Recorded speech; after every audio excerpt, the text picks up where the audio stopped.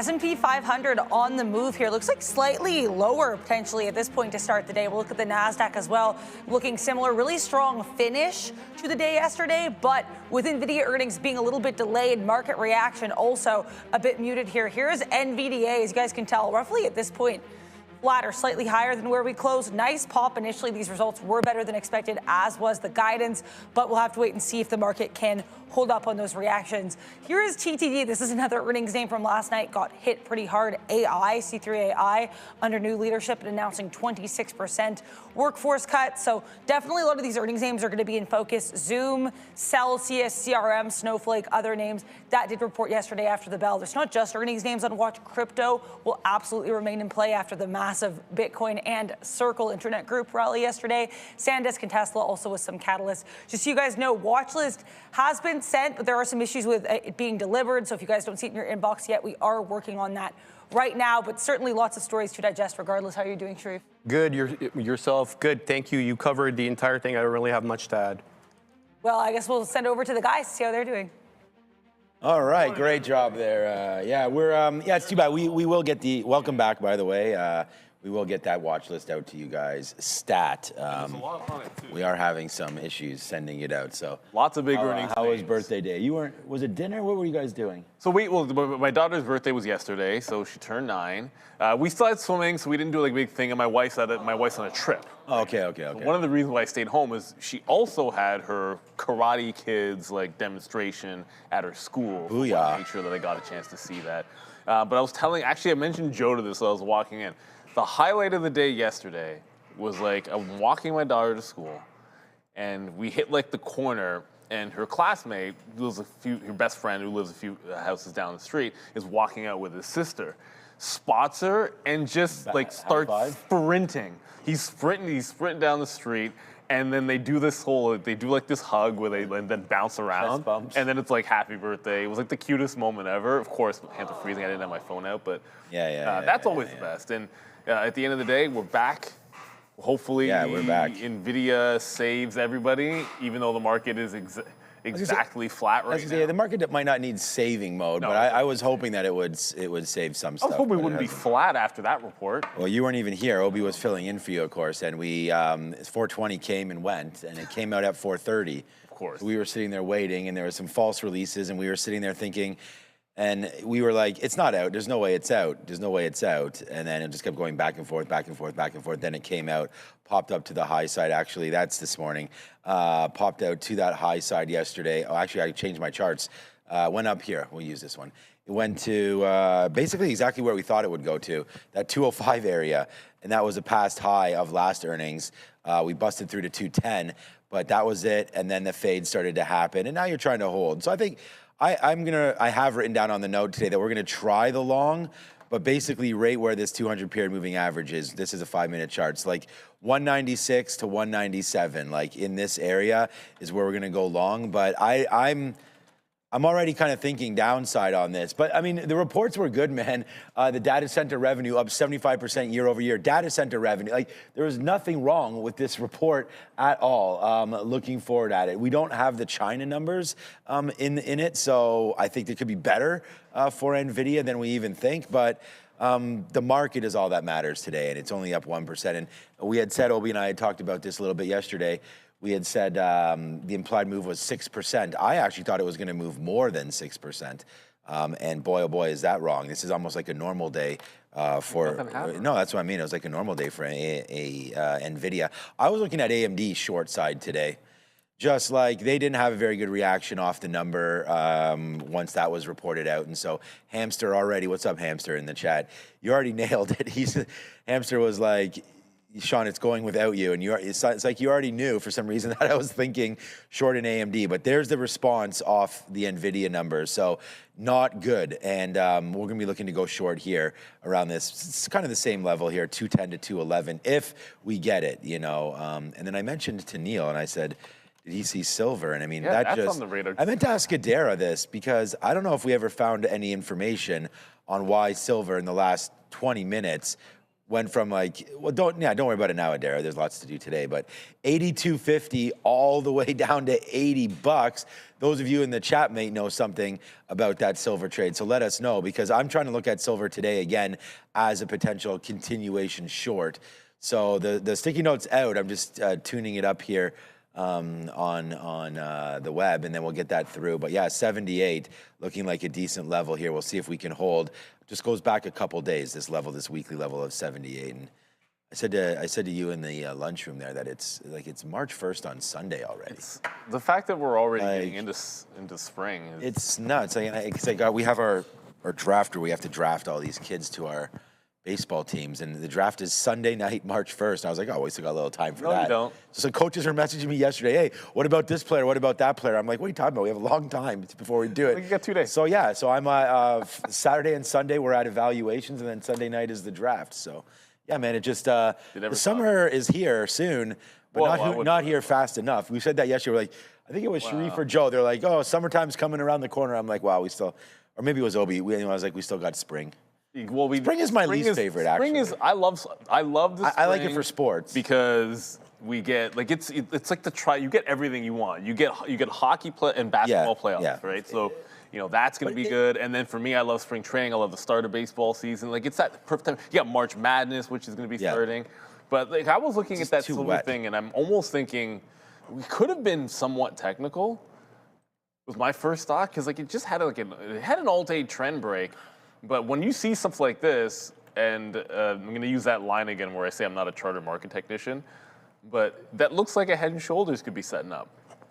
Right? A couple of days of resistance at 80, popped right into support to resistance. I can see that as being a short at the 80 level. And let's be real, we got to keep our ear to the ground. There's going to be geopolitical news that can move the metals around for sure. The other thing that's in play today, hey, we haven't talked too much about quantum lately. And 2 quantum names, not just IonQ. IonQ reported, they'll be in the watch list as well, but D-Wave also reported. So IonQ's up 14%. Last I checked, D-Wave was basically flat and not moving. They had disappointing earnings, but IonQ beating on revenue, so this is going to be out there. Whether you like it as a small cap gap or an earnings play, momentum and volume will be here on IonQ. It's trying to hold on to VWAP as we speak after mostly giving up the ghost here. So yeah, that one's going to be on radar for sure. I don't know if... I just did a food signal to Randy, and he's like, it's not here. No, I knew it wasn't here. I was just playing around. Because normally this is the time when we're so trained. Like at this point, it's like normally we see Randy's like, he's handing me the banana. He's dropping some pears overall. Yesterday was the... Hey, the pears were good yesterday. Yeah, no, well, that was Obi. I wasn't here yesterday. Obi. So this is Obi didn't want the pear. Yeah. Randy wanting to know why Neil hasn't eaten his pear yet. Nice. There. Randy's the resident nutritionist. He's making sure we eat our pears and our bananas, our eggs, and all of that. And what was that? What was that lunch yesterday? What was lunch yesterday? That good? No, lemongrass chicken. It was just typical. Oh. Yeah, some noodles. Actually, the glass noodles that they have here are actually pretty good. So it was good. It was just vegetables, chicken, and noodles. It was a Chinese flag. So take that. All right. I hear the guy. Yep. Yeah, I think the food guy's here. This is so funny, man. It's like it reminds me of my pets. Like they hear little things, and then it's like boom.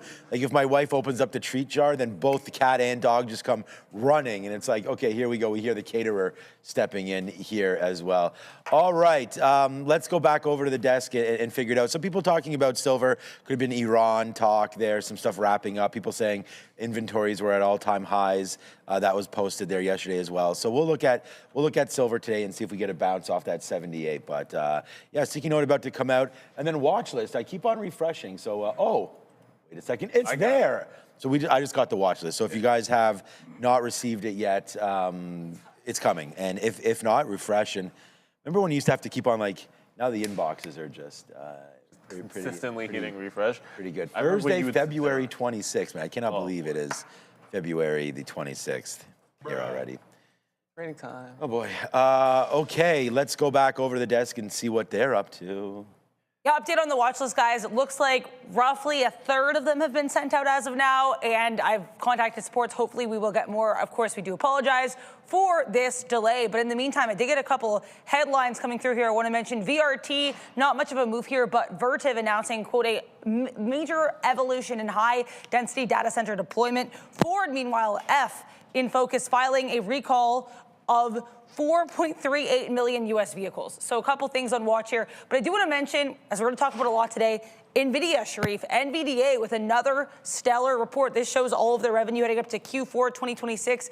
Another record quarter for NVDA.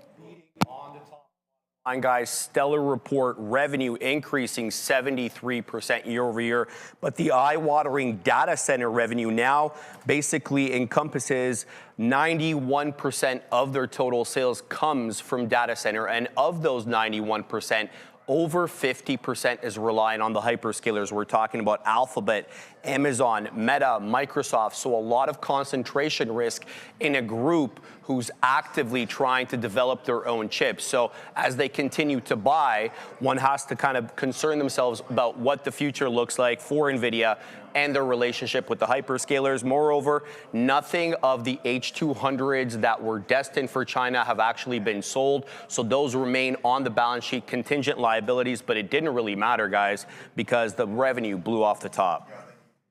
Solid look there for NVDA. Another thing in focus today is going to be crypto after the run we had yesterday. Here's IBIT. I mean, right now, relatively choppy, but CRCL yesterday, certainly a great look here on those numbers. Are you guys looking at any crypto today?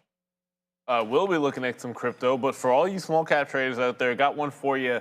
It's going to be ALBT. News here is that Avalon Global Care subsidiary has accepted into AMD's AI developer program. So it's a bit of a, Taking out Josh Allen. Can't. That's Sacked. First of all, no, that was a head of the blow to the head. That was a blow to the head. That's a 15-yard penalty. Yeah, flag that out. Breathe on the head of a quarterback. You can't even land on a quarterback these days. You literally can't land on.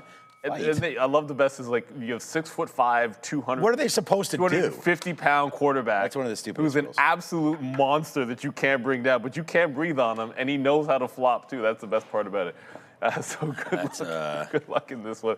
But back to Nvidia for a quick little Personal second. foul. It's always a foul. I hate that rule. I mean, whatever. You don't want. I get protecting the quarterback. I mean, I think it's like you can't land with your body weight. Like it has to look purposeful. I don't understand how you're supposed to like brace yourself this way and get your arm up and blah blah blah, and don't have your weight land on the guy. I'm like, definitely not technique.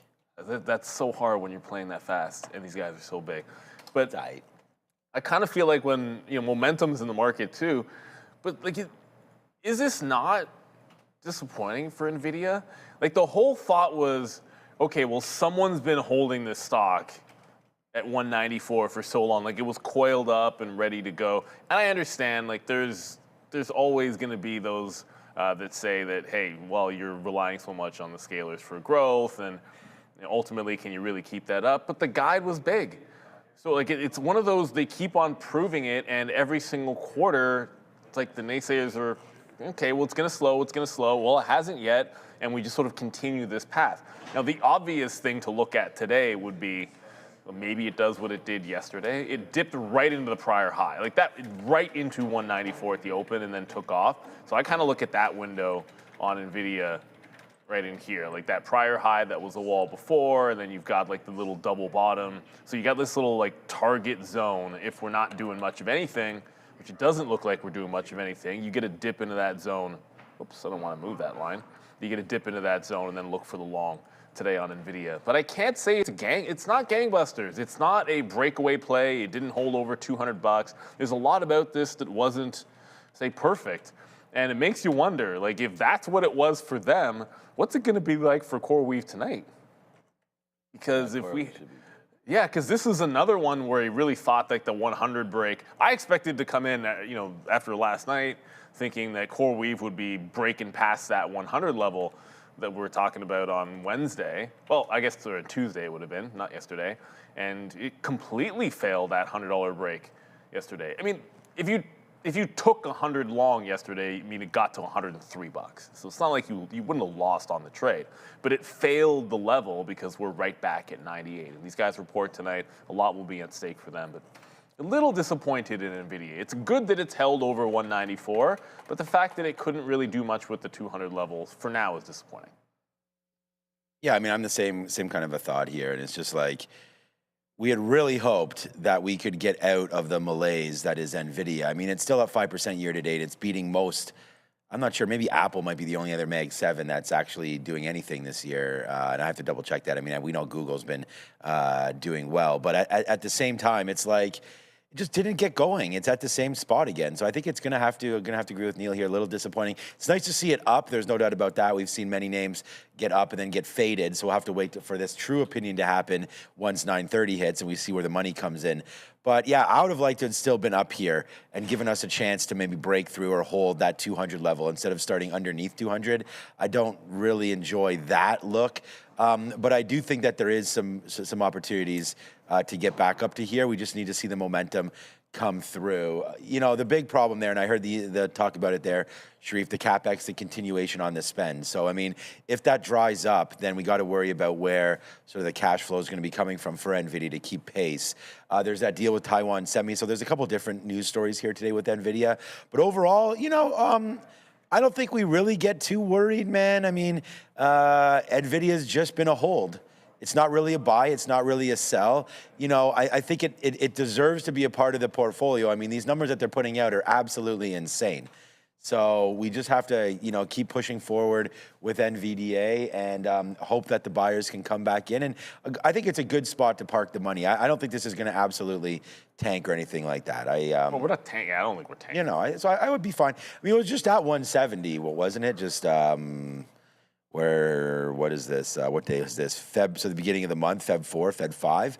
You know, and then back into here in mid-December, we were down here to 170. So, you know, it's had a nice little run up there. Not disappointing by any stretch of the imagination. Had a good move up. Market came in and sold it off. So we'll just wait to see what happens with Nvidia here today. I have it written down in the sticky notes. Once we throw it back, I'm gonna push send. I have the bid right around here, man, 196.50 to 197. So just trying to see if we can hold in and around sort of this consolidation zone from yesterday.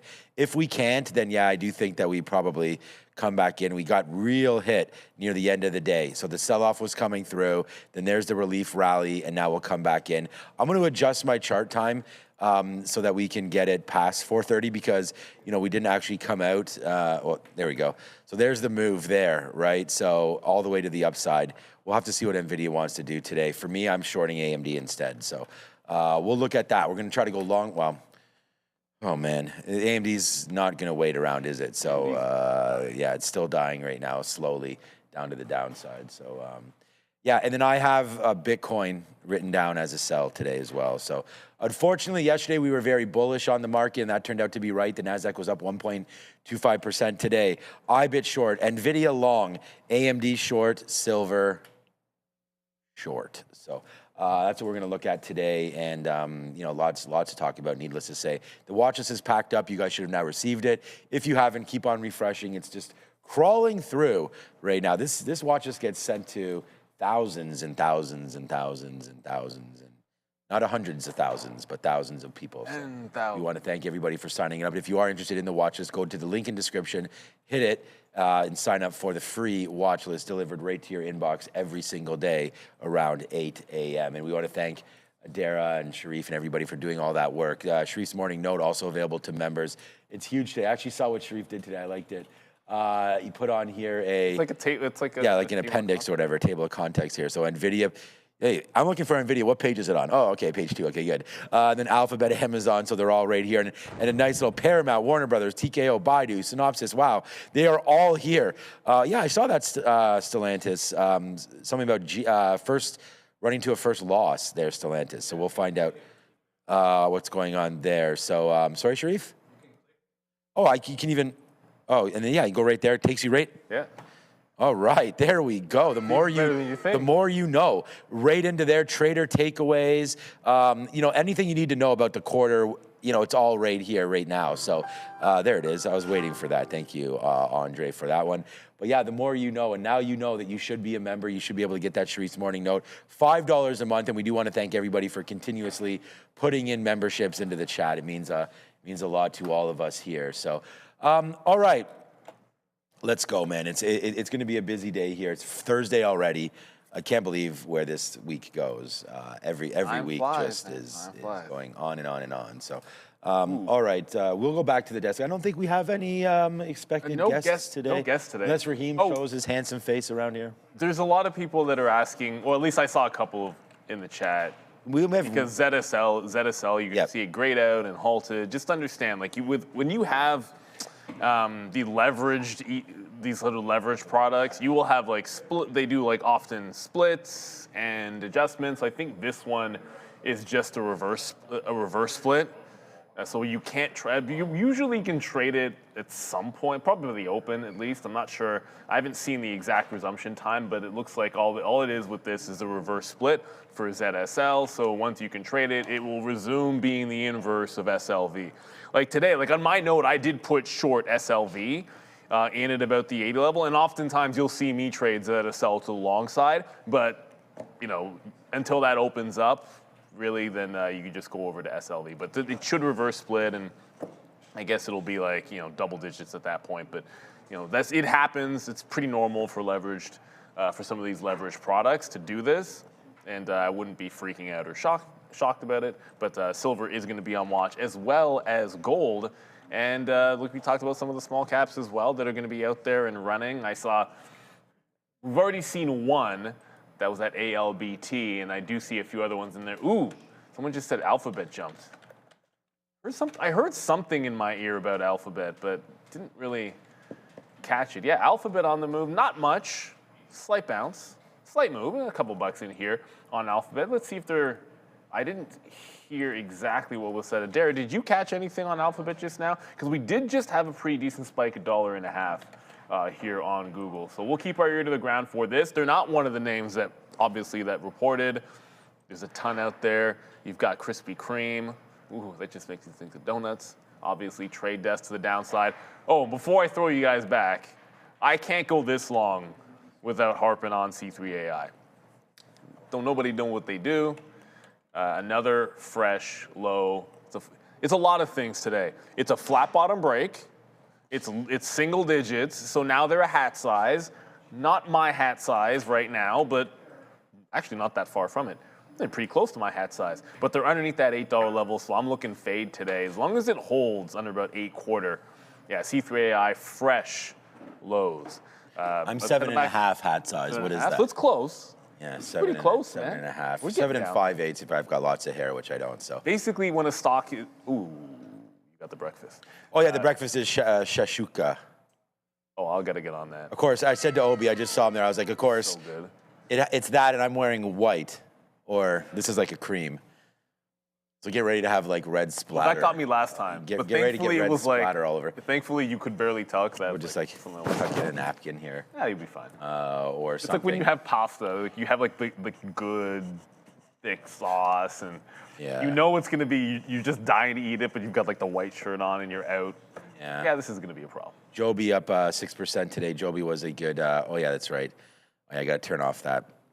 They had a deal yesterday with Uber, so Okay. yeah, they're going to start sending these Jobies everywhere, and you can get them on your Uber. I believe in state of New York, I believe was the only place, but yeah, they're testing that out. So Joby today, another 5% upside. All right, yeah, it should be like we keep on saying, man. We're going to watch out for Bitcoin here today. It is starting to pull back a little bit. I wanted to just have a quick little look at the dollar. What's going on there? Quick little look at silver as well. The dollar making moves lower right now, as we can see right into here. So that's starting to go to the downside. We can see if there's any reaction to the mega cap names with the DXY. And then Bitcoin, we had a great run yesterday, man. It was all about Bitcoin. We had a $14 winner on Coinbase yesterday. And that was thank you to all of this move up, as crypto just kept on going pretty much all day. And then we just starting to pull back a little bit here. I don't feel like there's any problems with a pullback. I mean, you know, we always say that there has to be some kind of a pullback. in order to get a little higher. So let's see if we can just, negotiate this and then pop a little bit here. But with the NASDAQ, again, I'm trying to feel a little short today, but I see the NASDAQ now is cooked up in the last 5 or 6 minutes.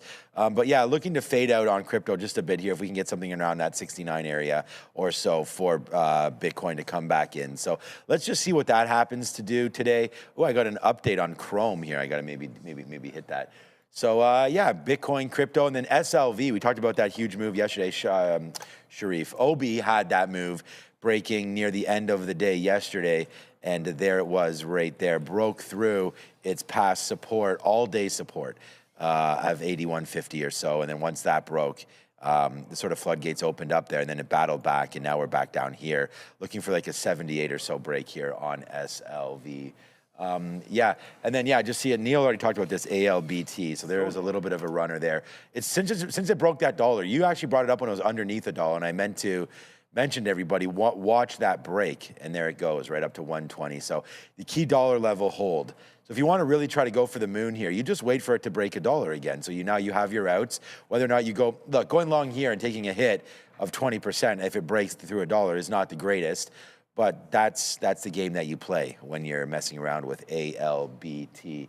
I apologize, I do not know the story regarding ALBT. It was basically an AMD story. Oh, okay. Yeah, they got accepted into the AMD AI developer program. Yeah, so look, when you have these small cappers, and let's look at the float here. Yikes. Really? 3.8 million is the float. So that's the story is more the float than the fact that it's already done 60 million shares. Exactly. It's turned it over about 15 times, the entire float. So it's been soaked up multiple times, and it's going to do a ton of volume for sure. We also have in 3 minutes, we're going to get jobless claims and continuing claims. Maybe they move the market. I don't know. We're pretty flattish. So at this point, like anything could move the market a little bit here. Don't know if it'll be too big of a deal, but we do have that coming on. And I think there's some Fed speak, Adara. We have at least one today, right? Yeah, at least one. So at 10 a.m. we'll get Feds Bowman. And that's it. Feds Bowman doesn't tend to be one with like massively market-moving opinions. She does tilt a little bit dovish, but even then, like, not in a way that I think would be massively market moving on its face. Initial jobless claims, though, as Neil mentioned, those are coming out in a few minutes, so definitely stay tuned for that. I'll give you guys all of that. Before we get into jobless claims, Sharif, let's talk about a couple of these other earnings reports, because there have just been so many to digest. One that I'm just seeing the earnings call summary from roughly 20 minutes ago. BIDU management saying the company is confident their cloud business will continue to grow faster than the industry. Yeah, interesting report here, Adara. Net profit did fall 66% year over year. That missed, obviously, some of the estimates. Revenue, also that top line number declining 4.1%, marking the third straight quarter of drops. The weakness really here is tied to ongoing struggles in the online marketplace and advertising. And as we know, they just finished Lunar New Year, which is one of the biggest shopping events of the year, and they weren't able to, those numbers are still not reflected in the report. Cloud business, also an important part here. That actually grew in the company 48% year over year in Q4, and they brought in a 39% jump, Adara, on that top line number, bringing in 5.8 billion yuan. It's a great look. Another look here to talk about just as we await these jobless claims. WBD, Warner Bros. Discovery CEO David Zaslav saying the company's been engaged with 4 bidders. They've had 8 price increases. They also reported yesterday. Oh, I don't have any information. Okay, no worries then. Well, we'll talk about that Warner Brothers report, I'm sure, at some point later in the day. We have a couple minutes left here for these jobless claims. What is this, 8:28 right now, so we've got a couple minutes left. We'll just go through what we're expecting here. Jobless claims previous, 206,000 consensus, 215,000 and forecast, 210,000 as we await these. I'll mention Hertz as well, because impossible to get through all these earnings names today, to be sure, in this rundown. HGZ actually lower. Apparently there was an EPS miss for our friends over at Hertz, so something to be aware of here too as well. Other names, no PSKY. Speaking of Warner Brothers, Paramount, Skydance, kind of choppy. There were earnings for this name as well. So again, just tons of company earnings and events to be aware of. Not an earnings name, but another name I think to mention here that we're probably not going to get into necessarily is SNDK SanDisk, teaming up with SK Hynix for HBF. So interesting collaboration there between SanDisk and SK Hynix. SNDK, a little bit choppy yesterday, but already gapping up this morning. We'll have to see if that gap holds. At this point now, though, guys, we're just seconds away, 55 seconds now from that initial jobless claims print. Continued jobless claims in focus as well. 1.858 million versus the previous print of 1.869 million. Now, Fed's Myron also apparently speaking at 8:45 a.m. So that's what I wasn't seeing on the other calendar, possibly because he's kind of an outgoing Fed, but that'll be happening about 15 minutes from now. And then Fed's Bowman at 10 a.m. Again, Fed's Myron skewing very dovish. Fed's Bowman skewing mildly dovish here with just 28 seconds here until these initial jobless claims. We're going to get the 7-year note auction at 1 p.m. But other than then, that no massive data today. Tomorrow, though, so 24 hours from now, PPI year over year and month over month, as well as core PPI. Then we'll get the Chicago PMI at 9:45, construction spending at 10. So with a lighter economic data morning this morning, tomorrow is going to be a pretty fiery one. But in 5, 4, 3, 2, 1. Initial jobless claims for last week coming in here at 212,000. That's going to be a little bit below the forecast of 216,000, but above the previous print of 206,000. Continuing jobless claims, 1.83 million. That is going to be a little bit below the 1.85 million expected. Guys, how are the markets looking on that? Jesus, Adara is absolutely killing it up there. Thank you so much, Adara. That is... You just crushed that 5 minutes like it didn't even exist right there. Then she drops the numbers to us all. Slightly higher. I don't even, AI's not coming for all of our jobs, man. Adara is. So shout out to that. True. Great job there, Adara. And she's a fantastic trader and everything too. So I don't even know what to do right now. Just glad she's on our side here. But okay, U.S. jobless claims, 212 versus 217. The market doesn't seem to be reacting too much to that. I actually had Baidu up right here. But yeah, we could take a look quickly at the Qs, see if there's any sort of reaction to this number. We've already saw that the extension is now out for the interest rate. So that might not be happening until I think it was June now, right? So we're going to have to just sort of hold pace on that. It doesn't look like there's any reaction at all to this market. So again, jobless claims expected 217, out now at 212. Market kind of sleeping this one off. It looks like. Nice to see that the market has rebounded a little bit here in the morning. We were, a little worried that the market, if it turned red and Nvidia started going downside, then we sort of started the show with like Nvidia saved the market. And if the market was down 1 or 2% today, then what? But so it looks like we get away from that. The only other number we have today is Fed's Bowman speaking at 10 o'clock. So, and I just said number, and that's not even a number. So that's the only other economic event. We should expect Trump again, more talk about Iran and things like that. We just said yesterday that the NASDAQ was off 5.5% off of its all-time highs. So then we got about 1% or so yesterday. So I feel pretty good about everything. I prefer the S&P 500 right now, even the Dow Jones to the NASDAQ, obviously with the weighted average being implemented. You have Nvidia, Apple, Microsoft, a lot of these big players near the top. So if there is a problem in sort of a chink in the armor here, then you are going to have some downside pressure on the NASDAQ, right? So Nvidia and everybody just kind of holding for it right now. Jobless claims doesn't seem to be too much of an effect there. Look, the Fed is going to be most likely paused until mid-year. So we do have Kevin Warsh coming through. That's going to be in May. And then we got some Lisa Cook. We have to figure that out. Is Powell going to stay on as well? So I can call it up, but I know there's no, it's like 3% chance that we get any movement here in March. And Did we get the memberships? No, I didn't do anything. So there. it looks like we have, it might have been a while ago, but I Am Edward, see, I can tell, sent 10 Trader TV Live gift memberships. I see a few people have managed to pick them up, so I want to thank you for sending that out. As mentioned, with the memberships, you get Sharif's morning note. So big shout out to I'm Edward, and we appreciate you. I just put in the chat to Los Pollos Hermanos, don't jinx it, because he said CRM was almost back into almost green. And of course, it got right to basically flat on the session and then pull back a little bit. So CRM is going to be in play on earnings. But we also got to find out maybe some upgrades and downgrades with our good friend Joe. And we just got I'm upgrading coffee. I was going to say that too. We'll talk. Yeah, we'll go to Joe and then we'll come back and get Ford. Good question, man. All right, guys, let's take a look at some of the options activity first before we get into some of the analyst actions here this morning. We're going to kick things off, yes, with Nvidia. At that $200 mark, we just didn't have the ability to breach it and hold. There was a lot of size and supply over at that $200 strike price, 109,000 contracts with volume at 130,000 opening closed on yesterday's session. And you can see the bid and the ask there, $5 spread, typically tight within Nvidia's options contracting.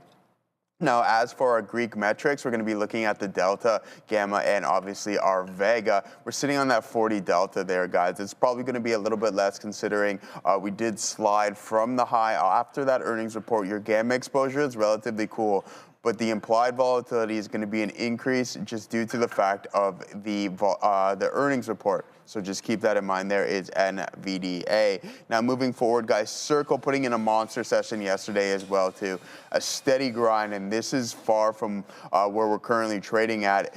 And you can see from an open interest and a volume standpoint, it's still relatively light. But if we head over to our Greek metrics, and these contracts are relatively expensive as well too, guys, considering we're sitting at like $1,600 for some of these and $1,500 on the bid if you're looking to write. But your delta, considering it's so far in the money, you're almost getting that 1-to-1 exposure, sitting at that 97 delta. And then also our gamma, surprisingly so. But again, gamma greatest at the money. Relatively cool, and then our at-the-money IV increased as well, so 111% there, guys. Moving forward, let's take a look at some of our analyst actions here this morning. We're going to kick things off with some downgrades. I heard Neil talking about it this morning. C3 AI can't get out of its own way, down 23.8% here, and getting its price target lowered, but also going from a market outperform to market perform by citizens. And then we have Salesforce once again sliding here down 1.8% roughly with a price target of $225. That was going from $235, now with $225 by BMO Capital. Now MongoDB, Dan Ives' favorite, surprisingly getting its price target lowered from $455 to $400. And then Okta here, guys, going from $90 price target to $83 by BMO Capital. Moving forward, we'll take a look at some of the upgrades this morning. NVDA at the top of the list. Wedbush, surprisingly so, obviously being slightly sarcastic, $230 going to a $300 price target, slightly positive here, up 1%. Now, Joby Aviation going from a neutral to a buy with a price target of $18. We're up 6.8% here, guys, by H.C. Wainwright. And then Snowflake also getting the nod here. We're going from a buy and a price target increase from $275 to $282. And then TKO Holdings, Pivotal Research giving them the nod, guys. $250 is that price target. It was so mean of Joe to say C3 AI can't get out of its own way. Wow, I mean, wow, Joe. all it's been doing is getting out of its own way. It's been lifting the bid, and then it drops, and then they lift the bid, and then it drops. Like, there is nothing in its way to zero. So I don't know about that. I would say it's the opposite. It's getting out of its own way and falling down to zero, effectively. But, well, whatever. We already talked about them. TKO, man. This is, what am I looking at the TKO chart? Or am I looking at the AMD chart holding that $200 level over and over again? All of that, like, this is when I was just grabbing that delicious breakfast, I ran into Obi, and he was talking about how silver respects the technicals. TKO's chart, if we don't want to talk about something that respects the technicals, look at this with relation to the 200 period moving average, and look at this upward channel. I mean, that is pretty. That is a very pretty looking chart. Now, this cuts both ways. If you were to ever lose the 200 period moving average, it wouldn't be very good. But that is an example of what buying the dip in an uptrend would look like when you find a moving average that works. So shout out to TKO. Good looking chart, but it kind of tells you that you want to be waiting for about $190, or at least underneath the 195 to pick up the next buy zone for it when you're in that kind of a channel. Let it get to the good price, and then you get that good. The only interesting thing in fighting for me is anybody actually gonna? Do you care about Pacquiao Mayweather? Care? Not really. I can't bring myself to. No, neither can I. I do like the TKO stock. I do like WWE and everything involved in that. Hey guys, we're live on TikTok, so make sure you go over there right now. Join us live on TikTok. I'm going to be in the comment section right now as well as we get. I think I got to relog back in right now, but we're on TikTok right now, so get involved with that ASAP. Another great platform for us here, TikTok. All right, so we saw Snowflake on that as an upgrade. Yeah, pretty decent. We'll probably run down this report for you guys here today as well. But, you know, again, disappointing because the expected move on this one was near double digits, so only 2%. But there goes Snowflake off the report, comes back in, finds that base for some reason at 164, and today we're looking at 172. So whenever there's a gap, and this VWAP actually looks pretty good to me, holding in and around yesterday's closing price for Snowflake. So if you're looking at this name today, again, I'm relatively negative on the note today, but I have some ideas. You know, we do have the long in Nvidia posted out. So if the market can wind up holding, I really like this, man. The 200 period was so good. Like yesterday in Coinbase, we were long, and yesterday's note had the very top stock on yesterday's note was Coinbase at 170. All right, this is Coinbase at 170. I'm not even really sure how we completely found this level, but came back in right there, was posted on the note, and then it just respected the 200 period moving average the whole day. So we were long at 170. Our best out, sure, we only had 5% left, but we got out once it broke this back down into 184. But watching it just mature up yesterday was pretty awesome. So if you do get a trend like this, that's something that you want to look for. Like, look at VWAP hold. If you're a little more conservative, that's the 50 period moving average rate there as well. So you could have got out earlier once that finally breaks, you know. But there is going to be some false breaks and false positives sort of there early on. But once the trend starts going, this is when you really want to use those lines. So the reason why I talk about that with Snowflake is if the trend is going to be higher here today, wait for it to start dipping around these levels again. And then as it starts to climb, if it does, you can start to use the 200 period or VWAP as you're out. Okay, as we start to go to the upside there for Snowflake. So I'm just saying that because this has a good chance of being a big runner.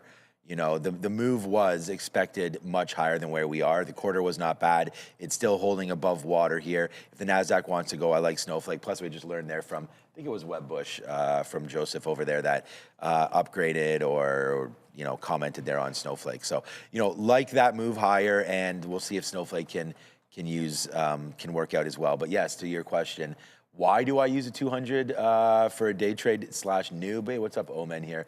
Yeah, let me know what strategies you use there, Omen, and we'll talk about it. But I just gave you an example there about how the 200 period does work for trend. And it's not the only thing you look at, that is for sure. But you want to make sure that you do check out different areas of support and resistance, and you know, otherwise you're just kind of flying blind, right? So anyways, we'll get going. IBIT, Nvidia, AMD, and SLV coming through very, very soon. Join us on TikTok, join us here on YouTube. 8:41 already. We'll be going through the watch list very, very soon. But there's a couple names there that were upgraded and downgraded. And yeah, I saw that was yesterday's play, 32%. Just looking at Circle, sort of going over some of the names there because, you know, Joe was going over. He had this one on the list, and I just added this one to the iPad. You can't have this kind of volatility after, you know, more than double digits. Sean said 30% move off of the lows. It's right back into almost into where this thing had a ton of resistance. Sometimes you can just find resistance on the chart. It'll be obvious, like here from about 85 to 90. So it's at 83 now, and if it moved 30% yesterday, then to think that it can't go a few dollars to move into this 85 to 90 zone, I think that would be rather unlikely. I think it's got a decent chance to get there. I'd look for a fade once it's above that price, looking at that daily chart. But you also have to keep in mind what's going on in crypto. Like right now, you're seeing some weakness in IBIT. And if we don't have any follow through from yesterday, you might just turn around here on some of these names. So in IBIT, it'll be like 39.5 to 40 or so. And then of course, an actual Bitcoin, it's underneath 70K, sitting at 68. There we go. Omen, I am the noob. Yeah, and he was saying he wasn't calling me the noob. over there, which is fine. I mean, I'm comfortable. being a noob. I'm very, very comfortable here. So The market's always changing. yeah, no, it's all good, man. And yeah, thanks for clarifying that. And no, obviously, no offense taken. I was just bringing it up because I thought it was funny in there. Yeah, we can, we'll put on some bad trades and some good trades, and that's what trading is all about. Well, I like this. It's all pipes. Can't get it right all the time. Why use technicals at all? It's astrology. Right, there you go. See, so You don't like astrology? I don't know what the moon's saying or anything like that today, but yeah. I'm a Capricorn. What does that tell? I don't know what it's supposed to say about me. I'm a Virgo. What does that mean? All right, let's go back over to the desk and see what these guys are about. It's all about astrology up there, guys. Yeah, I mean, like Neil, as a fellow Capricorn, I just think we're kind of stubborn and we have good work ethics has generally been my interpretation of the Capricorn mantra. But let's get into snowflakes. Speaking of, Capricorn, snow, winter weather, SNOW was mentioned there by Joe. It was also mentioned by the guys, but I guess we can go over the earnings report quickly in SNOW because this actually was a double beat and strong growth year over year for Snowflake as well. Yeah, very good report here, Adara. Looking up 1.28 billion in revenue. That is up 30.1% year over year, and it is ahead of expectations with adjusted EPS coming in at 32 pennies. That is about a 19% earnings surprise, and revenue also did grow at about, or a surprise of 2.4% per year. The remaining performance obligations also ahead of analyst expectations, 9.77. So that is a view of what future revenue could be, their RPOs. Product revenue continues to rise as well, 1.23 billion ahead of the 1.2 expected by the street and growing at a healthy 30% year over year. Some other metrics that are important, but what really is important is that shares are still down 24% in the last month, Adara. Yeah, I think another one here just to mention as we kind of are heading into the rundown, another name we're not going to get into in the rundown, but I think is maybe worth noting here as well, Celsius, CELH, energy drink company, actually decent volume on this report. This was a double beat, it looks like, and they have about a 7.75% short float as well to beat. Yeah, very interesting here. Some of the acquisitions that they've made, Alani New, Rockstar adding $370 million for their Q4 revenue. Likewise with Rockstar with $45 million. The acquisitions are really meaningfully expanding their product portfolio as well as their distribution channels. Their brand revenue did decline, though, 8% year over year. The company is blaming that on the integration-related timing misalignment. So we'll have to see if they can perform better a little bit next quarter. Their full-year revenue, though, a healthy $2.5 billion Adara, up 86% year over year. A great look there for CELH. What energy are you guys feeling from this stock today? Well, I don't do energy drinks, but we can do some math. And like those acquisitions that Sharif mentioned, that's well over half of the revenue has come from those acquisitions. And it's a result, also margins have dropped. So you probably want this to settle out a little bit. And if you're looking at how that will affect them in the long term, obviously, you want to look more at the growth because when you get those shocks, like, hey, you add a couple of big brands or when a company brings in someone else into the fold and that ends up the majority of their revenue, there's going to be a bit of a settling out period that I wouldn't want to overreact to. All of that said, you can't really ignore the breakout that this is on the daily chart, right? Like, you can't temper that. As long as it closes above 56, where there was big selling before, then it's going to be a bullish move here in Celsius, but it's less than 1 million shares. It would have been under VWAP, but now it's actually looking a little bit better. It's the volume that trips me. Like right now, the spread is $1. Like there's an actual dollar if you want to look for a full lot here. Yeah, $1.09 spread. So clearly, and you'll see some odd lots obviously coming in to tighten up the spread, but you can look at the level one. So this is a kind of name that I don't think anybody really would look to trade until the open, and even then, you probably want volume to come back in, and that also means that prior resistance on the daily that we think can turn to support at 56, it hasn't actually been tested, and you won't really know if there's strength above that prior resistance until after the open. This is not like Nvidia, which has done millions of shares pre-market and was trading last night on Blue Ocean in the overnight markets doing lots of volume.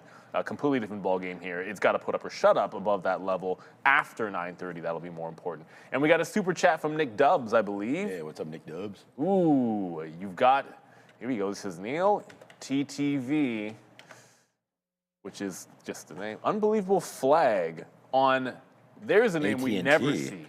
AT&T, so unbelievable flag on the 30-minute on AT&T. I use a 15-minute, but We can move quickly, just go to a 30-minute there. So you're looking great entry here with a clear out just below around 28.6, over 3-to-1 risk to reward. Target 28.80 out. So yeah, you're looking at this little flag, which we can just draw it as, hey, nothing wrong with resistance turning into support either, right? So you're looking long, and then you want to play back into here. The thing about a consolidation in the flag, you also want there to be a catalyst, like market strong, sector strong, like what takes it up there. But you've got a support level. It's already bounced off there once. Sometimes that can be enough. And a lot of times when you see something like a pattern like this, you just want to, especially in an uptrend, right? Like when it's been in an uptrend, you want to see it try to hold and then bounce. The only thing that, like I said, there's no volume and no catalyst for it, Nick, but technically it looks fantastic. Oddly enough, I do have eyeballs on a similar, it's not the same thing. And quite frankly, it's like the other direction, which would be Rivian was looking at this 15.6, and then if it got up there, looking for a fade to be able to play back into the 15. So yeah, sometimes you look at that support and resistance. I think you might have one there with AT&T. Just question how much volume it might do today without a particular catalyst. I'm, as we speak here, I am posting up in the Trader TV Live Academy. So if you are interested in that, get going here. I'm thinking short. I'm starting to post like a little bit of a note in here as well on the Academy. Lots of stuff available here. Trader TV Live Academy is now open and ready to go. This is the news feed. So anybody thinking one thing, I saw Joseph's in there today. Anybody thinking something, get in.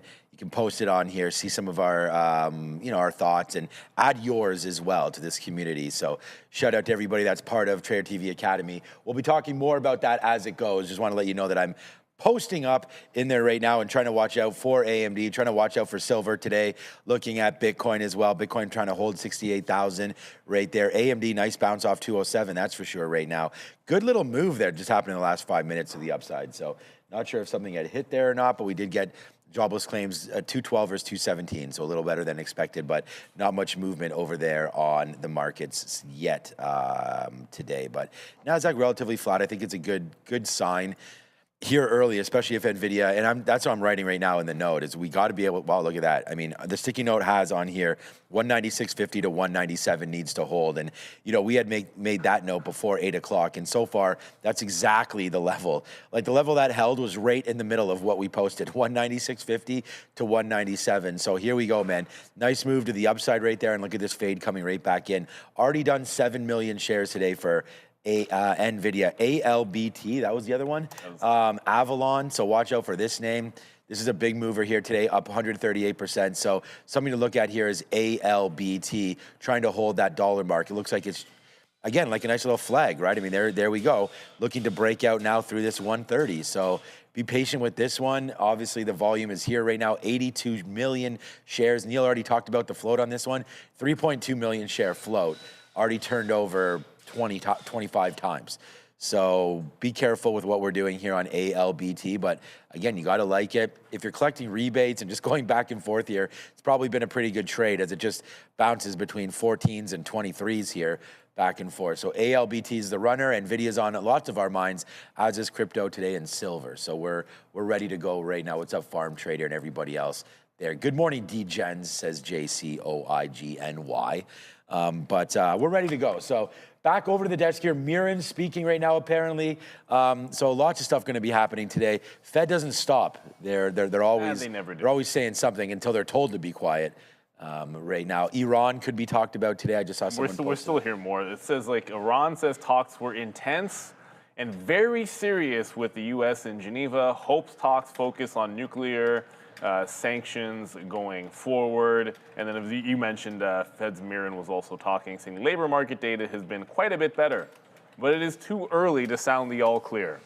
So I don't know, kind of not really saying much there. And we got another super chat, if we can throw that one up there. It is going to be from You Can Do X. If we attack Iran or Cuba, do you gentlemen expect precious metals to skyrocket again and the market to take a dump? I'd feel much better about the former than the latter. Yeah, I don't know what the market's going to do. Yeah, it's I hate saying it, but it's kind of been true. You don't always get the negative reaction in a heavily tech market to military action of that nature. Now, do I think it could? Absolutely, it could. I mean, but we'd feel more certain that metals and oil would be the move, as opposed to some of the tech names, right? Like, how much is Nvidia going to drop because of military action taken in Iran? And you have to sort of think of it in that regard, especially after their earnings, when it's going to do what it's going to do based on that, and people are adjusting after said earnings. So yeah, I feel much more like if you're trading silver, then you keep your ear to the ground a heck of a lot more for the Iran news, or especially oil, than you would if you're trading, say, Microsoft. But it doesn't mean that it can't. It's just less of a concern for me when it comes to the Qs.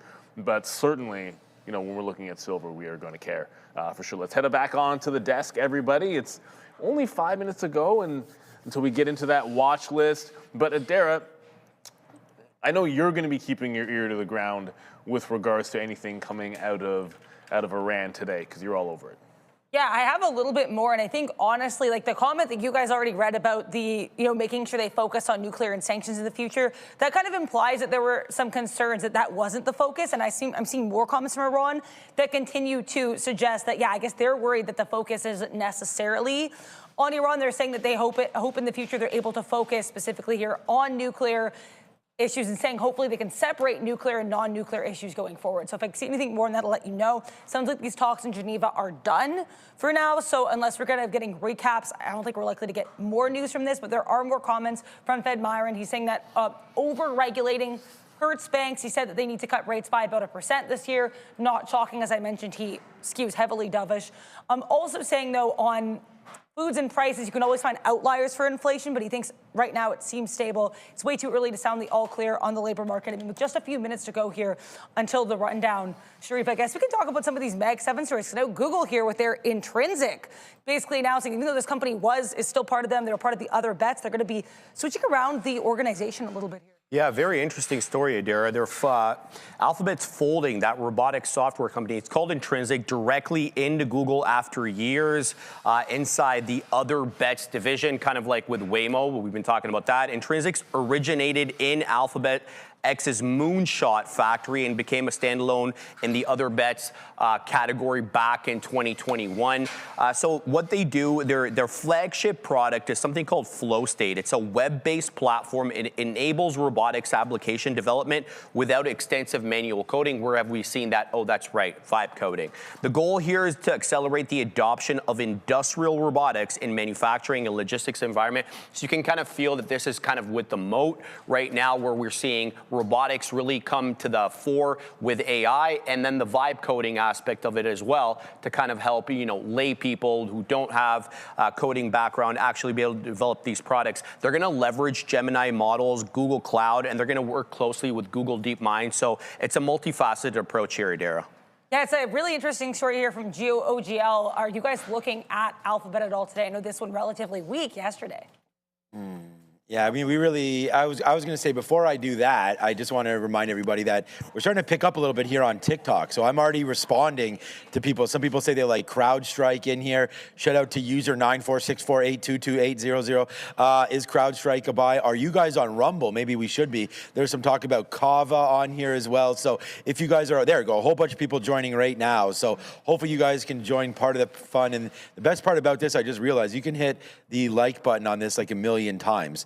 And get going on this. So there's no restrictions on that. But thank you to everybody for joining. I'm going to be in TikTok and watching out for questions up on the, I don't know, I mean, has that even been taken over by Oracle yet? I'm not even sure what that TikTok story is right there. But all right, so yeah, Google was a good play yesterday. A little choppy, in my opinion. Like, we had that move right away immediately at 9:30 to the downside. Was that? Yeah, that was yesterday. And then all of a sudden, just a rip back up. And we were sitting here and like, oh man, what the heck was this doing? This did the same thing the day before. Didn't it go down to 307? Yeah, there it is right off the open. 306, 307. Yesterday off the open, makes that move, then rips up. So that's now 2 days in a row that we bottomed out around 9:35, 9:40. and then just got going again. So for me on Google, it's kind of like wait for that same thing to happen. It does give you another buy opportunity right back at those same levels again around midday, and then again there, and then yeah, there's what Adair's talking about. Nice little move to the upside there as we close out the day, and now it's starting to get a little higher. So for me, if we drip down again, and it wasn't a drip last time, it was like a pretty aggressive move, I would say you look into this area here for a long 311 to maybe 312 might not be enough, but into 311, into 310, that'd be fantastic if Google can come back into this area and you can then take the long. It would be down probably about 0.5% or so if that were to happen. So, back into here, I kind of expect a drift for Google today. It's kind of coming back in. No volume, as you can see. I don't even need to look at that. I mean, the volume's 400,000, which is pretty good, but, not much action here on a chart. So for me, Google would be a buy, but I'm going to wait for dips and just sort of play what it's been doing all week. Wait for that first aggressive move. And then that's when everybody's like, wait a second, we actually really like Google. We should be buying it. So that's what I'm going to wait for and see if we can get going off of 310 here for Google. Yeah, well, Obi, when I was talking to him, I was grabbing some food. One of the things he said it was choppy in the morning, or at least off at 9:30. A lot of things have been chopped early, or just inside range, or lack of follow through, whatever term you might want to use. So I want to see it trade somewhere different from where it was before, which if it's underneath 309, then you're kind of losing the bid in a big way. But if it's simply on the 15-minute, like on a bit of a higher time frame, if it can hold over 313 here on Alphabet, then suddenly you can be somewhere that we haven't been for a couple of sessions, right? Like close prices matter more than open, so there's a fail, close at 312, and then resistance the next few days at 313. If you can start holding above 313, there's a lot of room for this one to get to the upside. The unfortunate thing might be we're not doing much with the futures. Like the NASDAQ here, like we're exactly flat, and we're also at a bit of a resistance zone on the Qs. So you're in a spot where it might be tricky off the open to blow through, but if we get through like 25.5 here on the NQ, like you have a lot of room to the upside. So I think Google is one of those names. If the NASDAQ's breaking that 25.5, it stands out as one of the ones that can go. I just think it might be choppy heading into that level. And we'll talk about some more futures right about now, probably more the S&P though. For 9 o'clock. We are 0.75% off the all-time high on the SPY, having made that all-time high back on the 28th of January. We're still putting in lower highs, though, but we did break some key technical barriers. We're above that 690 area, so good break there. We're still looking at that key area of resistance back that we put in, I believe, on the 10th of February. That is about 695 to about 696, depending on whether you're looking at the closing prints or the wicks. In any event, that is going to be our first key area of technical resistance. Today, we're going to say 696 resistance. If we start selling off, we're looking at yesterday's or that 690 area support. That is where we kind of double topped back on the 18th and the 20th. Yeah, I think certainly lots to discuss today. And if you want to take a look at everything we're talking about, maybe things we don't even have time to talk about, get that Trader TV Live watch list. They have all been sent out today, so definitely make sure to check that out. There's also Sharif's Morning Note, which you'll get if you are a subscriber, giving you a little bit more detail on some of the stories. So certainly worth taking a look, and I think we would be very remiss if we did not make NVIDIA the first story of the day for a lot of reasons. Biggest company here, biggest earnings report, and lots of growth once again for Nvidia today, beating estimates and raising expectations. Easy beat on the top and bottom line, guys. We needn't go through that, but what I can tell you is that revenue surged 73% year over year on the quarter, and net income nearly doubled. They brought in about $22.1 billion in profit, bringing in $43 billion this time around.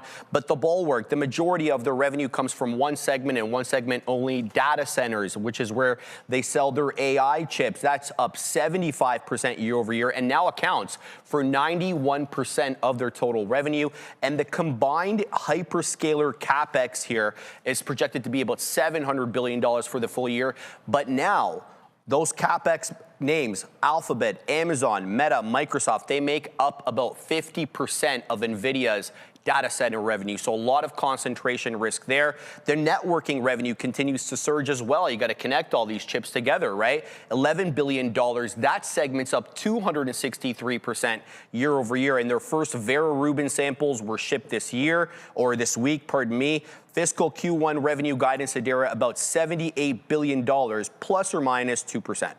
Yeah, and I think here with this data center sales, as Sharif mentioned, really strong. And this visual shows you, like, this is up to date as of Q4 2026. The growth is actually getting stronger for data centers. So nice look there. I do want to talk about Broadcom as well. A couple headlines coming in for AVGO. They're shipping their new AI chip to Fujitsu and planning a wider rollout. Furthermore, the company saying they expect to sell at least 1 million 3D stacked chips by 2027. So a couple different chip-related headlines on Watch today, guys. Yeah, for sure. And there you go with that Broadcom headline, new AI chip. We were talking about Nvidia, and then here comes like a competitor coming through right here, right now. I've not looked at Broadcom this morning. It's not doing anything. It's actually going down a little bit on that news. Yeah, it did spike a little bit on the 1 minute chart there. That's a bad looking chart for Broadcom. Really. Yeah, it doesn't look. I mean, all these charts do not look the greatest right here. I tried to make it as simple as possible here for Nvidia. Looking for the long around 196.50 to 197, but patience is key. I don't really want to trade before 935 right there. So I try to make that mark, and I know it's like 935, like. That's pretty early to do it, right? But I was just about to, this is honest, you know, I was just about to put a bid right here. And then I reminded myself, no, let's not do it right away. And the reason why is that we don't know. And whenever you're on day one of earnings, you're not, even day two, you know, you're not certain of where the big money was placed, you know, before the report. And, the fact that we're zeros right here, I'm going to consider this a nothing. You know, up 0.8. That's like an upgrade day for Nvidia, right? It's not an earnings surprise, an earnings beat, nothing. This is basically flat reaction to what I think we all think. And I was looking for the data center number, and it was a blowout. I was like, okay, well, if that was the case, then I would expect this thing to absolutely moon. But it didn't, right? It got as high as 204, 205 yesterday in the pre-market, and I don't even have that data up here. So I am just going to wait. I'm not really concerned about the top side. I'm not going to short anything until we get to that 205. So that's one thing. I just don't think we're going to get there. So I'm looking at this downside area right here, 196.50. That's 196.80 right there. So I just kind of randomly pick 196.50. If you want to look where some of that consolidation is, this is when we were waiting for the number to come out, and we were bouncing around 196. So that could be an area, but we still have the imbalances that come out at 925, and that's part of the story of what I'm talking about. Let the opening trade hit first, and then decide what to do. So for me, I'm going to wait. If it winds up holding 196.50 to 197, I'm hoping there's a lot more opportunities to get involved in those levels, but I want to see it hold first. Just because we like the quarter, the market is kind of, you know, pushing it to the side right now. And yeah, I'm disappointed. I mean, I would think as an Nvidia shareholder, when you get a quarter like that, you would think that, okay, 200. Yeah, well, yeah, you want all-time highs. I mean, I would think we were percentage points away. All we needed was 5%, and now we're the other way. So now we're starting to even push lower here in the pre-market. So I can't be happy with it. And then before I throw it to Neil, just for his opinion, I have on here as well, for the first time, I actually have Nvidia and AMD on here. And Nvidia is the long, but AMD I'm much more confident with the short. So watching out for this 210 to 211 closing area. They did not react well to the print from Nvidia yesterday at all. It's down 1.4%. So AMD is showing its hand a little better than Nvidia right now. So for me, I'm going to go short on advanced micro devices if I get that opportunity. Yeah, and I was posting up on, like, last night, actually while I was at my daughter's swimming, was posting up about what I thought about Nvidia for today in the academy, and it all revolved around this 194. It's like great, we've just gone over the numbers, and you can call the price action disappointment. That's all true. But unless that prior resistance at 194 doesn't hold, it's hard not to want the long, right? Like it was here for a couple of months. Like we were going back into the beginning of the year. We're at the end of February effectively now. So it has been 2 months that about this 194 level has held. And then you had a double top, or a double bottom, I should say, yesterday at like a 195. So I still like that target zone. You get down into that, look for a bounce. We are a little bit away, so you got to let it maybe pull back in and be patient with Nvidia. The other chip name, as likely per usual, that I got the eyeballs on is actually Intel. And look, Intel's been a nice bounce off the 50-period moving average. There's no questions asked. It's flat when the market is flat, so it's not doing anything. It's not doing anything weird yet. And this was another level that in the other direction, a support level now turning into a potential resistance is the 47 level here on INTC. So it's already failed, it would be the wrong word. It's already broken and then rejected the 47. If it closes under 47 on the 15 minutes open, then this is a short for myself, but it's about that 47 level. If we're breaking out above that, then forget about it. Yeah, we're saying trade desk yikes, but there's a few other names you could throw the yikes to, and you see that other one a couple of names down. Not the best for the trade desk. Yeah, I mean, you're right, Neil. It's certainly, the yikes could apply to a lot of names. But in the meantime, you know, TTD, despite the report itself not being too bad, market not reacting too well, Sharif. Let's get into why. Yeah, the fundamentals remain solid there, but the stock is kind of being repriced on the forward guidance and the margin compression. So let's talk a little bit about that. So let's talk about the margins. Q4 net income margin fell to 22% from 25%. So obvious margin compression there. Stock-based compensation roughly flat, but the guide here, they're guiding Q1 2026 guide about 678 million. Management described the outlook as a little conservative, and the reason is they're kind of uncertain about the macro and the ad trends. The company also did not provide full year 2026 guidance, which adds to that concerns about visibility. Near-term slowdown narrative Adara dominated the after-hours reaction, and it looks like it's still dominating it now. Yeah, it's certainly a stock that's been beat up since its S&P 500 edition. Before we get Neil and Sean's thoughts on TTD, just want to let you guys know, Apple CEO Tim Cook apparently just posting, quote, a big week ahead. It all starts Monday morning. We know they have these events next week, but Tim Cook already getting excited about this. What do you guys feel about TTD here? Desk is a tough one because we had talked about this yesterday, and when it's funny because Adara was like, wow, it's $22, and I was like, what? Like, I had no idea that Trade Desk was getting pumped this much. And I mean, I did have an idea, but I didn't, like, it's not a name that we've been looking at recently. Like, this used to be this was even more than that. This was like a $300 name, I believe, at one point. And I mean, this is basically the epitome of trying to catch a falling knife. It's boom, boom, boom. And you know, you're underneath everything right now. The only benefit of this, and we've seen this happen many times, is that you get the SSR bounce. And what SSR means is short sale restricted.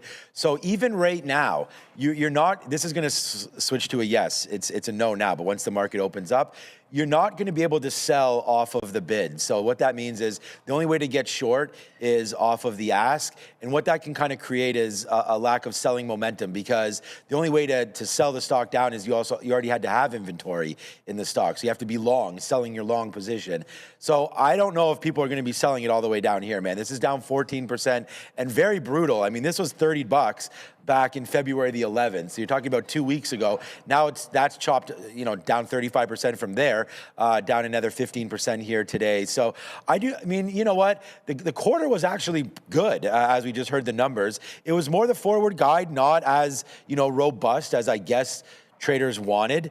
I would look at the bounce level here of 21.75. Like, that's been sort of hit, and just doing nothing all pre-market. So for me, the fact that we're doing nothing here in the pre-market and virtually coiling up right now, that's a good break spot. So I think we can get it going through $22, and then you can use VWAP as you're out. So if you break 21.75, almost just use this 21.50, whatever this low marker is right there as you're out. And then if you start to rip up, VWAP will mature up with it, and then we can get out with that. So I don't know. It's beat up enough that I think you can get a little bit of a pushback here. And I think the implied move was around here. So we'll see what winds up happening with the trade desk. But I would say it's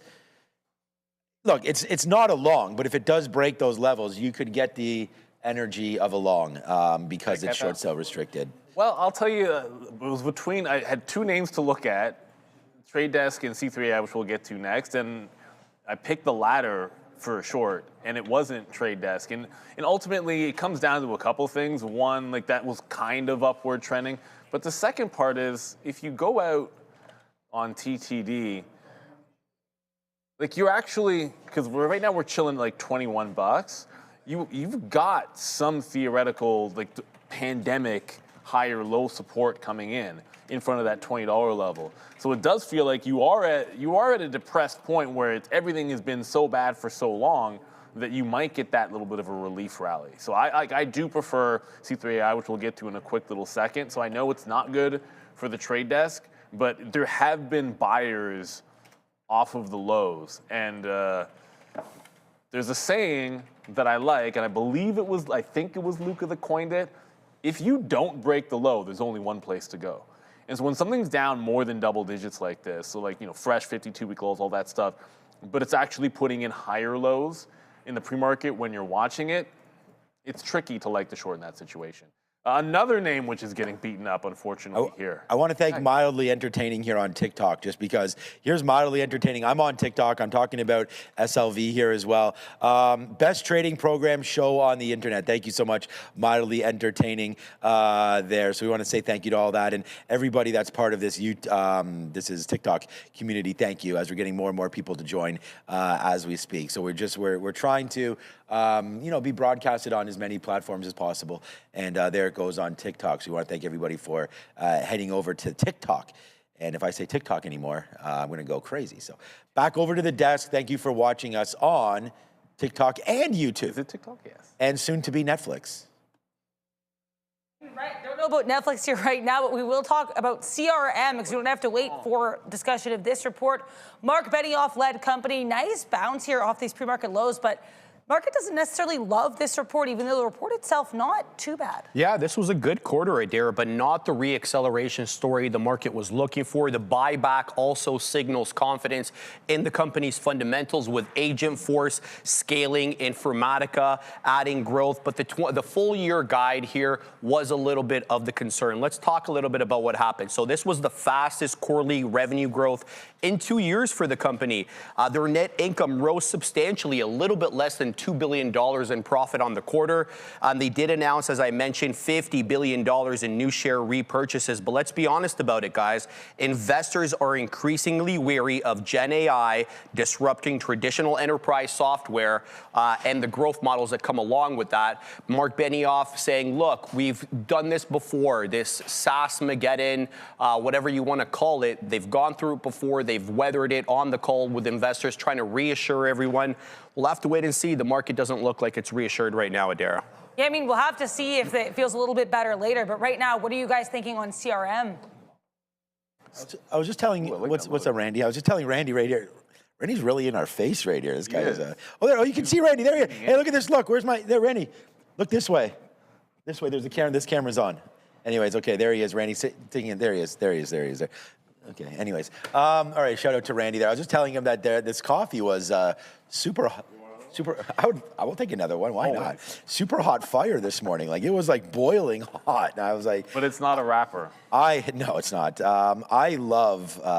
There's nothing better. Like, if I go to you can't get brewed coffee extra hot, but if you can get anything done Americano or a flat white or anything extra hot, I'm all about that. For some reason, Jensen Huang came out yesterday and said they have everything wrong with SaaS, and that a lot of these companies are going to be able to survive. And I think with CRM coming, do you know what CRM's PE is, Neil?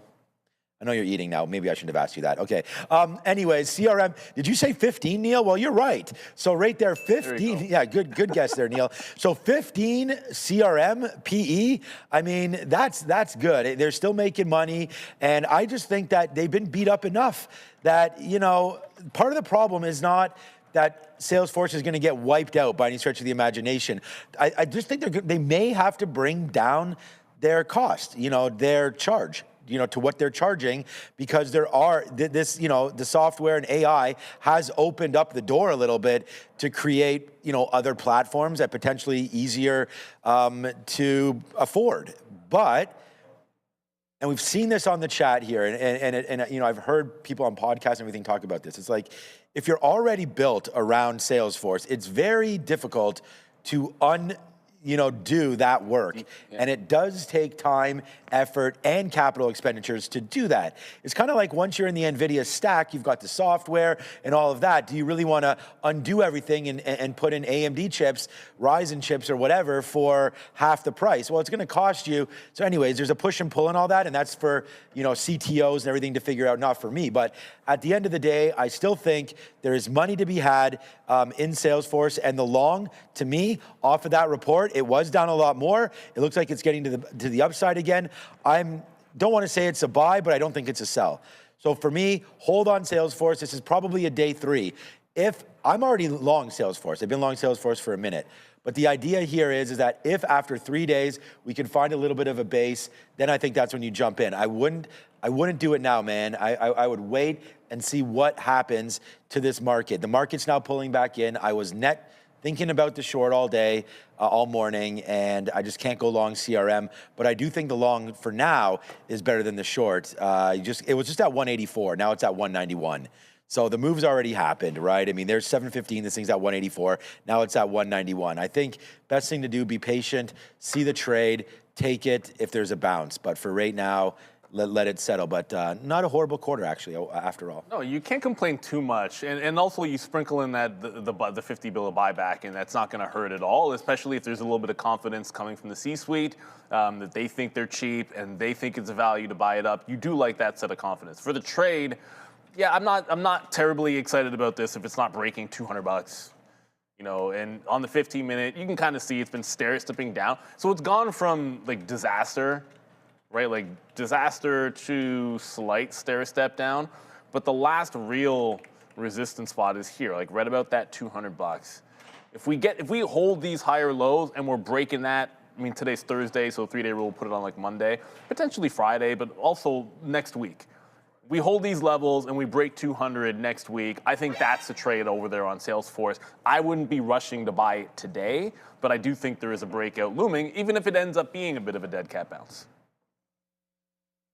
Now let's talk here about a name that got beat up a lot worse here than CRM. That is going to be C3AI, new management, workforce reductions. What can you tell us about this report, Sharif? This is a classic growth stock reset, Adair. You get a revenue miss, a guidance cut, and restructuring. You know what that equals? Aggressive repricing. And that's what we're seeing with the stock right now, down about 24%. Look, Q4 revenue below expectations. Management coming out, citing what they're calling weak execution in North America and Europe, and basically calling the performance disappointing and unacceptable. CEO Tom Siebel acknowledged the failures to close deals as planned, especially in Western markets. And as I mentioned, company is looking at restructuring. There's going to be an immediate right sizing of cost structure, about $135 million in expense cuts, and including $60 million from a 26% headcount. Sadly, some people will lose their jobs.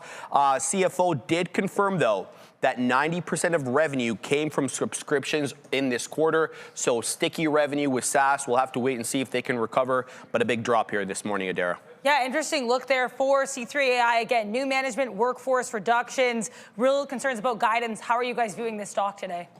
Dump it. I don't know. I mean, C3AI, like Sharif just said everything bad about them. And I can't remember the last time. You know, it's interesting. We have a massive community, whether it's here, YouTube, in the chat. Sean's pointing out the TikTok chat, or we'll get messages all the time on X, or you just be.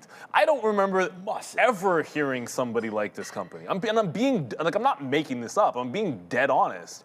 Like, there's usually like a backer or somebody that loves this or that. Like, we'll talk about CRM. Someone thinks, oh, that they're trash, and someone thinks they're good. Like, there's always a little bit of a discussion. I don't remember anybody ever really actually liking these guys.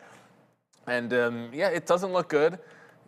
Ultimately, you're now single digits. We called it a hat size. I'll try not to use that phrase too often, but I'll try to get some use out of it now that it's underneath $10. And when you're down this much, as Sean mentioned, it will be SSR. Like, the uptick rule is going to be in effect because it'll be down more than 10%. It means you can't hit the bid on any kind of a flat bottom break.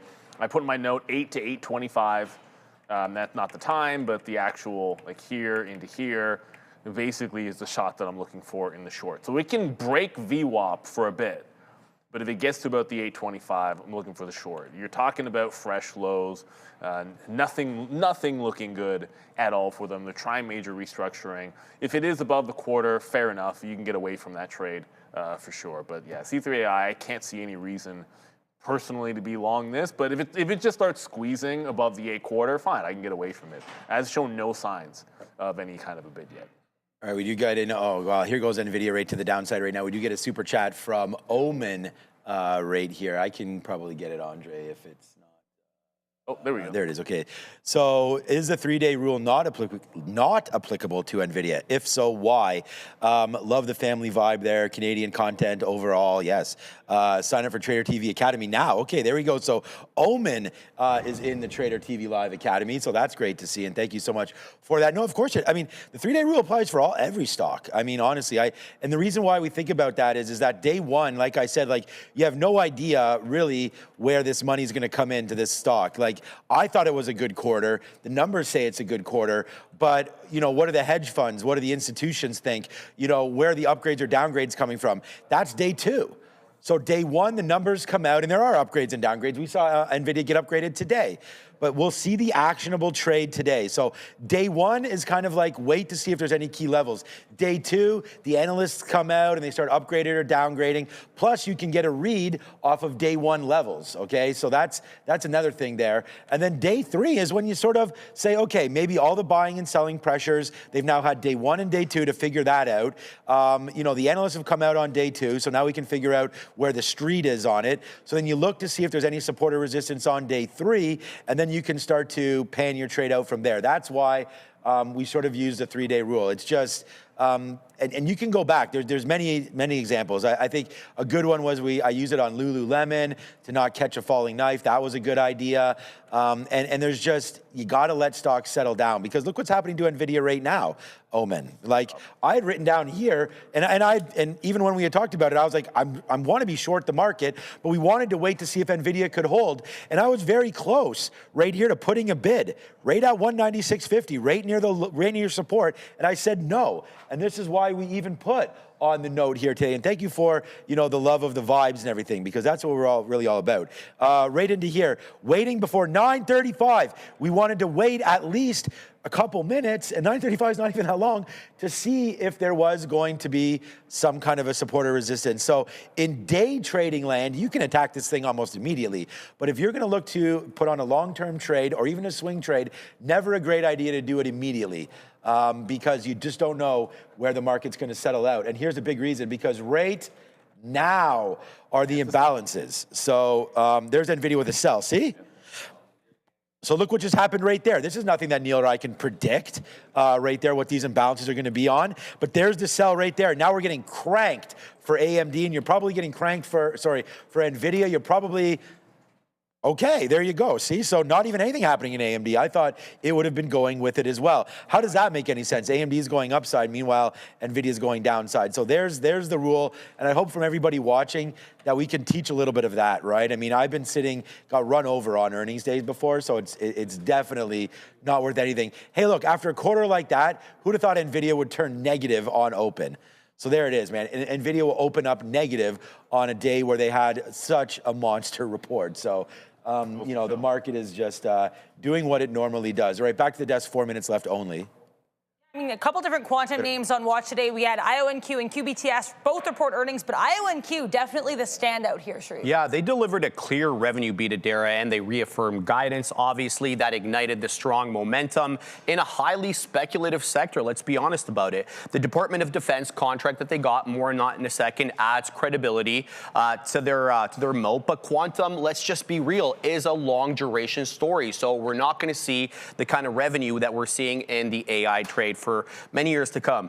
The company sees continued demand, as I mentioned, from both the government and the commercial sector. With respect to the government sector, they did sign a $151 million deal with the Department of Defense. Government relationships are critical for this sector as they're still not really profitable. But let's be honest about it, there are short seller allegations as well that surfaced earlier this year that question the commercialization claims of Dara, so we'll have to keep our ear. Yeah, QBTS, meanwhile, has actually posted a double miss, so very different look here from these quantum names. Neil, what are you thinking about these names? Because RGTI also could be in play here. Yeah, RGTI will be the sympathy play, but when you see, D-Wave down and double miss, and IonQ's up 15% with a bit better of a quarter there and a revenue beat. So if you're most traders on a gapper, and for small cappers, you're looking for something to go long, not to go short. If you like the short end of the game, then maybe go look at a D-Wave.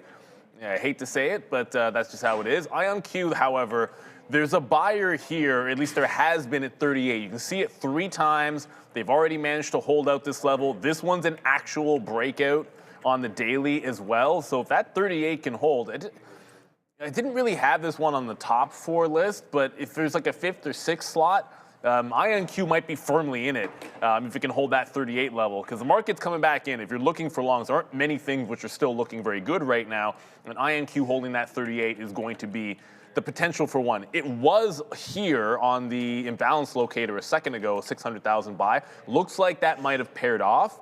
Nvidia is still a sell of 600,000, BTBT 600K to the buy side, but INQ, it looks relatively strong. Unfortunately for D-Wave, big time miss. Yeah, double miss for them. So they might be up, but I would rather be looking longs on INQ as opposed to QU BT here. And I say that as someone, like I literally, we own D-Wave in my family, so. But it was a double miss there. I would be more inclined if that got close to prior resistance to look for a fade, but INQ looks much, much more enticing. We didn't really go specifically over Bitcoin, I don't think. We didn't, right? No. No, I don't think, yeah, okay, so yesterday, I mean, all of crypto, well, actually, we looked at Circle a little bit, but we didn't actually look at IBIT. Big time move, big time bounce. We're still underneath 70,000. Heck, we're underneath 69K here as well. And if we're not going to hold the top end of this range, I'm just looking at this, what we had, come on, chart. 38.8, which we were trading last week, into about this 37.8, right? So that dollar range. If we don't break the top, then I look for that dollar range to re-engage here on IBIT. So less than 1 minute to go. I just saw a headline, Pentagon sent Anthropic final offer for use of its AI.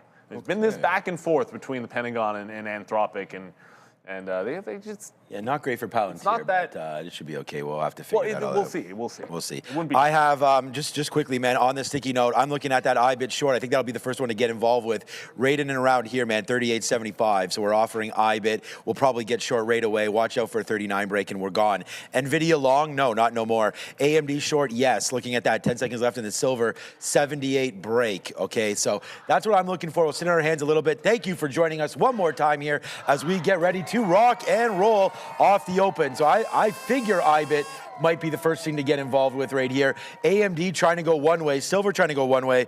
IBIT not doing much right here. Nvidia, bang, down to 193.50 right now. There goes Nvidia. See you later. Okay, you know what? We might get into silver faster than we think. Silver just made a nice move down into 78.30, 78.40. Watch out for silver breaking that 78 level right now. I said we'd try it into VWAP, so that means it's going to have to be $1 worth of a hold. Here goes silver. It'll be the first trade that I'm in, it looks like, breaking through 78. There we go. We are now into silver right now, so let's see what winds up happening. Let's go over to Adara short SLV.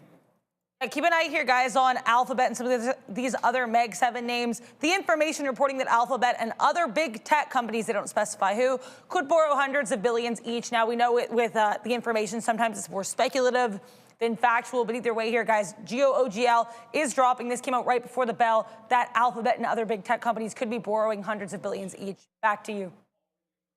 Downside there on Alphabet, already multiple on C3AI, but that stock sucks. It goes right into that 825. We got some 15s, some out in front of VWAP.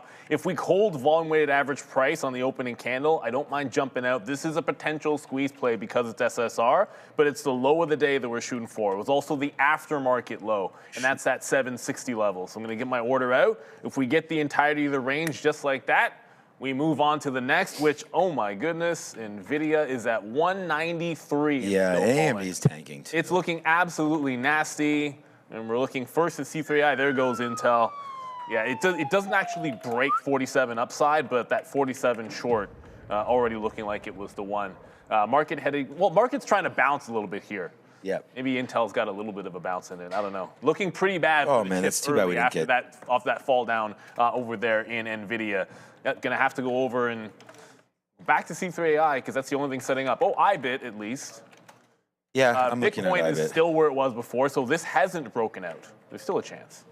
Yeah, I'm looking at IBIT here. I mean, I might just, try to get a little bit here, although it's not really at the levels. We were hoping for a, well, we almost got it, man. I mean, I was waiting for a bigger position up here, 38.60. We didn't get anything, but here we go, man. We have one, just like Neil there, we did a quick out of 20 5% right there once it cranked into the 60s. So here it comes back in. I'm bidding 50s now. We're just going to try to watch out for SLV and see if it does continue a nice little trend lower here today. Trying to use, like we said before, the 200 period, either the 50 or the 25 period as well, potentially for a reload if this does go sour and goes back up to the upside. Wow, man, we nailed that AMD call. It's unfortunate that we weren't as aggressive as we wanted to be with it there, because that was 209. We had written down here 211 to 210 as our short. So it does tick up there into 209.79. Now look what AMD's doing, man. This thing is bleeding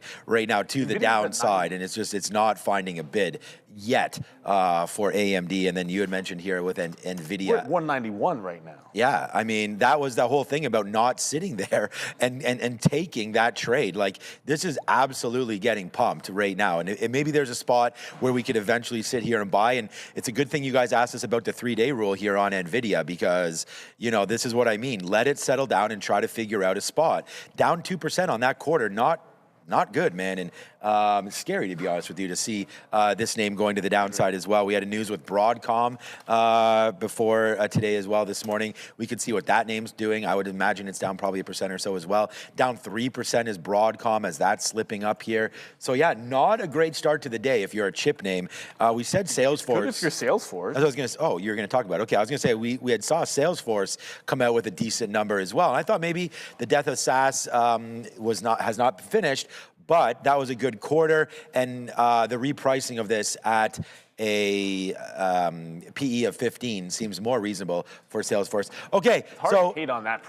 yeah, no, it is. We're not, so this position's against us now, but nothing out of the ordinary here for us on silver, as it is making a move back higher. I do want to get a little more shares, and then just thinking about getting out, man. If we break above that 79 area, then we can say see you later on that one. We do get a little bit of IBID here finally at 60. So yeah, I mean, things are starting to pan out a little bit here now for our positions. So we're starting to get comfortable and take trades that we want to with our stops appropriately set. So right now, a new position for me, setting in for IBIT on the short around 68,000. Our knockout stage for this, 39. So we'll see if it gets to that high side. There's 39 for IBIT.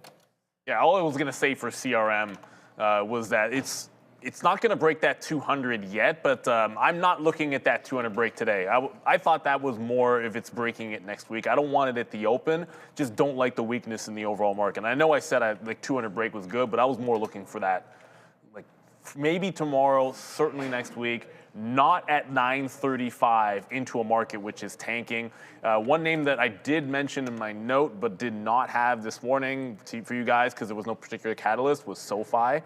But it's about the $19 level, and we're not really close to that 19. If we lose it, I think there's a gap fill underneath, but it's working its way down to that price as we speak. I got a quick reload off of this.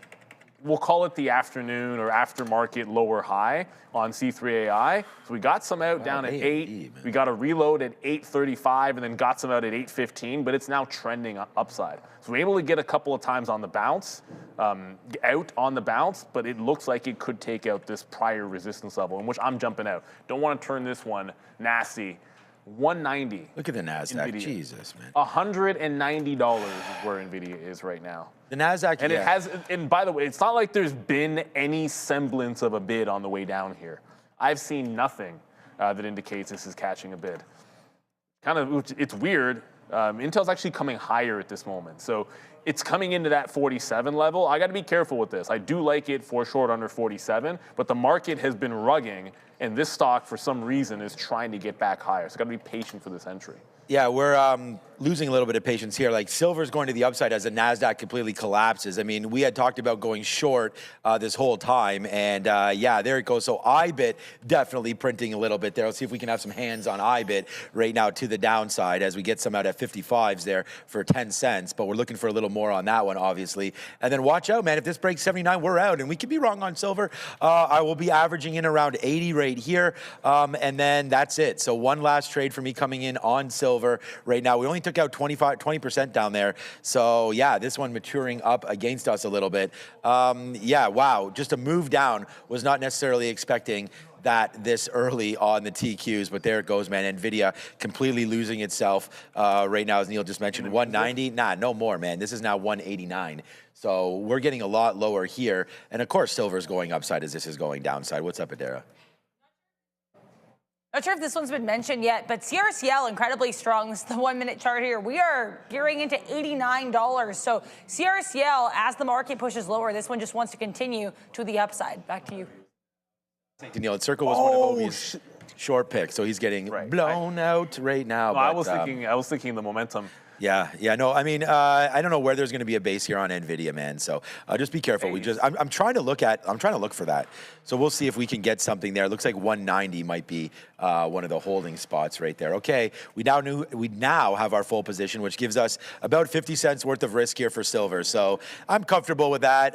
You know, we do have a full position here, so a 50-cent hit will hurt, but you know, we're ready for that. Bitcoin making a move down. I just was bidding 50s there. We just missed us. Hopefully we can drop down on IBIT and we'll be able to get some. Okay, here it is. We're still bidding 50s. One more move down. There it is. So we get that right now. Money coming through on IBIT, that's for sure. But it's silver that I'm looking at and have to wait patiently for a move down. I may just get out of some of this in the mid 50s and then just hold on just to stop some of the bleeding if possible. But nice move up there for SLV.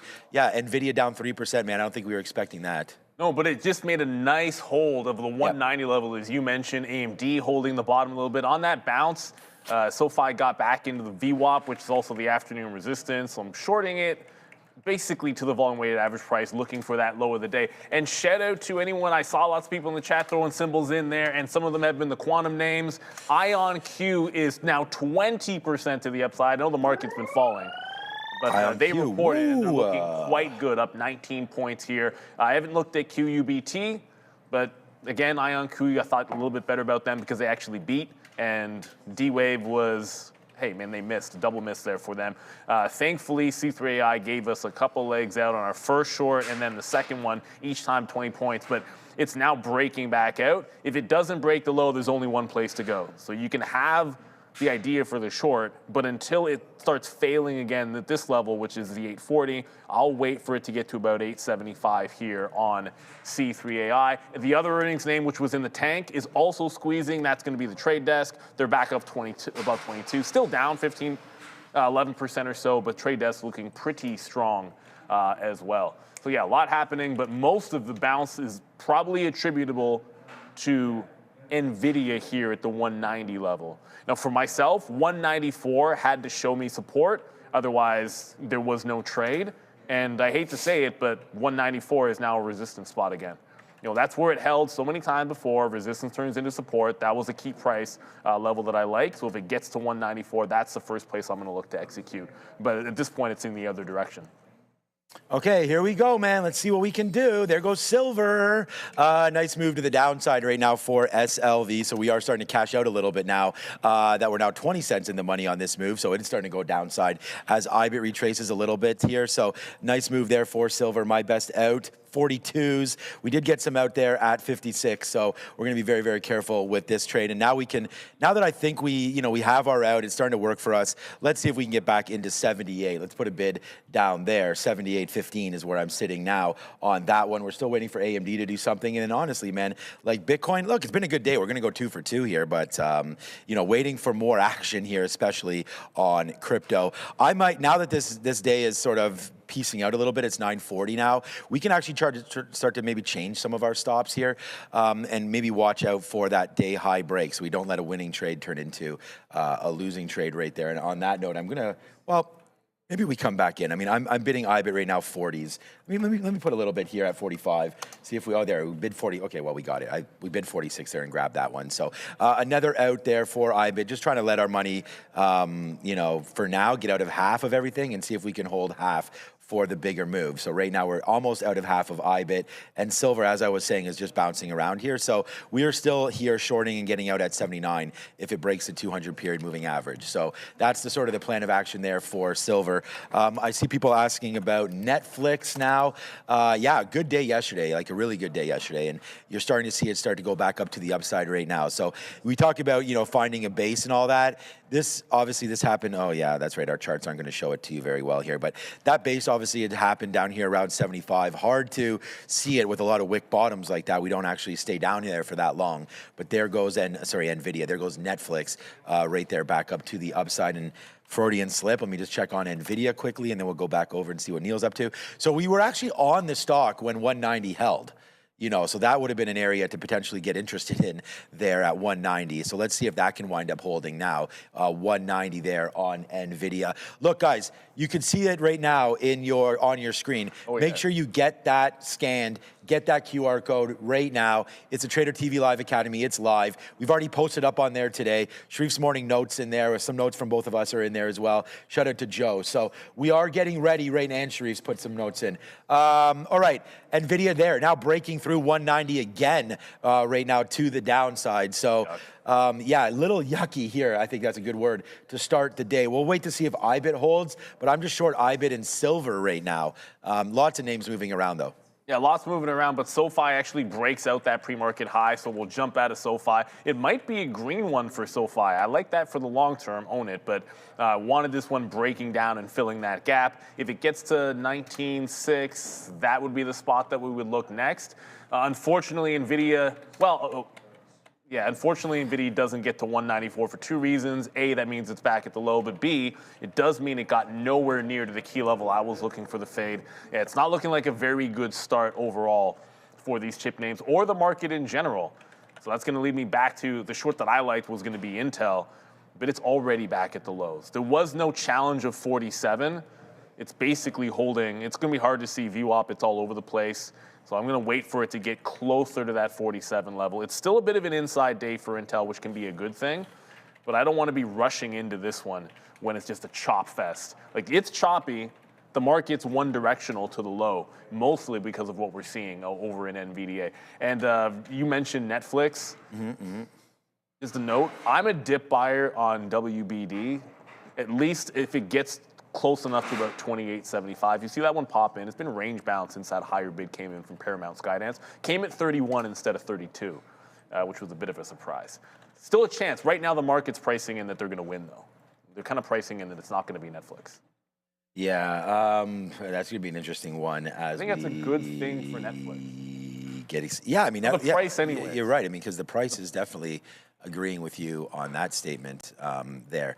Okay, just so silver's not doing much. IBIT is one that's doing something right now. So IBIT making the move down, and we had watched out for Bitcoin, and it was just like one of those things where we saw such a great move yesterday. I mean, we hit Coinbase yesterday. We could look at Coinbase today again if need be. But yeah, just looking for that break, right? I mean, you're underneath. We started to sort of slope down there. It was a great day yesterday, maybe potentially a pullback day today, and it looks like that is exactly what we're getting. And there it is. Yes, sir. This is your #1 trade idea on the sticky note today. The #1 idea, IBIT short at what price? 38.75. What price do we have? 38.68. So it's a good short, and there it goes, man. The #1 trade right there. And then there goes silver as well. Silver just cranking lower. We got a nice little fill there on SLV. Oh boy, is today a day. IBIT making a move lower right now, and we get lower, lower, lower. There it goes, 38.25 and change. Remember, guys, we all started with the Trader TV Academy. Join now. Get some of that energy back into your life with Trader TV Live Academy. We posted up. I already posted on there that we were looking for IBIT, looking for Nvidia today. So get over there, check it out. It's the Academy. But there goes IBIT right now. Monster move to the downside for me anyways.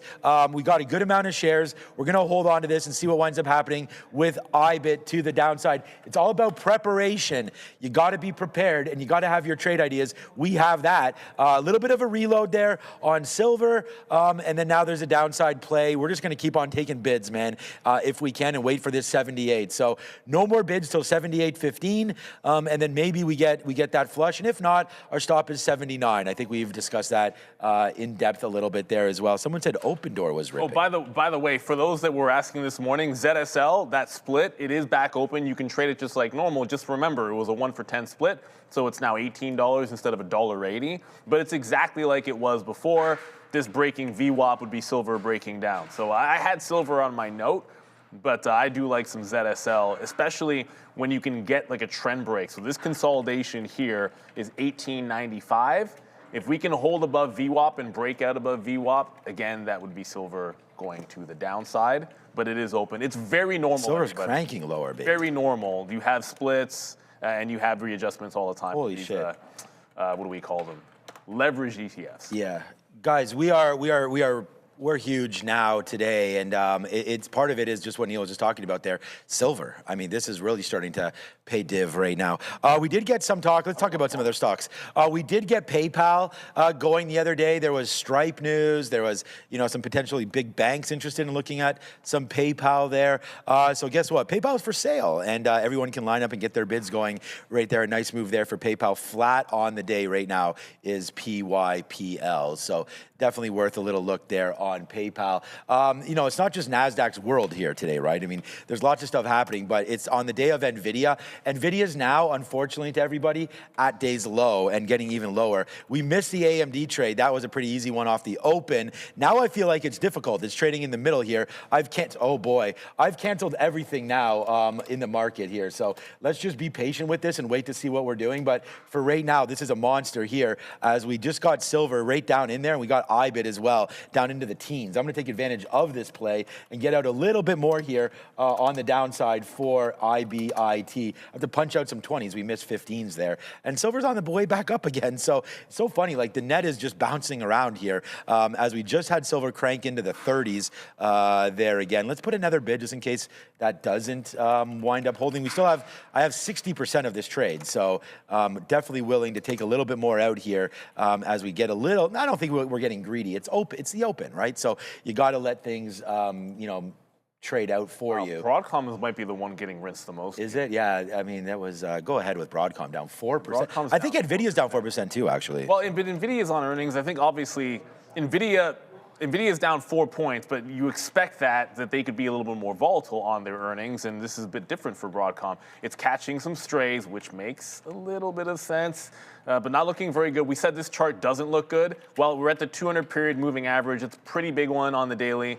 If we lose $316, if it loses $316, I shouldn't say we. I don't even own Broadcom stock, but it's in every index. So you own the NASDAQ, then you own Broadcom, and you own a bunch of it. So let's be real. But we are at that 316, 317, 200 period. If it catches a bounce, great, but that's a daily chart. Daily charts only matter on that time frame and that time frame alone. So not looking very good for them. I've seen a lot of other names in the chat. I know the UiPath. Everyone's talking about UiPath and Krispy Kreme, delicious.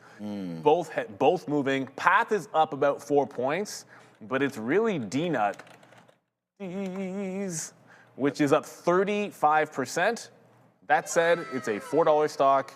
35% does not mean as much when you're a $4 stock, but it is headed up after their earnings. Watch out for 450. That is an overhead resistance level from before. So I'm in the inverse of silver, which is ZSL. We're back into C3AI. It did blow out this top.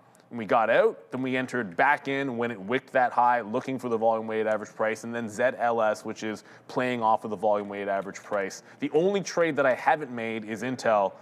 Well, look what happened to Intel at VWAP. It just crushed. Now it's down about $1 from the volume weighted average price here on INTC. I'm not going to chase the move. We were looking for a little bit tighter to VWAP here, and now it's falling like an absolute rock. This might end up being one of those, well, a reversion long comes before any chance to get into the short. It's now down 3%. All of the chips are fading. You can pretty much blame it on Nvidia's turnaround, and they've taken pretty much everyone with them.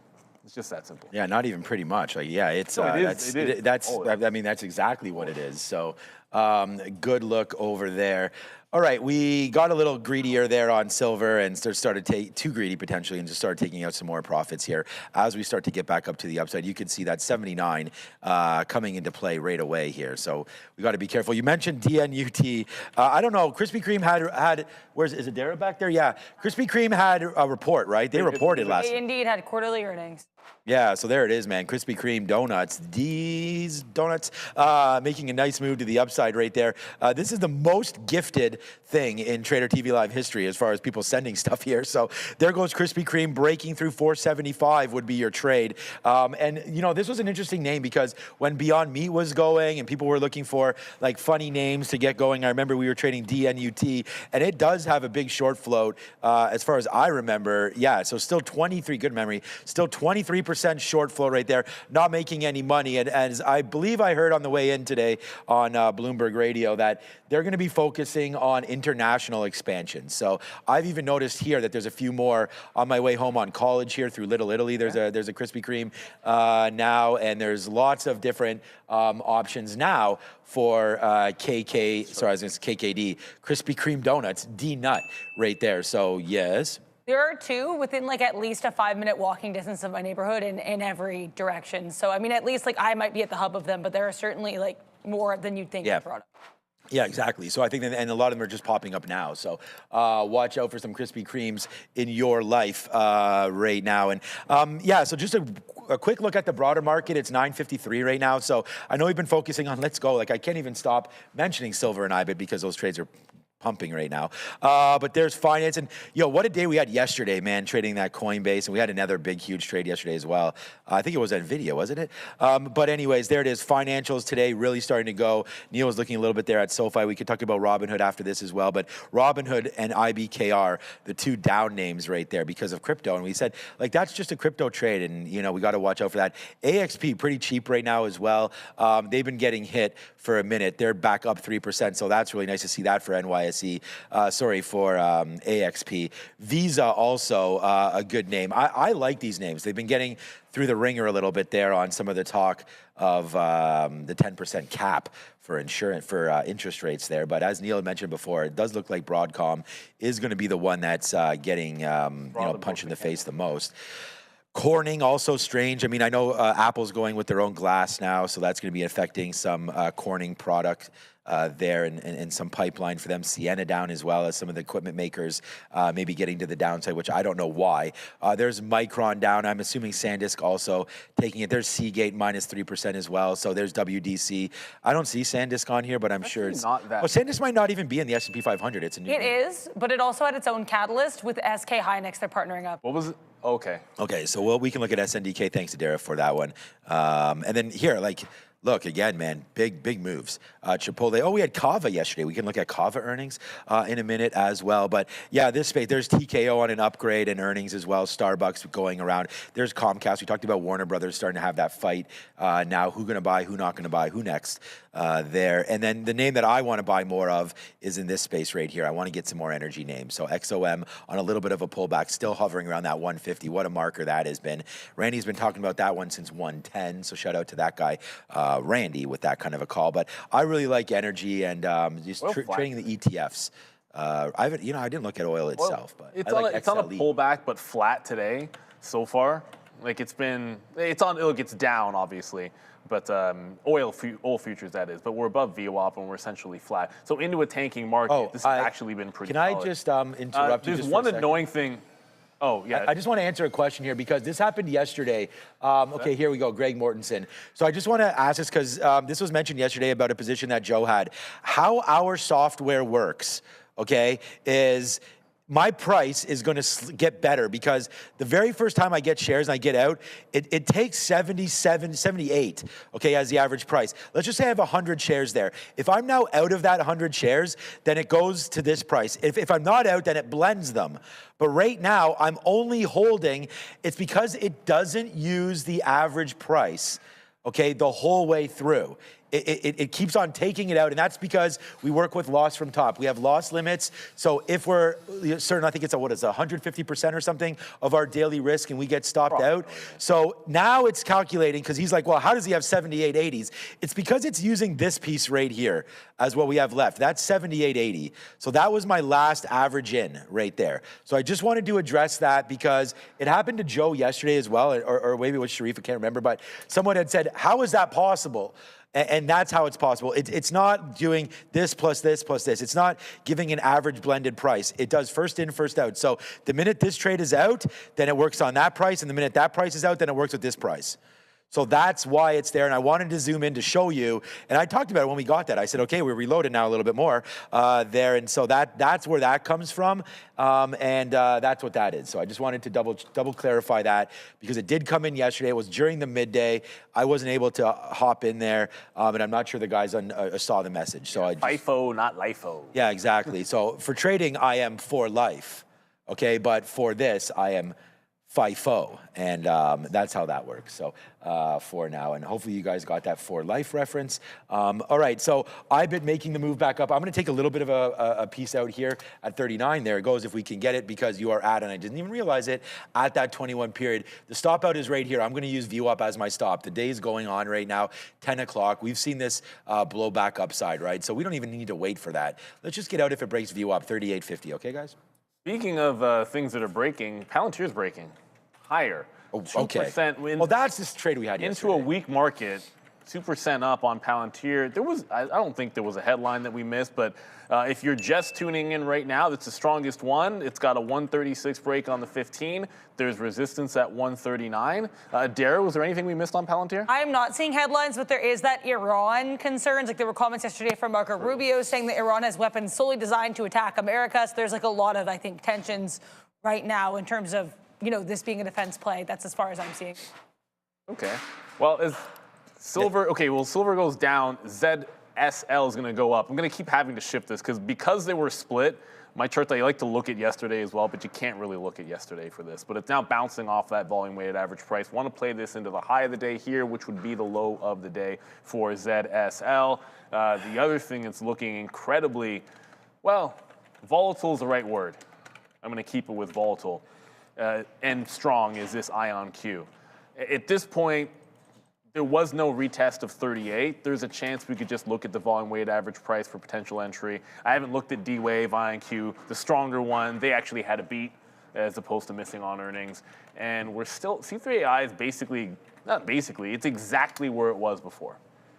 So no change. Just going to quickly show you the black chart. Still bidding in front of VWAP, and it's right under this wick high. You grab the short on the way back in, but if it breaks that top, just going to jump out of it. So still the same trades, and I mentioned I would get into some WBD in front of that 3/4 mark as well. And hey, Randy's in the house. See, this time I actually noticed. The other day you came right by with coffee, and my coffee just sat there the whole morning. Apparently wasn't even paying attention. Shout out to Randy there coming through. Yeah, I'm doing the same thing there on silver, waiting for that low of the day tick to come through. I was bidding 78.15s. That was that order that we've been waiting for the whole time. Bounces off of 78.20s. So I'm going to go back in to 78.30s or so, see if we can get a fill back down there for a little less shares, but make sure that we do take a little bit of profit. The out for silver, I'm actually going to change it now to this 200 period, 78. Just make sure, here's IBIT, so this is what we're using, right? 78.60 break on the 200 period moving average. SLV here, same kind of way. Look at, man, that's not doing anything. Let's go to 78.80, okay? So 78.81 there, the break for silver. Basically the price that we're in. Hey, look, man, if it breaks higher, it breaks higher. We could take an L on it. We have no losers today, so we'll be able to sit there and do that. Obviously, we only have these two stocks. So here it comes, man, 78. What did I say? 81, I think. All right, we'll just stop out there if it does come through. And just because I do have a stop there, I always like to put out a bid if I just to put a stop in. So if it does dance around here, we're able to take something out before it rips up there against us. But that's what we're looking for. SLV and ALBT, there it is. Yes, sir, we get that 55 there. Avalon pulling way back in right now. Remember what we said, or what I said anyways, if we break that 130, maybe we go. We haven't broke that yet, and now you're back in, and guess what price we just bounced off of? What a surprise. We're bouncing off $1 right now. I thought that was under $1. It might have, yeah, it got to 95, it looks like there. I guess it halted actually as well, so I didn't even notice that one. All right, what's up, Adara? I believe. Yes. Keep an eye here on this market. This is dropping your 15-minute chart. The NASDAQ just bright red. S&P 500 looking exactly the same yesterday. These were kind of moving a little bit differently in terms of the timing of their breakouts today, though. Both the same, both sharply to the downside. Furthermore, CNBC reporting, I'm just seeing this coming up here, that apparently some senators have flagged conflict of interest concerns over the USAR, or USA Rare Earth deal that was made with the U.S. government, specifically involving the involvement of Commerce Secretary Howard Lutnick's former firm, Cantor Fitzgerald, USAR. Don't think there's too much of a move on there, and also unsure if this is breaking news, but just seeing it circulate now, did want to keep you guys apprised that that headline is popping up right now. Let's talk about NVDA. Nvidia, of course, on watch. Earnings report better than expected, as the company does tend to do, and better than expected guidance, but selling off today despite all of that. TTD, meanwhile, actually initially gapped down, but nice recovery from lows for the trade desk. EPS and sales beat, but that guidance a little bit of a concern for them. Furthermore, continuation plays on watch today too. Circle traded more than 30% higher yesterday at the close, about 6% to the upside here today as day two earnings. Needham actually lowering the price target on the stock, but that $130 price target still a premium from the $88 where we are currently trading. Do make sure to like, make sure to subscribe, and make sure to check out Trader TV Academy. Send you back over to Sean and Neil. One of the best things about the Academy is the fact that you will be learning with a group. We're all there. You can check us out in the chat. We all put our morning notes up there. So if you scan the QR code out in front of you, you too can join the Academy where the water is nice and warm. It's cold in here, but it's warm there.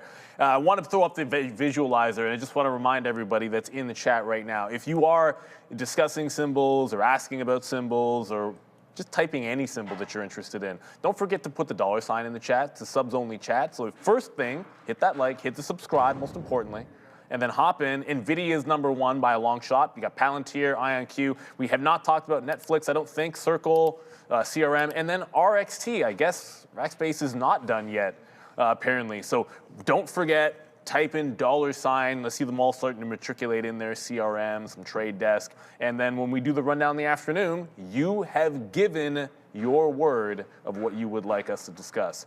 Pretty sure Nvidia is going to stay at the top of that list. Yeah, so we're coming back upside here. But now that Trader TV Academy is officially live, we're seeing so many of you diving into the modules, and thank you for that. We've also been posting a lot on the news feed, so catch us there. The markets move faster than ever in 2026, as you can see, and the Academy is built to give you that modern edge. Get started on your trading journey. Starting price is $480. Now, if you haven't joined, there's tons of traders already inside, posting as we speak. Now is the time. Scan the QR code on your screen or head to, why not head to both, tradertv.academy and start building your foundation today. And, we've talked a little bit about what the Trader TV Academy is, how it operates. Here's the post section that you can make. Whoopsies, I just closed it. I'll get that in a second. I just closed the, you have it right there. I just closed the. I'll quickly show. I mean, we got the news feed in here. It's very user-friendly. So it's all software, there's missions, there's the campus program, the library of information, your journaling, where it's an important thing to go over your trades, I think. You can set up your journal. The news feed, I posted. Sean's in here as well. See, look, plan the trade the plan. That's what we always talk about. Okay. And that would have been the Coinbase one last night. I was actually at swimming and I was reading that one last night. Although I suppose I should have been watching my daughter's. No. I try not to be. I try not to be that parent who's ever on the phone. Usually I'm watching. Yeah, but it's a class and so they're sitting there and doing the treading water. I'm like, treading water is kind of boring. It's important, but it's very, very boring. And my daughter needs to work on her form and technique. She tries to just get from one end. She's not taking after your swimming? No, she gets one end to the other as fast as possible, seems to be her goal. Yeah. It's like, look, worry about the technique first. I know you're trying to do it faster than the boy that's in your class, but that's not what it's about at this stage. It's not a race. You're just trying to get better. And then if you practice the technique, you will end up being even faster. Is that Sean on an abacus? That's hilarious. That's awesome. So now look at my, wow, I have huge forearms there. I like that. There it is. What exactly are we doing over here right now? But I need to get that vest. That is a hot vest. See my vest. See my right vest. There. Trading on the Academy, that's what it is. It's talking about the old markets and everything like that, and trading with, on the ship and all that kind of stuff, and trade. And we actually talk about that in the Academy. One of the first lessons is trying to understand, the history behind the stock market and trading and everything like that. So that was kind of break out your slide rule and start doing some complicated math. Right there. I don't know. Oh, my daughter has an algebra test today. She was all nervous about it. So we were studying some algebra. I was like, 3x minus 4x equals 12. What is x? Things like that. So shout out to algebra and all the teachers out out there doing the best work for us. RSI weekly. Okay, well, yeah, we can call up RSIs and all that kind of stuff. So relative strength index.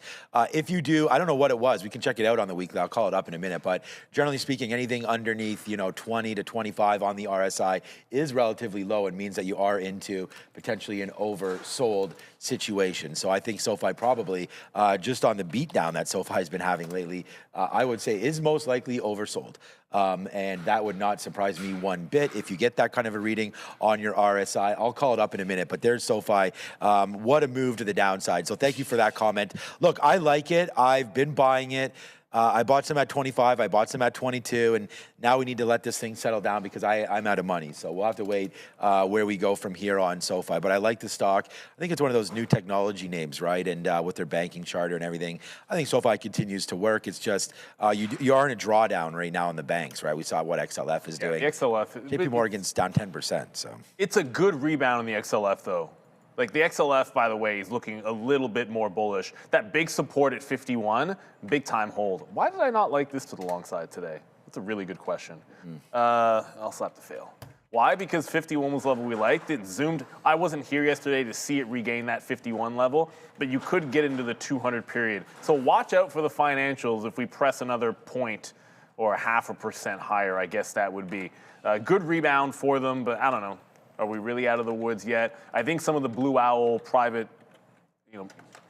market for credit has possibly been a little bit overdone. That seems to be cleaning itself up a little bit. So it's not all systems go because you're under the 200 period on XLF. But yeah, I do like the financials a little bit more now. So range bound here on ZSL. Like it will get to the top.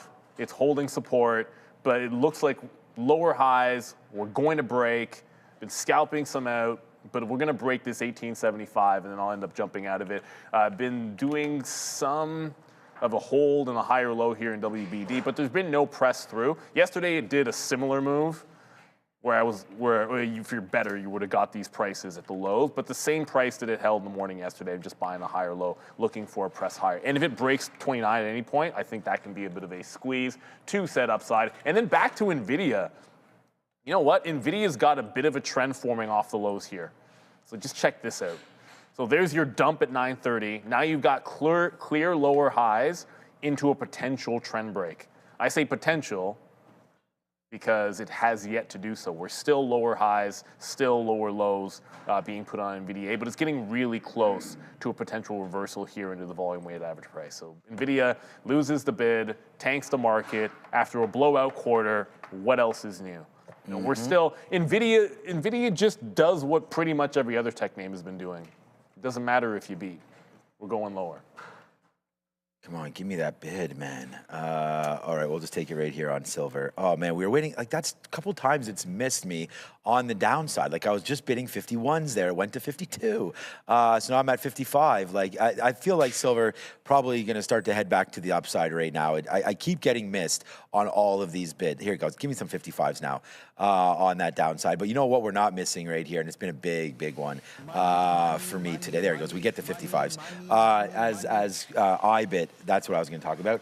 IBIT making the move lower here. So I'll put another bid at 22 here. We are getting very, very light on all of these trades, right? I mean, the market is still bleeding and looks like it's going to be down 1% right there. Missed opportunity early on the VWAP break of the TQs or of just the NASDAQ in general. See, look, that's another great out there on silver. I mean, I'll pat myself on the back because, we're just trying to, we understand that this looks very strong right now to me. It looks like it is going to break higher. I'm out on a break of 80 on this. We've already sort of talked about that. So any more dip buys, I'm here for that. And it looks like a good out there on IBIT as, oh no, we didn't get that fill on IBIT. Went into 20s and then right back up. So maybe the market's getting a little spicier right now.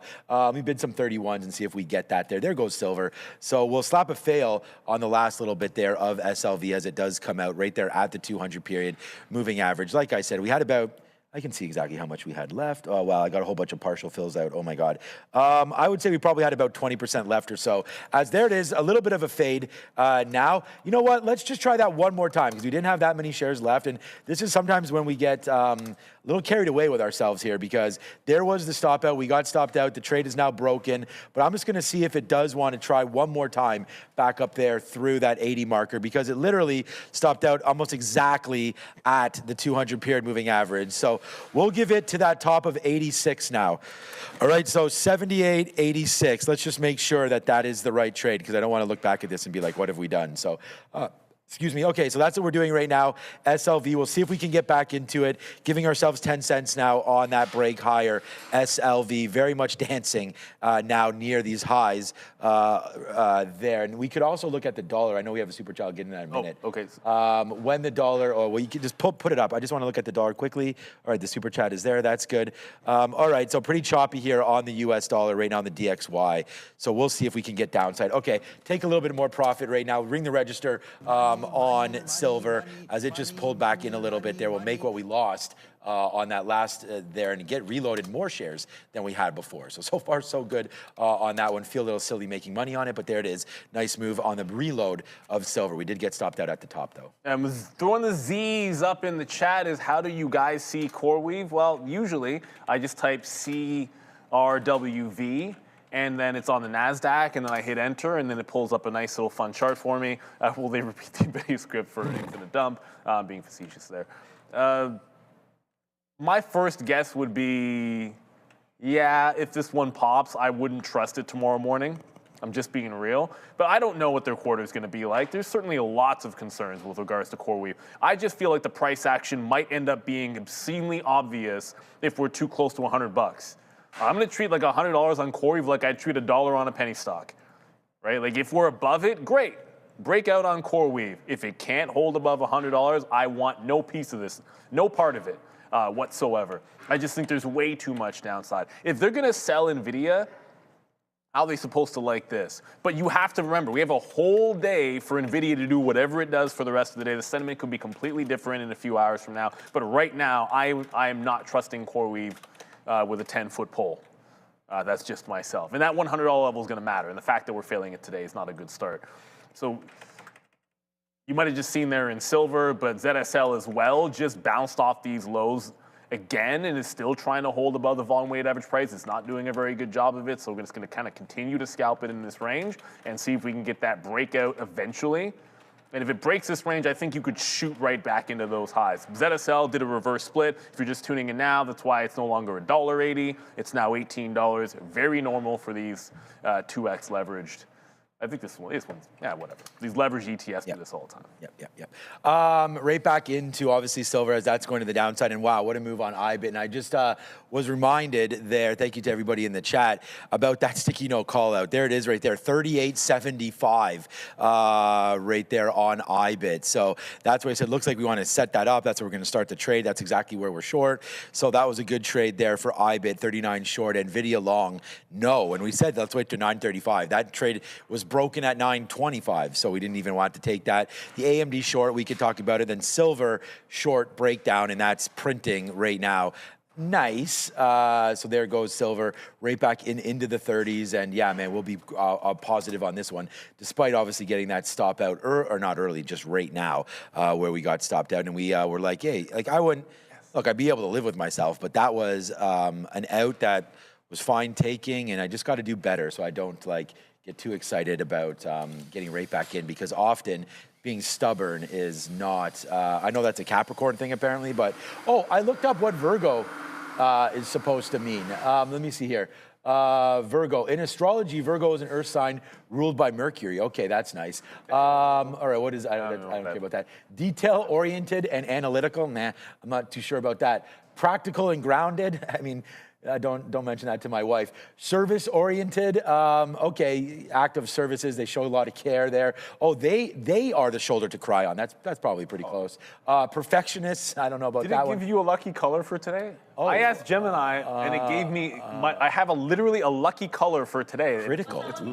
It's white, Adara, which Clearly, I didn't get that. No, you can see how much I care about astrology. Yeah, well, if you never looked at it before, who knows? Well, man, you gotta have a lucky color. Right now, I don't know if my lucky color today might be white as well, because we're 2 for 2 and absolutely pumping right now. I mean, this has been a great morning. We're at the highest spot I've been at all day here now. So that turned out to be a great trade there on silver to reload it. Now let's hold, man, and see how low can we go. And there's the break that we waited for, baby. So we can't be happier than that right now. Thankfully, we were able to get right back into it, and there goes silver. Yeehaw to the downside, man. We are now breaking all over the place. It's a dollar club right now on SLV, and it's IBIT. IBIT for the dub there. What a move on IBIT. Your #1 trade idea on the list is now 75 cents in the money, and all we've been doing is straight chilling, man, and that's part of the best thing. There it is. Do more of what works and less that doesn't. Exactly, and that's exactly what I think I'm doing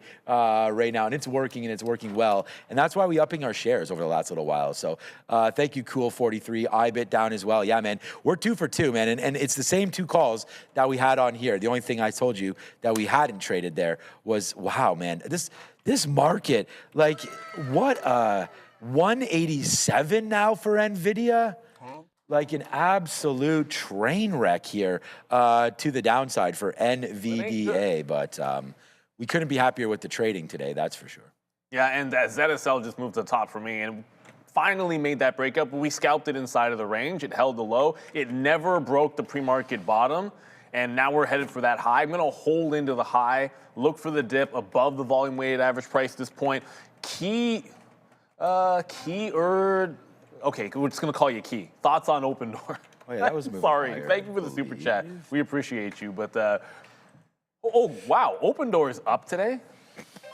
Yeah, it was up good. I was looking at it earlier. Excuse my shock, but my thoughts are this $5 level has been a big one. Look at how clean that breakout is at $5. That's one where sometimes you just take 501 long and give it like 5 or 6 cents, and it's one of those trades. I'm usually thinking in the other direction. So you get up to 550. I'd almost be thinking reversion at this point. They dumped it after earnings at this price. Right, it was 560 resistance. I know because I had the long that day. I still have my trend line. It formed the bottom here, higher, low, so it was long into the top. When it broke trend, I got out. So I look for the same thing, only the long was a win, but the short reversion was better up here. And as I say that, it's already starting to revert the move. My bad. But yeah, into this range, I think you're looking for a reversion on Open Door. I'm just not that much of a believer of the stock, especially when they showed you sell after earnings at these prices. Is that a dare? I believe so, yeah. Yes. More vague, and I'm going to be honest, kind of oddly worded headlines here with regards to Iran and the U.S. We do have here Iran's press TV saying that parts of the U.S. discussions were conducted directly. Unclear what that exactly means. They also said that they will not be allowing enriched uranium to leave the country. So take that how you will, but that is what's happening here with Iran. We're getting some more comments from those talks with Geneva. Let's get right into these small caps. I apologize, I'm having some computer issues. I'm just going to show them all for you guys right here. ALBT, here's the headline on this one. Avalon Global Care partnering up with AMD to, quote, supercharge AI. Fun, vague AI headline for a small cap, sending it sharply to the upside as we kind of suspect, or as we are kind of used to at this point. UOKA is the ticker, but the company's name is MDJM. This is a name that's rallied in the past. Today, MDJM up. This headline's from like Monday, but they basically announced, or sorry, Friday, I guess, they announced that they're going to be working in Scotland for an animation art gallery. Last but not least, RXT. RXT did have a new catalyst today, guys. We know they had recently had a Palantir partnership, but they also reported quarterly earnings, beating on EPS, beating on sales. Their guidance, though, a little bit worse than expected for both sales and EPS. So EPS and sales beat for the quarter, guidance miss across the board. Furthermore, more tensions here in the Middle East. IDF, Israeli Defense Forces here, announcing that they have struck Hezbollah infrastructure in Lebanon. Back to you. Yeah, oil futures, we're actually just talking about oil futures. Still, we're basically, yeah, we're still flat. That's crazy. But we just had a bit of a spike. So we just went to a bit of a spike. We just broke the trend, but we haven't really gone into the green yet. I think that's very, very possible. Like, it's trending to the upside. But if you got to keep in mind, so much of this that there's going to be an action has been priced in, so we're a little bit off of the local highs. But yeah, good strong upward trend. Like the energy names, it just hasn't really pushed on through. In part, possibly because this is what everybody sees coming. But man, Nvidia, let's go back to square one. And it's Nvidia, and it's Dumpsville, and it is sell the news, and it's the 50-period moving average on the daily. And like maybe you could call this a bounce spot, but the second 194 couldn't hold. Like, how are you supposed to like it? We're down 5% now on Nvidia, and this is beats across the board, revenue growth, all of the things that you wanted to hear, you heard, and they didn't care. Well, we got a button for this. I mean, the market turned around a while ago, but it's almost at 2%, so might as well hit that button at some point. And it's all led by Nvidia catching strays. I mean, arguably catching, we said this earlier, arguably catching a bigger stray is Broadcom down 6.5%. Like, I know Nvidia is stealing the show because it's their day and it's earnings and blah, blah, blah, but Broadcom's losing the 200-period moving average here. And this is a bad-looking chart. You can zoom back far enough, and trust me, if you zoom out forever in a monthly, Broadcom's just fine. But on this daily, we're losing the 200 after holding. Look at the sellers that were just there at that 50-period moving average. This is something that could be breaking, and Broadcom is a big part of both the ES and the Nasdaq. So you better believe it. This is not a good day. 25,000 just went on the Nasdaq. This 200-period on Broadcom just went. 187 just went on Nvidia. Yikes. Shout out here. Thank you so much, Danny Patel. It is amazing what we do. We're here every day, and it's amazing that you guys are here every day with us. So thank you for all of your support there as well. Yeah, Danny, oh, you're on the SQQs, eh, Danny? Okay. That might be a good one. And here it is right here. He's telling everybody, get into the chat immediately, and Neil and I will be able to see all of these posts. And we want to say SQQ. Yeah, man. I mean, for me, the TQs, I mean, look, we're on what we're on right now, and we're on one, that is for sure. Like, so there it goes, man. There goes IBIT, the number one trade idea on the note today. But let's look at the broader market just real quickly. I want to thank everybody for watching with us. Oh, the TQs, that's what I want to talk about. Yeah, the NASDAQ it's just a matter of like, it just got started too quickly, and I've sort of sat here, like I'm at the highest spot I've been at all day now. So, happy with that. But part of it is the reload in the short. Fabian messaged me. That was me when I first started to learn, like I was saying, first started to learn how to trade the markets, was me on that boat there back in the early 1900s, I guess. But all right, so there's the TQs back to the downside. So it was just like, if it hadn't started so early, we might have been able to get onto this. Our IBIT and our SLV really got us in almost immediately. So that was part of that trade there, and it just missed it. Like if we were to hovered around the VWAP or the 50-period moving average a little bit longer, like more than like 1 minute off open, then we could have been there. And the only thing that would have been the proper thing to do would have been to watch this 25 period and maybe go short with that one. But that's kind of what we're doing now with silver, waiting for that to break. And I know we waited last time for all the way up there. You know what? We're out of a lot of that trade now. We can probably wait again to see if that breaks higher. I think that's probably something to do. And then IBIT, I think we could probably follow that now. We watched yesterday, and yesterday we had that $14 winner on Coinbase, and we had talked about, why or how we could have potentially held that a little bit more. There's the 50-period moving average. That would have been really something to watch out for that break that winds up happening at 12:30. So yesterday we were long down here. Again, the number one trade on today's sticky note is short IBIT. That's $1 in the money, or almost. And then the trade yesterday on Coinbase was the long. So it's just about like, those are the trades. They don't always work out, but when they do, you sometimes want to try to hold them so that you can, capitalize on a bigger move. So, excuse me. So for me on IBIT, we know that it has a potential to tank, and that's exactly what it did. So there's the trade of the day for me. Let's just watch the 50 period then. So let's put it at 38.25. My most recent stop was 38.61. So we'll go now to 38.25. We still have 35 minutes until I'm out of here, so that's okay. So we'll see what winds up happening. But that's that stop. And like I said, it was silver. Let's just put a bid out here, get out of another piece near these lows. And that way, if it does go back up, because it did scare me a little bit. You had a grade out near the top, which was great. So let's just wait to see here if we can. We have the bottom for you. No, the top for you. Well, yeah, I know. The bottom for me. So we have some outs there. Okay, here we go. So now it's starting to get to the downside. So take out a little bit there and then see what winds up happening moving forward. But silver, yes. And silver and gold. Actually, we didn't look at gold. We can see what that's doing. Not as much. Not as much. Okay. So there's silver today. There's gold today. Just it's near the lows, I guess. But Every time it actually looks exactly like. Wait a minute. Is this the gold chart or the silver It's the chart? gold chart. They're identical charts today. The percentage is even the same. But like the chart is identical. What the heck? Like here's the base. That's not how it usually This is me getting short on silver, right? There's the base. There's the stop out that I had. There's the reload. There's the downside play. Algos. Same thing on silver and gold. Algos. Okay. Whatever. But anyways, good trading there. I feel like on silver and on gold today. If you were able to catch that short. Yeah, exactly. And that's a little bit weird. Usually you're expecting.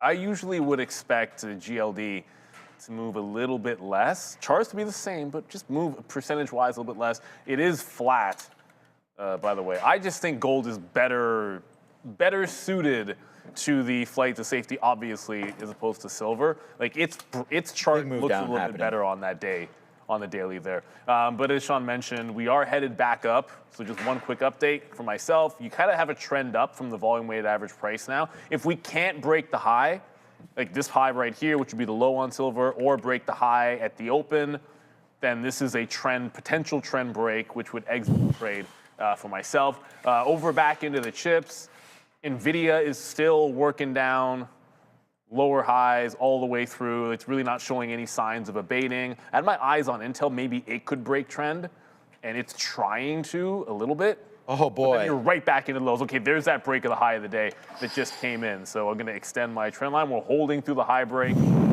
See how far this one might go. ZSL, if you're just tuning in now, was a reverse split. I know it used to be $2. Now it's 19. It was a 1 for 10 reverse split on this ETF. Oh boy.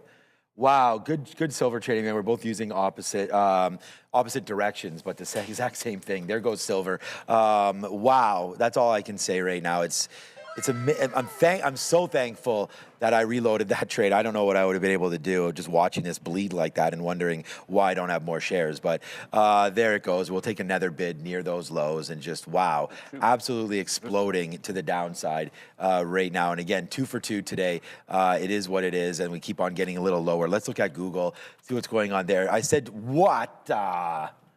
Oh, man, down 2% is the market. Down 3%. Look at Google. Like, I don't even know what in the, all right, guys, this is starting to get nasty, as Janet Jackson would say. Apple right here. Yeah, exactly. What is even that? Apple, I think, is the one that's holding out the best. Apple only down 1%. What is Meta thinking about all of this? 650 actually holding out pretty good too. It looks like it's going to be Google right now. That was the big surprise for me right there. Is there an individual story about Google here or something? There was a positive. There was a story I thought there was one this morning we were going over. Yeah, go ahead. There was one that came out right as, literally right before the bell. It was the information reporting that Alphabet and other big tech companies, but they only named Alphabet, are going to be apparently needing to borrow billions of dollars. That's all it was. Yeah. Oh, wow. Just one quick note here, because I want to explain why I just jumped out in front of 19.5 on ZSL. And I can't do this with my ZSL chart because it's not split adjusted, so I'm just going to show it on TradingView. This is the resistance spot at 19.5 for the last little bit. So this is a bit of a level. It would have been like a $1.95 before, but the second it got up there and pressed higher, we did a bit of a topping tail. Saw that 19.5 and found some resistance. So I'm going to look for VWAP for a re-entry here on ZSL. But just note that was a resistance spot, or I guess support for silver in the last couple of days, resistance for ZSL. We're still in that WBD, and then C3AI, which is doing the exact same thing it was before. Still waiting for it to hit VWAP. Hasn't broken the high, hasn't broken down. But the only other name that's going to be on the radar now, if we don't get a reload into silver, is to jump back over to the quantum names. 30 minutes to go. IonQ, it broke trend. It's now trying to hold on to VWAP. It's not looking very good, but it was actually, if we're looking weak, I prefer D-Wave on weakness to IonQ. That's for 2 reasons. One, we don't usually have to borrow on QBTS. I would believe you have to actually borrow shares on IonQ, and they missed. So they missed on the top and the bottom here on QBTS. So if we're losing the bid on the quantum names, I preferred IonQ to the long side. QBTS, I believe, is a short. It's trying to hold underneath the volume weighted average price as we speak. It's going to double, I said it, it's going to double check. Yeah, we can short this one for free. And sometimes it's as simple as that. Usually you got to pay for Rigetti for locates. Usually you have to pay for IonQ. On D-Wave, not so much. Not sure why, but that's just how it is. Yeah, we did have some moves this morning there and yesterday, IonQ and QBTS. What I said we would do, and I keep on not doing it, is just showing you guys, because this market is absolutely, like, Nvidia right now is down like 5% at its lows right now, and we keep on getting lower here on Nvidia. Like, did AMD break 2 bills yet or what? Like, geez, what a good reload. That was that, as if that just happened there. What time was that trade that just came in on AMD? Oh man, missed opportunity right there. Oh, that was not even that long ago. That was 15 minutes ago. This stock was just 208 15 minutes ago. Now 202. Look at the That's VIX $6, man. Down to the downside there instantly. They are just cracking. Remember we said about the day 3 play? That's why on Nvidia, man, day 3 play. Give it a chance. Like, I like Nvidia, and I can't believe on that number that we're down 5%. I don't even want to go in and buy it. Like, normally I'd be like, let's buy a name like that on a dip 5%, but this early into earnings, let's stay a little disciplined.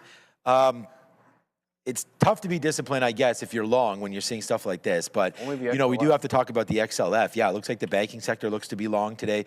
I'm not sure what's up with this. Commercial services, I don't know why that's up right here. I don't even really, XYZ, commercial services. There's PayPal.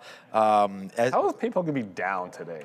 I don't know what's going on. And then that's consumer services there, McDonald's as well. So like anything that's kind of outside of the purview for AI and tech, I think is going to win. Yum China, Yum is thinking about spinning off Pizza Hut, I believe. So that would be a good story there for them. We saw KKD Donut, Krispy Kreme.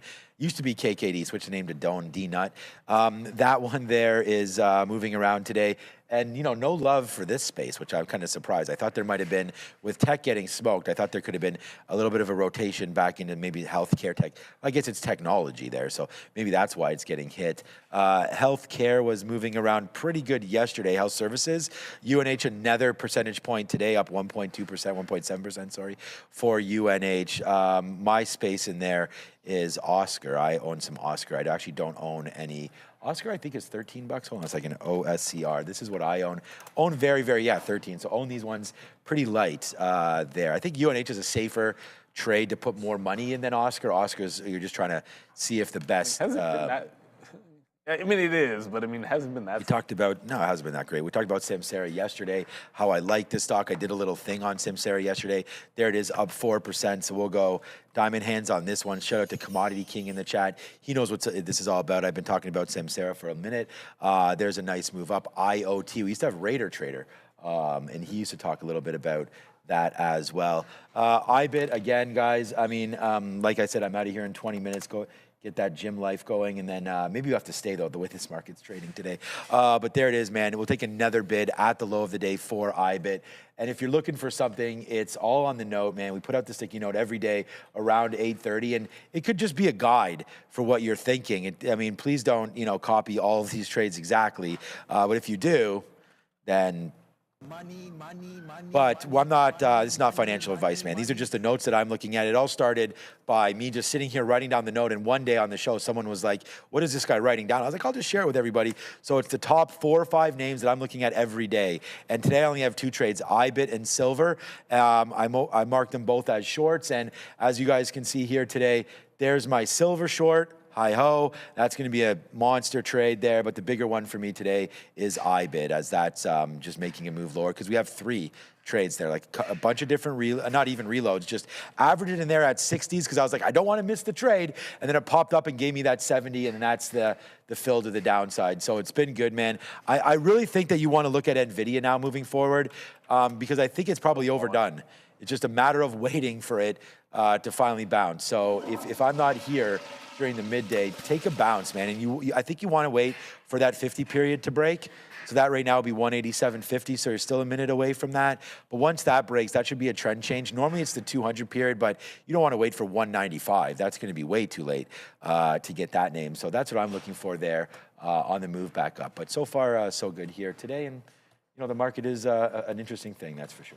Oh, it definitely is, and it is so far so good. But the J. Lou just put a name in the chat that you might not have seen on that little sector watch that you were just doing. No, probably not. VST, but don't forget, Vistra? and Super No-No as well. $ VST next. You want Vistra in there, just go $VST, $NVDA. That way it'll show up on our visualizer. Look, Vistra, it's not looking good. They're also down 6 points. And remember, power is everything. I mean, heck, they said it in Apollo 13, it was true. Yeah, and it's true when it comes to the AI trade, but not today. Everybody is catching a stray. Vistra looked like it was on the verge of a big-time breakout. You can also see CG was doing a similar thing as well, and they're making a pretty big, hefty pullback. Vernova's down 3%. Hey, it's possible for this stock to go down, believe it or not. It hasn't really gone down for more than a day or two in a row, but this could be a bit of a topping tail. It just hit almost $900 in pulling back. So these energy names that have been such a big story when it comes to when it comes to AI, when it comes to powering these data centers, yeah. Nvidia's earnings you would think would give them a boost fundamentally, but they're selling off just like the rest of them. Seems like everybody's headed back down, although we're headed back to the desk. Take a look here at this NASDAQ. We are getting more comments here. Oh, I don't know what. Yeah, there we go. There's the NASDAQ up to date. We're getting comments on Iran, this time from Senate Majority Leader John Thune, saying that, quote, if the U.S. takes action in Iran, the goal should be regime change. So, guess kind of harsher words here when it comes to the U.S. and Iran. Back to you. Regime change? I, for one, am shocked. Yeah, I think that's what they've been going for a minute there. All right, just an update. Because we are getting close. 78. I'm going to try to use potentially VWAP right into there. 78.40, 78. So if this breaks above 78.40, we're going to get out of SLV and just ring that register. So that was a good trade there. IBIT, we just took another piece out on IBIT as it went low. So we're just going to watch out for that. And I think we can use this as well. I think the tides are turning a little bit here. 38.16. So I'm going to change. It was 38.26. We're just going to go to 38. Let's go to 17 right there. We'll push offer, enter, and then get going on that trade and then wait to see what's going on. Let's check out that ALBT. This has been a name that some of you have been on, Avalon Global, and we've seen a nice hold there of the dollar mark. So that's a good little hold there of $1. Also now where the 200 period moving average is. So that's going to be a good look there for ALBT. We do have the stock visualizer up. We want to thank everybody for, your super chats and everything today, but all you got to do is put in the chat there, $, and then whatever name you want us to look at. Obviously today it looks like Nvidia's leading the way there. UiPath, SoFi coming back upside. Just to see if there's anything significant. IonQ, I mean, I think that right into here. IonQ is a big name today, up 18%. Funny to see yesterday's big trade, actually my number one P&L name.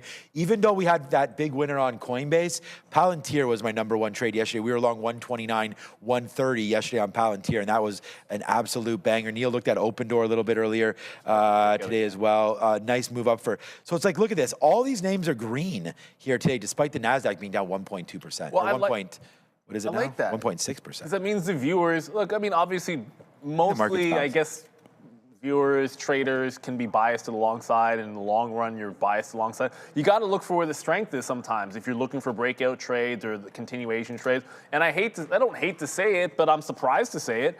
Open Door is looking like it wants to break out the highs. There's no catalyst that I'm aware of for Open Door today.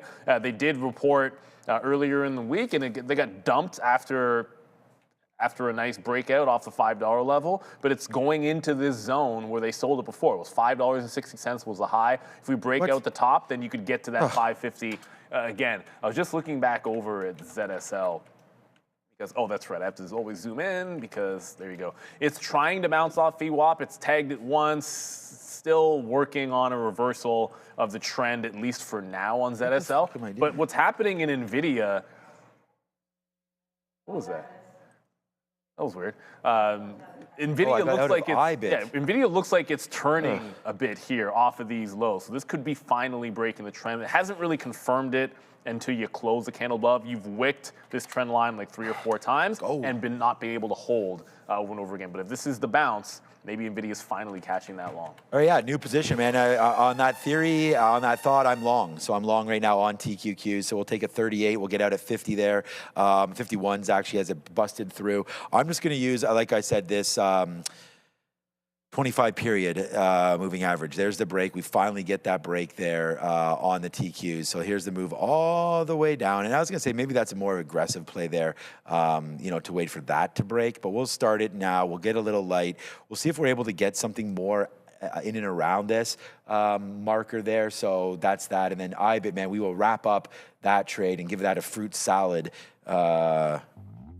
trade right there, because that was a good one, and it just goes to the upside. That's a face slapper on IBIT. So we'll get out there. We didn't have that much left. We were able to actually, good thing we noticed that when that made that move, able to get a little bit out. But okay, so here we go, back up through 50. Let's just hold our next out here. We'll put something in the 80s, see if we're able to grab something there on the TQQs. But hey, man, we're in it right now. Let's fire it off and go props up for anybody that's been trading today, because it's been a good day for trading, and that is for sure, as we've seen a lot of movement in a lot of names, right? Regardless of if you're an oil trader, financials have been the one positive thing there. If you're trading the NASDAQ, wow, congratulations, boy, did you get that move on the way down. If you trade silver, gold, those were good trades there today. Crypto couldn't have been better. Let's check out what's going on with Coinbase real quick, because yesterday we did have a big trade on Coinbase. All right, so obviously didn't actually have too much of a dramatic move, to be honest with you, considering what yesterday's move was. Would have been expecting a little bit more here on that move down from Coinbase. But yeah, I wonder if Coinbase is a longer term buy right now at some of these levels. Maybe we'll do a little bit of work on Coinbase. But yeah, so far so good here. NASDAQ back to the upside. Silver just gets stopped out. And hey, man, that's a face slapper too today. We'll be happy with silver. But there's the stop out. Always could get out lower, but in trying to hold, sometimes you give a little bit back. So that's what happened there on silver, just gave a little bit back. And here comes TQs. We take another little bid there. Remember, we're waiting for 49.10 to break. Now that we've broken back above the 25 period moving average, we're just seeing if there's some momentum long here. And there it is. Let's take another piece out here at 43. We just take another 10 cents. So that's a little bit of a reload there at near the lows. We'll take out another piece at 48. Let's go. There it goes again. Nice move to the high side. So, oh boy, we're back in this. What's up, Adara? Time to talk about the sectors. There, as you can kind of guess here with the market, there is a lot of weakness here, but there's a lot of strength as well. So we'll start with what's strong. Finance, green across the board here. Consumer services looking great, as Sean mentioned earlier. Airbnb, shout out here, 3% to the upside. Transportation, strong. Commercial services, pretty strong here. And a lot of tech services names actually are green today. Now, you might not know it looking at Google down 2%, but I mean, you've got IBM, CRM, AppLovin, all up 3%, Intuit and ACN up about 6 to 7% each. So there's a lot of strength in some of these beaten up software as a service or SaaS names. Go to electronic tech, though, there's very little strength to be found. RTX up like 0.5%, but other than that, Nvidia leading the group to the downside on earnings. AVGO, if people are wondering why this is down, could be Nvidia sympathy, but they also did have their own story, not in and of itself a negative one, but it's talking about some of their 3D chip sales. They're expecting to have 1 million of those sold by 2027. Micron to the downside, Intel to the downside, AMD to the downside, ADET to the downside. So very little strength in the electronic technology sector versus tech services. Future manufacturing red as well. A lot of these like AMAT, LRCX, Caterpillar, GEV, pretty weak today. Health tech getting hit as well, guys. Back to you.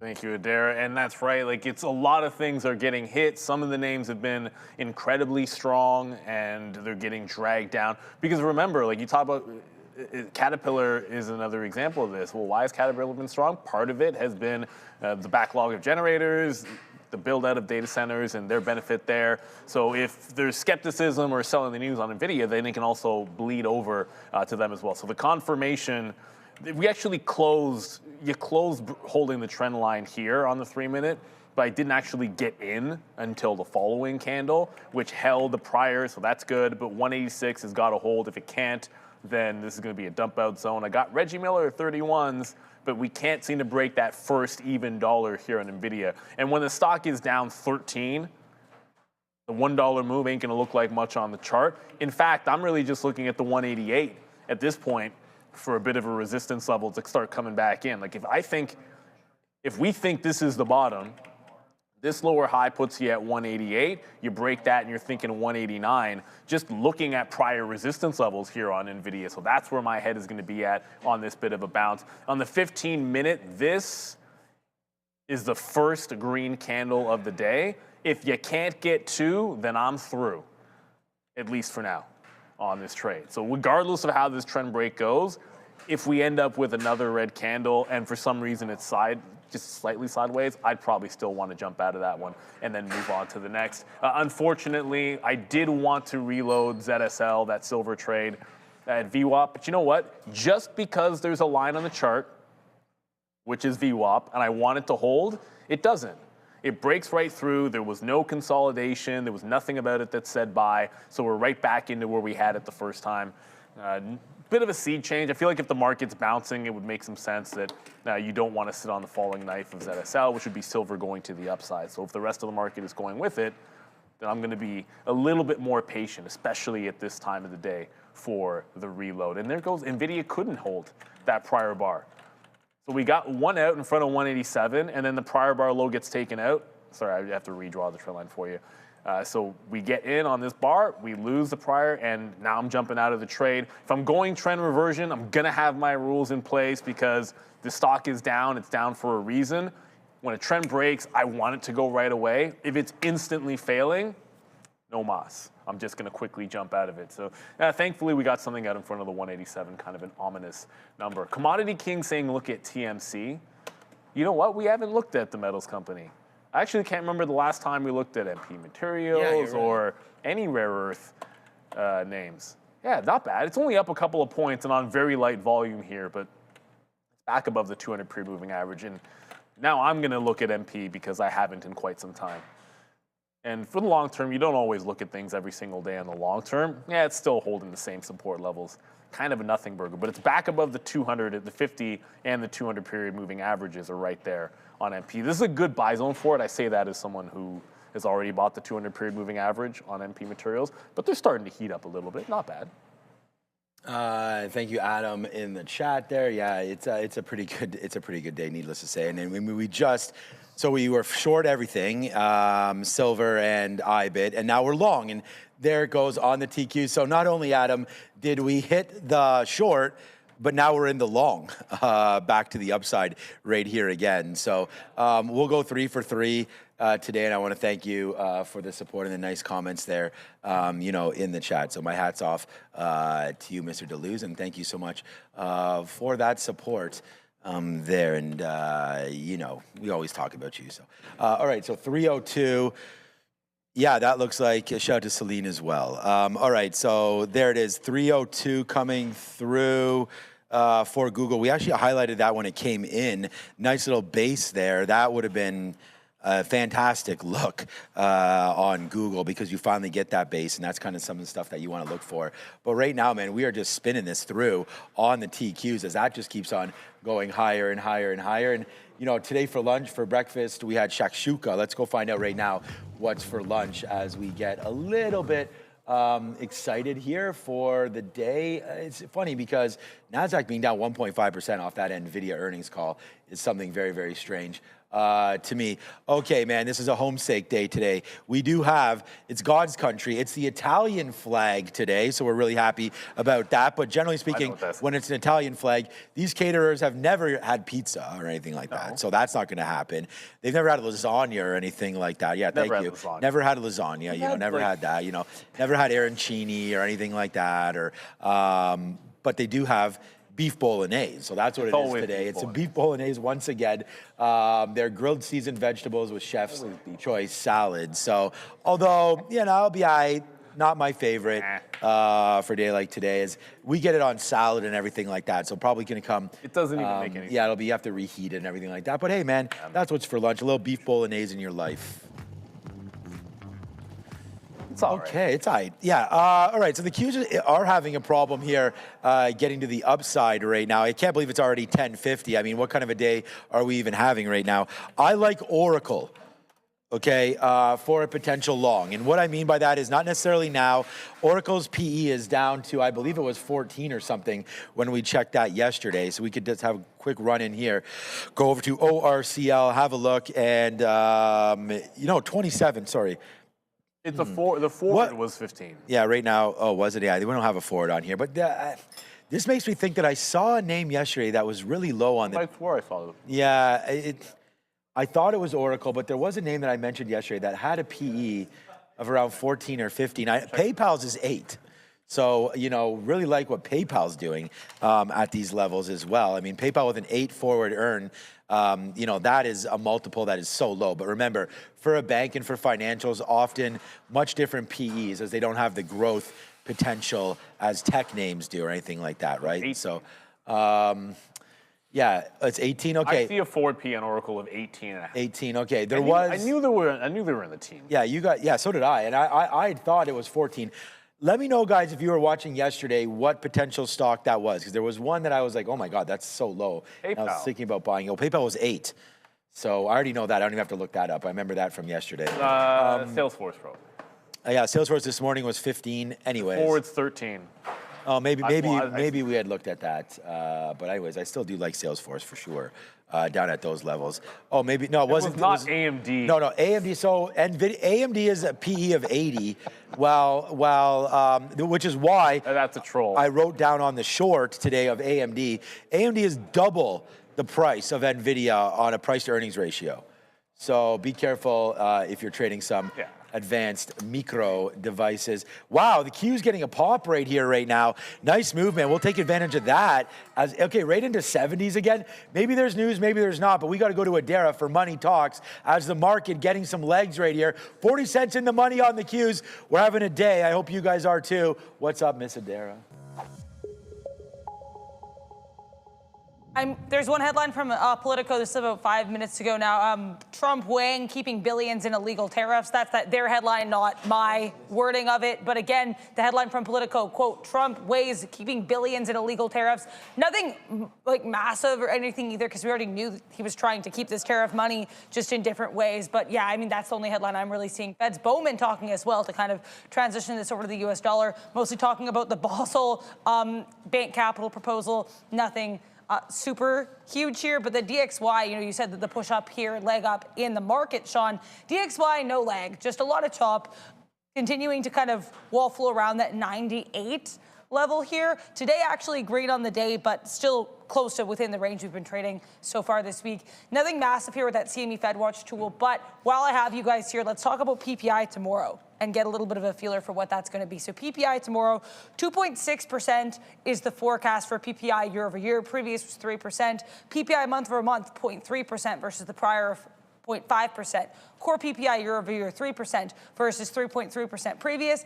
And month over month, core 0.3% versus 0.7% previous. Now, all of these numbers are implying, in some cases, a pretty stark drop from the prior print. Let's see if that's what ends up coming out here. Cooler than prior numbers. Back to you. Thank you, Adara. And at 200, well, almost at 200 is CRM. Salesforce. This is it. If this was the software bottom, Salesforce it would make some sense that if someone was going to turn first, there's a logic to it being this name. I don't want to jinx the $200 level, but that was the big level on the 15-minute here on CRM. You just go back to, zoom out. Oh, I can't go any further. Okay, now I'm going to use the 30, so I can go a little bit further. And you'll be able to see it a little bit better when this chart decides to cooperate. So look at this 200.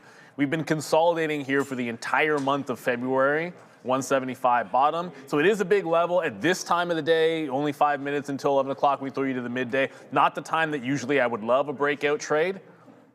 But if you hold over the 15-minute, like actually confirm buyers, then this can be a nice one to join. It just seems as if there's not going to be a reload in ZSL or the silver short. It's still trending down. It broke support. Man, that was a good reversal trading the other way. It broke support. We're making fresh lows. Doesn't seem like this is going to come back in for a second time here, unfortunately. So kind of a nothing burger on the reload on any silver trade. But one name that I never got into, it's at VWAP now, it's going to be Intel. It took a while. took all morning, but it just bounced back into the volume weighted average price, down 3.5%. Probably just because Nvidia is down, if we're being real about it. There was no specific story for Intel themselves, just like there was no specific story for AMD. But the chips took it on the chin, and I liked it short at 40. Well, it was at 47. Looks like we would have had one shot when we were looking at other things. Now we can short off the volume weighted average price. Shout out in the chat there says, oh, there it is, Thomas. What's up, Thomas? Let's see if I can find your comment there. He wants to know where the BBAI Army is at. So the Big Bear, here it is right here. What's up, Thomas? We're up 5% today. That's where we're at for now. But, you know, I just want to bring this up because, again, they're reporting. So about a 25 or so % short float reporting Monday. So you have a couple of days to get your Big Bear shares before they come out with something. And it's funny to see the market down 1.5 and BBAI up 5%. So I don't necessarily think we were expecting that one. But again, you know, deals with United States government, deals with some private sector names or public sector names as well.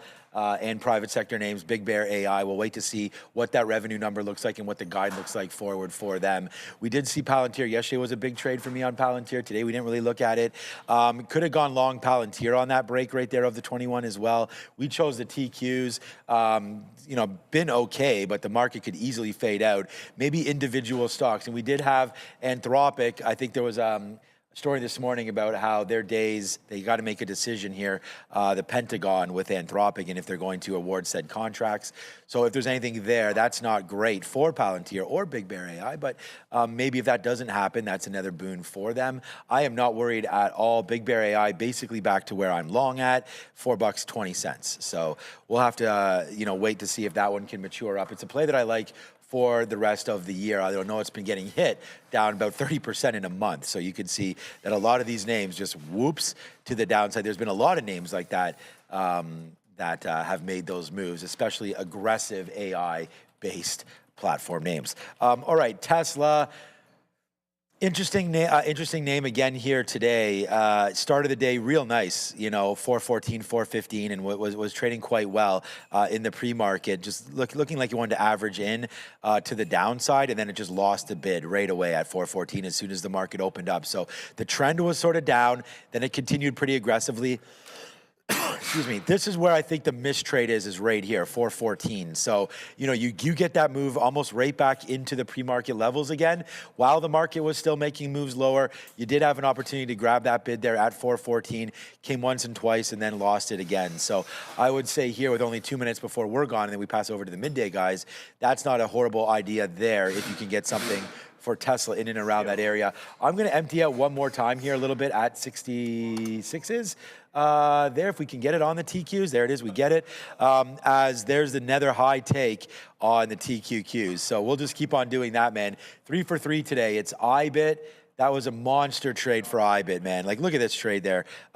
Huge move to the downside, exactly what we put on the note. That broke, that was monstrous. Silver again, man, come on, let's give it up for that short, as now silver breaks higher.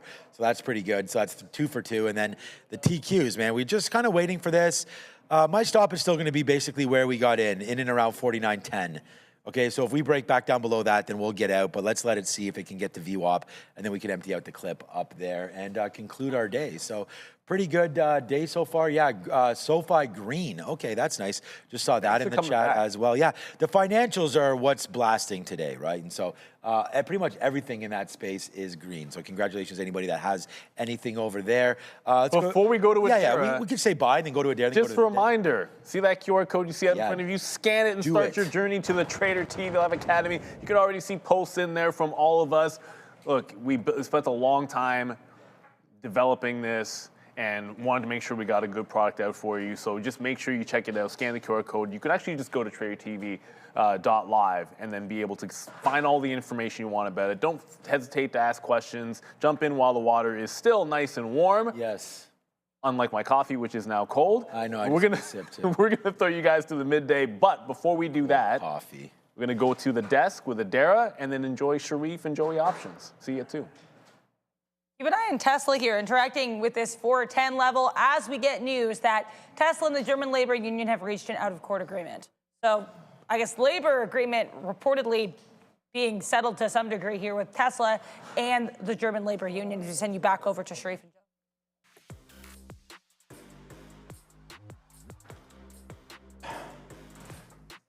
Boom. Greetings and salutations, beautiful people. Welcome to the Midday Show. That's your boy, Joey Options. I'm Sharif. No introduction in Mandarin today. Oh. We're gonna do a different one on Monday, but yeah, we're gonna do it live. Let's shout out everybody. Joseph, let's see who's joining us in the chat. Bright. Well, I don't want to say bright and early. It's quite late, actually. Let me just pause myself here, Joey. I can hear myself echoing. There we go. We got the crew. Everybody is ready to go. We got the Fluffsters. We got Laurel. We got Hangry Wife. We got Nobody 2310. Mike PD Ryder. We got Saul G. Rex Banner. Sky, our Papa, and Billy Bezos, otherwise known as Jeff Bezos' son. Really? We got D. Dino, Andrew Chow, Lee, the conductor. We got Ash CEO, other Zinks in the house, man. Shout out to Alan, 98311 in Grenfell, HP Motor Cars. We got the Bhavin Patel. Bhavin, you're bright and early. You must have the day off, my friend. Usually you're joining us a little bit late. It's Birdo C. It's PMAC444. Shout out to Hump Pass. Oh boy, I better be careful with that one. Escape Planet. We got Stone Broke since yesterday, always making me chuckle. Brian Thompson. We got Sarah McCarthy. We got Lopa Fett. Shout out to Andrew Hawkins. Manifest Codes now in City Boy 305. Oshiri. We got Darks. Darren Irvin, something like that. Randy Worms. Let's go. Jake Weston. One more, Joey. One more. Green Saber. Good morning, brother. I was just at the gym, and they were playing the highlights from the Leafs game yesterday. Oh, yeah? You probably already know. Of course. That was an ass whooping, huh? Typically how it's going, man. That was not a good look, Joey. I What had was them it, to not 4-1, make- 5-1? I had them to not make the 4-2 playoffs Katina Bed said. at the beginning of the year. Yes, All sir. right, guys, let's get get right to work. into things. Not a good one here, that's for sure, but we'll give it to you straight. I mean, TTD, missed opportunity. I stared this one dead in the face, and I don't know why I didn't take the trade. Instead, I bugged around with this guy over here, and it caused me a whole world of trouble here this morning. It may not seem like much, but when the volatility's in, it can definitely hit you. So we take 2 losses out of the gate, and then Circle as well, looking for that breakup. Continuation, now we're at the high of the day, but 3 losses in a row, and that's going to be the end of it for me today, guys. Unfortunately, so we hit that shutdown. Just telling you how it is, and we haven't all month. So yeah, it's unfortunate. We game plan just one small Google mistake and a lapse, and that's it. So yeah, other than that, guys, TTD. I did have NVDA up here making those continuous lows, and we'll pull that up here. And I don't want to, you guys better not be saying sorry or anything in the chat, because I don't want to hear no sorries, all right? Other than that, NVDA, continuous slide. We talked about that $200 mark and how much open interest and supply was there.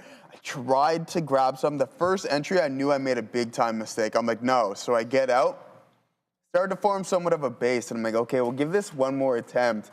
But my mentality wasn't like caring about the right trade. It was more or less, can I get back what I just lost? And sure enough, that's when you eat it. And that's exactly what happened here on NVDA. The market did curl around, but you can see that this name is still relatively weak. And I knew just from the strength within the lower time frame, these candles were not strong enough in order for us to get a rebound back to VWAP. And it did cost me on today's session. So NVDA on the blacklist for the boy. And I haven't been trading these mega caps for quite some time. But other than that, TQ, Circle, NVDA, TTD was definitely the missed op of the day. Guys, news from Google, thanks Darwin. Blog post from them, title from Google. Further commentary says, build with Nano Banana 2, our best image generation and editing model. Thank you, Darwin, for that. I use Nano Banana every day. I hope it gets better. Just put it that way. All right, Assassino, let's do this. Everyone, the wait is absolutely over. We are now live at tradertv.academy. We've done the work to get the platform ready, so now it's your turn to step inside. It's time for you to no longer just watch Joey and I trade, the Katina Man and Neil trade, Adara trade, everybody else trade. Learn the foundation that we built everything on, starting at $480 US.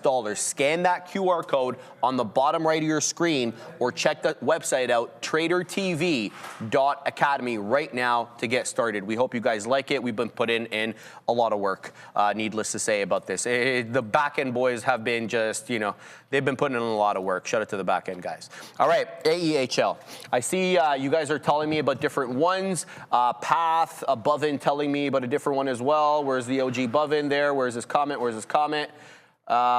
ALBT, he was also telling me about SBEV. We'll get to those, but I'm keeping an eye here on AEHL. It's accumulating, in my humble opinion, in front of that dollar, 97, 95. It's breached the dollar, as you can see, got up to 107, but it hasn't closed above it, and we know the shorts and the profit takers, they're still defending that level, okay? And we're also looking at ALBT. This one's been putting in a pronounced downtrend. I'm waiting for a breach of this downtrend, and then we'll get in long.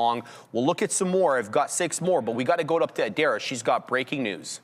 PayPal dropping sharply here. Semaphore reporting that contrary to prior Bloomberg reports from Tuesday, PayPal and Stripe are not currently in talks. So once again, Semaphore reporting PayPal, Stripe, not in talks. Back to you.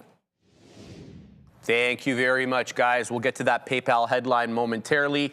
BFLY, another really good looker. Kind of doing the same thing as, what's it called? AEHL, except it's not below $1. It's below 5. 496 high. And as you can see, the accumulation there is followed, or I should say the accumulation is supported by higher lows. I like that chart pattern. We do everything right here. We're above VWAP. We're above the pre-market high. We're at a key area of technical resistance so that we can build a position looking for the breach of the $5 area. So BFLY certainly in focus for me. And there goes DNUT. I was waiting for DNUT to break this downtrend. I don't know, Katina, man, but like, I get it. But DNUT is breaking trend right now, and it is on the way to 4. This was an uninterrupted lower high trend here on the nut. Up 32 3/4, looking to reclaim 4 with a 413 high. It doesn't defend VWAP. What it did do was hold this upper trend line, or this lower trend line, pardon me, with the higher low. So DNUT looking like it might be in play as well. I've got NVAX on there, Assassino, even though NVAX not strictly a small cap gapper.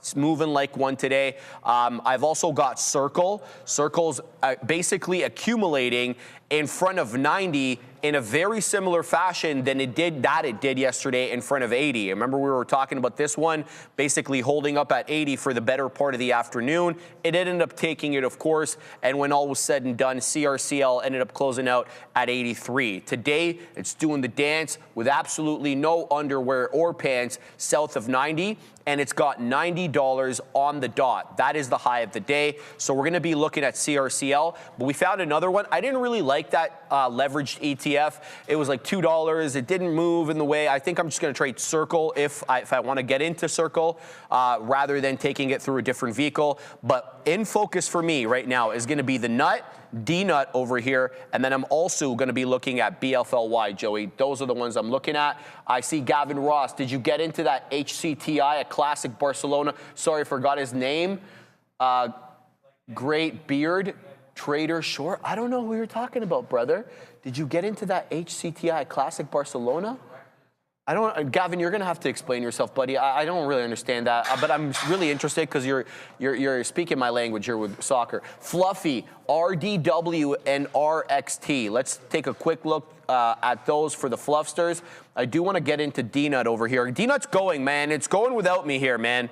All right, let's look quickly at RDW. That's the weekly. That's not what we want. We want the 5-minute look. RDW, fantastic look, Fluffy. Thank you. Fluffy and I often don't see eye to eye on some of these small cap names, but I'm liking this. It's not strictly a small cap. Redwire Corp, $1.6 billion market cap. It doesn't matter. I'm taking that. I'm putting that one on the side chart. RXT, I've got that one, Fluffy, but it's still putting in lower highs. That's bottom right of your screen. But I do like the look of RDW's jib. So we're going to take off. Who are we going to take off here? IONX. We're going to put RDW. And then if I want to trade one of the quantum names, I'll just trade them directly rather than trying to take them through a leverage ETF. So RDW is in focus. RRGB says Grunfeld if it breaks 5. RRGB. Let's look at that one. Not bad. Good bull flag. Having trouble with 5. Trying to reclaim the 10. Not a bad. I would say look for a 485 break. For whatever reason, this 485 area seems to be a staunchy area of resistance, despite, of course, we've been above it. But this is not a bad one either. RRGB. Let's take off RXT. I don't like RXT. GB, Joey. So that's it right now. But D-Nut is going. It's breaking through 4. It's south of 413, but it's clearly broken this trend. What I would look for now is not a key retest of this upper trend line, but just somewhere, the money fills south of 4, 395, 394, somewhere like that for a possible reclaiming a continuation into 4. You want to get in here, half the size, add into the volume weighted average price or the 10 EMA. I think that works as well, but you got to have your outs set so that you're not DCAing into no end, Joey. All right, man, good luck. So, yeah, a lot of people mentioning this name. This is definitely my favorite stock that I don't own here, and that's going to be TKO as it's grinding, putting in almost a new all-time high right here at 216. So a beautiful move, a gap up on the upgrade here earlier this morning, and we're only a couple pennies away from touching into that new all-time high. This thing is just buy the dips and nice steady up and to the right. I don't know. Other than something going horribly wrong in the UFC, I don't think that's necessarily going to be the case. I think we're going to see a continuous grind. So buying the dip 195, that was an opportunity there, and then now you're about to breach that high, that all-time high. So a beautiful look. And as for Walmart, getting somewhat of a pullback here, guys. We topped into 134, and then now we're starting to come back in.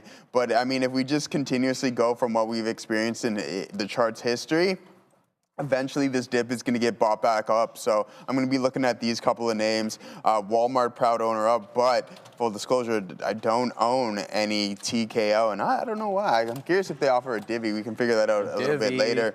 We'll head over to the options chain and take a look at what we see on silver. I haven't looked at the crypto space here today either, but it was a strong rally yesterday, and I'm curious to find out if we've given back the majority of that move.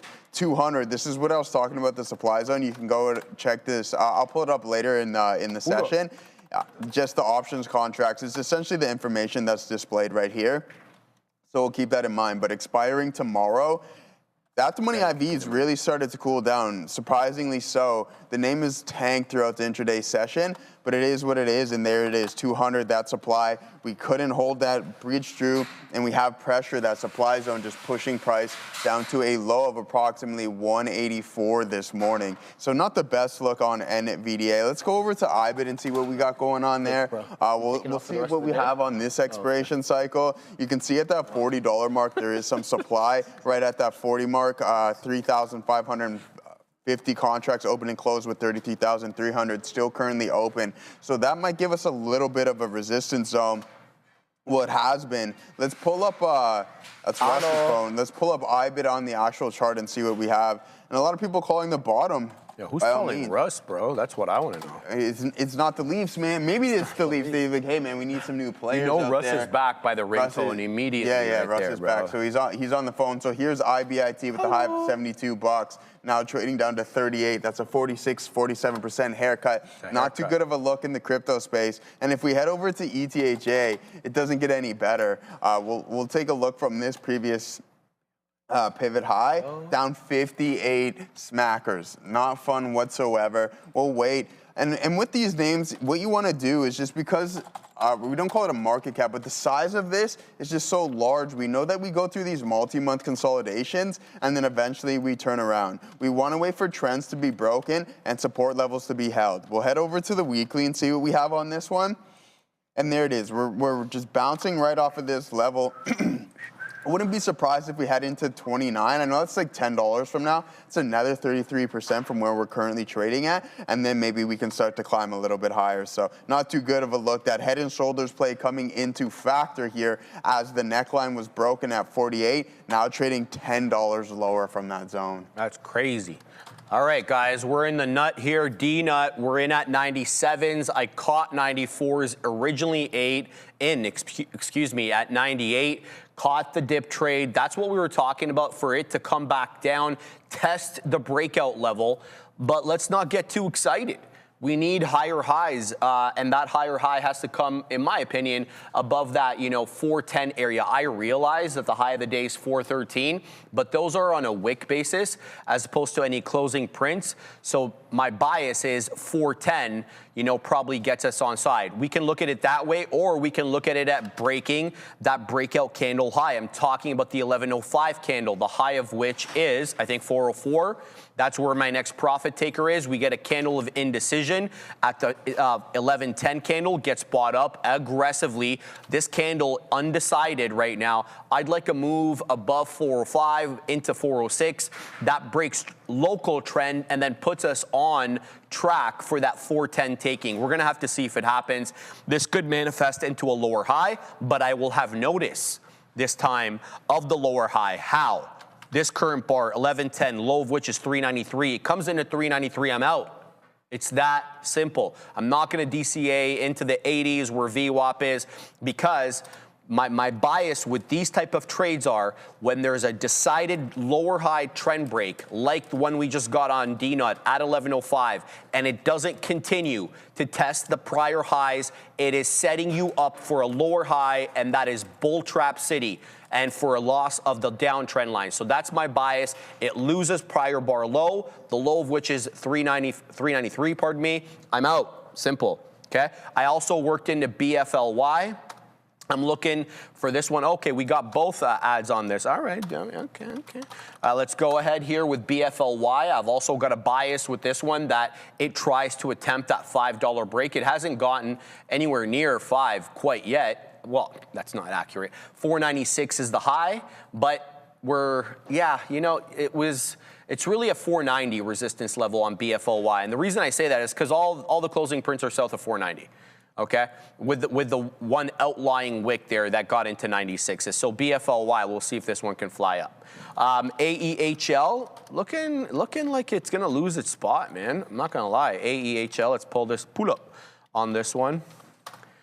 All right, there we go. So this one just dipped into the WAP, and it's picking up some buys here off that volume weighted average price. I believe VWAP's a little bit higher than 85 pennies. I want to say 86 and change. It comes back in there. It's still suffering from the lower highs, so it's not time for me yet to get into this one to challenge the dollar. We're going to have to wait and see how this one ends up looking. Pardon me? Oh, yes, absolutely, guys. And I want to show one thing. If I can just load it up here, Joey, because I want to show you guys the Trader TV Academy page. It's fantastic. And I post, by the way, for those who want the morning note, and maybe you don't want to pay for both, right? The YouTube subscription and I think it's where the YouTube subscription and my morning note. You can just basically get this, and then you'll get the full Academy program. I'm trying to look for where it is, man. Brendo, you sent it to me this morning. Where the hell is it? All right. Well, I've got to get it somewhere else then. So take over, Joey. Take over. Let me just, I think it's in the group chat between you, Brendo, and I, so I have to go pick it up from there. All right, yeah. I can pull it up here real quick and see what we got going on. We'll take a look at the Academy here, guys. We posted in it earlier this morning, and there's going to be a lot coming on. And I think we have a special guest for you guys today as well. So look forward to that. I'm going to see, I'm going to double check the schedule, but we'll run through it here momentarily and see what we got. Yeah. Okay, yeah, so at 12:10. Make sure you guys stay tuned. Let's see what we have here. News feed, and you can see that we're posting in here slow and steady. I was posting up there. Neil was in there earlier today as well, 2 hours ago. I was in there bright and early this morning, wishing everybody good luck. Good morning and good luck. Sean been in there as well. So make sure you get in there. I think the real important things here is in the Academy. Pull up here, missions. Yeah, I campus. can't find it. Yeah, mine's moving a little slow here. The campus. So there's even more going on here than you can imagine. So essentially what you can do is you can journal. It's just everything you need essentially in one place. And then you can go through all the educational content there as well too. So yeah, keep that in mind, guys, and go check it out. I mean, there's nothing wrong with testing it, seeing how it works for you, and just kind of just adding another tool into your basket. So Joe, you don't have to use PA. No, to be a part of the academy, absolutely not. But they do offer a simulated account, which they do offer a sim account, so you can practice. Whether you're not having the best session, you can hop right into there and continue to practice. So yeah, there it is. There you go. You have it now, Sharif. We got a new high of the day on Circle, up another 8% there, guys. That. So I mean, here we were long. Decided to do this liquidity grab, timed out, and then I was just too early. I thought we would get that breakout quicker than what we experienced. And this is what I talk about buying the top end of the range, right? This is a prime example. On all of my trades this morning, especially my first NVDA trade, I knew where I went wrong. I'm like, what am I doing? This is not what I'm supposed to be doing. I had good reads on the trade desk, and I didn't take it. And then the second trade on NVDA, I'm like, hey, let's see if I can get this back. And just I wouldn't say disregarding the process. I was thinking about a money factor opposed to looking for the right trade, and the right trade was not to the long side this morning on NVDA, but there goes Circle up to 90.21. I was looking for 90 before I started taking anything off, but unfortunately we got stopped out on that specific trade, Sharif. All right, here it is, guys, and Neil posting here, so I want to read Neil's post, and then I'll show you guys mine. Triple B situation, but the key is a 194 prior resistance holding over that long plays, but looking for the dip first. And he's talking about SLV. This is Neil's, I think, morning mix, if I'm not mistaken. He's talking about AI. He's talking about SoFi. So Neil posts on there. There's my post right there from the campus program, the morning note. You click read more, and there she is right there. And it comes now with a table of contents, and it is clickable, so you can just click that bad boy and it takes you right into the page, so you know exactly what you want to look at and what you don't want to look at. You're not interested in C3 AI, Joey? Don't go to page 8. You don't want to know about Paramount Global? Do not go to page 9. Don't go there. Yeah, don't go there. So there's all sorts of stuff on the Academy site. There's the Katina Man thinking short. After the report from Nvidia yesterday, I looked to see if we can hold that 196.50 area. If not, looking lower in total market. Keep your eyes on the triple Q. Katina Man is going to be posting in there regularly, as will I, as will Joseph, and we're all going to be doing it live right there. So just join us. Join us every day, man, on the campus program. Help get that education as well. All right, let's get down to work over here. DNUT breakout. Now it's a 2 candle working on a third red pullback here, okay? And so it hasn't lost 393, and that's where that doji candle low is, but it's been putting in lower high, and we're working on a third lower high here on DNUT. BFLY, I think 1 penny out of the money on this one. I'm starting to not like BFLY, and I'll tell you why. It's putting in that rounding pattern into a key area of technical resistance that is $5. For the moment, it's holding above the 10 EMA on the 5, but those lower highs, I think, are indicative of what may be coming next. Yeah, I don't like this. If it sets up a little bit differently, I'll get back in. But for now, I'm not liking the look of this one. I don't have to be focusing on things that are not doing the move. I see SBEF Bovin. Someone already gave me that, but thank you. We're going to cover that in a second because it's accumulating for a $0.75 break. SBEV. Let's cover that right now. Oops. Let's cover that run right here. It was a little bit light, 15 million shares. Yeah, it's not doing a whole lot. Look, the volume came in on SBEV really late, 11 o'clock. You can see it did like no volume from the open, and then all of a sudden, 11 o'clock, 1.3 million shares, 1.7, 1.3, 800. 1.024. So there's volume coming in, but we're getting a lot of resistance at that $0.75. Volume weighted average price right at 70 pennies. Topping tails go into or breach 75. So SPEV, you could give this to prior bar low. We haven't had a prior bar low break since this 11 a.m. candle here, a candle of indecision. This candle, the 1120 candle, holds prior bar. 1115 holds prior bar. So you can kind of give it a tight stop there, see what it does. But SPEV also in focus for me now, guys. Circle's really going.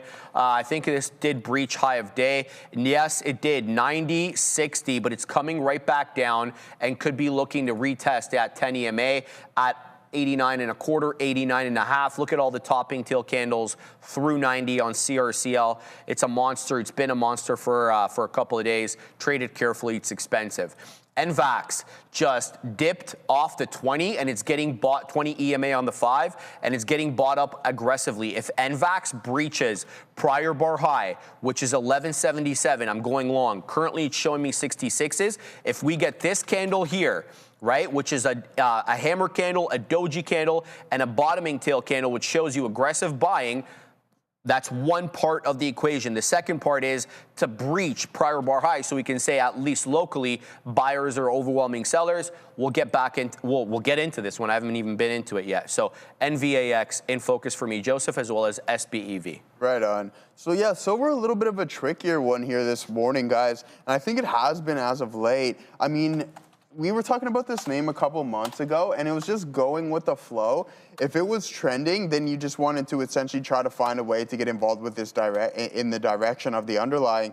And here, throughout this whole run up to 100, essentially, we'll call it 105, price action a little bit more simplistic. We are sitting on top of a range, but we're getting more ebbs and flows within this and choppiness. Yesterday I heard it was pretty choppy. I wasn't even looking at silver. Yeah, so this just moved essentially sideways for the majority of the session, giving you only a couple of pennies, but I mean a dollar range, and then sells off aggressively. But then this morning, Katina Man was short here from around 78.80s or something along those lines, and then he got that flush down, but then it rebounds. So some strong indecision prints in the lower end of this range. But let's see where this goes. This pre-market zone is starting to act as a key resistance level, and we'll have to keep an eye on that. Let's take a look at the chain and see what we have going on that front. And if there's any form of like outstanding size, yeah, so $80 is acting as a clear resistance zone. We see the size there of 30,900 contracts with 7,710 at that $80 mark. So we're looking at that as a supply, and considering relatively speaking, it's substantially larger than what we're experiencing across the board. Now these 80s on the put side, watch to trade a little bit lower, right? So these are currently OTM. They're in the money, right? So I mean, we're getting this push and pull effect. It's kind of, forget the term.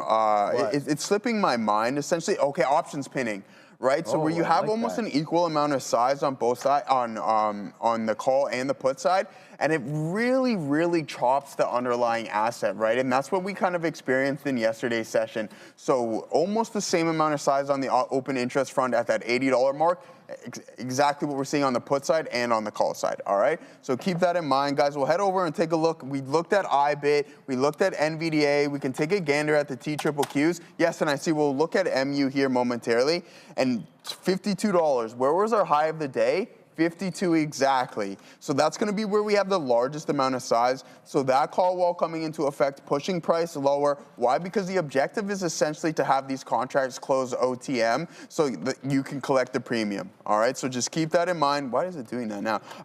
Almost a new high of the day, 90.51 on Circle, putting in another solid session. If you were patient enough, unlike myself, you would have plenty of opportunities to get involved. But the trade that I missed today, and I'm not beating myself up about it or anything along those lines, but what I should have took, shoulda, coulda, woulda, is the trade desk shortly after the open. 936, this consolidative zone is such a prime entry spot. You're above the pre-market highs. You're buying, you see that buying pressure stepping in on the lower time frames, and then you make that strong break. So even if you're buying the breakout or you're fortunate enough to get in at the lower end of the zone, this was a high quality opportunity. And look at that breakout volume. It really gets going, and then you can see that move being sustained all the way north of $24 and heading almost into $24.50 on the trade desk there, Sharif. Yeah, man, that's one hell of a move on the trade desk. Yeah, and I thought so in my notes this morning, I was actually thinking short and a continuation on it,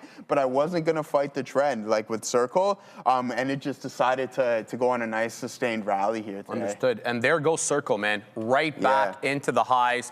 Very, very strong. Let's 8% today, almost 9. Yeah, that's crazy, eh? We're gonna have to check Obi and see if he. Yeah, you know what it is, Joseph. I mean, we're doing this for fun, so let's not put too much pressure on your boy there. But CRCL, 960 high. Here we are right back at the $0.50. It's a very clean hold of the 10 EMA on the 5. I'm going to get stopped out of SBEV if it loses 68. It's already losing trend. I'm flattening out because it lost prior bar low, and that was not my move. My move was to hold prior bar. If it wants to set up a little bit better, I want to say at 65 to about 62.5, we'll get back in, but I don't want to be fighting that one.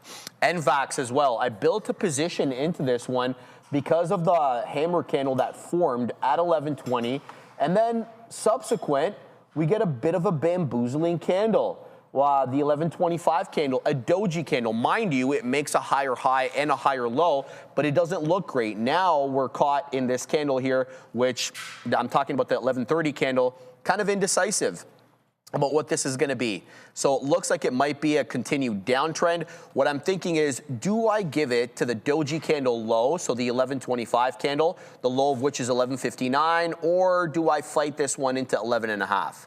I'm undecided at the moment, and I have nothing to do yet with DNUT. It's still, I don't know, man, what the hell it's doing. It's putting in a bit of a downtrend locally here, but it still hasn't breached that prior area low, so I'm packing the patience.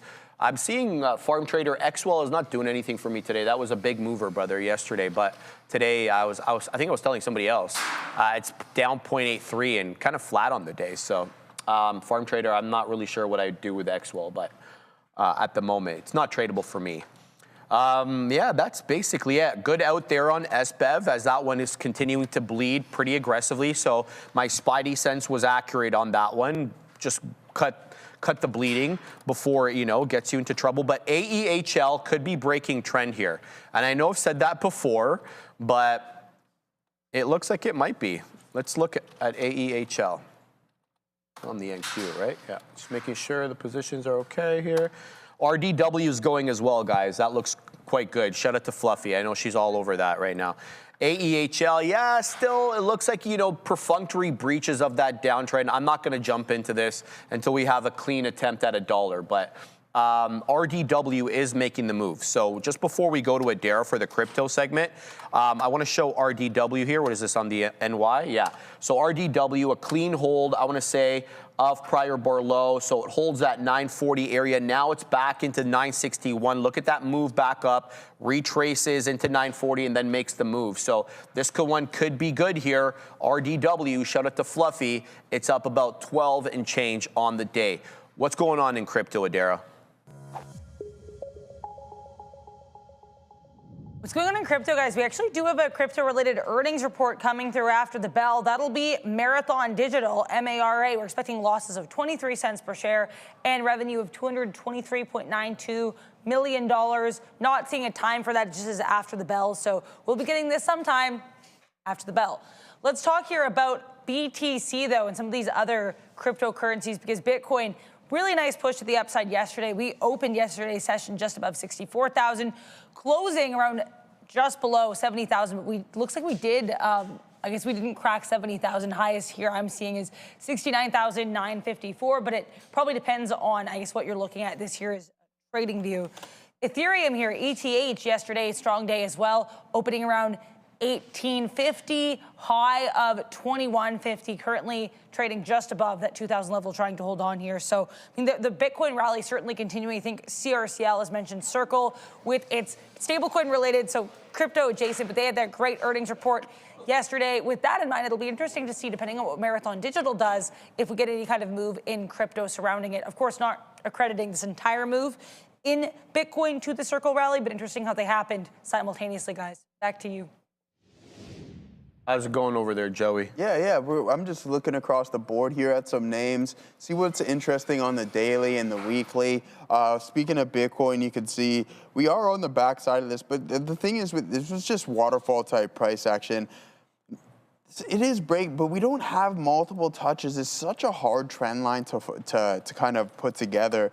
So we'll just disregard this, because if it doesn't make sense, then there's no real point in using it. But Sharif, you're talking about this name earlier, Uber, up substantially this morning. Yeah, so forming that base, and then sure enough, you're getting a move all the way up into 75. Unfortunately, we're still down substantially off of that 102 mark, 30-something, 26%, we'll call it.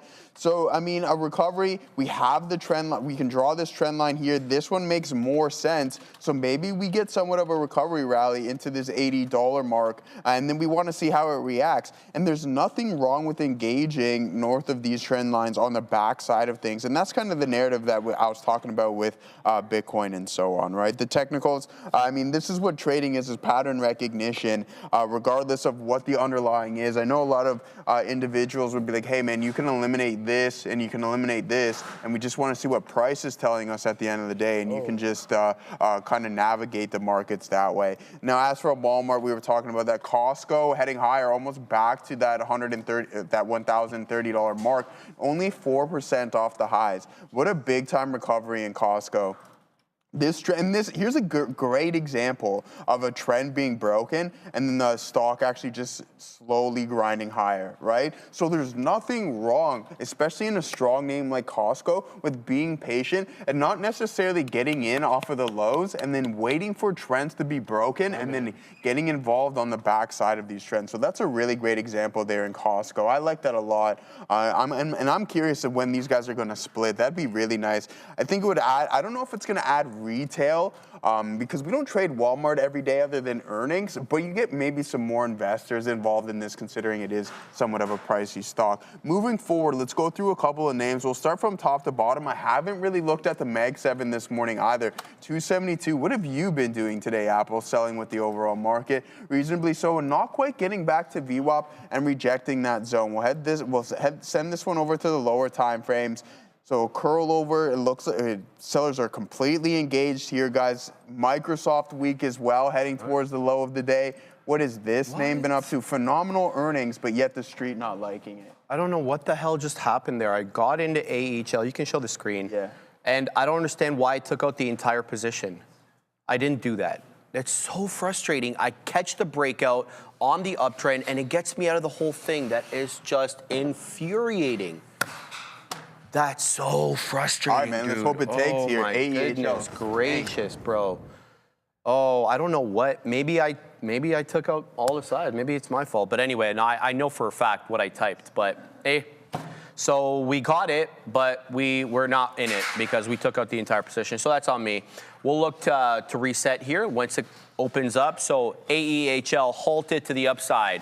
Halt time 11:36:26. Earliest this will be open is 11:41:26. Tap. This is an NQ name. It's showing 113. The halt price is 112. So we're marginally above it. So we'll keep an eye here on AEHL. Separately, I got out of DNUT because it lost the trend. So we're all out of that one. We'll see how this one ends up doing.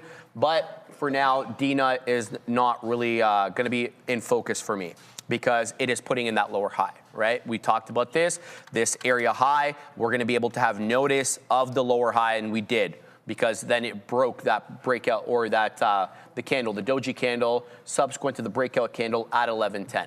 So a bit of a tougher look there. What else am I looking at here? RDW, yeah, pulling back in a little bit. After that 1180 high, coming back down into 980 high, coming back down into 950. We'll have to wait and see how that one sets up. But I don't have anything right now. So AEHL was the one that I was looking at the most. And we're not holding any shares on that, sadly. So we'll keep that in focus. All right, what else we got? CRISPR, says Nick. Let's take a look at CRSP. What is that one up to? Did you? There's a documentary on CRISPR and like genetic modification, and this guy was just like injecting himself with genetic mods. Days, really? Eh? Yeah. Did you see the guy who tried to make like glowing puppies and stuff? I've heard about this, man. People like modifying animals so they glow in the dark. Yeah, that's crazy. Look, as long as it doesn't genetically screw them up. Screw them? Yeah, I know. I don't know, man. Weird I'm not stuff. about that. Doing it for you know what and giggles. But CRSP looks fantastic. Okay, let's just be honest about that. Let's change. Put that on the side chart over here. There it is. It's up 9.4% on a very aggressive breakout. Takeover speculations are why this one is up. So here's the headline. Vertex Pharmaceuticals is speculated to be the company that has been studying a potential acquisition of CRISPR-CRSP since late last year. This is according to traders who cited a Betaville, bless you, a Betaville uncooked alert that was circulating on Thursday. Lawyers from Skadan are believed to be working with Vertex to consider a purchase. It's not clear if VRTX will continue to pursue a potential acquisition of CRISPR. Betaville reported in November that a U.S.-based biopharma with a market cap of about 100 to 200 billion may be interested in bidding for CRISPR. Okay, so that's the headline there on CRSP. Looks fantastic, but as this is obviously is speculative, we must view it as speculative and trade it as such as well. So until we get confirmation, but obviously we know the majority of the money is front run. The majority of the money is made by front running it, of course, and making good educated guesses. Keeping an eye here on AEHL, the tap is still showing 113. The time is 11:40:35. This one, as I mentioned, 11:41:26 is the earliest it will open, so we'll keep a close eye on that. DNUT just dropped back, into the volume weighted average price, and let's see if it holds here. I'll give it to 83s. There we go. We'll see if DNUT can hold the volume weighted average price. If it doesn't, we'll risk a few pennies here. Give it another chance here for DNUT. See if it can bounce off that as well. NVAX is bleeding pretty aggressively, guys. So it's dropping all the way down now into 1140. It's lost the 10 and the 20, at least for the moment. And I perceive there could be support here at around, I want to say between 11 and a quarter to 11. There's that area of consolidation there that took place from 9:45 until about 10:15. So keep your eye out on that one. All right, AEHL is open. Let's take a quick look at that. Topping tail candle into 116. Let's see what this one has to offer. There's a seller at 14. Let's see if we can get in here and give this one a try, maybe into 105 or so. There does seem to be aggressive selling at the 14 penny level right now. Look at the seller there, and there's more coming in. Let's see if it dips down. It's putting in a topping tail candle now. Resistance is pretty simple on this one. The $1 area is obviously the psychological area of resistance, now looking to be support. And then the 10 EMA as well is also shadowing off that $1 area. So be on the lookout for that, Joey. All right, good stuff. We haven't done this in a while here, guys. We'll hit this one up here for us. And see what we got going on here. So not too bad of a look. This is the algorithm that I created, and I was talking with Jose the other day, and he's like, man, Claude is so dangerous. He's like just cooking up algorithms. I heard. Like 10 times faster than he was with like ChatGPT or something. Really, yeah? Yeah. He's just like, man, this thing is just absolutely insane. And the Pine script on it is just way more simplistic, and you need way less coding. But here it is on silver. I mean, we go back to February 20th. It's picking up all the signals that I want. We're currently in this position right now, but this one is probably going to get stopped out. This was right out of the gate. Oh, maybe not. Okay, we didn't get stopped out. There we go. And now we're continuing to climb. So you can see that net open P&L. So not too bad of a look. We'll head over to February 18th and see what it picked up. Like, this is beautiful stuff. This is exactly what we want here on this algo. We're going to head over to Adara, and then we'll go through a couple more names. Beware here, guys. I'm seeing more Iran potentially related news here. Fox News reporter Lucas Tomlinson reporting on X that apparently the U.S. Navy's 5th Fleet headquarters in Bahrain has been reduced to, quote, mission-critical staffing. Apparently, the last time this happened was right ahead of the Operation Midnight Hammer in June, implying that there could be some possible strikes in Iran. Back to you. So some of the mega cap, it's not really performing too well, and it doesn't really perform too well on the TQQQs. So you can see we're running a horrible net P&L on that front, and the profit factor obviously going to be somewhat negative. It's not even going to give you one. Yeah, so it's 0 profit factor. So we'll just run through like SoFi and see how it's performing there. Nothing crazy, but we'll take it. And what do we have for the net open is still, so we'll take a look at what this trade is when it picked it up, January 28th. Still in that? There's no way. Okay, that's interesting. But aside from that, guys, give me a couple more. TKO, I'm curious if it's been working on this one. Not really. Oh, pretty good stuff. We'll take it. A nice steady uptrend there. We'll take a look at the profit factor, 1.9. Right, so that's really, really good. You can see the net, and this is from November 24th all the way to where we're currently at right now. So that's pretty good. We'll take it.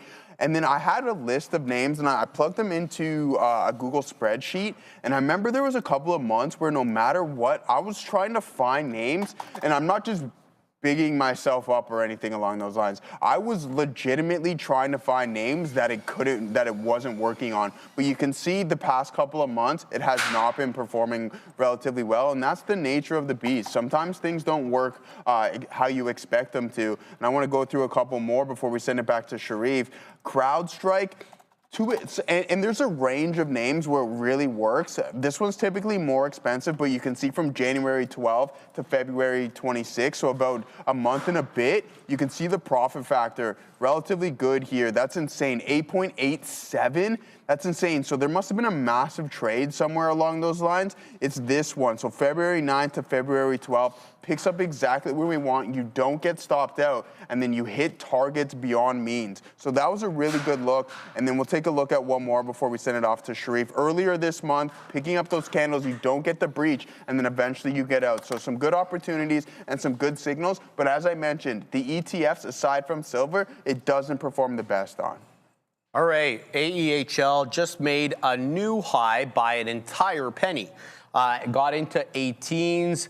We wet the beak at 17, looking for a continuation now, possibly into the quarter dollar. Sadly, I didn't get the dip trade into 7s. There is a new, well, not new quite yet. There is 19s, looking for a move into 20, showing back up quickly. There is 19s, but it feels like the higher lows are good, but we're also being met with aggressive selling and shorting at the fifth of a dollar.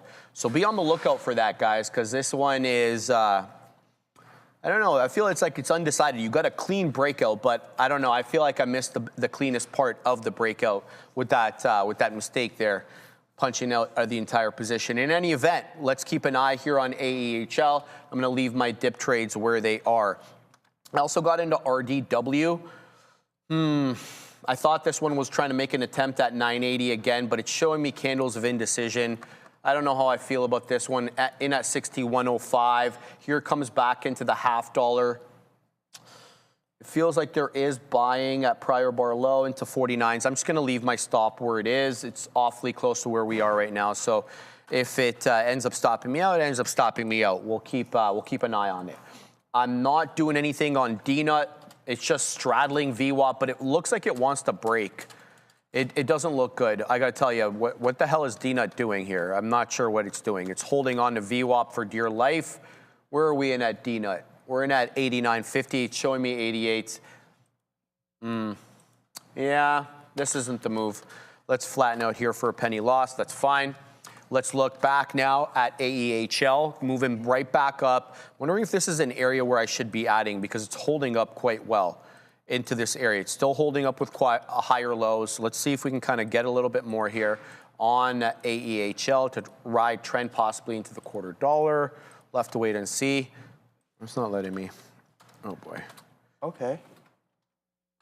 There we go. Let's see if we can kind of ride into that quarter dollar area on AEHL. Doesn't feel like it has the cleanest continuation, but hey, man, it's up 126% on the day. It's going to be on a lot of people's scanners, so we're going to give this one the old college try, Joey. All right, good stuff. I just heard Connor Benz got a belt April 11th against Regis.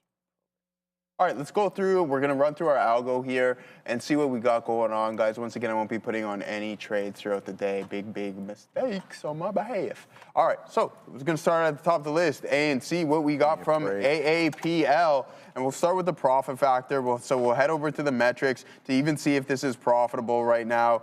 So net, no, slightly negative. So you're not going to have any form of a positive profit factor. Shows you the buy and hold strap, but that's essentially irrelevant there. So we'll continuously moving forward. MSFT, how have you been performing? So what I did here, This is essentially more or less for bullish sentiment here. And what I did is I just created essentially the inverse of that. So you would shut one algo off and then turn on the inverse. And I don't have it on here for some reason. I might be able to find it a little bit later once I send it back to Sharif in a bit.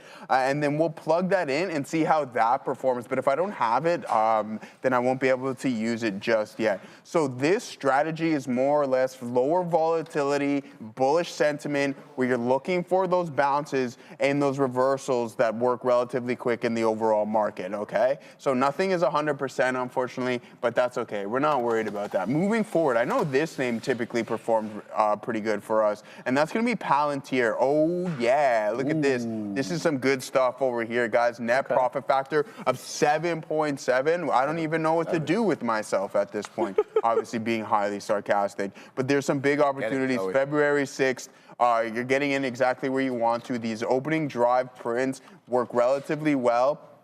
And you're getting out essentially when you're hitting a key target or in the post market, okay? So moving forward, the January 22nd to 23rd, how to get that strategy, my friend, how to get it is to trade for 4 years and then type in, or going on 5 and a bit now, or 4 and a bit.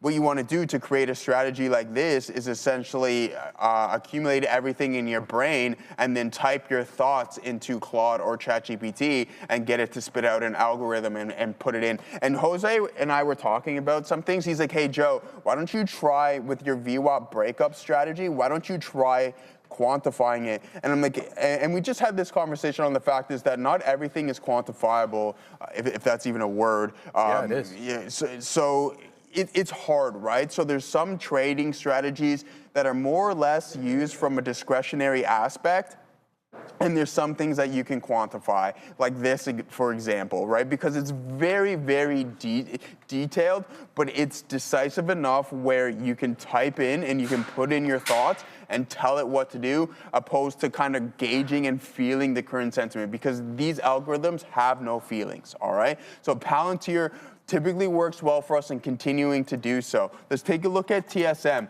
We're going to go through a couple more bullish names so we can get a better gauge as well. TKO, I think we went over, but let's see how the profit factor is on this one. So not too bad, slightly positive, but nothing crazy on that front, 1.32.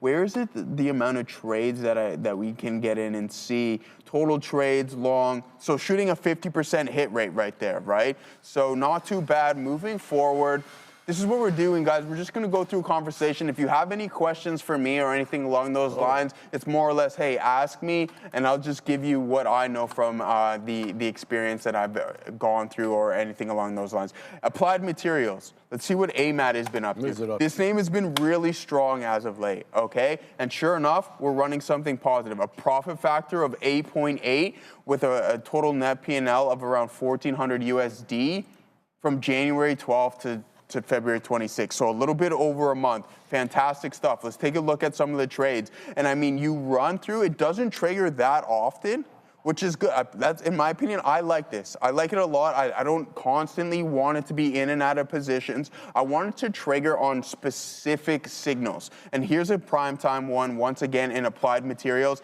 and it doesn't trigger out until the next day. Totally fine. You will be more than happy to wait 24 hours to collect 1,100 USD. Moving forward, where was that next one? January 16th, primetime, right at the lows, and then hitting the same target at the not even at the end of the day. So another good signal right there. And this is our loss. It gets out. Look how much smaller our losses than our winners, okay? So that's a pretty good look here on applied materials. Sounds good, Joey. AEHL has stalled out for whatever reason at this 112 area. It's not, there seems to be a buyer at 10s, but it's not being supported by any higher lows. It's more like lower highs.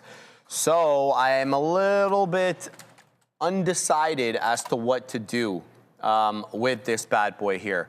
I've got an order. I think I'm going to defend into that 105 area where the 10 EMA is, and with my ultimate stop below 1. So we're going to keep an eye here on AEHL, but I also want to get back into NVAX because NVAX is making a move into the volume weighted average price, and I'm trying to pick this up. There we go. We just got in. We're going to give this to 11s. I'm looking for a VWAP bounce here on NVAX. Let's see if it comes in or what the situation is. VWAP is right. I want to say 13, somewhere like 13, 14, something like that on NVAX.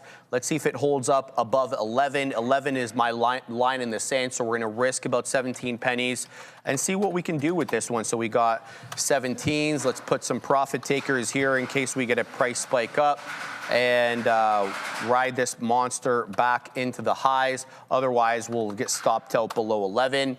And we're going to see exactly what happens with this one. SBEV, no, nothing to do on that one. DNUT, nothing. Well, DNUT's actually holding VWAP, guys, so that might be worth a look. Circle just dropped aggressively, okay? It made that 960 high retake and an attempt to breach it, and now it's dropping into 88 and a third. It's losing it pretty quickly here. Let me give you some technical levels on this monster, if I can just refresh. VWAP is pretty close here to the price. I want to say it's a little bit below 88. It's at around 87, 81, give or take.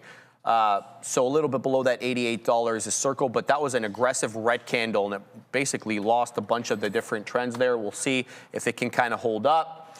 DNUT still holding VWAP, but not exactly an appetizing trade to get into. And then the RDW is just boring me to death here because it feels like it's going to lose that $0.50 area again. Here it comes. I'm going to take out RDW here and focus on some others. But NVAX, man, I can't catch a break today, bro. NVAX is coming right into 11, so it doesn't look like it's holding up at VWAP for the moment. It just lost it, 1109-ish, 1103-ish. Ah, that's why it's not updating. I don't have it up here. Let's move NVAX up here. I know that's why it's all the way down there. Okay, we'll have to put it back there later. But if I don't put the ticker on my side charts, they don't update the price, which is kind of frustrating. NVAX. All right. There we go. Up 15 and change, but losing the volume weighted average price in a hurry. Let's go back to AAHL though, because that one looks like it might be catching a bit of a bid. So it does hold 10, 110 that is, and now it just made the first 5-minute candle to make a new high above the 1150 candle. There's a seller at 15 of note that we can't shake, at least for the moment. 19 penny high. I've added into this one. I'm looking for a continuation into the $0.25. As I mentioned, 19 penny high. So let's see where this one ends up going. But we're getting some selling here, some staunchy selling at 15s, looking for a move into 16. Okay, there's 16. Can we get a little bit higher? 119 again high. I'm buoyed by the fact that this held 110 pretty aggressively. There was a good buyer there, but we're still, yeah, we broke the lower high trend, which is fine relative to the prior bar. But we're not really rocketing up to retest the highs. So I'll have to keep a close eye on that one as well. Let's go back to NVAX and see what the situation is there. We still haven't dropped into 11, so I can't really see if there is buying, aggressive buying at that $11 level and what kind of size is waiting for us there. So let's pack the patience, see if this one can retrace above the volume weighted average price, which it lost by about 10 pennies right now. But it looks like it will lose 11, and it's dropping pretty aggressively here, Joseph. Sounds good. And guys, make sure you stay tuned for 12:10 here, because we're gonna have a special guest here today, Sharif. So make sure you guys keep an eye out on that one. All right, moving forward, I mean, we can't just always talk about the winners here. And let's take a look at some of the casualties, right? So sometimes it picks up signals that you don't necessarily want it to, and there's some good opportunities. So Applied Digital, a name that has been performing relatively well, but you can see that in the past month and a half, it hasn't here. A nice big winner. They typically last a little bit longer than what you're expecting, but hitting their profit target as soon as market opens. So yeah, there's another good look there on APLD, even though we are taking a gander at some of the losses. Moving forward, we went over SoFi. Let's see how Coinbase has been performing, all right? Let's see how this has been acting up. We'll take a look at some of the metrics. Relatively well. We'll take that, right? From January 12th to February 26th, we're running a 1.39 profit factor. And if we look at the percentage gauge, we have 8 longs with only a 37% clip rate, and you're still positive on this specific strategy, okay? So let's take a look here at some of the losses and some of the wins on Coinbase. Now, here's a loss stopped out immediately. Perfect. We want that. Here's an additional one and another stop out. But you can see, just due to the size and the way that the shares are calculated is the wick value. Okay, so there's a value between the stop loss and the size of the wick in which it will calculate the share size. January 29th. I want to see how this one looks. Beautiful. Primetime Deion Sanders, and this is exactly what we want to see. A good look here, and you're out in the pre-market and the post-market as it takes that nice leg higher. All right, guys, it's time for Happening Now, and then Neil with his lesson of the day.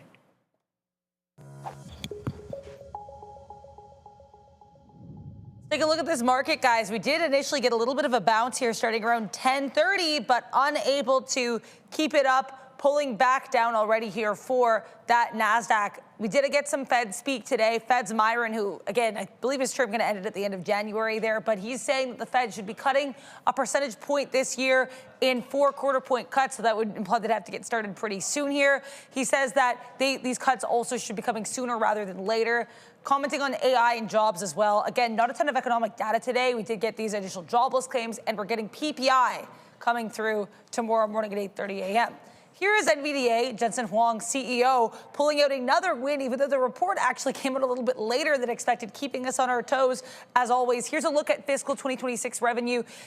All in all for Nvidia, they posted a gobsmacking just under $216 billion in revenue for the year.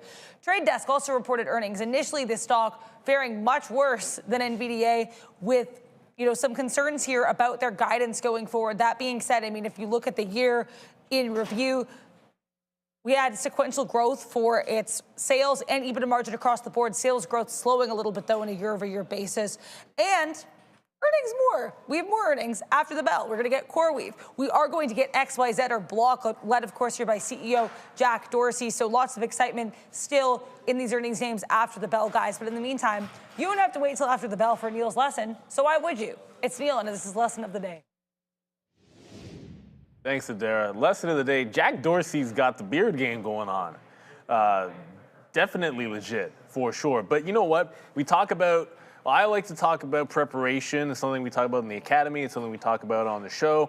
And you have like the smallest bit of a change in your, let's call it your day, your routine, whatever it might be, and you can just throw the slightest thing off. So I'll give you the example. Yesterday, it's my daughter's birthday, and she had a Karate Kids presentation or demonstration at school. So I took the day off so I could walk her to school, make it a special day, all that stuff. But I did miss a normal day in the market. I went over some charts, I read some articles, I kept myself abreast with it, but I didn't have my regular routine of having traded, having gone over all of the levels, reviewed some of the ideas, take the stuff from the day before, look at what is continuation, update the iPad. There's a lot of things in there that I didn't do.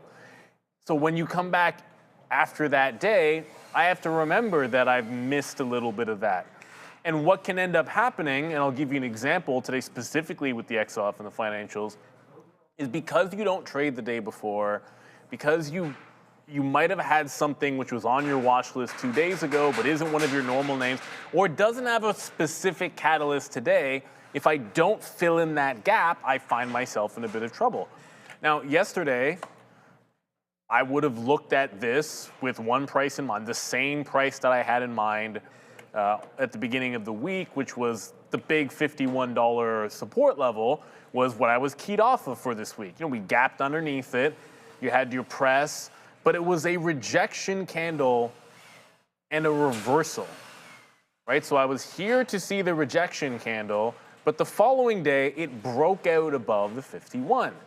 Now, that's the day that I miss. But if I go back and fill in that gap, then I would understand, hey, there was my liquidity grab, there's my breakout trade. You've got to go back and look at XLF. It doesn't have a particular catalyst, but this is a follow-through trade. Just because I didn't actually take the long after that little rounded breakout and missed that great day yesterday. Just because I wasn't in it doesn't change what it looks like, which is a pullback into a prior support. You got the 51 taken again, so you've got that support level, so a longer term support and a shorter term support, and then it was a clean breakout, station to station, just like I like it. And this is the problem, is I wasn't even looking at it today. It doesn't even make any sense. It's not good enough, whether you're red, green today. Hey, silver was a good trade today. Warner Brothers been nice. Intel, first time traded, ended up good. It doesn't really make a difference if a possible A to A plus setup was sitting there had I filled in all of the gaps from the day that I missed, which was a follow-through trade in XLF. And maybe that would have gotten me away from SoFi today, or maybe found a different direction in SoFi at a different price, or possibly I could have looked underneath the hood and liked an individual name within the banks a little bit better. Like you could look at a JP Morgan was a similar gap fill setup if you wanted an individual name. But it just comes down to that preparation. And it doesn't matter ultimately if your routine changes by a little bit. Does it affect your ability to find opportunities and execute them the next day? Now, it could be as much as you're depressed, like you have compressed time in the morning, so you don't get to go over your entire scanner list. That's not something you can necessarily control. I get that. Like maybe, you get caught in traffic. If you're traveling to your job, maybe you sleep in past your alarm. You don't have as much time till the market open. There's not a heck of a lot you can do about that. You have to try to do more with less time. Maybe in that situation, you give yourself a little bit more time before you take your position. But in the case of you missing the market for a day or going on vacation and missing it for a week, you have it on your own terms. You can just spend more time going over what you missed to fill in those gaps before you're ready to trade. Something I usually do a pretty good job of, but in this particular case, it slipped through the cracks, the XLF, because to be honest, 2 days ago was the first time I traded it in a very, very long time. So because I don't usually trade it, when I missed the day yesterday, I just didn't bother going over that particular chart. And that's the kind of thing where it's one little lesson that I learned, which is to be a little bit more thorough in filling in the gaps of data that I might have outside of that day that I missed. And it would have yielded at least one positive trade, and certainly eliminated one shot at even trying that SoFi trade. So I would have eliminated a potential loss trade, and I could have gained one that did work. And it's just a little extra work. This would have taken me a couple of minutes to do, and I'm here to tell you, I'll slap the fail at myself for not sniffing out that XLF trade or being long the financials today, because it was right there for me. So look, you're not going to trade every single day. You're not going to look at the market every single day. You're human. You go on vacation, you take a day off, whatever it might be. But you want to make sure that you don't miss out on the information that day or week gave you. Because at the end of this, all we're ever doing in trading is finding patterns and pattern recognition and looking for setups. And that just, it means going over symbols. It means going over charts. It means going over your watch list. It means going over Sharif's note in the morning. It means whatever your preparation is, you've got to stay consistent with it. And it's a job, and that means you have to take it seriously, and you have to fill in all those steps, even when you're feeling a little bit lazy. Now, this is usually the part where I say good luck on the rest of your day trading. And I know we're going to throw to a special guest. You can already see him over my shoulder. But I have not touched the lunch yet. With the beef bolognese, we have like a little bit of spaghetti. So it's like a little spaghetti that they got going on here. It looks pretty solid to me. I'll let you guys know in the chat how it's going. And I don't know if I'm throwing to the desk directly to the guest or throwing back to the midday, but you guys are going to find out in a second either way. Special guest with us here today. We have Lars Elbers, who is trading floor manager, campus manager over here at Real Trading. Great to have you here with us today. How are you doing? Thank you. I mean, I was just saying I made a quick appearance probably a year and a half ago when this was still a trading floor and everything. But yeah, no, I'm excited to be here. Yeah, we see you a lot behind the scenes. Great to have you here with us in the studio. Basic question to start off, what is the campus program? Yeah, so I mean, Neil and Sean and Sharif and Joe have made some advertisements for them in the past, but we basically run a remote trading floor. Like we have a remote trading floor where we're looking for talented traders, and we want to fund those traders to become really big traders. So we have a training program around it, basically getting them from beginners to potentially professionals, and just guiding them through that process. Let's talk a little bit more about the process. How specifically do you guys approach trading, and how do you guys trade? Yeah, so it's a little bit different than what you might read in books or see online. Like what we see the biggest potential is to start traders off with looking for the quick, short moves. So we always say, it's easier to predict the move for the next, seconds or a couple minutes versus if you say, I'm going to buy this at 100 and it's going to go to 110 in the next 5 hours. There's a lot more variables at play, and it's just easier to figure out the variables for the quick moves. Once traders can do that with consistency, and they can kind of capture those quick plays, then we start to look at, okay, hey, are you able to go bigger on this, or are you able to look for maybe bigger moves? Maybe you can now lock in small moves. Now we can look at bigger stuff. So yeah, a little bit like that.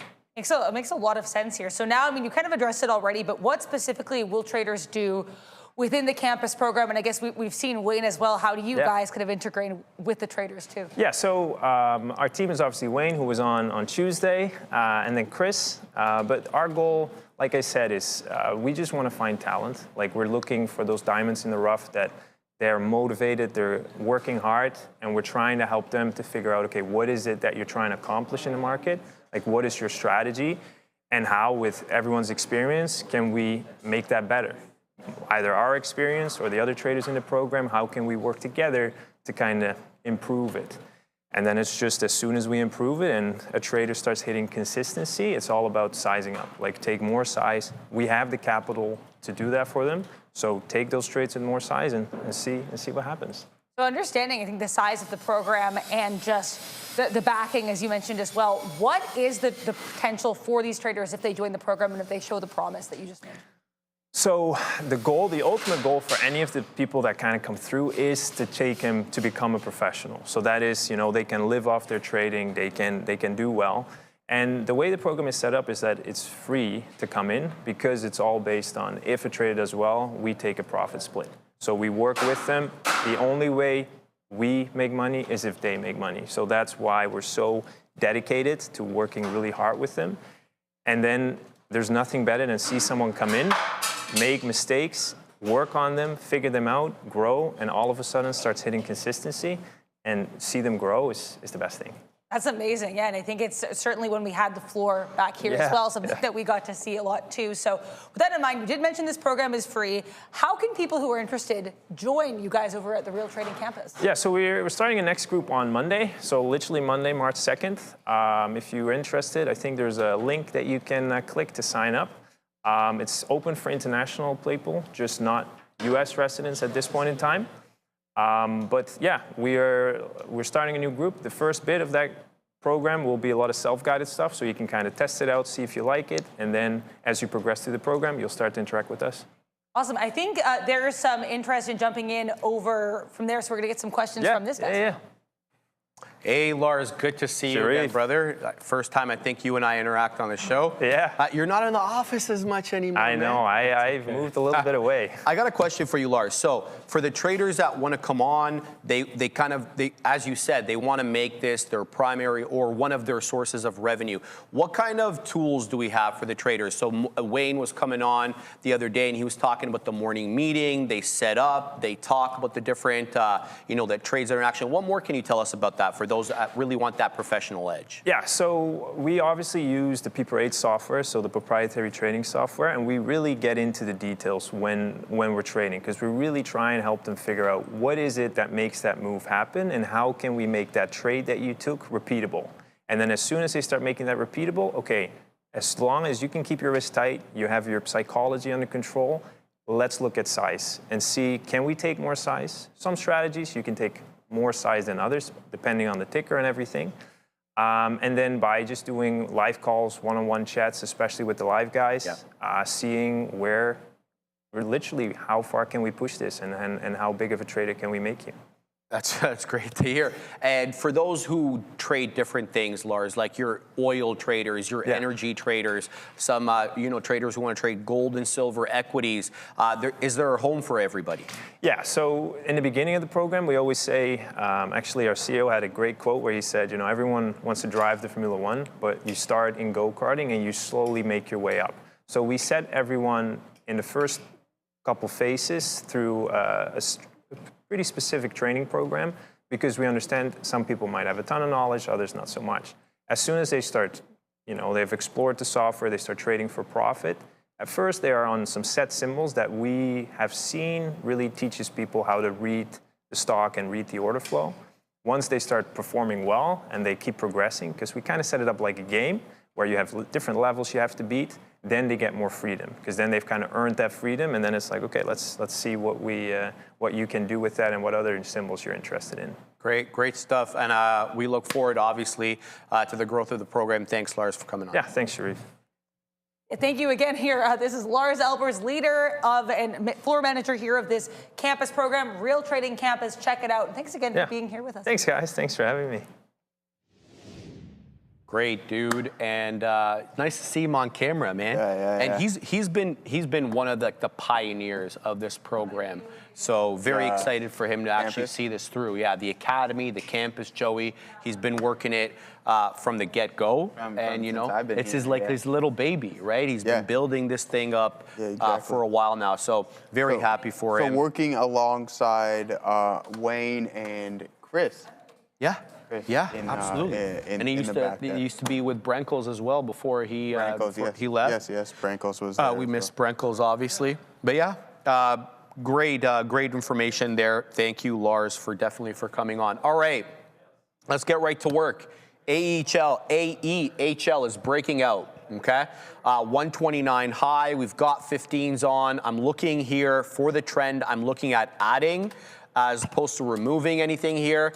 Looks like we have a seller at 25, despite the fact that the high of the day is 29, and here's 25 again, and there goes 25. Let's see if we can kind of get a little bit more here. I don't know why it does this to me. Look, I'm trying to add. See that? I don't know why. I have no idea why. But that's kind of the way it is, Joey. So trying to do it manually. Yeah, there we go. Okay, we got it. It's fine. To Frex. Yeah, I got to set that up. Yeah, I know you've been very complimentary of that. So we added there into AEHL on the continuation, 129 high, testing the high. There it goes, and a clean add into the high, 136 high now, seller at 132. Look for continuation there. As soon as we put in that bottoming tail candle and then we breach the bottoming tail candle high, I felt that this one was a right one to add into. There is a seller at 32 now that we can't shake. Let's see if we can print at 33. So I'm just going to post it there as a feeler, as a tester to see if the liquidity is there or not. But there's a lot of size exchanging hands here at 32. So typically what happens here is we drop because the sellers see that, they get a little nervous. They know the short sellers are aggressively defending that 32 penny area for whatever reason. Watch for the bottom drop now. Oh my days. There it goes into the day high, into 40. We're going to get caught in this halt finally. We'll do something right today. Into the high we go. We need a few more seconds in this parameter, and there we are. We all halted up on AEHL. By the way, I made another mistake on Circle. So I had a banger trade. We took $1 there with size. And then I was asking Lars a question, and I had a stop on this one. I didn't have the full size of the stop, and it ended up continuing downside to flatten out. So we give back a little bit on Circle. Was positive on it. Now I'm negative. Continuing to watch, though, AEHL. So halt time, 12:17:22. Halt price, 140. Tap, 146, 145, going back and forth. Very aggressive, very good-looking stock right now, AEHL, up 170% and going. Be on the lookout, though, because they're around for a good time, not a long time. So look for structure break. There's many different things that we'll talk about with AEHL as the price action develops. I have a bias now that this squeezes into $0.50. you know, you're probably not surprised to hear me say this, but if we breach the $0.50, I'm looking for a continuation into the whole dollar at 2. Probably we're not surprised to hear that. In any event, we're going to keep a close eye here, Joey, on AEHL to see if we can kind of breach that half. We're showing 46s now, 47s now as a tap. All right, man. So we'll take a look over here at the TQQ's 5-minute.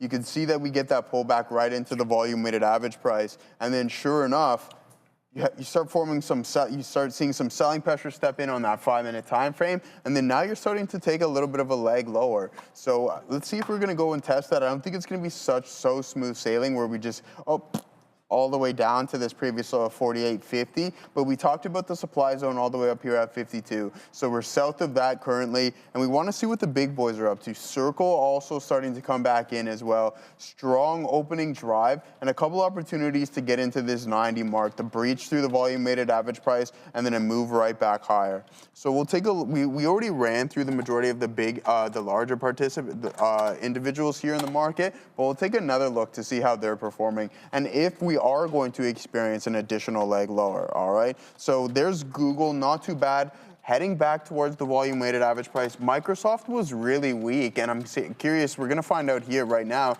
to see if we're continuing on that trajectory in Microsoft, if the platform would like to work. There we go. So, I mean, you bounce off of the lows, but relatively weak here, guys. You can see that we're forming consistent lower highs, right? And there's no form of higher lows being formed whatsoever. See how this trend line reacts if it rejects. You want to draw it a little bit more clearly. That was just a rough kind of guess, but you can see that we have multiple touches on this occasion, and sure enough, you're starting to that downtrend is fully intact. But one thing that I want to note is just look at the weakness in the price action. And this is where I really went wrong in NVDA. We're going to go down to the 1-minute time frame. We'll get to the super chat in uno momento there, Assassino. But this is where I really went wrong. You can see within the opening drive the strength within these selling candles. And then when I attempted to take a long, I believe it was around this neck of it was around here, I think, at some point, and I get stopped out, but there was no real participants stepping in, and the volume is extremely cool. So as soon as I entered that first position, I'm like, no, what did I do? And then I went to, and I wasn't thinking correctly. I'm like, hey, let's see if we can get this move back to VWAP. Great numbers, but the street is telling us from a price action standpoint that the sellers are fully in control. All right, 690 shekels. Ooh, all right, yeah, big boy money. Yeah, that's big boy money I made on the day. 6.9, not 690. Sorry, I might have said that. I just meant the money he made. Oh, today, yeah. Hey, boys, printed 2.5K today. Good luck, everyone. Right on, man. I'm glad those are solid days. Those are week and month makers. So congratulations to you, Papacito. Glad that you're having a fantastic one. All right, guys, still waiting here for AEHL to open up. Earliest, I guess, again, it'll be open up 12/22/22, right? So right now it's 12/21/47. So I'm packing the patience here, keeping an eye on this one. I'm also keeping an eye on Circle. Even though it did lose VWAP, it's still putting in a higher low. I'm talking about the higher low relative to the double bottom that we got at 1030 and 1035, the low of which is just generally 86. So if we kind of trend back above the prior bar high, above 87 and change, I'll get back in, but it doesn't look like it's going to do that at the moment. So we're going to leave that one for the sec. Here we go with AHL. We should be opening up. There we are, into the high of 50. There we go. Selling coming in, though. High of 53. Closing the gap. The gap is at 40. We're going to get caught halt down.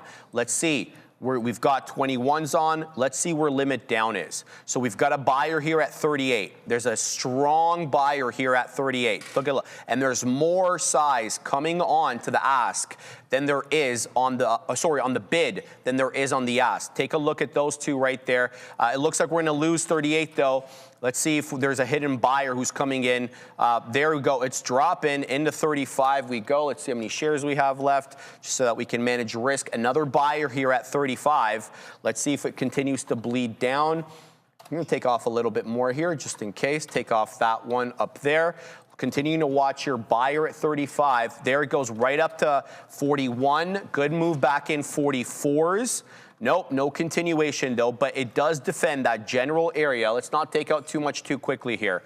Okay, let's see if we can work back above that $0.50. Even though it's a 53 penny high of day, we're looking for 50 pennies, right? That's the key area of technical resistance. Seller at 43 here that we can't shake. Let's see if we can kind of move back above 45 on our way to 50. Not immediately apparent that the buyers are stepping in. A lot of volume has exchanged hands on this one, about 137 million so far. Not a bad look here. Just packing the patience. I see key areas of support at 130 as well. And that's based on the 1205 candle, the high of which was 129. So I say 130-ish, in and around that area. Let's see if it dips down into that 130 area. I don't know if I'd be a buyer immediately, like a dip trade into that 130. I'd like for it, it may not give it to me. I'd like for it to come in, rest around that area, show that there are buyers stepping in. But you know how these ones act sometimes. They're just so quick to move up and down that you don't really get a chance to think or even punch with the speed at which they're moving. So we're hanging out here in the high 130s, low 140, sorry, high 130s, low 140s. I'm gonna post here at 48 just to kind of defend that 50 penny level. So if we move, Fabian, please, the chart. If we move into that 148 area, Fabian, chart please, into that 148 area, I'd like to be able to get a little bit off as we approach that $0.50 area. But this one is losing in a hurry, dropping down into 33s now. So we have an ugly candle that manifested on the 5, guys, at 1220 candle on the 5 ended up being basically an inverse hammer candle. So let's see if that changes the situation, Joey. That's what I'm going to keep my eye on there. All right, cool. Good stuff. Let's see what else we got going on here. I've seen people talking about the market taking an additional leg lower. Nvidia is still hovering around this neck of the woods. We went through a couple of the bigger names, but let's pull back the TQQs and see if we're heading towards that low of the day. You're starting to see some buying pressure start to step in, and I think this is a good opportunity if you are looking for the long in this particular name, is they allow it to consolidate a little bit longer, but there is a support level at 49.25. So you can keep an eye out on that. If it breaches, then sure enough, there might be a little bit of momentum starting to really step in, and then that's when you can go and test anywhere around these neck of the woods. But if it does start to form a higher low, then that's what you want to be cautious of, okay? It's not going to be perfect. This isn't going to be the bottoming price necessarily, but just keep an eye out on if the overall market is going to recover. And once again, it's just going over the larger participants. What has Tesla been up to today? You're starting to find somewhat of a bottom here, guys. Gorv, I think you were talking about going long on this print. Yeah, it breached that. It did establish a new low of the day and is forming that downward channel. So we'll keep an eye out on that support level right at that 404 mark. And then now we're starting to get a bounce. We got a nice trade on this one. We had a nice trade on this one yesterday. If it will do me the solid of there. So this was at the break and then the hold of the support level, and then we were fortunate enough to get that moved right back into the volume weighted average price. Let's see what everyone else said. You know, ZSL changed price into double digits. Let's see. I never traded this. I know Sharif and Neil were trading this quite often. Yeah, so it did a split. Okay, so it did a reverse split. So 1887 there, because I don't know what it was trading at when silver was going on that downward move. So they did a reverse split, and now it's trading at 1886 on ZSL. Took a long on the 5-minute green candle, engulfing a bit on Tesla. Yeah, see, that's the thing. What I'm seeing, we'll head back over to Tesla there, but you can see that we did have that split on ZSL. So thank you for pointing that one out. So what I was thinking here on Tesla, Gore, this is where you're long. I don't know if this was the time, so 11:45, maybe this is where you went to go long on that 5-minute print. What is the 1 minute telling us? Starting to form that base, and this is when I really like getting in at the lower end of the ranges, waiting for that opportunity for somewhat of a bounce, and that's where you can keep that risk to reward relatively tight. We'll go over my example of my losses here on NVDA one more time to just see what they're just getting into the thought process. So we had a bounce, but I'm at the top end of the range, and that's when I'm like, oh no, I'm in trouble. But then we started to form this lower end, and this consolidated base. And I'm like, okay, maybe this is going to be the opportunity for us to get that move back towards the volume weighted average price. That wasn't the case. It decided to take an additional leg lower. But you can also see the weakness within the prints. And how do we determine that as well? Look at the volume. Very low effort, and the result is weak price action prints. Good call, Joey. Good call. Keeping an eye here on AEHL, sorry guys. Just looking for a possible change in trend. It's kind of holding this 130 area. I had a bias that this one did move back into my order at around 125. That is where I added into that only because the 10 EMA is there. It did breach prior bar low. I'm talking about the 1220 candle, the low of which was 133. The low of this candle, 132. But it's back up into the high 138s, low 140. So it's kind of doing the same thing we've seen. I'm trying to decide whether I want to add into this for a possible breach of the $0.50.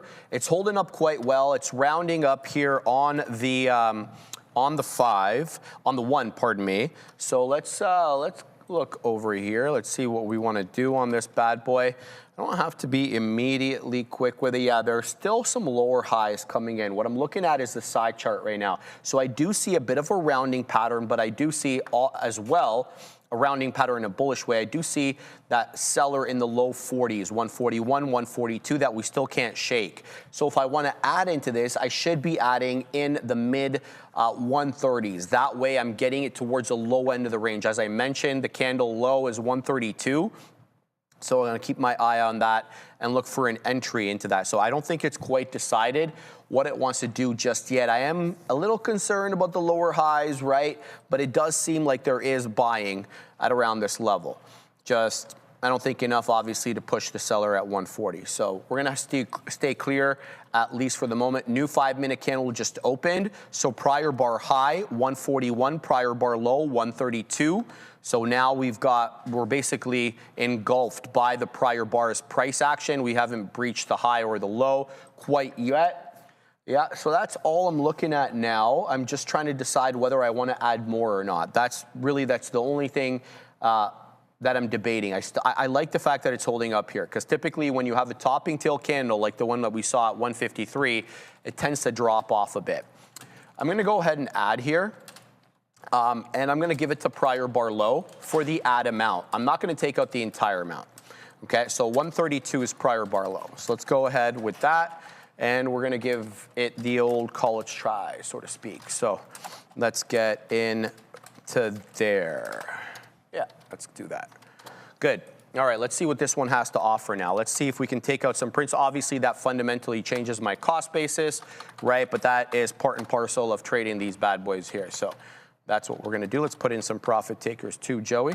Ever since adding, you definitely want to wet the beak as well. Again, 153 high, guys, but essentially it is 150 because we spent all but no time there. That's it. Circle did breach the double bottom at 1030 and 1035, not by much, but it did breach it, and it's still putting in lower lows and lower highs. It's lost VWAP. It's lost that area support that we had earlier on. So I don't know what the look for Circle is at the moment, but it did lose this level, not by much, and it looks like it might be reclaiming it right now, up back into 86.5. So keep your eye out on that. D-Nut also feels like it's a flat bottom break waiting to happen, so be on the lookout for that, Joey. All right, good stuff there. Just reading some things there. My man, what's up, Mark Flower? Appreciate the love, man. All right, I said that in a Snapchat the other video. In the summer, they're chasing horizons when I was in Chicago. I love USNA. There it is. Let's see what we got. You know what that one's Yeah, it's Borat, right? Yeah. I love USNA. So yeah, anyways, Circle, guys, still holding up, starting to form somewhat of a base, $85 right there. You're getting a bounce. Silver, we've been talking about this, right? Like it has not been clean as of late. The price action has not been good whatsoever, in my opinion, especially after this massive volatility spike. We looked at the options chain, and after this print, we were looking at 177% like at the money IV. So your Vega metric on the Greeks was insane. That is most definitely cooled down now. And the options writer, if you're in the right space at the right time, then sure enough, you've been performing relatively well. If on the writing side, you don't want to be buying options after events like this. Bad idea. You got sent flowers. Ooh. Unfortunately, men don't get the flowers until. You know how it goes there, Sharif. Anyways, the TQQ's starting to get a rebound right into that trend line. Boom. Let's see how we react around this specific zone. Let's head back to our watch list, guys, and see what we got going on with a couple of the other names. And we will pull that up here right now, and we'll take a look at some options chain as well too. PAN-W, are you starting to recover? Not too bad of a session. We'll take it. Where is it relative to the volume-weighted average price? If this consolidative base is right around that neck of the woods, then that's not too bad. Man, this thing has been hella slow as of late. I don't know about you. You use the older data ones, but no, they've been good. this one has not been good whatsoever. Moving forward, DraftKings, what have you been up to? Down to $22. How do we look on a daily? Yeah, you don't want to draft this one, that's for sure, because $49 all the way to $22, a 54% haircut, so not too good. Oh, maybe we'll take a look at Polymarket as well, see if there's anything interesting on there for us to have a little bit of fun with. CoreWeave, What happened? Taking a little bit of a slide here today, Sharif. CoreWeave not looking too good. Really, I mean, it's up, it's down, and it's around. So no real direction. It's hard to find these bases. You get this breach of yesterday's post market, but then you get that rebound. Construct that lower high on the intraday session, and it looks like you might continue on that trajectory there in CoreWeave. CrowdStrike was up to 80s. Bounced back, came down into VWAP, and now you're starting to find somewhat of a recovery. I don't know if you're going to go and retest the high of the day at this point, but not too bad. We'll take it on CrowdStrike, but the downtrend still fully intact. DeWestemeyer, $2 Uber chat. Joe, I have 250 Nvidia calls expiring tomorrow. Average 5 cents. So you paid $5 for them? For 250? Brother. I mean, that's a lottery ticket in my opinion. I don't know when you bought them. If you bought them today, we need a little bit more detail. But, I mean, they expire tomorrow. I'll put my mortgage, or I don't even have one anyway, Shreve, everything that I have in my bank account that NVDA by tomorrow does not reach $250. Now, if you wrote those, then by all means. But unfortunately, if you have a substantial... 210 calls. Okay, that's a different story. Even so, you got to take into consideration 210 on NVDA is all the way up here. And I don't know when you purchase them, so it's going to be really tough to gain any form of value in them. Even you're not going to get any extrinsic value or anything along those lines. Unfortunately, those ones are going to expire worthless. All right. Benton saying Oracle pop. Yeah, right back into VWAP. Kind of choppy price action, though, Benton. Right now, but nice double bottom into that 146, 145 area. I'm talking about ORCL. Not a bad look, not one that I'm in trade, but interesting look there for Oracle. I see some other comments there. Bovin says RXT bounce off VWAP. Definitely, let's have a look at that. RXT. Yeah, not too bad. I drew the trend line there. It's still, you know, Bovin kind of suffering from that lower high look generally. Look for a trend change, like see a pronounced high, like the one that we saw there at 1205, and then a move back above that. So like 183, 184 would be interesting there.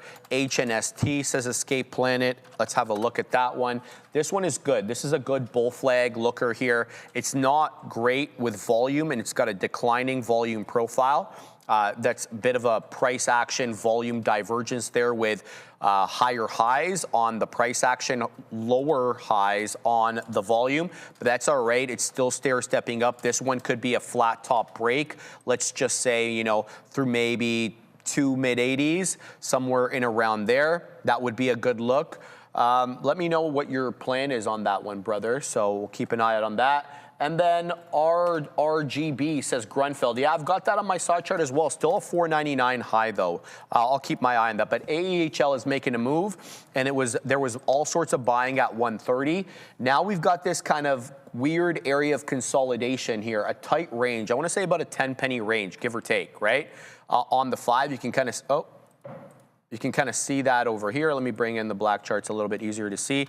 This is what I'm talking about right there, where there's, you know, these bottom area wicks showing people are buying it off the 130s. But if, you know, really had to decide, we're still generally putting in a general trend of lower highs. We did breach prior bar high, which was 138. We got into 139, kind of perfunctory breach there. Nothing to write home about. So I'm going to let AEHL consolidate until we start seeing, you know, that tape teleportation where the buyers come in fast and furious. And that usually, you know, is a bit of an indicator that things may be headed back to the upside. We'll have to wait and see, man. Tony says, Tameli, kidding me, bro. Tesla short. Where are you short, brother? Because it's down 3% into 405 and change. Yeah, the Megs all getting clipped today, saving except for Meta, which is barely green on the day, 0.03. Same thing with Softy, though, to be fair. Barely red, 0.05. We're going to pause the action here for a second. We're going up to the big desk. We do have Wall Street Journal reporting some of the outcomes and talks now with the Iran-U.S. talks in Geneva. U.S. reportedly demanding that Iran destroy its 3 main nuclear sites and hand over all remaining enriched uranium to the U.S. Also, apparently, the envoys from the U.S. here, Steve Witkoff and Jared Kushner, warning that failure to comply could trigger military action. Well, the U.S. has already been deploying jets and warships to the region. They're apparently pushing for a final agreement aimed at fully reining in Iran's nuclear program. So here's some updates here with the U.S. and Iran. We know that this can move oil. Either way, worth keeping apprised of. Back to you. Thank you very much for that. There's rumored that they're asking them as well to give up their missiles, their medium range and short range missiles, the ones that they were firing on Israel during whatever that war. I don't know what they're calling that war there, but that they had. And I think that's a sticking point for them. I don't know if they're going to give up those. Yeah, they might get those hit though. That's the thing, right? Get striked. They're probably identifying all those ones, but they're a very mountainous region, eh? Very. Well, so that's like, where there's a lot of that's where stuff he to had hide. that initial strike in. It was like all mountainous. In the nuclear facility. I forget what the name of the operation see that video? was. The one that President Trump put, like with the missile that, like the before and after picture. I did see that. Where? Yeah, it is what it is, man. War is war, bro. There's just no getting around it. But Josiah, brother, you can't spam the chat, right? You're lucky. You're very nice. You can't spam the chat, Josiah. Put it in once, maybe twice at the most, but we got you risk getting a block there. It's okay. It's okay. He didn't know. No problem. Let's look at it for him. We're gonna be nice. He bought the SPY, so let's load up the SPY over here. He says, I bought the SPY. This is you, Joey. I bought a SPY put contract, 675 strike, 1 contract, expiration March 9th. They paid about $275 for it, and now it's around $4, so around $400. So he's up 125 bucks. I'm still holding. Are we going to test the 200 DMA SPY, Joey? Well, to kick things off, I don't really use moving averages on the daily. So let's see what you got involved with here. 675. That's pretty nice. I mean, those are to New York. Give him a red card. That's for the weekend, my boy. That's Saturday morning to New York. What's that? He's like, give him a red card. Saturday morning. Oh, yeah, get that. You don't want that red card. You don't want that red, Joey. I mean, what are you? Are we looking at completely different contracts here, my friend? Because that's worth $1,500 if you ask me. So I'm gonna read it one more time. Put. Okay, I bought a 675 put. Okay, now we're talking. This is a little bit different now. Are we going to head a little bit lower? So those are still out of the money. You have 11 days, but they've doubled in value onto. I mean, we'll pull up the actual contract itself so we can get a little bit better of a look. Okay, and I mean, 11 days, you're gonna see theta slowly start to kick in on these things, but I mean, it's not too bad whatsoever. Again, from this morning, right? This is the 4-hour chart. 26 today, right? Yep. So, I mean, you're getting the double up this morning, and if in the next couple of sessions, we continue on this downward trajectory, because you have to take into consideration, I mean, the 200-day, I would have to put it up here, but it's probably somewhere, it's the wider one.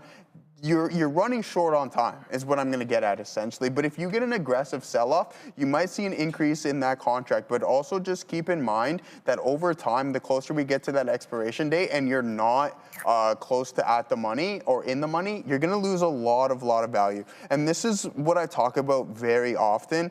And I'll go over it real quick right now, is that you have to understand your objective. Now, what you've done, and I don't want to talk your book or anything along those lines, so this is just me on the outside. I'm looking in, and if someone said, hey, I did this, this is what I'm thinking you're looking to do, or what I think in the world of options is essentially the ideal plan. He says, I just want to add what he said, because it's good to add. I'm prepared to lose 50% or more. You're prepared, but you don't need to, right? Like, so there's there's a way. So you've already gained 100% within that contract, but just understand that you're limited on time and you're looking to gain intrinsic value when I don't think that's necessarily the play. Why would you lose something that you've already gained 100% on your investment when you can gain essentially the extrinsic value? And what is that? That's the time value. Options pricing is derived from multiple things, 3 of them being your intrinsic, extrinsic, and the volatility. Okay, so you have to understand that. And you can still put on a profitable trade on what you have right now without it reaching 675. If you get a move into 680 in a couple of days, right, and you're thinking, oh, maybe SPY is going to bounce off that 676 level, you can still profit off that trade in which you already have. Just understand that if you get the move now, look to just capitalize on the time value, not the moneyness of that specific contract, that the moneyness being in the money, because it may not hit that. You can still be profitable without hitting 675 and just gain time value on the contract. He says, I hear you. Good call there, Joey. Good information, brother. As always. All right. Still holding AEHL. It just keeps showing me bottoming tail candles through, or not through, into the low 130s. Let's see what this one does. Let's see what this one does. Into 37, 38. It's picking up speed here. Seller at 38, looking for continuation to test the low 40s. We haven't been into the low 40s since the 5-minute candle at 12:25, so the better part of 20 minutes now. Let's see if it can work its way up. There's 39, there's 45, and it just blows through all my orders. Good ad here. All right, let's take some more out. Into 144 it goes. Let's go ahead and post a little bit, not 244, should we chill, bro? Let's go 248. We also want to post at 50 pennies. So in case it gets into 50 and crosses, we'll let the beak into 46 it goes. It does look like it's picking up here. This is the kind of tape teleportation that I was speaking about. See the time and sales, guys? See the way that it's moving? For better or for worse, right? There's a lot of red coming in. That's profit taking, shorting, but this is what I mean. When the tape picks up speed like this, when it had been, I don't want to say dormant, but definitely not as quick, that means something. And it's probably going to be a lot of repetition in order to pick that up. Into 48 it goes. I think the high of the candle here is 49. We're waiting at 50, and I'm looking for a retest of 153. That is the high of the day.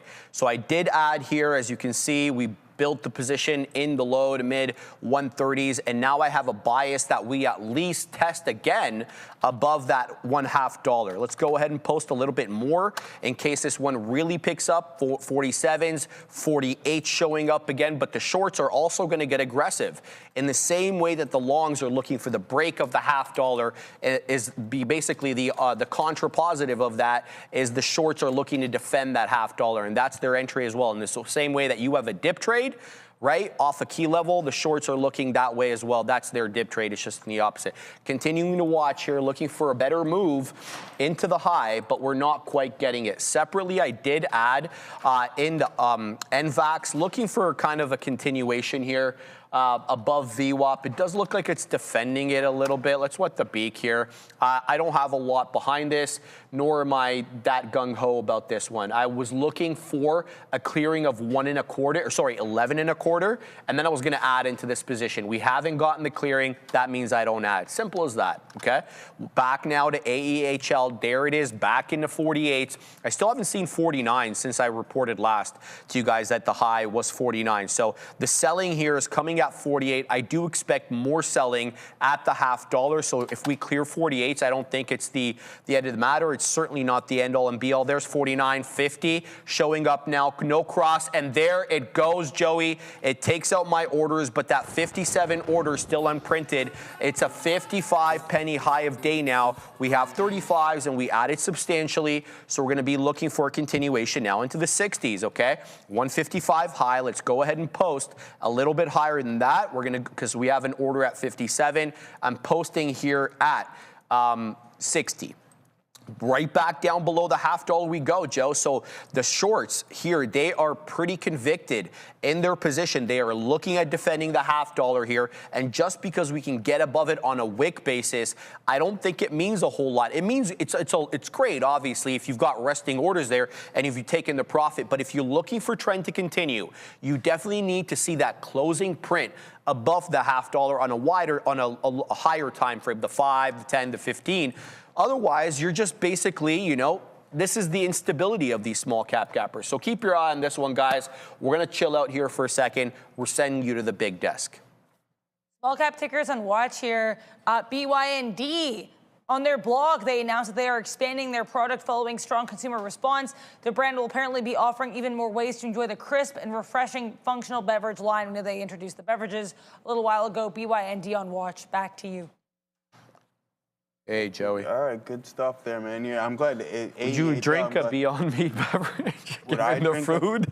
Given the quality of the food? I don't know You ever if tried the food before? I don't know if I've ever had the product Beyond Meat. No, neither have I. I've just heard other people complain about it. Yeah. I love eating that vegan food, Joey. You never, I've had, so like I tried, I remember Farm Boy used to sell these like vegetarian, I don't know why they call them chicken strips, but Yeah. like a concoction of some part of vegetables. Like strips. Vegan chicken strips. Yeah. Sounds appetizing. I mean, it wasn't Very. horrible, but you don't want to get too used to them. But I used to eat like a lot of black bean burgers and stuff like that. I like black bean. Have you ever had one? Something? I don't hate, remember Licks?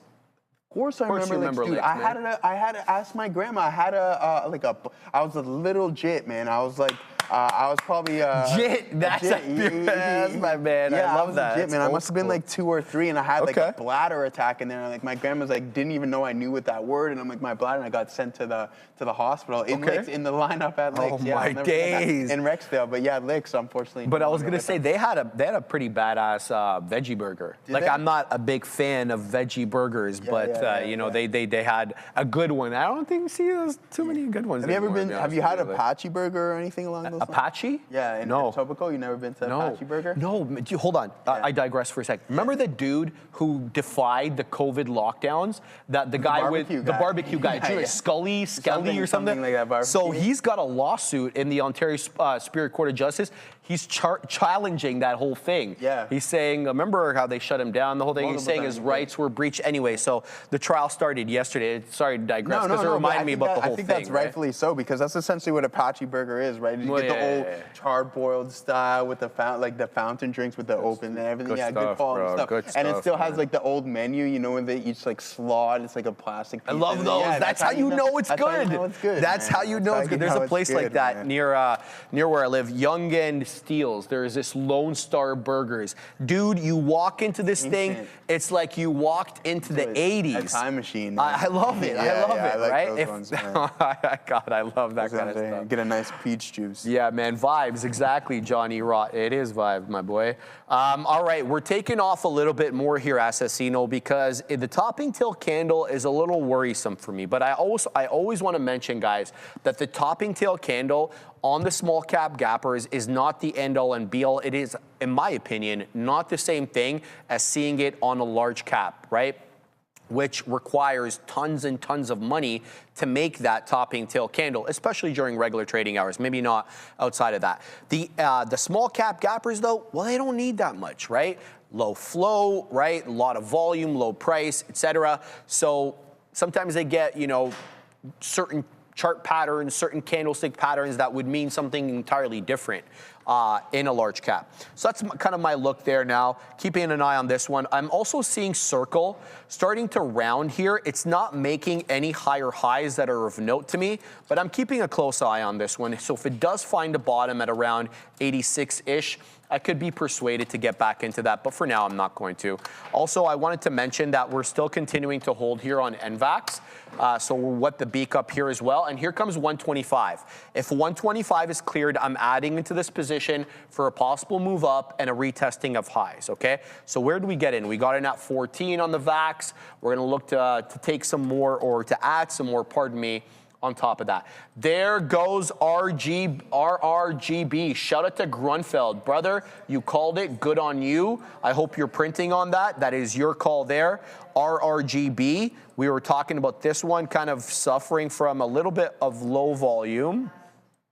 But hey, it took out $5. So if you were smart enough to build your position in the 80s or low 90s, you've reaped the reward of that patience, and it is a 503 high. So good on you guys for that. I'm just going to continue to watch NVAX, and I may be persuaded to even add into AEHL because the current candle is showing me a bottoming tail candle. So the buyers are still stepping in here. They have not let this one go, and I want to see if I can get in a bit more, Joey, for a move above the $0.50. All right, good stuff there. Let's see what everybody. No, Patrick. If you were here earlier in the day, your boy got. We'll say we took a hit there, my brother. We took a couple of hits for sure. For sure, we took some bad ones there on 3 trades too. We can go over that one more time because we can always talk about the winners and when we're all having all that fun and all that stuff. Let's get into the tough spots. So yeah, I mean here, boom. Blang. We take a little bit of it. Boom, boom, boom. We take a little bit of a loss there, and then we take another one. This one wasn't so bad, nor was this. It's where I really got hit. It was on CRCL. And yeah, that did not treat your boy very nice. So the first SD of the month. And yeah, that's just how it goes. Up there looking for the break of 90 schmackers, and we never got that down to 88.12, and that was it.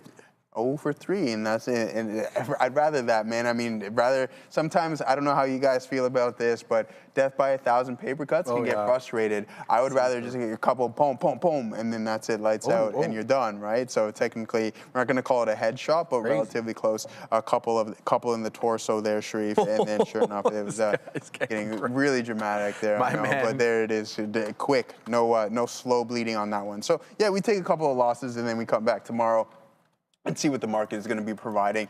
Stick with what we've been working for us for the whole month, and just get right back on, on track there. We're gonna man forward mano. We're gonna remove that one, but I see exactly win fast, lose fast. Unfortunately, that's not necessarily a narrative. Sometimes it takes a little bit longer to put in those wins for those who know. But yeah, other than that, guys, we looked at the options chain on SPY. We talked about it. DU estimate. I'm still trying to kind of comprehend what you're telling me about your expiration here. You have 250 at $200. Oh, okay, so they were worth $4 not too long ago. Those have almost doubled in price. So if you're looking for that move, that's not bad since the last time we brought up this conversation. And I hope that you are. The liquidity, a little bit of an issue on the lower time frame, but I'm sure you'll get a fill when you want to. It's just that the fees, I don't know what they're charging or your brokers. You just have to be cautious of that. We were at a low of $4, right? So this is the 5-minute time frame. Oh, maybe not. It's $7 and then all the way to the downside on the 5-minute time frame. And that's what sucks about this. $1.52, 930, now worth absolutely nada by the end of the day. And I don't know how you options writers feel. Please let me know.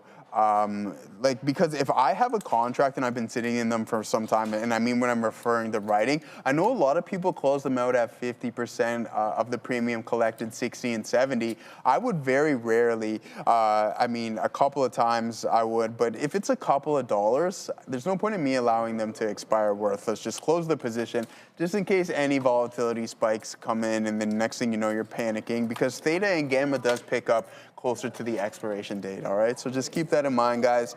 C is in the building. We're going to be going over the news here momentarily. A lot going on from an earnings standpoint. I'm looking at the list as well for those who have it or may not. We're going to go through some solid earnings today, guys. Salesforce, Snowflake, IonQ, C3AI, Paramount Global, Warner Bros. Discovery, and the first individual to guess what my favorite report we're going to talk about, I will give you a good, solid shout-out. I wish I could give you a little bit more. Is it TKO? Oh, Adara. How did you know? See, Adara, so I owe Adara. I didn't even have to look back at the tickers. I just literally was like mentally calling up which one would we be talking. It wasn't Walmart, it wasn't JPM, it wasn't when you decided to do TKO. No, so we had to go with TKO. The process of elimination there by Adara. It wasn't JPM, wasn't Walmart, but it was TKO. So I'm looking forward to talking about what Dana White and company, and I don't know, is Vince still in office there? He's getting old, man. Poor old Vinny getting real old these days. No, I think it's Triple H now, isn't it? Triple H is definitely the president, I think, at this point. And then we have Randy Orton. Randy Orton, yeah, the RKO, man. He is the, I'm trying to think of something. I can't remember. He's the chief entertainment officer, maybe, or something. I just might have made that up, but he's something along the lines of. Randy Orton? Yeah. The wrestler, brother? Yeah, but he's up there in WWE is what I'm getting at. Okay. So he's like the script writer, essentially. Is he actually? Yeah. He moved up, eh? He moved he up, can't man. be fighting He's forever. moved up. He can't be. No. Those guys don't age, man. I don't know what's up with that. Yeah, But God bless him, bro. He's all a of them, specimen, like man. He's Brock a specimen. Lesnar. He's aged a little bit. A little bit, but I mean, these guys. These were the prime dudes at my age, and I feel like they're aging like fine wine, in my opinion. They are. But yeah, there's Nvidia's options that fitness contract, lifestyle, guys. bro, my boy. That's Is the it? fitness lifestyle. It is the fitness lifestyle keeping them Apparently. in good quality shape. Aside Could be from other things. Could be. Well, bro, it's Money probably, brings a lot of options. money can make you look younger. That's for sure. Brings a lot of options. And it gives you you can Joey Opsh, he knows. Botox and all that stuff and all that. Enumerating the options. Well, I mean, I think it. it's usually that, no? Yeah, well, there's All right, all sorts well, of good they stuff say it's now, not that Joey. bad for you. Is that true? I don't know, bro. I'm hearing filler is not good for you, that Well, I it mean, runs in your injecting face some- and stuff like that. The collagen that you put in doesn't stay in one Okay. area, and it can be, I don't know. Yeah, we wouldn't not know. Maybe we'll interested. find out one day. We gotta wait until we get knows? into that, until we cross that bridge. I got another 20 years That maybe before we sucks. think about I don't that. wanna cross that bridge, Joey. Where's the good reference learn from Joe? Options getting better, but still learning 3 years in here. Carolina Tech. I can tell you anything you would like to know right here. If you ask any question, feel free to ask me, and then we'll get a little bit more involved. But aside from that, Sharif, Yes, I don't sir. know if you're still in We're in AEI both, and my boy. VAX. Yeah. We're waiting for Sia to rock and roll. What time is it? It's It's one. almost We 1 got time. o'clock. We got Yeah, time. I feel We got like she time. might have just came back from vacation or something. I don't know. Oh, 'cause of the cornrows? Because of the cornrows, right? So that's what it typically goes when you get your hair done. I could be totally wrong. don't It's think just maybe so. the new style. Should have been posting it all over Instagram. Posted it all over Instagram. I would not know because I do not have Instagram. Yeah, I know you don't. So Now you're going to have to begrudgingly get TikTok. though. I'm on it. You're on it? I'm on it now. Pull up the app. Well, I don't have the app. I'm on the thing. I'm on it it. doesn't I'm on the count web then. browser, man. All right. That app ain't going on my phone, brother. I'll tell you Joey that for Opsh sure. hates TikTok. I don't even say I hate it. Yeah, right, bro. All right, guys, we're doing it live here. I added an AEHL. It's still continuing to consolidate south of the $0.50. It is, putting in higher lows. It is holding above the 10 EMA on the 5. So let's see what AEHL has to offer. I put in the resting profit takers south of 50 and north of 50. 50 pennies, in case we get that aggressive price spike up, and I can take some profits, because you know how these ones are, man. They don't hang out in any one area for all that long. I'm also holding NVAX, and I like the look of this one's jib. I'm adding into it as well. It's not letting me add. It's fine. We can go like this. I like what NVAX is doing here. It's really curling. It did lose VWAP, funny enough, but now it's above the 10. It's above the 20. I still feel we may have some resistance in the upper 30s based upon the bull flag range, the top end of the range that we put in from 945 till the breakout at 1020. So let's see what this one has to offer. I've added a couple of times. Now it's showing 29s. I've got 24s. I initially got in at 13s, 14s for that kind of curl above VWAP, but I'm going to need a little bit more proof, and the proof comes in with those prints. So AEHL, Joey, and NVAX in focus for me. I was about to get back into DNUT, but it lost VWAP, and it just proved to me that, the flat bottom break could be on here. Continuing to watch AEHL, there's 46, there's 47. The tape is picking up. See what I mean, guys? About the tape picking up like that. Let's see if it picks up a little bit quicker. Let's see if we can make the move into the $0.50. 47 seller here of note that we can't shake, at least for the moment, but we've been up this before. We've got a higher low on the current 5-minute candle. I'm looking for that test of 155, which is the high of the day. Joseph. A lot of good stuff going on. All right, we're going to head over to Adair momentarily. All right, Adair, what do you got for us? Yeah, interesting little Apple headline here. Nothing massive, but interesting. Apparently, the company's announcing that the iPhone and iPad have been approved to handle classified NATO information. Unsure what any of the implications of this would be, but either way here, Apple, I guess, getting NATO classification approval, guys. Back to you. When BlackBerry, Obama didn't want to give up his BlackBerry because, and remember, all the government guys were all using BlackBerry because they were known for their security, and nobody wanted to use Apple because they weren't known for their security at the time. How times have changed now. Apple's like, everything is based around user privacy. Yep. What? I was going to say, you know that one story of me at the bank in Barrie? Remind me. So I had the iPhone. Yeah. So it's like one of the newer iPhones, and I'm walking down. Sorry, keep talking. I'm walking down the stairs to go to the bathroom at the bank in Barrie. You remember the club, the bank, right? Yeah. Okay. And she's like, I was thinking the bank, the actual bank. No, yeah. My bad. Yes. Now I remember very vividly. Yes. Exactly. My man, Wes Wesiel saying LASC. Let's take a look at LASC. Oh, nice breakout, Wes Wesiel, man. I didn't forget your name today, did I? My man, yeah, this is breaking out. It's a little light on volume, but it's not, not LSC, LASC. Nice breakout there, claiming the dollar earlier, not really slowing down. It's a 114 high. Be on the lookout here, man, especially with the volume picking up, relatively speaking. We're getting about 75, 72,000 shares per 5-minute candle. So be on the lookout. Nice breakout, though, on LASC. You can call you Wes. I can. I want to show you that you read this. Look at this BS here. Should I read it? Yeah, we don't need to read it out loud. Dana White's empire of testosterone now stretches to the White House, being reported by the Wall Street Journal. Brother, you can't take mainstream media to heart, right? They got to get clicks. Yeah, I know. I don't think that's what they mean, though. I think they mean the bro culture and kind of like that whole thing. What I think some people would call toxic masculinity. I wouldn't call it that, but that's what some people would say.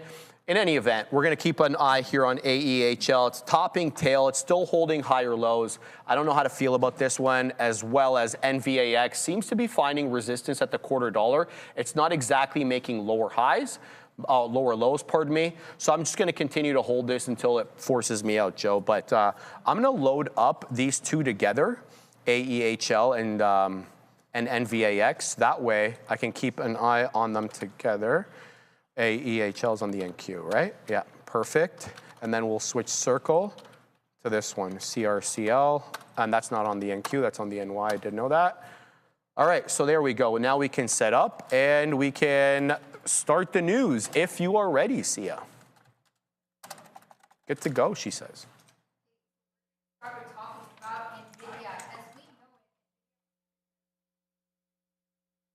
Sorry about that. We know it. Nvidia reported its Q4 results yesterday. The revenue hit $68.1 billion, up 73% year over year, and net income at $43 billion, which is a 94% rise. Now, adjusted EPS was 162 versus 153, which was expected. Revenue was $68.13 billion, as I said, versus the $66.21 that was expected, which is up 73% year over year. And net income, as we know it, nearly doubled to $43 billion, which is $1.76 a share versus the $22.1 billion from last year. And data center revenue, $62.3 billion versus $60.69 billion, which was expected, up 75% year over year. And now accounts are over 91% of total bases. Networking revenue came in at $10.98 billion, which is 263% up year over year, and a strong demand for NVLink and Spectrum X Ethernet switches. The comments, guys. All right, here's what I like and here's what I don't like. I like, obviously, the increase in revenue, pretty exponentially, beating all the expectations. Fantastic. I mean, nobody can complain about this. They hold on to their gross margins. But there are two things that come immediately to mind. I mentioned them in the morning. Combined, from their data center revenue is $62.3 billion. Their total revenue is $68.13. So we know that they're the concentration in the segment. That's fine. That's not my complaint. My complaint is when you look at that $62.3 billion data center revenue, approximately 50% of that $62.3 billion comes from 4 names: Alphabet, Amazon, Meta, and Microsoft. They've got a lot of money, so it's not a problem, right? But what if they stop buying as much because they got sick of paying Nvidia's 70% gross margins and do what we already know they're doing, which is to create their custom chips? Alphabet's doing it with TPUs, Amazon's doing it with Trainium, and I forget the name of Microsoft's, but they're doing it as well. So what happens? Well, they can look for other customers, especially if they can get the US government to give them more license to sell overseas. I'm personally thinking about the Middle East. Fine. But does the Middle East have the same type of scale, or anywhere else, except for China, of course, that the hyperscalers do? That is my main concern there, that there is so much concentration risk with companies who can kind of create on their own. That's my first, that's my take of that, Joey. What I do like is the networking revenue really, really booming. And that's something that we've heard very little about. Photonics, we've been talking about. I gave you guys LITE. LITE is a ticker. It's a photonics company, and it's been rocketing up lately. Nvidia obviously doing it with their NVLink Spectrum X Ethernet switches. That headline, Joey, that networking revenue up 263% year over year. Yeah. I mean, it's not that I think. So we're essentially talking about the king of inference, and I think that's what's going to hold them, essentially allow them to keep the dominance within the space. Shrieven, I know you mentioned the point that, like, hey, a lot of these hyperscalers are looking to start building their own chips. Yeah. But what I really like about Nvidia is just that obviously the head start that they have on on everybody else, 100%. Right? Oh, so again, we're not going to compare it to Meta and their digital ad revenue, but it's pretty close because a lot of that is coming from one specific stream, Nvidia, right? It's a very good point. Yep. So I think that's really important to know because their gaming and PC segments are kind of just being brushed off to the side right now. Quarter over quarter, negative 13%, but year over year, 47%. But it's just a fraction of the total revenue, 3.7 billion. And then the automotive and robotics is growing at a modest pace, quarter over quarter, 2%, and then year over year, only 6%. I mean, we're talking about phenomenal numbers, and this stock sliding at the lows around 5%. And the guidance over an X amount of years is that they're bringing in hundreds of billions of dollars. I think that they're going to remain the king of the stock market for quite some time, with some competition from Google. I think it's going to be a neck-and-neck race between the two. All right, let's go to Adair for her take. Yeah, I think one thing I do have to mention, because it hasn't been really discussed yet today, is just the way this release happened. Sean knows what I'm talking about. Brendan knows what I'm talking about. Obi, who's not here, knows what I'm talking about.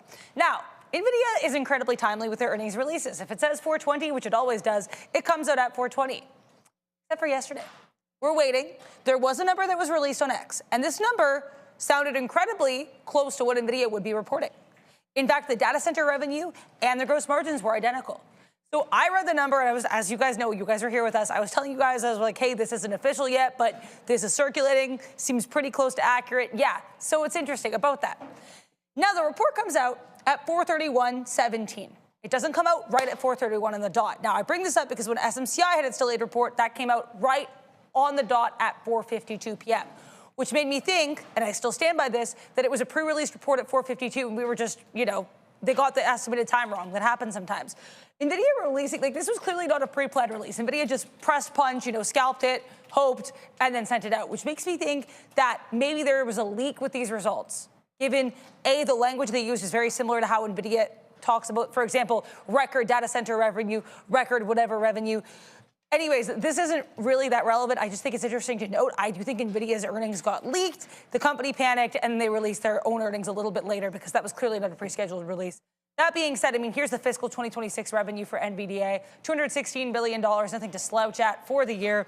And we talked a lot about this, and I know There's another chart I'm going to show in a second that really backs up something Brennan was talking about in terms of growth here for NVDA. But to go to data centers, I mean, I think just the growth is escalating clearly on data center revenue. But overall, NVIDIA revenue growth also trying to get a little bit of an uptick. We've been stagnant at that roughly 60% area for a while, so getting back into the 70s. Obviously, you can't always like have this exponential, crazy 200% growth. That isn't really sustainable. But if we can get some kind of, curve in the growth, I think that's a good look. So that is my little rant here about NVDA as we send you back over. One more thing here. Yeah, Joey. One more thing here, Shreve. Yes, sir. Matt Tamaris, him and I have been going back on NVIDIA. He's like, hey, I don't know. You're right. That's not exponential I like the growth. civility of your conversation is very notable between you and him. Civility. Look at what he says. Disagree, but I respect your opinion. Exactly, 100%. Yeah. Exactly, 100%. And he's right. It's not the exponential growth that we've seen in 22, 23, and so on. Right. But look at the pace it's still holding on to. You know how hard that is to be sustained? And he's 100%, the individual's 100% right. They're just massive numbers. But the street likes really big numbers. And I think that's why this name is going to remain dominant. Who's going to complain? We're not in the triple digits, but you're at 98% net income, 94% net income growth, 75% year over year in the data center. You're still growing at a substantial rate. It's just not as exponential because you've gone through that growth cycle, but it's just the fact that they have the ability to maintain this for that long is why I've really liked the name for the long term. I respect that. All right, Sia, what do we got next? We've got Intrinsic and Alphabet next. So after 5.5 years of developing its technology at Alphabet's Moonshot factory, Intrinsic has become an independent Alphabet company in its other division as of July 2021. So what's happening here is that the move is a shift from experimental R&D towards enterprise scale commercialization. And the Alphabet has announced on Wednesday that the company will be folded into Google itself. So Intrinsic's flagship product, Flow State, is a web-based platform enabling robot application development without extensive manual coding. And the platform will reduce reliance on highly specialized engineers and simplify certain deployment across robotic systems. So Intrinsic will also be leveraging Gemini models, Google Cloud, and will work closely with Google DeepMind. All right, what I like about it initially is it's not proprietary to Google's own robotics. If you believe the reports, it's designed to work across different robot brands and hardware. And we know that there's many different companies that are all pushing for that, whether you're talking about Boston Dynamics, I know I'm going to miss many of them here, as well as RR, Rich Tech Robotics. We've got obviously Tesla with their Optimus. So I do like that. I don't anticipate Tesla is going to want to use Google software, but the point is, it gives these OEM manufacturers who could build the exoskeleton, the body, and then the brain would be governed by a company like Google, who could really, spend the resources to get this done properly. It'd probably be a little bit harder for a smaller company to be able to do something like that. I also like how it's going to leverage Gemini models. It's also going to leverage Google Cloud. So it's going to be updated. It's going to have a good LLM. Obviously, we know how much Gemini has improved. And Google Cloud, you're going to be able to reference different data that's sitting on the cloud rather than sitting locally. Now, I know that puts some people off because of the privacy concerns, but we've seen Apple do this, right? We've seen Apple use their, remote LLMs on the cloud where there is a secure network, this, that, and the other. So I don't mind this too much. I'd like to see, some sort of physical demonstration of what it looks like. Right now, it's super abstract. Before we get Joey's opinion, we got to send it back to Adara. I have more updates here with regards to Iran. Again, this is on Watch if you're trading oil or just overall to kind of know how the situation's looking. Reportedly, according to an Axios reporter posting on X, White House envoys Jared Kushner and Steve Witkoff were disappointed by what they heard from the Iranians in their morning negotiation. Apparently, the evening session is still ongoing, but either way, it looks like White House envoys were not too happy with this Iran conversation. Guys, back to you. Thank you very much for that, Adara. And we really want to remind you guys that the Trader TV Academy is live, right? And we're super pumped about this. Like, you have no idea what kind of effort went into making this, right? So let's go ahead today and have a look at some of the different things. Look at Neil posting. Neil, this is your morning mix, correct? Is this the morning mix? stock part of the morning mix. Thank you. So Neil giving his analysis of how he viewed Nvidia, silver, and SoFi. Look right below that, right? The Katina man. Look what he says. Thinking short. After the report from Nvidia today, I look to see if we can hold that 196.50 area. Guess what, Katina man? We're $10 below that 196.50 area. And so somebody, if they took this, they're $10 in the money on this. And look what else he wrote. Keep your eye on the triple Qs here for a short. Guess what? The Qs are down almost 2%. So the Katina man giving you the fire, Neil giving you the fire, and then basically, you know, I can't provide that kind of fire, but what I can provide you guys is my morning note. So if you're part of the campus program, you're part of the academy program, you will be able to get my morning note, of course, free of charge. That is part of the tariff that you will pay there, Joey. But also, we're going to be able to give them clear insights into, you know, the different gateways that you've got on there, what each gateway means. I know you're all about your FREX now. They'll be able to learn about that, right? They'll be able to learn about all the different methodologies that we got to learn on the floor. And you know what? That's one thing. That's where I kind of lacked, because I was using a platform at home where it's just like you hit the button and bang. You didn't get a really understanding of the rebates, how much you're going to pay on this gateway, how much you're going to receive on this one. And I think that's something that's really important to know. And every day I'm still learning.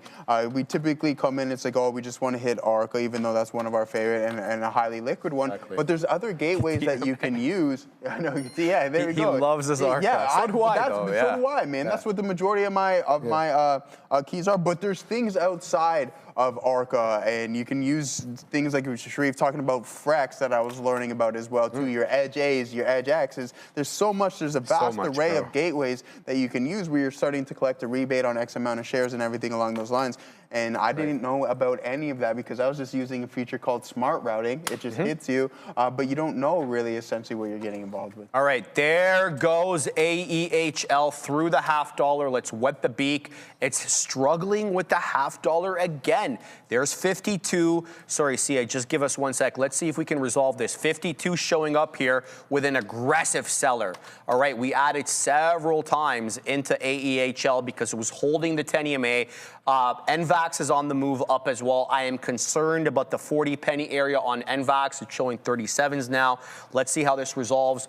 I've got a bias here that we break above that 50 penny area and we really get going. Well, I'd like for that to happen.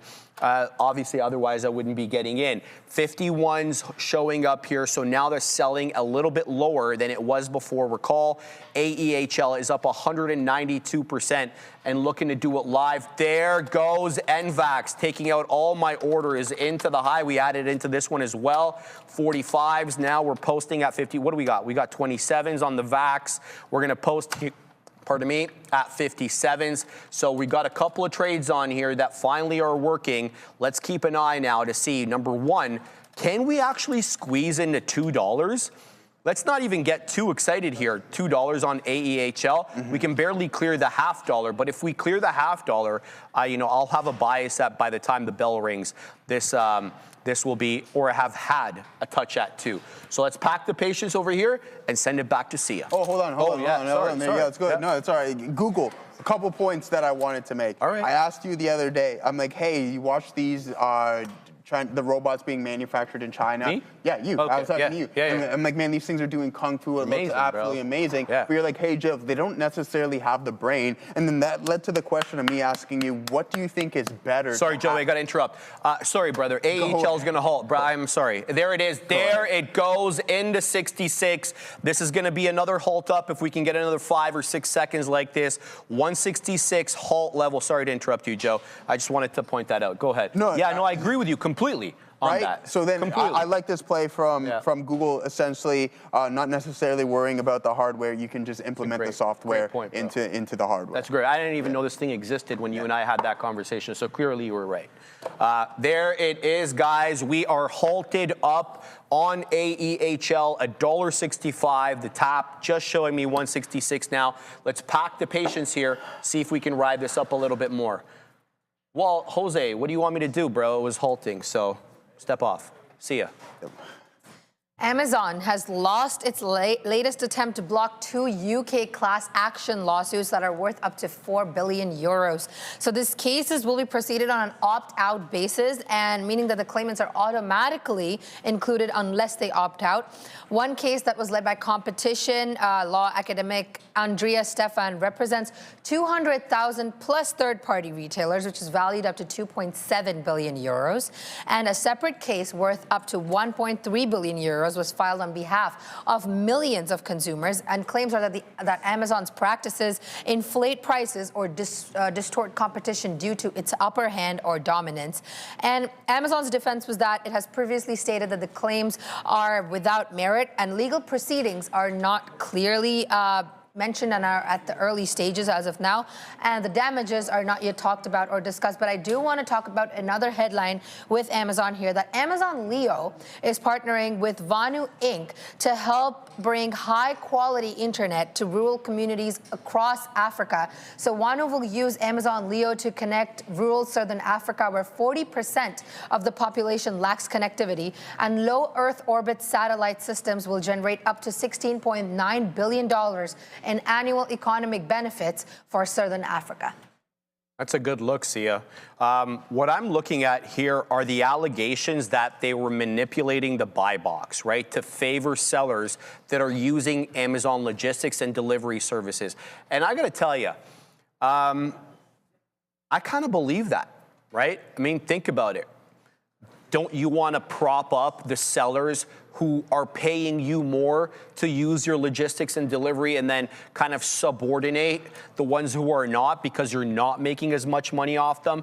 I mean, to me, this rings true. I don't have evidence other than what is, been shown so far. They argue Amazon leveraged their marketplace dominance to disadvantage independent sellers.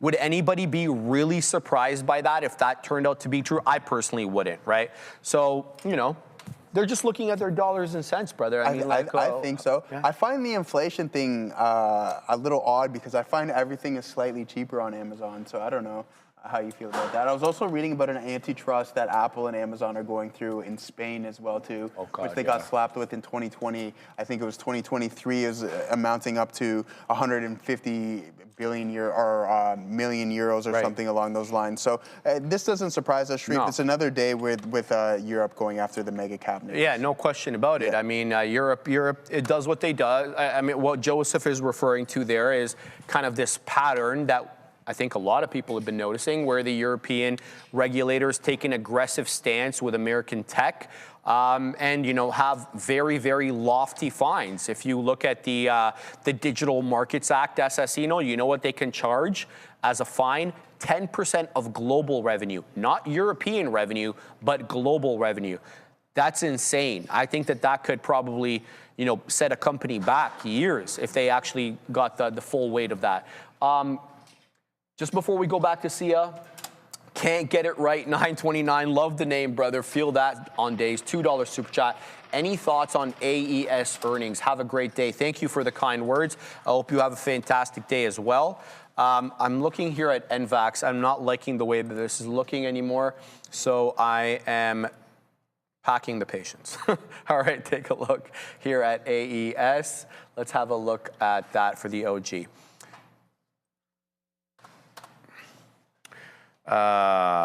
What is any thoughts on AES earnings? I don't know anything about the company.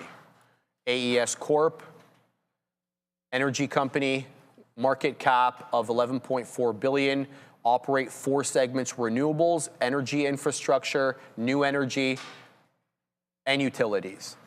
They include solar, wind, energy storage, and hydro generation. Utility segment includes in Indiana, Ohio, El Salvador. Energy infrastructure segment includes nat gas, liquid. Man, they have their hand in every freaking cookie jar. Jeez Louise. I have to digress, sorry, because what's it called is open. AEHL is open in the new high of day of 167.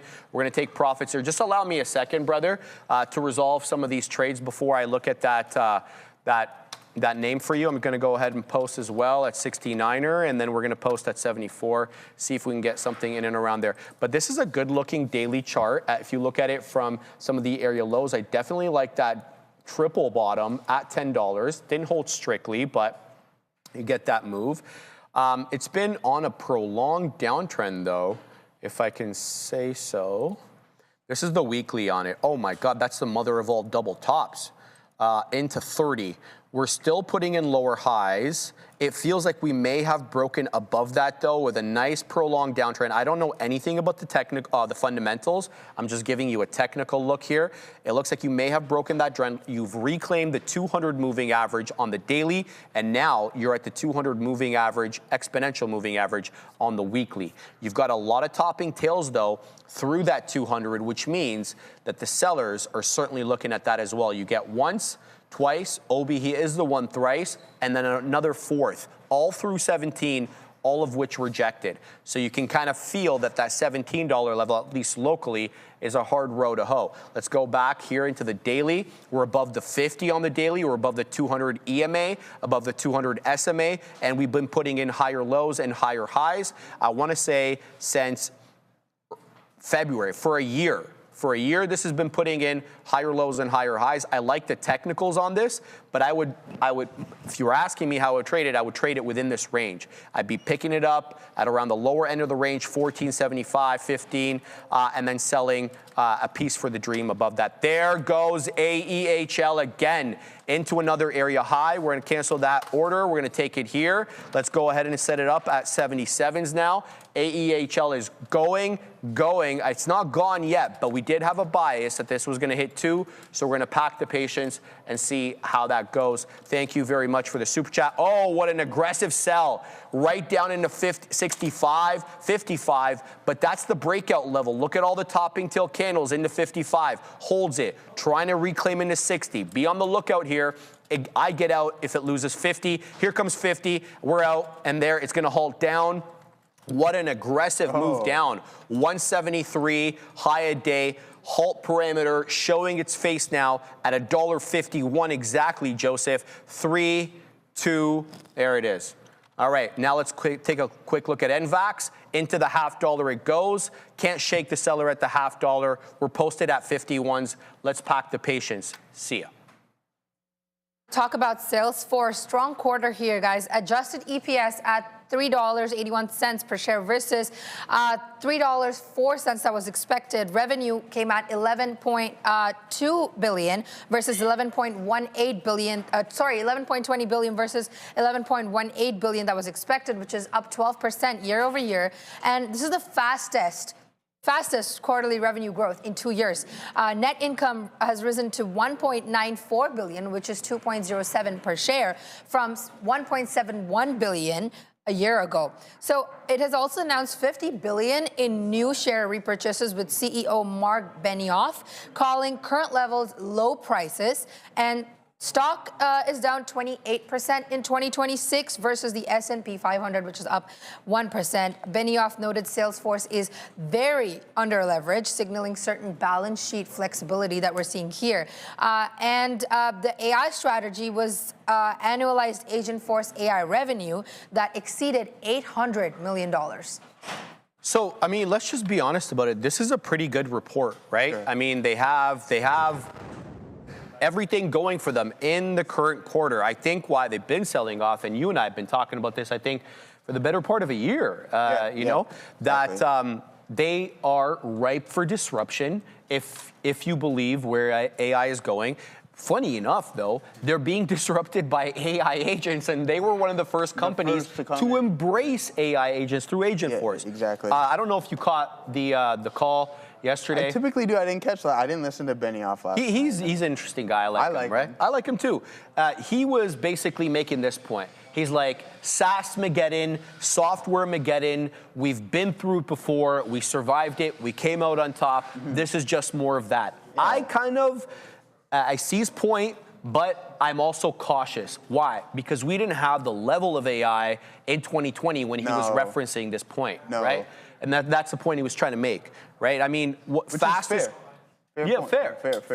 quarterly revenue growth in 2 years. They got cash up the yin-yang. They increased their net profit. They almost took home $2 billion in profit. That's not gross, that's net, right? I mean, who can complain about that? And they're putting... the quarter. On the quarter, dude. Yeah, that's what I find somewhat comical. I mean, this like. So we talk about the Intels and eventually there's just like the continuous slide. But these massive companies aren't going to turn around on a dime. But this is what you want to see when you are slowly starting to turn things around, right? Yeah. Like we're looking at full year 2027, $45 to $46 billion. Like, are you kidding me? Does this stock deserve to be down 40% off of its previous highs? I mean, we're in high single-digit growth in the quarter and year over year, but it's still growing globally. Asia Pacific up 13% year over year, right? You have Europe up 13% year over year as well too, and the Americas up in that high single digit. Yes, so sir. I think that this stock, the stock market tends to over-exaggerate. We know that there's this disruption being involved, but I like what Benioff's doing, and the numbers aren't going to lie, and they're not lying right now. They're not lying. I think that the stock Let me ask is you oversold. something, though. Yeah. If the market values stocks with a forward-looking view, Yeah. not the past, obviously, the past It's typically is done. forward. Yeah, but typically forward-looking. Do you see the argument that this is exactly 47.5% off its highs? Yeah.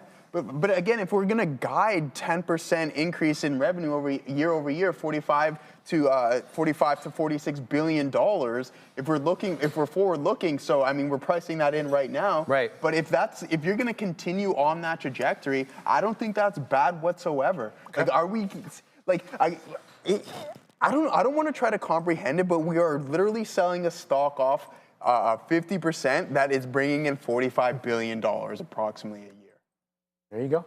Yeah, I know. You see what I'm getting at there? I totally see what you're getting at, but my bias is here that the people who understand the software side of it, they're like, look, we can do what this company can do, and we can do it at a fraction of the cost, and you can in-house it, right? So you don't have to outsource it. And I think that's really what Benioff's going to implement. He's got to implement this stuff into Agentforce and the 360. But Joey, my point is, even if Agentforce can do a hell of a job at it, if you can bring that job in-house, localize it in-house, and don't have to pay. And not have to pay this guy whatever. You know what Brendo's running over there, my boy? I will. Yeah, not all of it. But I We're know doing it I know live he's here. cooking We're up doing it stuff. live in this office, let alone somewhere else. AEHL is open, $1.40 low. Here it comes into 155. It's trying to reclaim the 10 EMA. In fact, it's above the 10 EMA. Watch out for this one. I don't know if this one is done. We're going to keep an eye on it. But what are we talking about next, Sia? Talking about Snowflake next, solid RPO growth here, but revenue of $1.28 billion, up 30.1% year over year, and adjusted EPS as 32 cents versus the 27 cents that was expected, and a revenue surprise of 2.4% versus the consensus estimates. And RPO is at $9.77 billion versus the $8.89 billion, which was estimated, which is indicating a strong forward revenue backlog and customer commitment. Product revenue is at $1.23 billion, above the $1.2 billion estimate, which is up 30% year over year. 733 customers with trailing 12-month revenue, which is more than $1 million. That is the 729 that was estimated.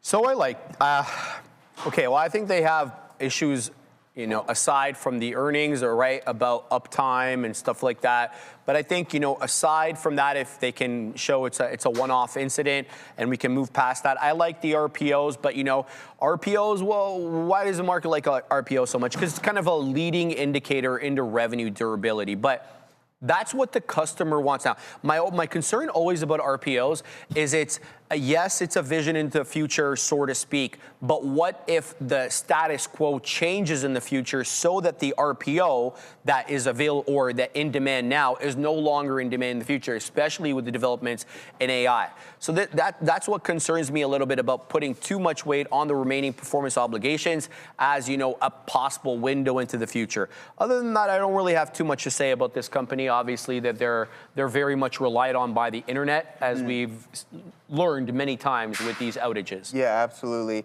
One thing that I will note, and I like this about Snowflake, is that they're getting a lot of new customers as well too. That's up 27% year over year, and 40% new customers added, 740 up to 40% year over year. So I mean, they're bringing on the clients, which is good. But this is another name that has been absolutely destroyed, from $280 peak down to $169. That's a 40% haircut in Snowflake. All right, Sia, what are we talking about next? We're talking about IONQ. This is one of my favorite stocks to talk about when I'm covering the small cap. The revenue came in at $61.9 million, which is up from $33.9 million last quarter and well above the expectations of $40.4 million. EPS at 32 cents, improved from 39 cents a year ago negative.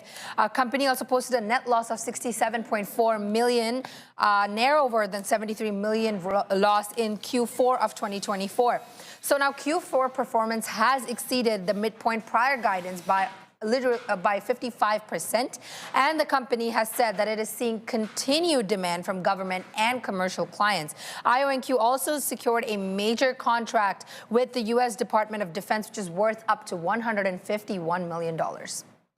Yeah, I definitely like this. I like the government contracts. We've made this point with Palantir that government contracts tend to be a bit stickier and less transient than commercial clients, which are a bit more nimble. They can kind of bob and weave as things happen. Government's a little bit less so. I like that. And you're going to need deeper pockets, especially for a technology that's nascent, that really doesn't have that, huge revenue to drive behind it like we're talking about with Nvidia. I like this, Joey. I still feel we're a ways out, but big time ways out. Never really know with this stuff. There could be breakthroughs, there could be something, but I like the government revenue. I know the government revenue, and also they're expanding. They're getting into Asia. They're selling the equipment apparently in Asia and Europe as well too. So I think that's really important to know. But what again, I have a hard time. Yeah, it's fantastic. Revenue up to 130 million. That's 202% year over year. But they're still operating at a $510 million net loss year over year. There you go. So it's tough. I mean, the ride that the quantum space went over, I'm not going to say it's completely done. Shreve nailed it on the head. Is like, yeah, we're a little bit a ways away from kind of getting to maybe where the quantum computing space wants to be. And I remember you mentioned something about someone being extremely worried about the disruption within Bitcoin. With the quantum computing. Yeah, and that's been a point that a lot of people have been making. There goes AEHL. We're back into the high of the day. Got in at 59s, just touched 73. We're in again. We're looking to do it live. We're looking for another move. Halt up 172. Limit up 172. We're showing the perimeter now. We're going to halt up here if we do another 5 or 6 seconds at this level. 172 halt. Let's 3, 2, 1. Come on, there we go. We're halted up again on AEHL. So this one, as soon as it breached prior bar high, I sniffed this one out. It holds a 10, rockets right back up. So we're involved in this one. We're looking to do a little bit more here. We're still holding some. Let's see if we can get back above that 173. Currently showing me 172 high of day. What do we got next, Sia? Talking about C3 AI next, Sharif. Management has cited weak execution in North America and in Europe, which is calling the performance rather disappointing here. But the CEO, Tom Sable, has acknowledged failure to close deals as planned, particularly in certain key Western markets here. There's been $135 million in expense cuts, including $60 million from a 26% headcount reduction here, and flattening sales organization while accelerating development of agentic AI across business units. Cost savings are also expected to be fully realized starting 2H FY27. Now, Q4 revenue is projected to be at between 48 million to 52 million, which is well below the consensus of 77.272 million. Full year revenue is expected to come in at between 246.7 million to 250.7 million versus the consensus of 298.74 million. And management has declined to provide strong near-term acceleration signals. But the CFO has confirmed that 90% of the revenue has come in from subscriptions just this quarter, and the other 10% has come in from professional services. So federal bookings has also increased 134% year over year, which is accounting for 55% of total bookings. So yeah, this company's got the best ticker in the game, right? But the thing is, I don't know if what they're going to be able to do is anything better than some of the hyperscalers, and it looks as if they're really missing targets here. As Sia mentioned, weak execution on this side of the pond and the other side of the pond, and the CEO basically, look, we can't close any deals, especially in the Western markets where, let's cut the crap, the majority of the money is. Right? Restructuring plans are never really good for investor sentiment, as it means that what is being done and has been done was not the right thing to do. It's basically just an admission of guilt. CFO did confirm that 90% of revenue comes from subscriptions, which could be good. I'm assuming subscriptions are a higher margin. What I want to know, though, is why would, well, it looks like they're using agents here and stuff like that. Do they have any defensible moat that the hyperscalers, the Googles, the Amazons, the Microsofts are unable to do? Are they able to offer price discounts? Are they able to kind of provide better customer service? What the hell is their moat? Why would we go through them? Because they have a good ticker? Yeah, I think that's what happened with this name at the beginning. It's just during that AI bubble and AI or I shouldn't say bubble, I guess that AI pump is that this name had the ticker AI. Right. And everybody's like, okay, we got to get involved with it because it was worth $48 at one point. It was, bro. I mean, they're doing a CEO shuffle as well, too, because of the lack of execution. This name has not been performing good whatsoever, down 83% from its 2024 highs, guys. All right, Sia, what's next? Do you want to? Yeah, sorry, I had some commentary on this one actually with C3AI. Oh, it's doing the thing. I'll fix my mic. Yeah, so I just want to mention here, as Joe mentioned, the CEO shuffle. It already happened. It's been shuffled, and the timing of it is actually kind of sus. So let's talk about it. So Stephen Ahikian, I mentioned this before, he actually was part of the second Trump administration, Trump 2.0. Now, here's where the timeline is kind of hilarious. So September 2nd, 2025, he announces he's going to be stepping down from his role as a deputy administrator of the General Services Administration. Then on September 3rd, C3AI announces he's going to be their new CEO effective September 1st. So there's like a weird one-day overlap where he was both the CEO of this company and in the administration. I am not sure the legality of this, but either way, it's kind of funny. So I wanted to bring it up.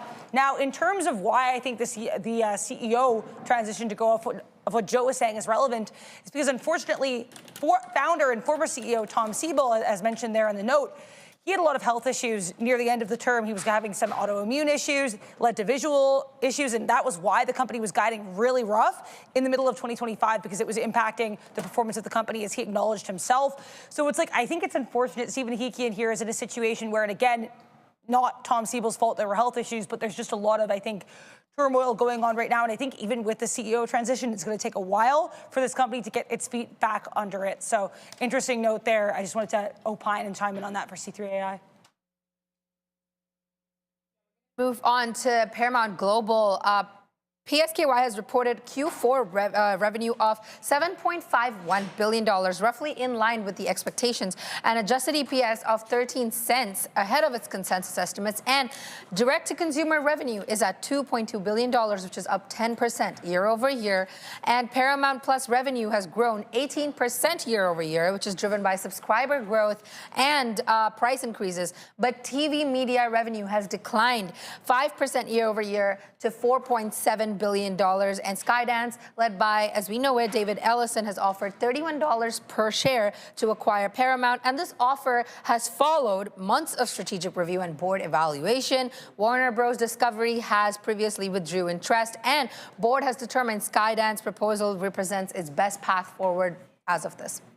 Thank you very much. See you guys. AAPL is open. It's trading near the highs. There's a seller at 71, a high of 74. Watching here, looking for a possible exit. I've moved up my stop a little tiny bit below my entry, but I don't want to move it too quickly here because it's still showing me exactly what I want to see, which are higher lows. Now it is using essentially that $0.75 area as resistance, but I have a bit of a bias that this might see $2. So I'd like to see it through if possible. But to talk about this, I wonder why PSKY is so gung-ho to get in bed with WBD. I'm gonna give you my theory. Yeah, absolutely. Right, which is, look at this, Joey. TV revenue declined 5%. Yeah. Okay. Advertising revenue continues to decline. Yeah. It's like down and to the right, right? Yeah. And then when you look at their other business here, direct to consumer revenue up 10%. Paramount Plus revenue, which is obviously streaming, up 18. So I think they basically are really looking at stacking the boat on their streaming so that they can get the Warner Brothers catalog rights, take those, put them on the streaming service, and really grow that business. Even though they've got to pick up Warner's legacy media, I think they're kind of looking at that as just the cost of doing business. So they can branch off of what Warner Brothers, obviously Warner Brothers Discovery has, and I agree with you on that front. And I don't know, it's weird because I feel like regardless of what they offer, that Warner Brothers is still going to sway towards Netflix. So I'm curious, is Paramount kind of just using up all its resources, just putting out these bids that may not even be offered, regardless of how potentially good they can be? Point, I think they have to put something in so substantial, in my opinion, that is like, hey, we cannot deny, but I don't know if they're willing to go that far. With that being said, coming up next is going to be one of my favorite companies to talk about, but Paramount Skydance signing a deal with the UFC for a longer duration, no longer paying any pay-per-views. Is that going to be a complete table turner? I don't think so, but it's a step in the right direction. But like you mentioned, Sharif, a lot of the linear TV down and to the right. And even so, I think that Paramount is one of the secondary streaming services. I don't know if a lot of people are getting involved with it. Because you start with Netflix, and then you probably, if you're having the kids, you have the Disney Plus, right? And then you have the Amazon Prime. You get an additional feature. If you're an Amazon Prime customer, you're getting the delivery free, pretty much essentially waived, and you have a streaming service. So I truly think that Paramount is fighting a losing battle right now. And Derek can maybe agree to the point. I said, I don't know how much this is going to be taking into consideration with the merger aspect, but they didn't have any Grammy nominations or whatever it may be. Yeah, it was like 1 or 2 or something along those lines. Adara would definitely get more involved with that, but I just think that Paramount is the inferior producer in my opinion. All right, man. AEHL is dropping quite aggressively. I got out in the mid-60s for exactly that reason. You could just see the selling coming in. Limit down, guys, is 151. We're showing 54, 53. So be on the lookout. Possible limit down coming in here on AEHL. What do we got next, Sia? We're talking about WBD. So there is certain revenue pressure, not looking good. Revenue is at $9.46 billion, which is down 6% year over year, but roughly in line with expectations. Net loss at $252 million, which is wider than the prior quarter's $148 million loss. And adjusted EBITDA at $2.216 billion. There's certain underlying operating profitability here, and streaming. 131.6 million global streaming subscribers, which is up 3.5 million quarter over quarter. And advertising revenue has fallen 9%, with roughly half of the tide loss of NBA rights on Turner. And global linear networks revenue has declined 12% year over year.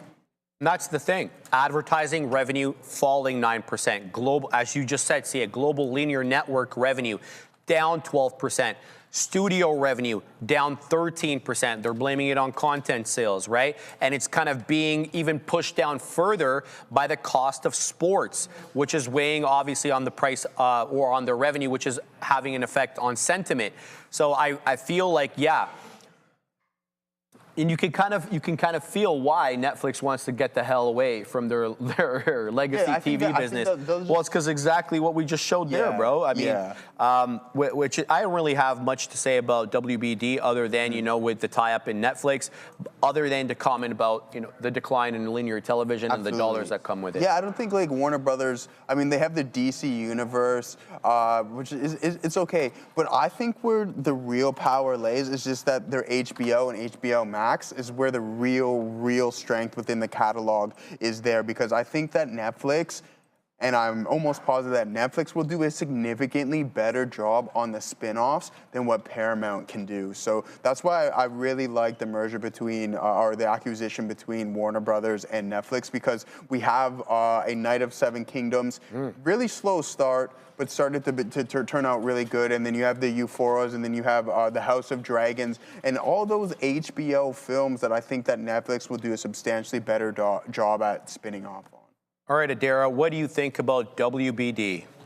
I mean, like, I'm an HBO fan, so I'm always going to be kind of biased here with regards to the content. But stepping aside from the content, I have two key points to make. Point one, reportedly Ted Sarandos meeting with Attorney General Pam Bondi today in Washington. That's the co-CEO of Netflix, to try to kind of, you know, get some conversations happening with regards to that merger. So that's interesting. That kind of shows maybe he's a bit scared. To be fair, I think he held his own pretty well in that, you know, Senate committee a couple weeks ago, but there are still going to be some concerns for a lot of people in terms of Netflix's, for lack of a better term, content and people calling it woke. So I think that was one of the biggest things that arose during that meeting. So yeah, I think talking to Pam Bondi will be interesting to see if we hear any reports of what happened there.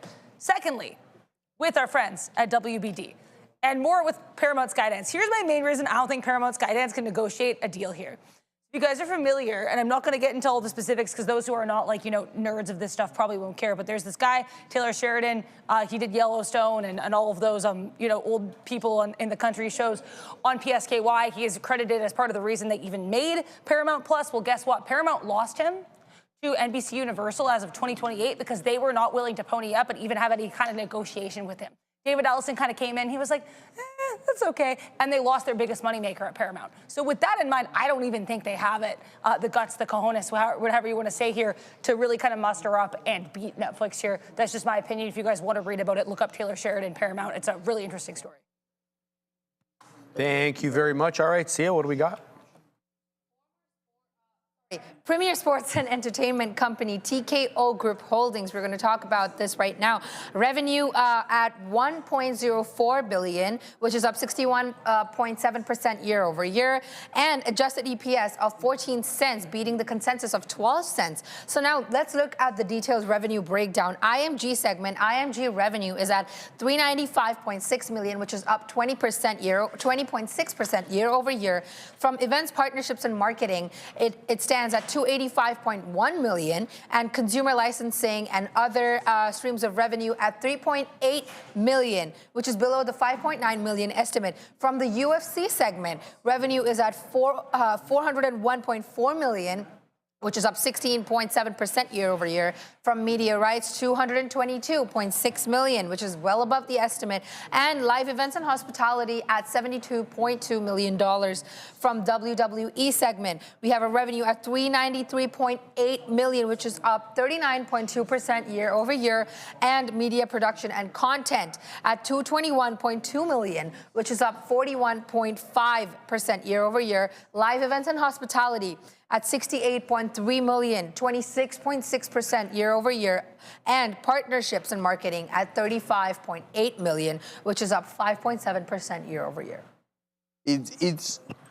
I can't speak enough on how much of a phenomenal job, in my opinion, Dana White has been as president of the UFC. This is such a fast-growing sport, but one thing, he's also made extremely strategic moves. And we're going to start things off with the Paramount deal, okay? We know that they were with ESPN+, but they signed this Paramount deal, multi-billion-dollar deal, which is not only going to increase the fighter pay, it adds more revenue into the company. Now, what he has done to hone in costs is the fight night. He's been doing this for quite some time, but if you're not aware that there's only the pay-per-views are in massive stadiums.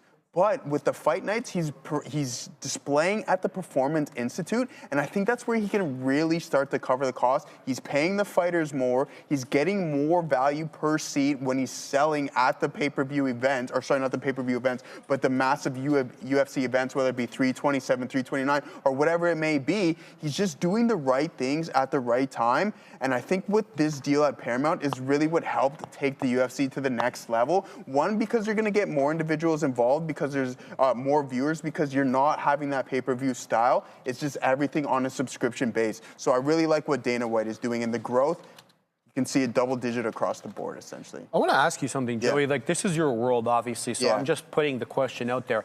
Is there another brand of, like, UFC that's making a move to try to take their fighters? No, well, so what happens is if you don't sign with the UFC, you got the PFL. So there's like that secondary kind of fighting, like the PFL and Bellator, right? Bellator. But they combined it. They combined for a while. So Bellator, I don't believe is anymore, but PFL was that next stage.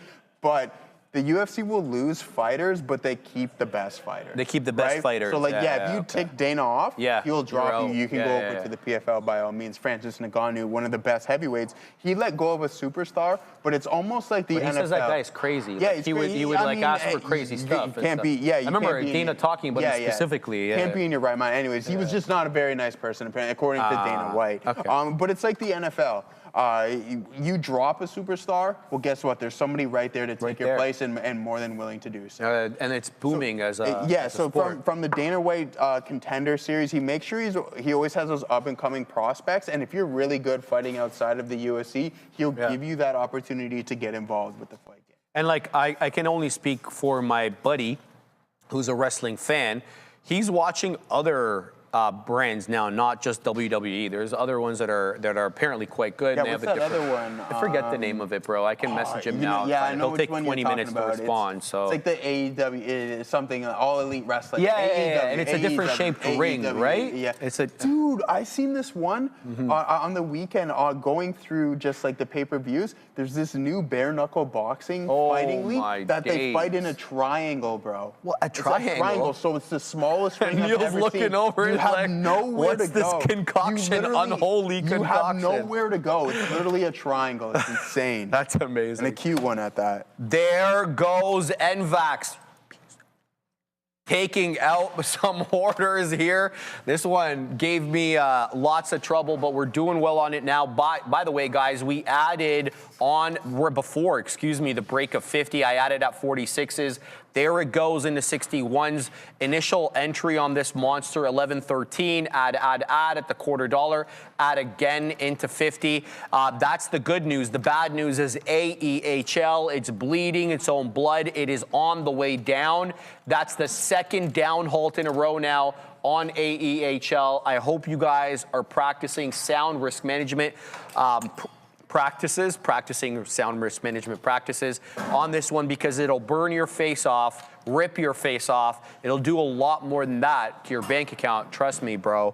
But anyway, guys, be careful with AEHL. A couple more things here. A lot of people Joey. bringing up ONE FC. I agree. I like One, but that's more Asia specific, right? Like, so when we go into ONE FC, that's more Asia specific. And a cube, what I meant by is the triangle. Understood, Joey. All right, Sia. What do we have next? So we're going to talk about BIDU. Net profit has fallen 66% year over year to 2.56 billion yuan, missing the estimates of 3.18 billion yuan. Revenue has declined 4.1% year over year, and weakness is tied to ongoing struggles in online marketing and advertising. So AI-powered businesses, however, have grown 48% year over year in the fourth quarter, and AI cloud revenue has risen 39% year over year to 5.89 billion yuan. Also, Baidu Wenku, which is their knowledge platform, now has hit 200 million monthly active users as of December. A statement from the CEO, Robin Lee, was 2025 marked a pivotal year as AI became the new core at Baidu. So, this is a Chinese stock. So, this is my opinion. They don't get a fair shake. There is a cap on these Chinese stocks that they can't seem to shake, because this is a really good story. I mean, look at this, Joey. Cloud revenue. I mean, some of our cloud service providers would be kind of envious of that 39% year-over-year growth, right? And then they've got autonomous ride hailing, completing 3.4 million rides. That's up 200%. Which is quite good. They're cutting costs. They're shedding. Sadly, of course, we always want to caveat that. We don't want anybody to lose their jobs, but the market does celebrate financially the cutting of jobs. 6% of the workforce in 2025, so they were able to shore up costs. To me, this is a good stock, but when you look at the price, when you look at The chart, it's not good. It's not good.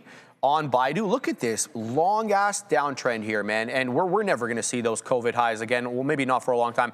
$354. You could even make the argument back in 2018, that 270 area is anyway.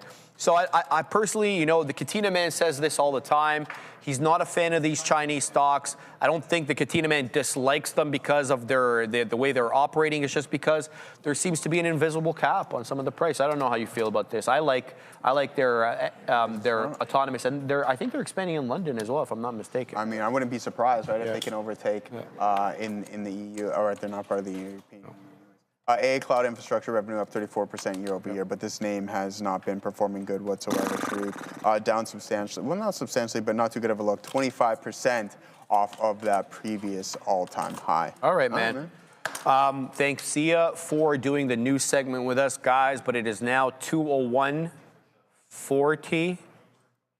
Yeah, we'll go to 5. There we go. So we got another 1 and 3 quarters in the bag, Joey. We got to start keeping we got a lot in the here. bag, man. We might even have like a half a session in there. Half a session? Yeah. Oh, my God. Katina Man's like, yeah, that's not happening, bro. That's not happening, bro. Yo, Neil's chiming in now. All right, guys. Neil's back. All right, before we send you to the big boys, we're going to have to send you to Adara at the desk. She's got news. Google not reacting too much to this, but it's worth noting a couple minutes ago, Aravind Srinivas, leader of Perplexity, releasing a post on X saying that the company, Perplexity rather, has the, quote, industry-leading embedded search embedding model surpassing Google and Alibaba. They're going to be releasing it today. So keep an eye here in GeoOGL, maybe to a lesser extent Alibaba. Perplexity apparently releasing a competitive search embedding model product. Back to you. Thank you so much, Sharif. Great midday. Thank you both, boys. But your math isn't mathing. You can't take a minute here and 30 seconds there and get to like 90 minutes that quickly. That said, you know, thank you for staying on a little bit longer there. We appreciate you for sure. Welcome, everybody, as you matriculate back on in. Shout out to Midwest Cannabis, I see in the chat. Holla, Midwest. I've never seen him before. And I bust. And he did the me and you emojis there. Yeah, buddy. Oh, what we got here? Smartphone market set to fall 13% due to memory shortage. Is freestyling over there. The IDC. Oh, that'd be bad for ARM. Smartphone market set to fall. Sucks to be ARM. Sucks to be Qualcomm. Due to memory shortage, smartphone. But I thought the market. It's not a demand thing. It's a supply thing. I know, but smartphone market. Maybe they worded it incorrectly. That's like we are the market. So what? Is the population dropping 13%, or are they saying the price is going to be too high, therefore it prices out? It's not a demand thing. It's a certain amount of people. Problem. Yeah, supply thing makes sense. Yeah. Okay. Oh, the conversation just now. We had a point for this because the conversation just now was Baidu. Yeah. I just wanted to throw in there, man. These Chinese tech companies have some sick. Value. Like Baidu's a 13 forward PE. Baba's like a 17 or I don't know. I just looked at it. You think I get it right? Yeah. Oh, it is 17. 16.9. 17 PE. Like these are cheap, but it just comes down to the risk aspect. It's just or the perceived risk, and really. What's going on right now? Bitcoin's going. Yeah, we're actually starting to bounce a little bit here, but you know these could be good bounce plays. Baidu's coming into the 200 period moving average, and Alibaba. I own Alibaba, by the way. Just going to throw that one out there because we always got to mention when we do. Oh, this chart just taking its dandy time. Yeah, that's fine. You can finally matriculate in there. There we go. Baba's resting right now. I know. Like, look how long. And now I can finally show that it's bouncing off the 200 period moving average. I could have just said it, but I wanted you guys to see that I wasn't just making it up. No, you're at the 200 simple right now on Alibaba. You know, you get a couple of days bouncing here. I think that could be a nice little reload buy, but relatively cheap. But we're going to have the rundown a little bit later on when Sharif gets back. He takes a break. He'll get up to the desk and all the symbols that you guys are interested in. We will throw up there for you. And already, super chat from Shane Stein. Shane Stein. What do you guys think about Tesla from here and possible into the open tomorrow? You have 94 or 5 calls and 240 at 4, 12, 50 calls. I mean, all we can do is look at the Why? technicals. I can't tell you what to do. I mean, I don't know. Yeah, I know. I was like, are we expecting Yeah, something tomorrow? There's or- no, it's just Friday tomorrow. There's no news on Tesla. I can't think of what the catalyst might be ultimately. I mean, look, you're sitting holding the full 5. That's actually the level that held today.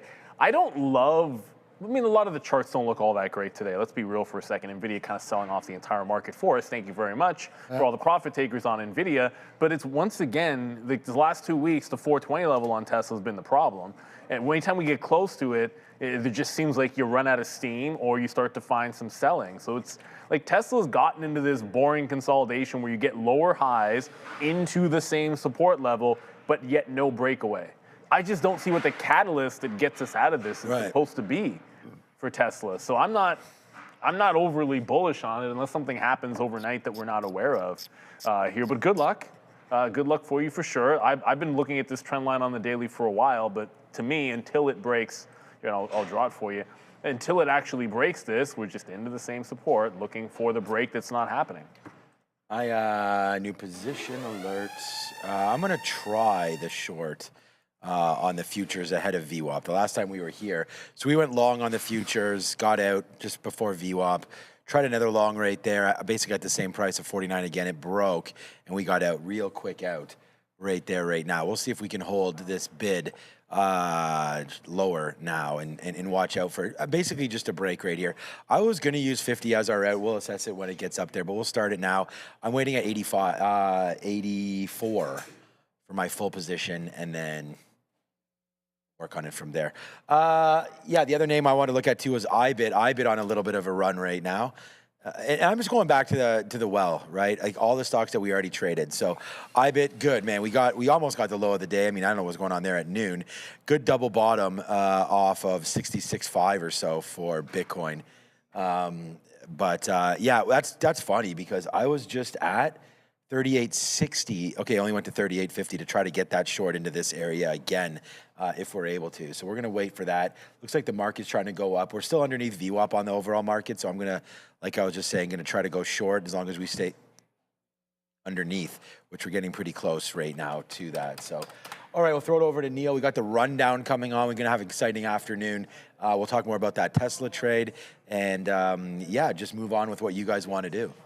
Well, I know I posted there today. I know you post, and Brendan has posted, and both Joe and Sharif, and hopefully everyone that has joined the Academy is getting active in there. Because, hey, it's been an unbelievable first few days with the Trader TV Academy. A lot of time spent perfecting the step-by-step materials because we want to make sure that the exact tools we use to find success are there for you to learn with. The doors are now open, and the community is growing, and we're live.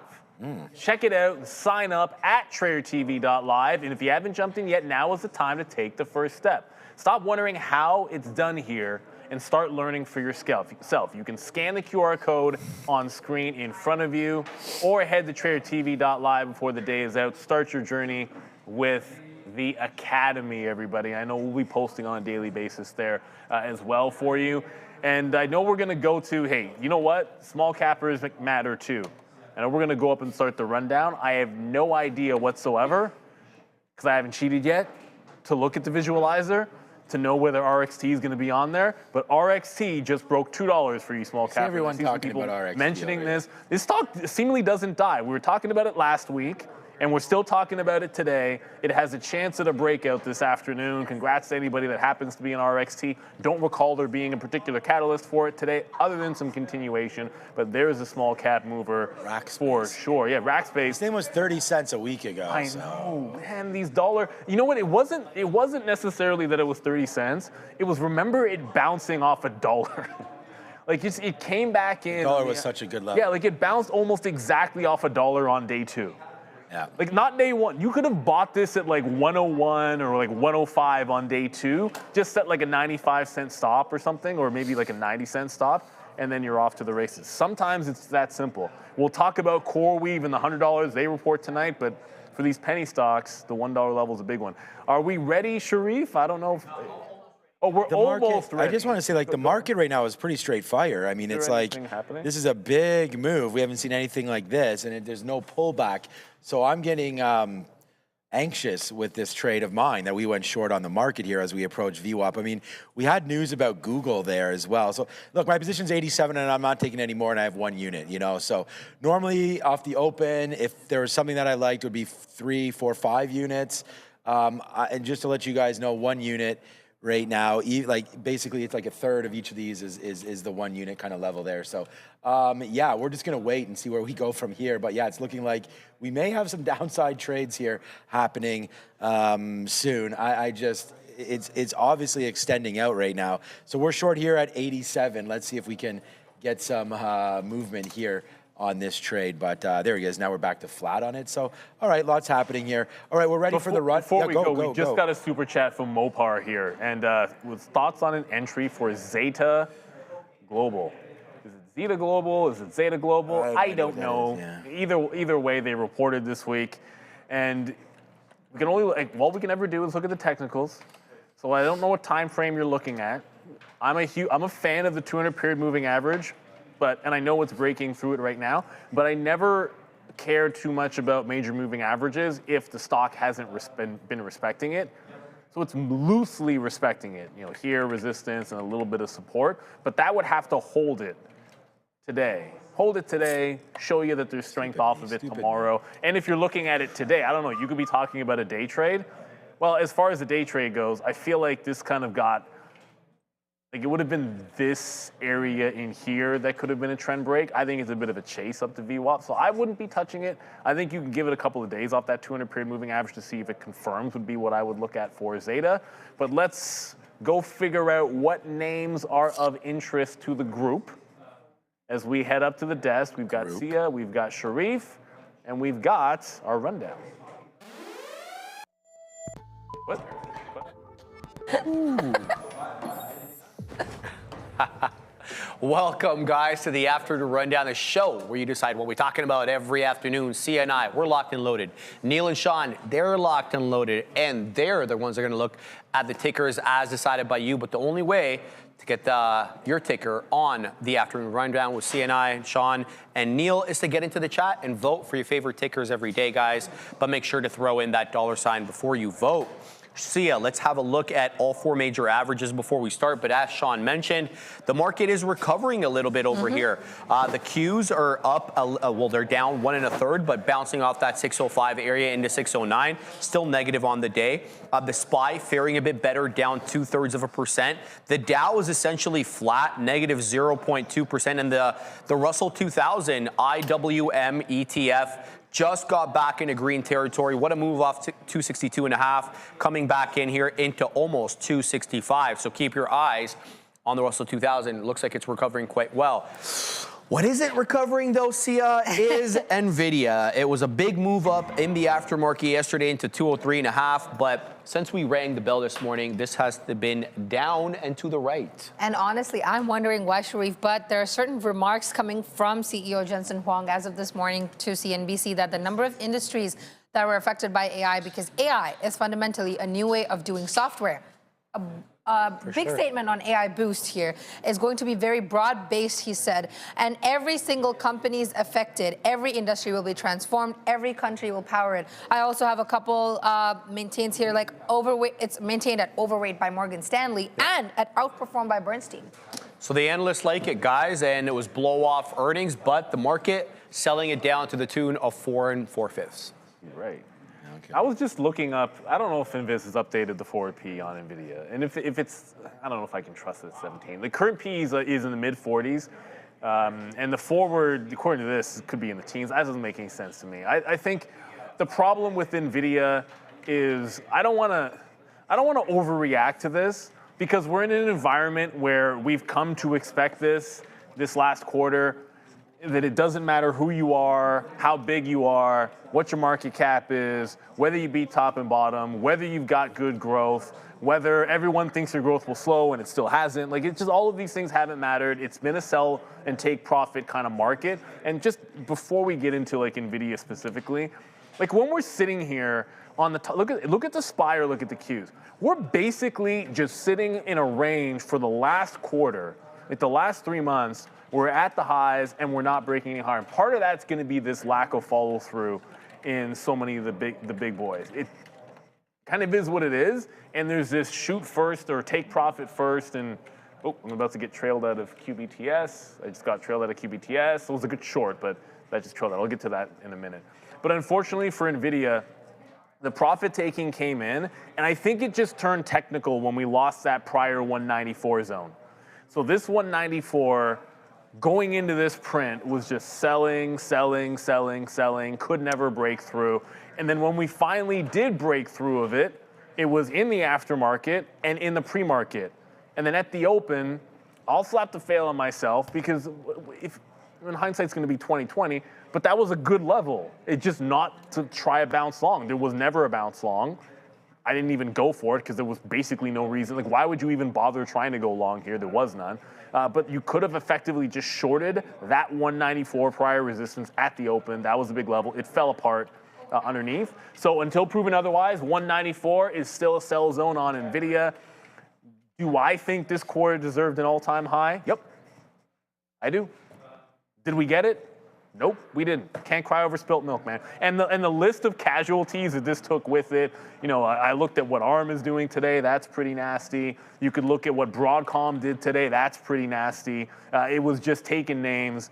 It's like, imagine, it's like Aaron Donald, right? Like coming through, and he gets like a double team, and he takes out both blockers. The running back falls over, and he falls into the quarterback, and like everybody just goes down. The play's just blown up dead, because Nvidia just plowed through the bit, right? So everything kind of got smoked there. Yeah. The greatest defensive, I know some people will say it's other, I don't know. It is, it's Reggie White. See, here's the thing. Aaron Donald's a tackle, isn't he, Reggie Aaron White? Donald, in his prime, was, I don't think there was ever, maybe at one point Watt, you could make an argument. White, defensive ends are different. Like, that guy was the entire defense for a few years. That's why I've already, yeah. LT was up there. I got you, Russell. LT was up there as well. But for linebacker. Absolute peak in one game disrupting, no one was like, but it doesn't matter. Nvidia just plowed through everything today, kind of sucked. Yeah, Nvidia's Aaron Donald. We'll just take that. That's fine. So for me, we had mentioned down on the sticky note today that Nvidia was on there, but we talked about it. I explained the three-day rule, and we're just going to apply it to Nvidia. So I was almost going to take 196 today because that was this level, but as we explained earlier on, like, we weren't going to do anything early, and I said, let's not take a trade till 9:35 on this thing. And checks watch, it's 2:20. Still haven't taken a trade on it. And you know, I feel like it was very, very choppy there. I mean, if you're going to use a 200 period, you would have had a trade there. You would have had a trade there. I had to discuss the 200 period moving average with a couple of you earlier today, and how on that works. And then, you know, it works pretty good, man. Like, all the way down, respected, trying to break higher. So I feel like the market right now is actually trying to break higher. So I'm nervous hands about this short that I have, that's for sure. But yeah, let it settle down. I mean, look, I couldn't agree more with Neil. Like, that's disappointing. We had said the last time we had earnings, we did actually, you know, eclipse that $200 mark and get up into 210. We did it basically yesterday as well, but that high was only 205. So, you know, if you're going to go on that, it's a lower high. So not great. Not great. You know, you don't want to see that as an investor. Am I still very long Nvidia? Yes. Am I planning on selling anything? No. Will I buy the dip? We shall see. Let's give it a couple days just to figure that out. And I don't want to be like all in on Nvidia or anything like that. So I probably will not be buying anything down here, but I wouldn't be surprised if we just make that move all the way back in. And, you know, also wouldn't be surprised if we have another 6 months of sideways action on Nvidia. If they're going to come out and beat those numbers, then, you know, unfortunately, the saying that I hate, but it is what it is. Maybe we have to wait for China. That would be the next thing. The China numbers are not in this. So there's no China numbers in this right now. So that could be the next shoe to drop for Nvidia. You know, if they start including them in their report and they're bigger than they thought, maybe tariff deals, maybe something gets done. But for me, Nvidia, they basically put up and the stock said, shut up. So I don't really know what to do other than throw my hands up in the air and potentially wave them like I just don't care. After that, I'm out of things to do. So, all right, see, I love the hair back there. I actually commented on that. You know, I don't have any. Makes you want to go hip hop, hooray. Like, I don't. Oh, hey, oh, yeah. Exactly. But I went to ask you before Neil started singing some little Sorry, hip hop man. over there. My bad. Was how long does that take? That is. So last time, because my best friend was doing it, it took 2 hours. Okay, But this time we went to a professional, like a lady who does it for my partner, and they did it in 45 minutes. 45 minutes. That's It takes our hairdresser 4 hours to do my daughter. I know, 45 minutes is crazy. Look at the detailing on it too. I know, it's like all the way nuts. to, and there's stitches. Neil, man, So you gotta she was up your doing game, it my so guy. No, fast. I'm not doing it. No, we gotta go to somebody else. hairdresser we take my daughter to takes it literally 4 hours. You got to take 4 the tablet, hours? and she's 9 years old sitting through it, and you're talking 45 minutes. Okay, so 4 hours seriously, seems way too Is long, it my maybe guy. because my hair is small? That's why. Like it's not longer. Maybe You it's like tell 45 me. I mean, look, first of all, I'm not an You know expert. how long it would take to do my hair? No, I'm not an expert, but that's 3 hours of our lives that we might be able to get back. Oh, that's real. man. That's good. I mean, shoot. Nah, man. You know how long it takes my man. barber to do my haircut? I mean, it should take him like 7 minutes, Yeah, but me we and usually Neil get to cut talk. our own We damn get to hair. talking for a while, Yeah, and then it's like big. maybe it's like 15, 20, but like it should take 5-7 minutes. That's impressive. I'm very impressed. Let's see if we're impressed by the next name on the list. I'm gonna go with you know what? I have no idea. You had your hair curly like a couple of days ago, right? Yeah, my hair is Yeah. like super curly. Super curly. Yeah. We're Was on- that you were setting it up for the cornrows? Is that Oh, what you were no, doing? my hair is like always curly. That's just the texture of my Yeah, hair. that's what I mean. Usually I straighten it, but I don't like Exactly. straightening it. Yeah. Curly is just the way I leave it, but I really like this because I like giving my scalp air sometimes. And it feels great when you walk outside. It's I so bet. cold. I I love bet. it. All right, guys, let's talk RXT. RXT is rocketing up as we speak. It's up 57%, 212, 213, 217 high. It really took out that flat top at 190. They reported earnings in the morning here at 8 a.m. What more can you tell us about the earnings report, Sia, after that tie-up with Palantir that they've had? Yeah, so the public cloud growth here is the revenue has increased by 6% year over year, and it's driving a shift towards higher value enterprise, Sharif, certain engagement also, but there's been a private cloud decline. Public cloud's been increasing, private cloud's been declining. It's decreased by 10% year over year, a big number there. There's ongoing challenges just particular to this segment over here. And there's a strategic shift that the CEO has highlighted, a focus on enterprise AI and partnerships as a foundation for their future growth. All right, guys, RXT is making the move as we speak into the high of the day. Yeah, who knew? Look at that breakout. This is what you're looking for an afternoon breakout trade on RXT. And the best thing about it, it's clearing out. It's clearing out this level on the daily. This was the high 4 days ago? Yeah, something like that. Through that 210. Ideally, I'd like to see it hold the first available dip back into that prior high. So holding $2 this afternoon, I think, is going to be pretty key. But this is a pure squeeze play. It's not a blue sky setup or anything, because if you zoom a little bit further out, there are a couple of legs you have to worry about here, like 220, which is right here right now, which is why I wouldn't buy this high. And then you've got the 250 level. So 220 and 250. I think pulling back into $2 seems like it would make some sense, but there hasn't even been a dip since this recent breakout. So if that can hold $2, I think you got some license to get a little bit higher here on RXT. I know it's up 58%. But the shorts have to feel a little bit of a squeeze pumping here. All right, just real quick on what I'm doing here besides losing on this average in. So again, we don't have very many shares here. We have about a unit and a half, unit and a quarter, something like that. We're just looking at that break of, I thought, wait a second. I thought we got as high as on the TQs 08 or something like that. Where is that? Right there. Yeah, that's it right there. So $50.07. So I'm using 10s as the break right now. So as we zoom back out, it's right there. So I just took a little bit more there just because, like, you know, to risk such a small amount. But I think you're right. Ricardo in the chat there was like, yo, the buyers are back, man. Be careful. All I was trying to do was get it back to the 200 period, which when I took this, it was right here with 50 and the 200 was matching. So I thought it was worth shot there. But, you know, averaging into oblivion is not a strategy. So that's no good. So we're going to just wait. If it does pull back into VWAP there, that's 90s. We could take a little piece out there maybe just because technically we should. I'm still going to wait for that. You can see if we can make right now. We're short at 94. If we can make 25 cents, great. Like our stop is 10, so it'll be 15 cents of a hit there. So yeah, not a great move there. We should have just waited for that top to be filled or the VWAP to be breached. But all right, that's that. Let's go. And RXT, a great stock. Oh, you know what that reminds me of here? ALBT was Avalon. That was this morning, and you had said something. Avalon. You had said something about how. Oh, look at the dollar level.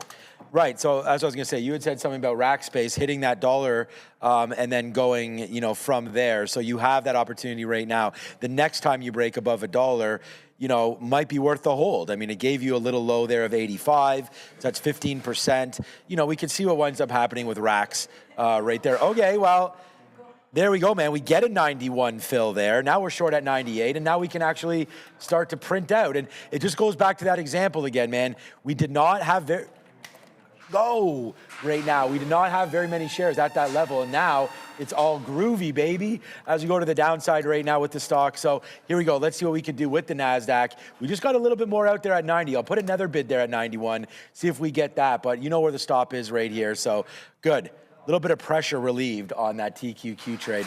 All right, back over to the desk. Let's see what Sia and Sharif want us to talk about now. Before we get to Open Door, guys, I put this on the headline, but Geneva nuclear talks with Iran are set to be positive. This comes vis-a-vis an Axios reporter who is citing a U.S. official. So more on that. Keep an eye on oil. Open Door reported earnings last week. See, not much of a headline. I do have this one, though.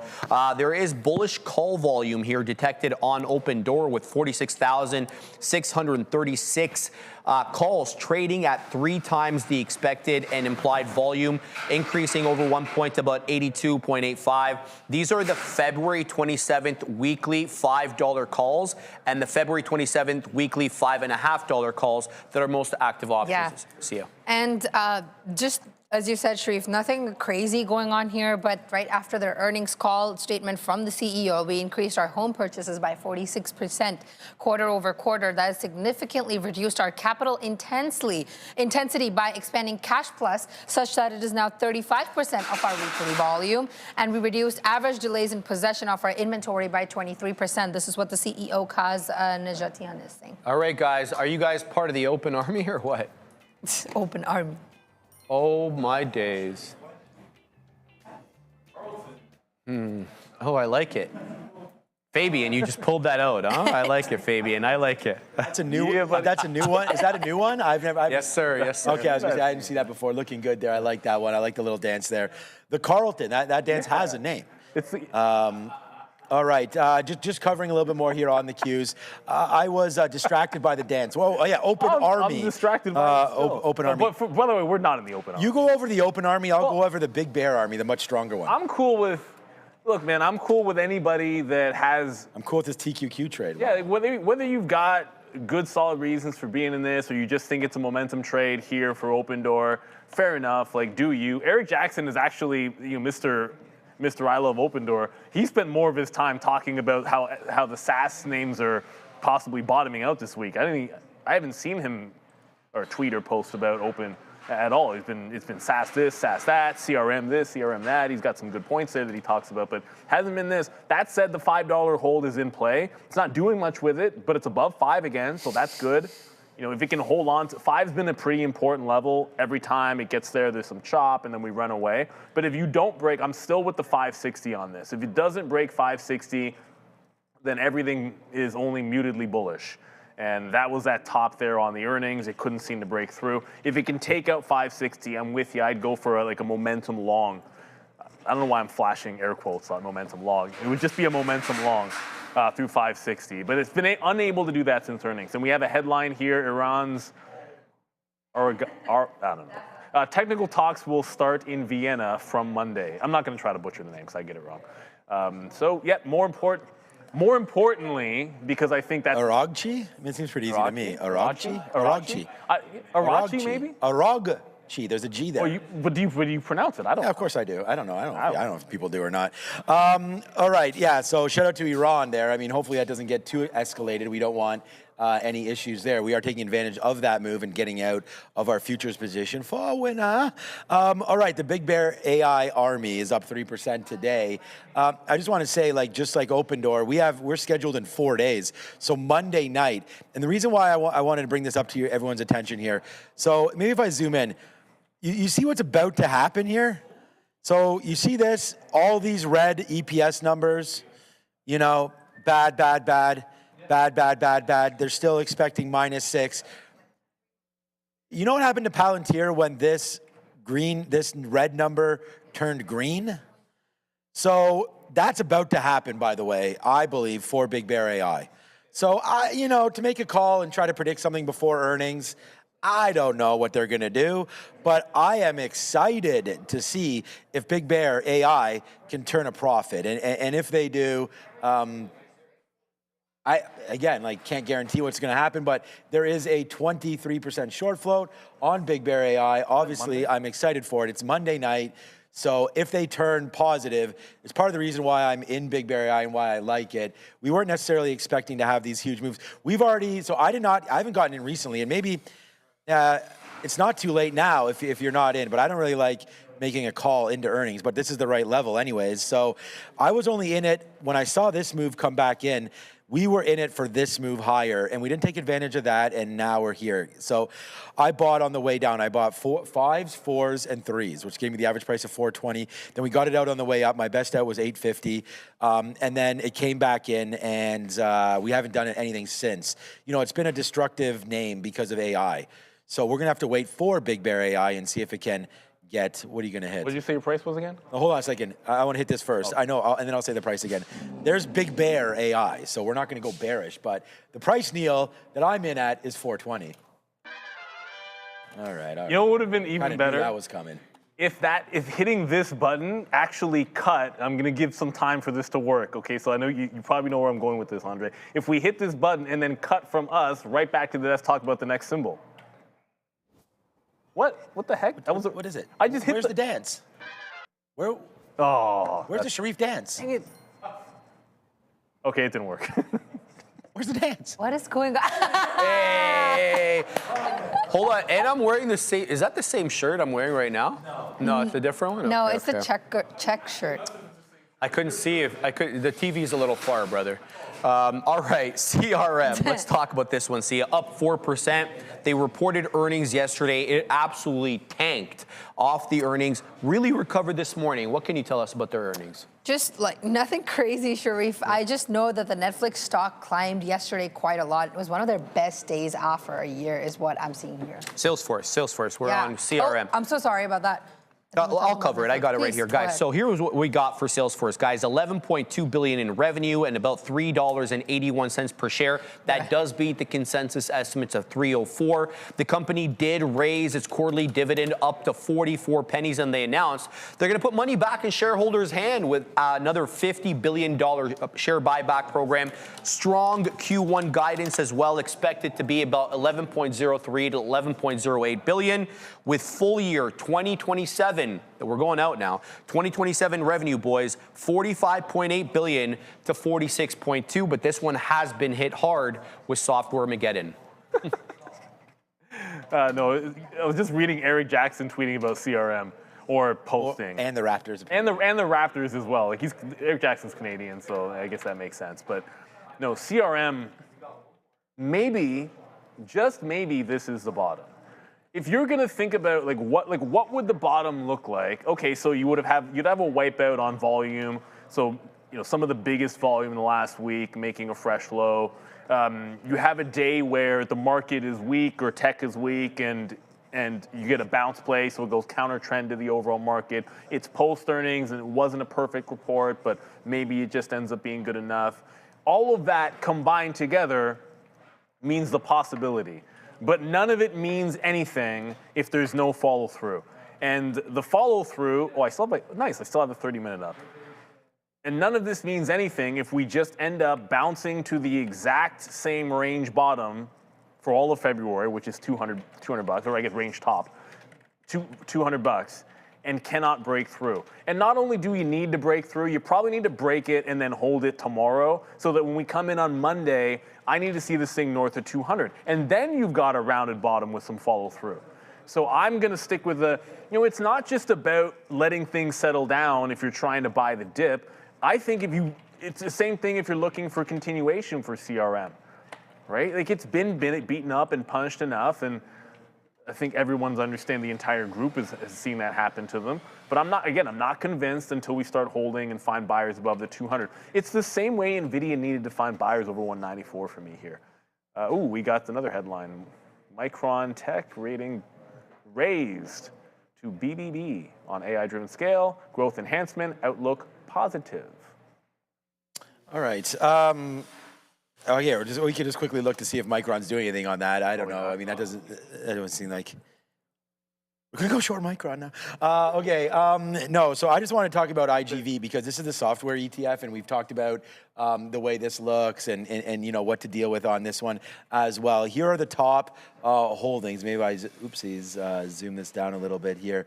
All right, so it's Microsoft, 9.6%, Palantir, Oracle, there's Salesforce right up in there as well. Palo Alto Networks, a name that I recently bought. We can double check that. So basically, if you think that the software game is a little overdone, look what you get just with this ETF. Like, look at these names. This is like murderer's row of awesome software names that you got to believe in. Like, there was a talk, even Jensen mentioned ServiceNow.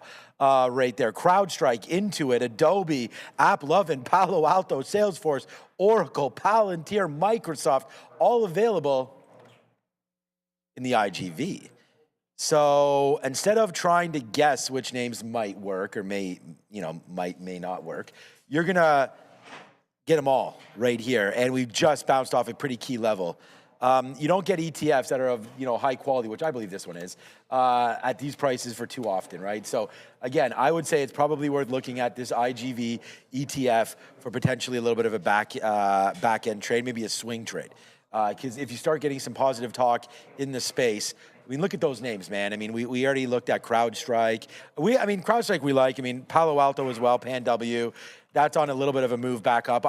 So this is the difference. Like, I bought some of this at 144 the other day. So of course, single stock risk is there. You're going to get more on the upside than you are with an ETF, but there it is, PanW, probably something similar for CrowdStrike as well. Yeah, back up to 380 as well. That was down to 350 not too long yesterday. And then the IGV today, I didn't even notice how much that was up, to be honest with you.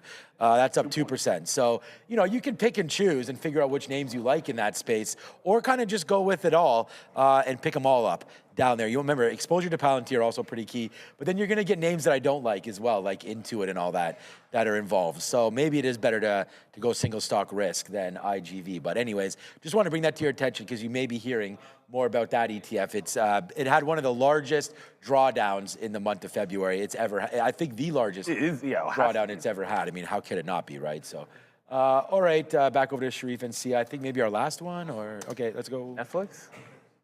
We're going to talk about Circle. Neil, up 4 and change, was up big yesterday. It reported earnings in the pre-market. And just to give you an idea of what the profitability at this company is looking like. So last year on the quarter, they took home $4.4 million in profit. This year, Sia, they took $133.4 million in profit. It's really thanks to USDC, that stable coin. 100%. I have a couple analysts' comments here. Like, analyst from Morgan Stanley, James Fawcett, has announced equal weight for the same. And Mizuho analyst Dan Dolev has raised it to neutral. And Goldman Sachs analyst James Yarrow also raised it to neutral. All right, guys. Analyst agencies after an earnings report, typical. Circle, up 4%.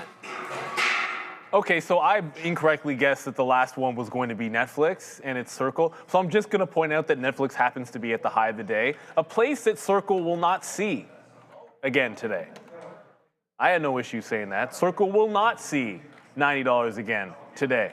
It's not going to happen. Today? You can't do it. You've been hoodwinked, bamboozled, and all the rest of the stuff that, I don't know. Okay, will you drop and give 9 push-ups if it gets there? 9 push-ups? Well, it's because it's 90.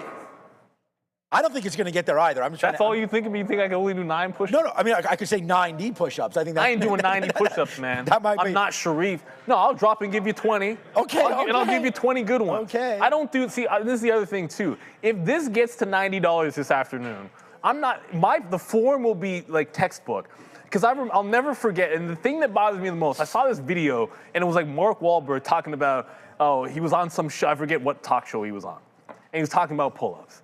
And he's like, yeah, you know, I can do, he's like, I can do like 40 or some nonsense. And then he turns and he says, no, but I'm talking real ones. He literally says real ones. And then you watch him just do, he's like, Are those those were not a real? single pull-up was done by that. Oh, okay. And the guy's probably twice as strong, or a million times He's stronger than me. F45, I think. The guy's jacked, Yeah, he's don't get me big wrong. time. But I'll give real ones. First of all, Circle's not getting 90. Okay, okay. And the reason I say it's not getting to 90 is look at the 90 level on the daily chart. It's not nowhere. This is not nowhere that it rejected, okay? Like this was day 2 IPO support where it ramped. This is 2 months long of resistance that it just popped into that literally rejected this afternoon or this morning. I guess it's like lunchtime. Actually, yeah, it is lunchtime. So the chances that you're going to retest that high, lower highs being put in, I know the futures are trying to break the VWAP here, but I just think it's pretty unlikely. I think you dripped into what is a big resistance level. Unless something absolutely crazy happens this afternoon that's unanticipated, I think at least for the rest of the day that's done. It does set it up for a breakout tomorrow or next week. I think that's a fair thing to say if it can hold some higher lows. Maybe you look for that breakout continuation in a couple of weeks. Or sometime next week, couple of weeks, as long as it can hold up here, that'll be in play. I just don't think that's happening today. If it does, like I said, I'll drop and give you 20, but it's not gonna happen. All right, yeah, Circle, we had this trade yesterday. I mean, it was on the board there. Whoopsies. Obi went short early on it, trying to get some sort of a retracement on that. Obviously, that did not happen yesterday. We wound up 30%, but I think it's getting right into a key level there. So, you know, for me, yeah, I would think it's a short. I mean, but again, a relatively new name that's just come to market, and it doesn't have too much price history. But what it does remember is its IPO range, and it basically came right back in. So this one looks like it was properly priced on the IPO. It comes right back into the level, and then I don't know who supported it or whatever. They let it go for 3 days, and then they brought it right back up. So this held $60 real nice like there. So, you know, again, a good level, a good name. There was Circle. I think USDC and some of those stable coins are a big part of the crypto story. So as long as that's the case there, I feel like they're there. I don't know enough about their revenue model or where that all comes from, but just looking at technicals there, it makes a little sense for Circle to break through that 90 at some point. But I wouldn't take the long until it does that, right? Make sure you're right before you're wrong there on Circle, and we'll just see where it goes. But yeah, nice call there on Circle. If you're able to take day 2 play, right? So again, let it settle. We talked about 3-day rule. I would give it a 3rd day and then maybe short it, and then you can use 90 as the top. So that would be a play there for Circle, all right? People saying RXT again, boom. Keeps on going. Yeah, man, 230 and change, going higher and higher right now. Yeah, good little level there as Rackspace gets going there again. And you can see it, you know, a big level, right? That's the break right there, 190. I don't know if they had it on the midday show or not, but that was such a great break. I wouldn't mind looking for another stock that looks like that. So if anybody has anything in the chat right now that's doing an extraordinary amount of volume, I mean, I would think this one is 100 million shares right now. Yeah, it's the one right now. This is the one, yeah. Right now. And then, I mean, I was going to say maybe we can have a quick look at this. This was a reminder from what we saw earlier today, ALBT. But you can see this is 300 million shares. So, do you know how many shares are outstanding on this? 3 million. So it's done 100 times the float today. I keep wanting to call it Albert. Yeah, why not? Let's just call it Albert then. And then even though it's Avalon, like how is it Avalon? ALBT. Okay, so yeah, this one doesn't have the same break look as Rackspace did. So I would say let's hold tight on ALBT now. That's probably not the one. Weston Meyer's tripping in the chat right now. About what? I think first of all, I don't know how this came up. I guess it's because of the silly push-up thing. If Circle gets to 90, he's like, yo, for the Millennium Falcon, would I eat that hot chip again?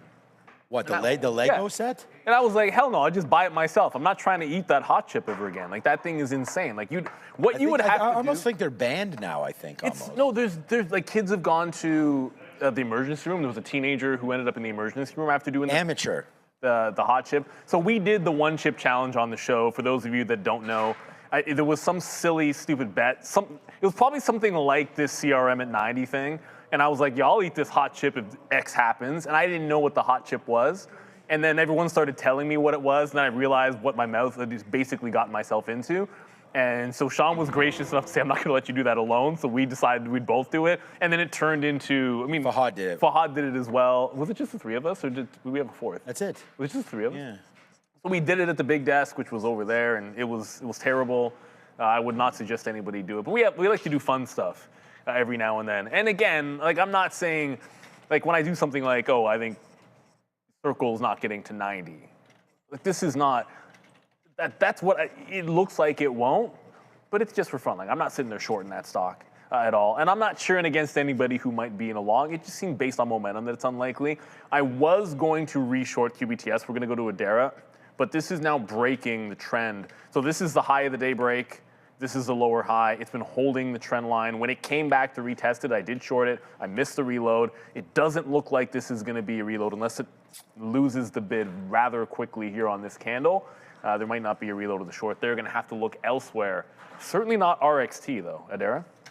Well, I'll definitely never be doing that chip challenge, that's for sure. I do have a couple stories I want to mention. Fed's Goolsbee speaking right now, saying that he's apparently one of the more optimistic people on the Fed with regards to rate cuts, but that, quote, I want us to be careful, saying furthermore that he wants rates to come down, but he does not want to front load these rate cuts before inflation eases. This is on Fox News. Furthermore, keep an eye on some of these nuclear plays like SMR and OKLO. SMR just got a pop. OKLO also getting a pop. Reportedly, according to Heat Map, which I guess is a news source, the Department of Energy has begun meeting with nuclear developers as part of a project aimed at spurring the country's largest build-out of new nuclear power plants in over 30 years. So again, nuclear meetings happening here. Keep an eye on OKLO and SMR. Back to you. He faced Lucas, I thought. So someone in the chat just said about this shorting. No. Not shorting the Qs anymore, man. I only have 30% left of this trade, and we got a great fill down here at 80, man. We were talking about this 200 period moving average, and we just bounced so clean off of it. I'm going to get stopped out in 3 pennies, and it'll be a profitable trade at the end of the day. So, but nothing to write home about. I mean, whoever was Roberto there in the chat that was like, man, the buyers are here. You're 100% right. I mean, you're looking for it to break, and the minute it holds, it's like, no. So that's why when it came back in, we were there. I'm going to get stopped out on that 11 break. So once it happens, which momentarily, I guess. Yeah, so that was just something there that once it was falling back in, we took VWAP. I took that fill there. I obviously should have been waiting at 88. Instead, I was waiting at 82 for a fill. But yeah, it looks like we're going to get stopped out of this one. And, honestly, man, so be it for right now. We got a super chat right there. Yo, what's up, Ed Clark? Nice to see you. There it is. Okay, you got it there. Thank you, Andre, for that one. 10 British pounds. And in Britain, they are very, very big silver trading happening over there. And you're saying silver looking good. Yeah, I would say so. And you're welcome for another great show. You must be talking about the Midday show. But no, I think we do pretty good here too. So yeah, breaking back through 80. So we had written down earlier, I had silver written down here shorting 80. Okay, so actually, thanks for reminding me because, no, yesterday was shorting 80. Yeah, today was 78 breakdown, and we actually had it. Then it came back up, and we were able to short that and had that move back in. Silver is going to be a good stock for me, not the top stock for me today. But yeah, there it goes, breaking through 80. I always like to see what the dollar's doing against silver right now, but that's a great call by you. Let's call up the DXY. Generally speaking, you'll probably see the dollar moving to the downside as silver is moving to the upside. Let me just, yeah, there it is. So there's the DXY, yep. As I was saying that, I'm like, am I saying that right? Is that really what happens? But yeah, there it is. So there's the dollar downside. And again, it's just, a weaker US dollar creating the price of silver going up. So we'll, just a flight to safety. It's, potentially on Iran, or we had some of that talk there. We can actually look at oil as well, see what that's doing. But there goes the dollar. And then if you want to look, we can look at spot silver. That's what Obi was looking at yesterday, but just because, we're looking at SLV, and that's probably what we'll be trading. This is, so yesterday we liked 80. Oh, that must have been for the long. Yeah, so it only came in at the end of the day. But what does this look like here at $80? Yeah, I mean, I could see it fading off this a little bit there. You're a little away from the 200 period that I like to use for a stop or for a trade. But I don't know. It seems, I've done this before, and you don't actually realize sometimes how dangerous silver is, because it'll just rip your face off. And the next thing you know, it's almost like that nat gas trade there. But, like all of a sudden you're short here at 80, and the next thing you know, 79.80, the next thing you know, it's at 80. Yeah, no, for me, all the lines are lining up for a long. So I think we got to wait for a pullback into the 25, into the 50. The best trade, of course, would be down into here. So yeah, for me, no. Okay, let's take advantage of this. I mean, I just said that, if we were able, let's go. If we're able to go to the downside, look, I don't feel any kind of way is taking 4 cents on this. Down in, we could put another bid there. That's 91s. Let's go to 95s just in case. I'm getting out of 10% every time, or actually it would be 20% every time now of what we have left. So I'm going to put 5 outs, hopefully. Our first one's there. Our next one's going to come at 95. And then we'll just hold. We'll see if we can get this coming through now, right? So if we can get out at the 50, that'd be great. And then if we can get something down here in the 80s, that would also be good. I'll leave my 82 there. So for right now, bidding 95s, bidding 82s, and we'll see if the market wants to collapse. I doubt it. So whatever. We're lucky, man. We are 1 penny away from being stopped out. So counting your chickens before they hatch right there. I wonder what that must be an old time saying, right? Don't count your chickens before they hatch, because he's got the egg. Now we got those chicken farms running around everywhere. So I don't know. What came first, the egg or the chicken? I have no idea. Especially not around Sharif, because he'll... Do not. Yeah. No. If you have any chickens or eggs around Sharif, well, you should see when we get the hide your kids, hide your wife on that one. We get those hard-boiled eggs, how quickly they go when Sharif gets in the kitchen. He's not playing around at all. Sharif has 12 eggs a day. Yes. Well, I remember. I'm not here to judge. Higher. No, I think the number's higher. I actually think you're light on that. Okay. Well, I know he has that little. It's too bad he's not here. Joshua Mallory just said pea protein isolate is better. The more you know. I have no idea, because Eggman. Not me. It's a good one. I'm not eating 15 eggs, but I am trying. There it is. I'm kind of waiting for that. 5 eggs a day? The 5 eggs even. 5 eggs is reasonable. Others think, but. I used to do a lot like when I was in university and training. 12 you for do like the egg breakfast, whites and stuff, and my coach was always on me to do things to put weight on. I was like, no. He's like, take creatine. I'm like, no, I'm not taking creatine. He's like, do this, do that. What Sharif should do more is work out. Well, that's apparently. That's forget about this whole I've diet. heard that is the way to go. You put in the work. You actually. I'm gonna tell him that tomorrow. I'm not down with that. I want that quick. Poor guy. fix. Poor guy. We're just kidding, obviously. Oh, you know who reports tonight? SMR. Yeah, Sam Michael Roberts over there, your namesake goes. And I mean, this is another name here that, and I asked Obi this. You know what the name of this company is? What? You know the name of this company? What, new? What? What is the name? New something. Scale. Yeah, New Scale. There it is. Good. Yeah, yes. I only said that because... Did they change the... No. I'm pretty sure you knew, because yesterday I asked Obi, he's like, I have no idea the name of it. And it's because small modular reactors, they actually have a really cool ticker symbol. Best name. And sometimes I'm only talking about it as SMR, but it's actually New Scale, right? So they're going to report tonight as well. And I mean, we had a great after-hour show yesterday with all those earnings. We had Nvidia coming through yesterday. But if you're looking for nuclear names, this might be it. And talk about joining the Academy. This is a good one. This is only a $13 name. So whether or not you have a little bit of capital behind you or not, this is a good one that could get a lot of, we're doing the Superman there? It's Superman just instead of you, watch me new. Oh, new. Okay, yeah. Hopefully we're doing that. I'm only doing the dance because I own some shares of this company. And let's just say that my entry price, it won't be bad. But this is pretty much where my entry was. So I still have a third of what I bought back. It's not back here. It's way back. What is the expected earnings? Oh, this is going to move double digits. Yeah. It's got to be. I'm going to guess Adara. I'm going to guess, don't say it yet. I'm going to say 12.5%. 16. Okay, so Neil was a lot closer. It's 11.4.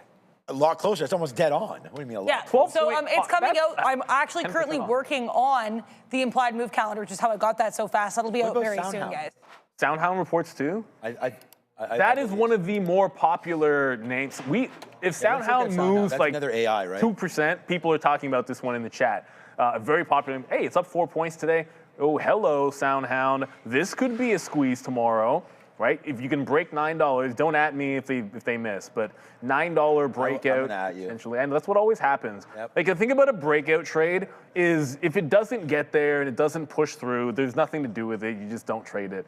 But this has been badly beaten up off of the highs here. So this could be a breakout trade tomorrow after earnings. SoundHound after the bell. What other names we got here? Well, this is it right here. I thought we had Duolingo. Is this yesterday?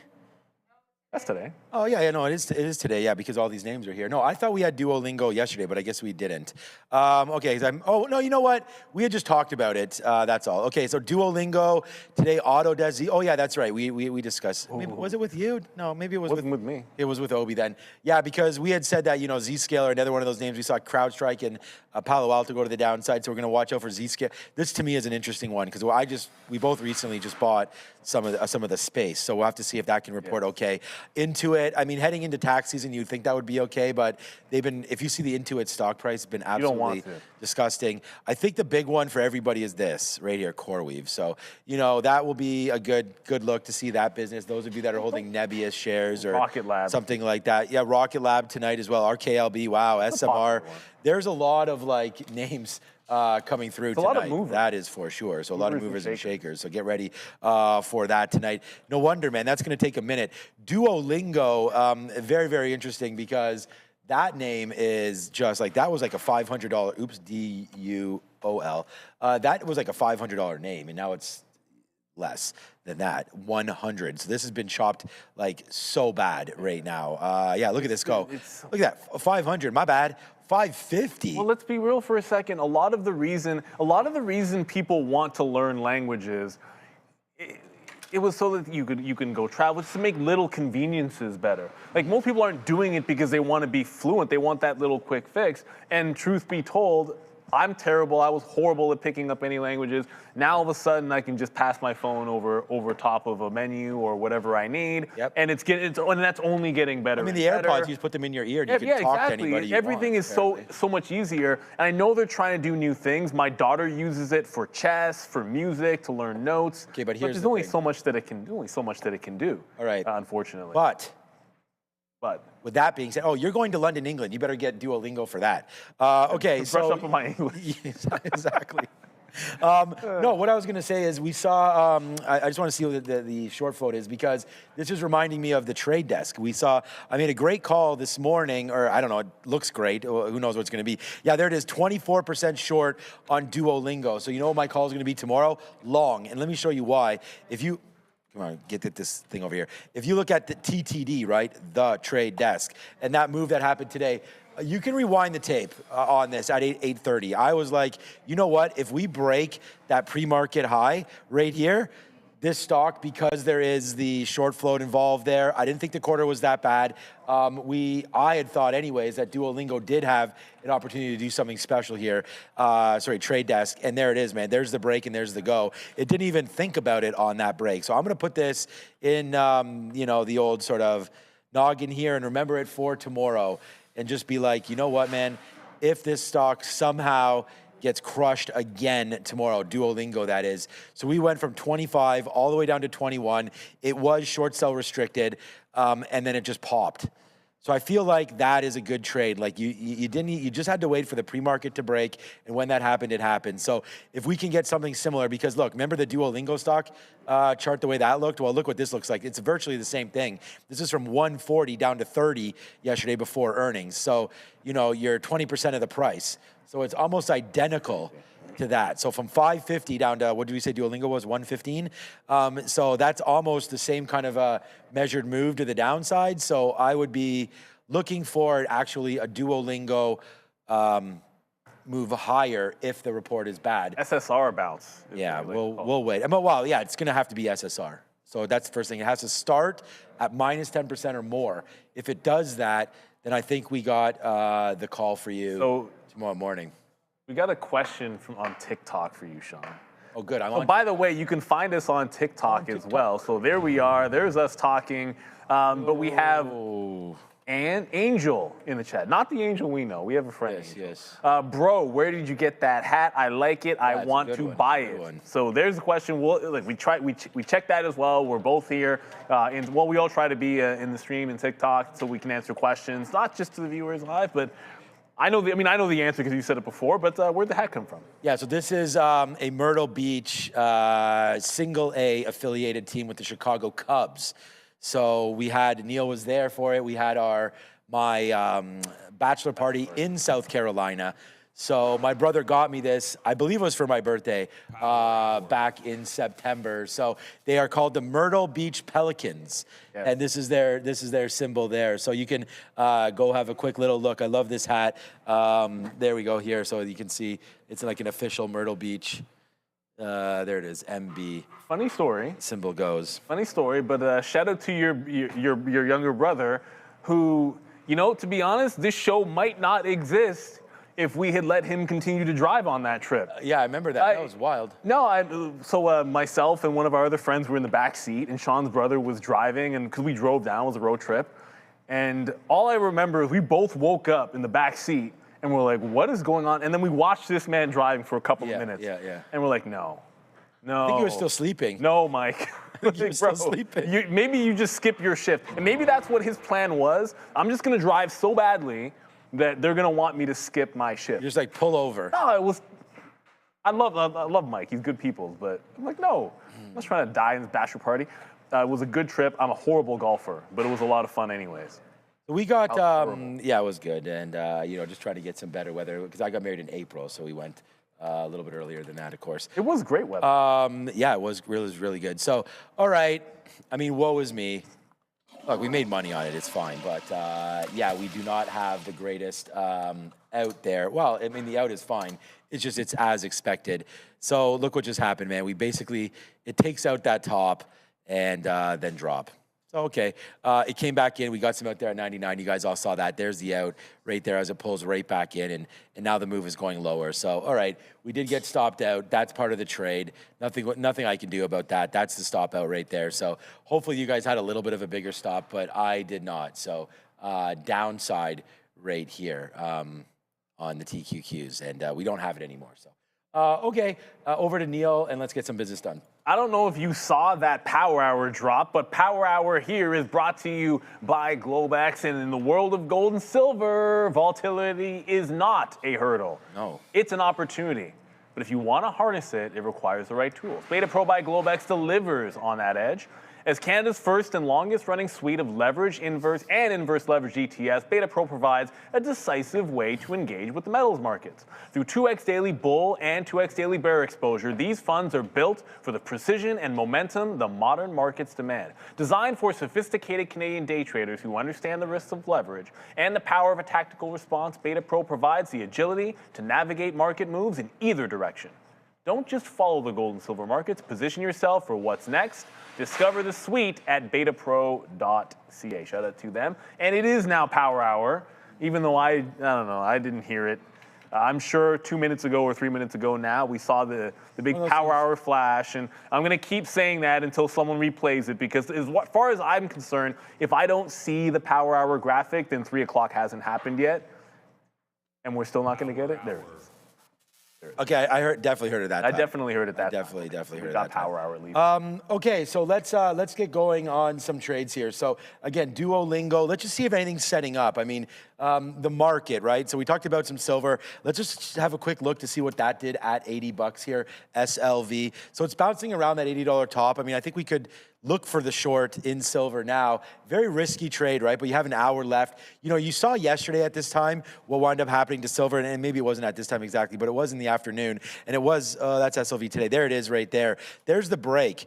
And so it really broke lower there for some reason on SLV, and I'm not really sure what that reason was, and we actually looked for that reason and was unable to find it. But there's the breakdown, and that's off of, which at that point was the day high. So I'm feeling like maybe that happens again right there. There's 82.80. Now, I know there was some silver inventory issues. People were talking about maybe there was something about, and that's me this morning with silver, talking about Iran and things like that. But, right now you have an out if you want it. The only difference is yesterday with silver, it was kind of like we were close. It was already breaking back down below VWAP. And so you had everything underneath, right? Right now, like we're not anywhere looking like that. I like to see a break of the 50 period. I think we could go short if it breaks 79.75 right there. Would be a short against that high. But I don't want to go short blind right now. And what I mean by that is like it's free swim all the way to the upside. So I'm gonna wait for that silver short. And I think if it comes down into this simple moving average, and again, this is another Trader TV Academy thing. In the Trader TV Academy, we talk about moving averages, we talk about VWAP breaks, we talk about actually how to put on real trades. So make sure you sign up. Hit the, well, there's no QR code there now, but go to tradertv.live, sign up for the Academy, and you can be a part of that for, you know, and use our platform, use the software, use everything that we're using, ask us questions in there. We're really excited about that. But all right, let's go back over to Adair. That's my plan of action on silver for now. I mean, my plan of action is to show you guys what's shaking here after the bell. Tons of earnings reports there, like 15 or 16 names here. Obviously not all of them, but I'll go through some of the big ones here.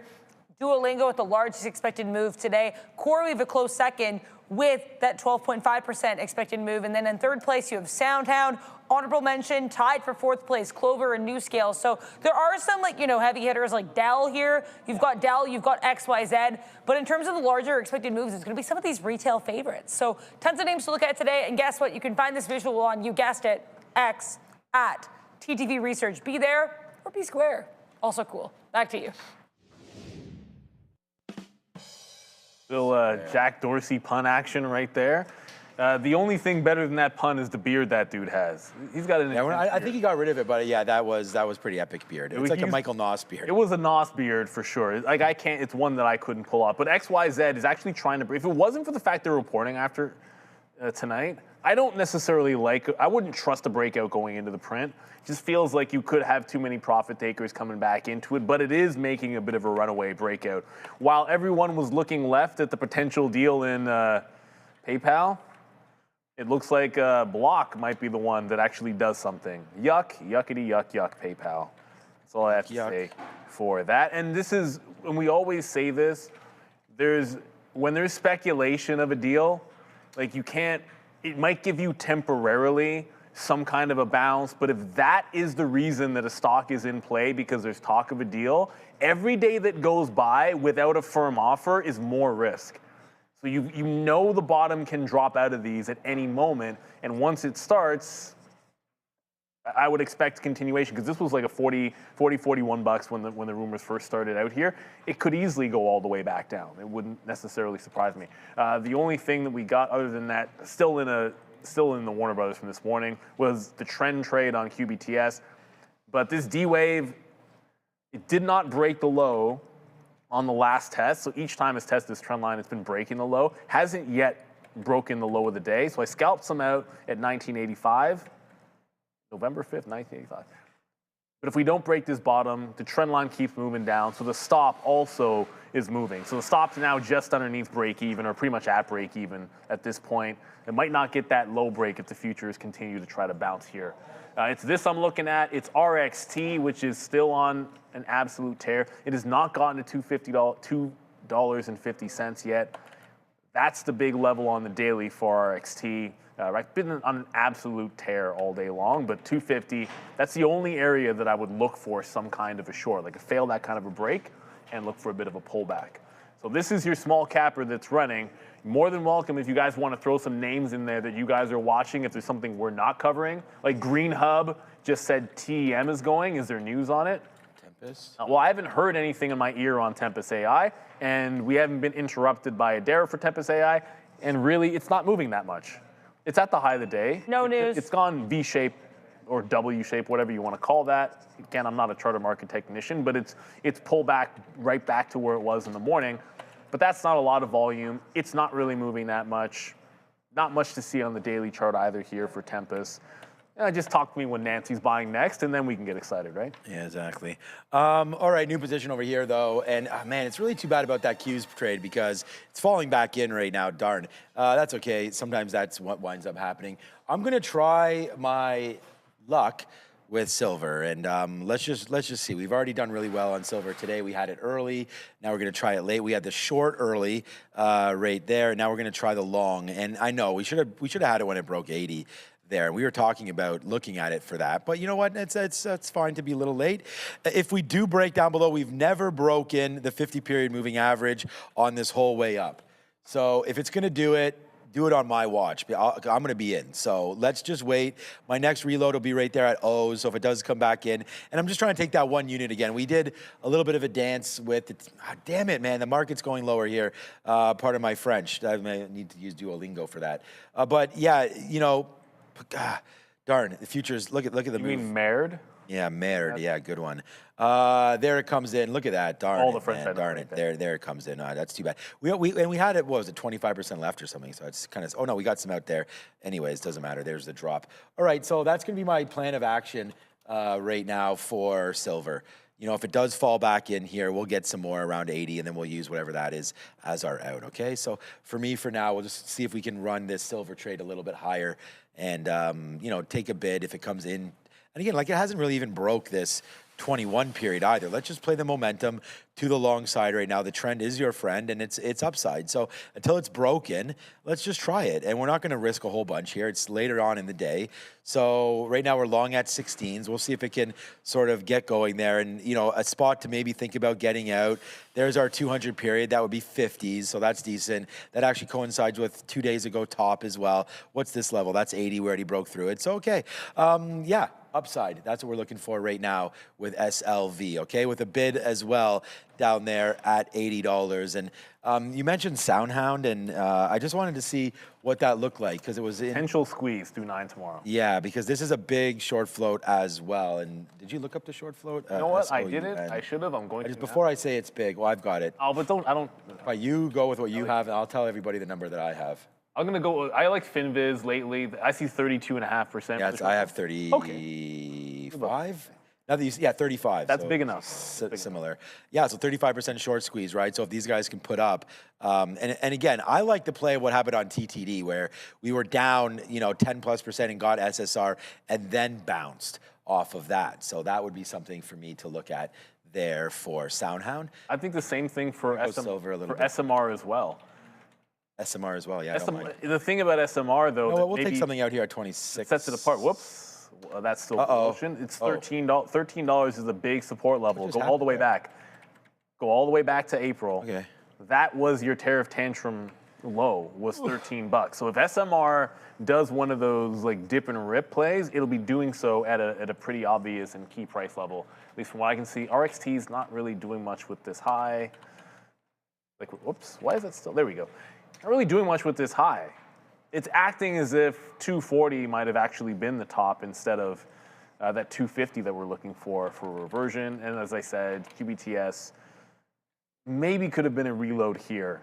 If it pops up into the trend line, I might not need to give it all the way to the trend line for the next reload, but I'll let the next bounce happen and then try to hold through. So any bounce here in QBTS will look for a reentry into the short. And remember, I'm not crapping on the space, but this morning, QBTS missed. IonQ were the ones that beat. They had the big revenue beat ultimately. So better report for IonQ. That's why it's up 22%. You see QBTS actually, like D-Wave's been trending down all day, whereas IonQ's been a pretty good breakout. Now, don't think of this as a value play, obviously. Don't think of this as something where the fundamentals will make a ton of sense at these levels. The quant space is a dream. These guys are performing better, at least in the chart, than some of the others. And they're on a breakout just because they had better numbers. But when you're up 21%, it's not as impressive in the context of it losing over 60% in the last few months. Right? It's a lot easier to pop 20% when you have lost 80 from the highs. That is just the nature of the beast. It's always easier to pop something when you're playing with the trend right there. So booyah. Here it goes, man. There goes silver. Obi had a good trade yesterday. What was it today? Beef bolognese? But this is a chicken dinner winner. So there it goes, man. So far, so good on this one as we continue to move on that. So far, so good here. What's on my phone over here. All right, so yeah, there it goes up to the 40s. We just got some out at, well, I got some out at 40. Let me get another piece out here at 47, and then we'll see if it can go to the upside there as well. But there goes Silva. Shout out to Josh in the chat saying, Silva, fire. Yeah, there is some fire in the booth right now with this trade. And, you know, it's just maturing up. I mean, I wish we would have got a little bit more, but we're good. Well, we have a decent spot now. Average it back in if it does come in. And as you know, that's where my stops are going to be. Yeah, throw up the super chat. Bartoluto. Oh, I think we've seen him before. I think we have, pretty short. Thank you for the super chat there. Short float on Wolf is also over 30%, and they too report. Yeah, it just feels like this is like the heavily shorted reporting earnings tonight. It could be, look, this could be another one of those runners, and I hesitate to say some of the same analysis we did before, but this is distinctly different from like whether it's SMR or SOUN and some of the other names that we've talked about as potential like bounce plays on a squeeze. This has already been squeezing. This is already breaking out at highs. So it's just, you have to treat it almost a little bit differently here because like this has been an absolute rocket ship the last few months. And ultimately that just makes it, you need to prove something tonight. Like, I don't think SMR has to do as much to get a bit of a bounce because it's been beaten up so badly. Soundhound, kind of the same thing. These guys, it's a different story when you're up this much. And they're up like 50% in the last couple of weeks as well. So that's a lot of buying going into the print, which does put a little bit of a target on its back. So that I would get out of the way. But it's, yeah, as long as it can break out that $18, I mean, any shorts in this, they're already getting squoze, and some new entries are probably going to start to emerge if it goes any higher. That's just the nature of the beast. I just don't think it'll be, I wouldn't treat this the same if it was down 10 or 15%. I think a lot of those other plays where you like trade desk or if you get like a sound or whatever that's down so far and at lows, you look for that bounce. I'm not going to treat this the same way. You need to have a clean report here, I think. Just one note, I did eventually, and I'm doing this every single day until the deadline passes. The deadline being whenever, well, maybe Netflix doesn't raise their bid. Certainly a response could still happen from Paramount Skydance, but there has been no breakout yet. So I want this to break out the highs. I want to sit in longs, but anytime this breaks out the highs, I want to be long on off chance that it does mean that there's an acceptance of that Skydance bid of like $31. Because I think there's some room for it to be higher. Like right now, it's still trading as if it's caught between both deals. If Warner Brothers Discovery is going to trade on that 31 deal, like a shot into the mid to high 29s is a possibility. I just want to be sitting there with a stop every single day, but also looking for that breakout. QBTS is coming back into the trend line.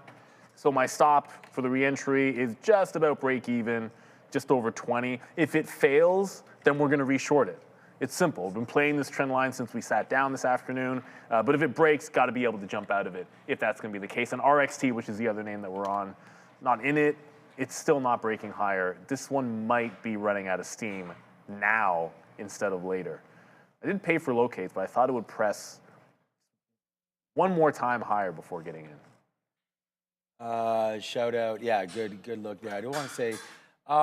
yeah, I don't, okay, there was someone in there, oh, wow, 4,000 new messages since I reloaded this thing. Okay, wow, you guys are on one right now. All right, here we go. Here's a question that I guess is for me here. Sean, did you say long silver? How long?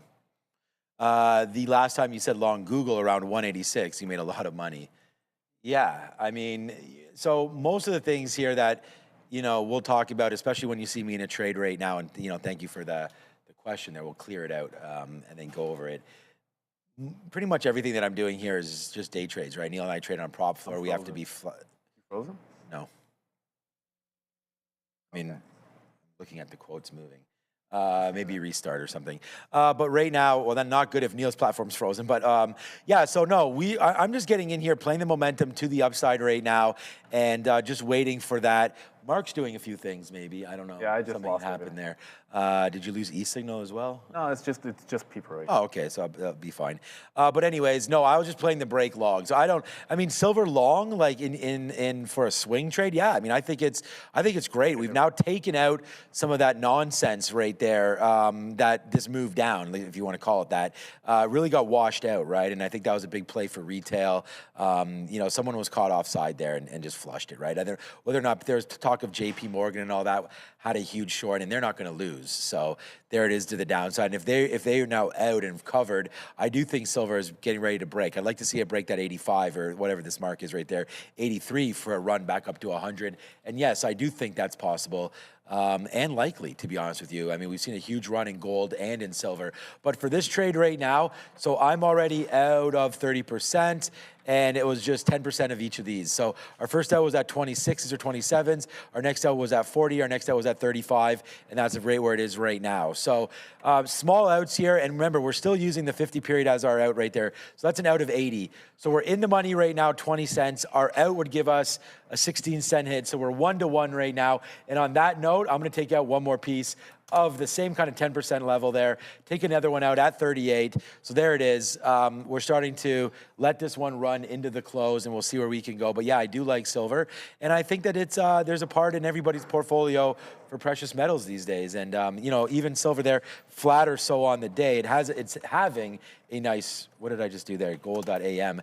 Having a nice day, and so is GLD. So both of these names, gold and silver, starting to break out. Gold didn't have as much of a pullback dramatically there as silver did, and you see you're getting close to the all-time high again now for gold. So gold's now about, that's 480. That all-time high is 515, so you're giving about 5% away or so from an all-time high. Silver still well away from its all-time high. Let's give it 25% or so from an all-time high break there on silver of 110. So yeah, I like gold a little bit better because it seems stronger than silver, but as far as Safer, momentum is concerned, yeah, I think if you're going to roll the dice, to Neil's word, they're safer. I think gold's safer, silver much more volatile. Like a trading vehicle. The old adage is that the silver market is just a little bit more manipulated, is the word people like to use. Not that there isn't like manipulation and whales moving all markets. It's just silver happens to be a little bit more notorious for that, right? I think if that's true, there's a lot of commodities that's true of. But yeah, quotes might have gone down for me for 10 to 15 seconds, but stop orders worked just fine. So even though this wasn't moving, my break-even stop still triggered anyway. So we got out that break-even. The trend is now broken on QBTS. I didn't reverse into a long. That wasn't the plan of action. But if it can hold, like if it holds this range, maybe pulls back into 20, I could look for a play into the volume-weighted average price. And again, I like the trend line. We still have about 30 minutes until the imbalances hit, so nothing too crazy happened. That RXT still, I don't know, it's really, the volume's even coming down here. What I don't like, they always say like, don't short something, it's boring. You'd rather it make a top on volume than sit there while it's doing nothing, because that's almost coiling up to make a big move. So I'd rather wait for either a big spike to try and like fade like a fail break at the high or something like that, than try to fight this stock. I'm just gonna look over at some other related names in the quantum space, because I see them starting to go after I saw QBTS go, and there might be something in Rigetti or IonQ. And that's not a good entry point in IonQ. However, if the quantum names are going, Rigetti is trying to hold above VWAP in a bit of an uptrend. So buying the dip into VWAP, that would actually make some sense in here. And ooh, who's it? Oh boy, trader. Oh boy. Oh boy, who might that be? Who might that be? I wonder who that could be. No, but quick lesson on level 2 of hymns. So I mean, that's definitely not Obi. Oh man. So if you're looking for, first of all, hymns, I'm going to show you right now, is a 2x HIMS, right? So it's just hymns, but like 2x. When you see this type of liquidity on your level 2, yes, that's a lot of shares. And now mine are 100 lots, so like this isn't actually 2,000 shares. That's going to be 200,000 shares. But you have to understand that when you're looking at if it's an ETF or if it's a leverage product like this, a lot of the liquidity that you will watch on the level 2, that's just order stuffing, right? And a lot of it's like hedge trading. So because it's going to move based on the underlying, when this actually busts a level, you might have less than half that liquidity available when you try to hit it. That's something that you notice if you trade ZSL. See, I almost said ZLS again. When I trade ZSL, you see the same thing. Like it pops through that. You just saw it pop through a level, and how many shares? Nowhere near the amount of shares that are on the offer or bid actually print when it goes through that level. So that's important because if you're trying to hit that level, you see here, there's like a good 70, 80,000 shares. You wouldn't get that much. Like there might be a tenth of that available. And it's good to understand that when it's a leveraged product, that the available liquidity, when it's not moving, it's there. But the second that level starts to go, 80% of it's gone right away. And you're just not going to be fast enough to ever hit it. So you have to be careful of that when you're trading a leveraged product. ZSL is what I was using to trade silver earlier. Obviously, silver goes up, this goes down. So this morning when the short was good, the long was obviously good in ZSL. Oh, and this reverse split. So these oftentimes you will get these leveraged products will have reverse splits and rebalances. ZSL did a 1 for 10 today. That's why everyone was freaking out when it was halted this morning and you couldn't trade it, but it opened up like normal. Actually, I think it opened before 9:30. I might have said I was expecting 9:30, but it opened at 9 o'clock this morning, just in time for us to trade.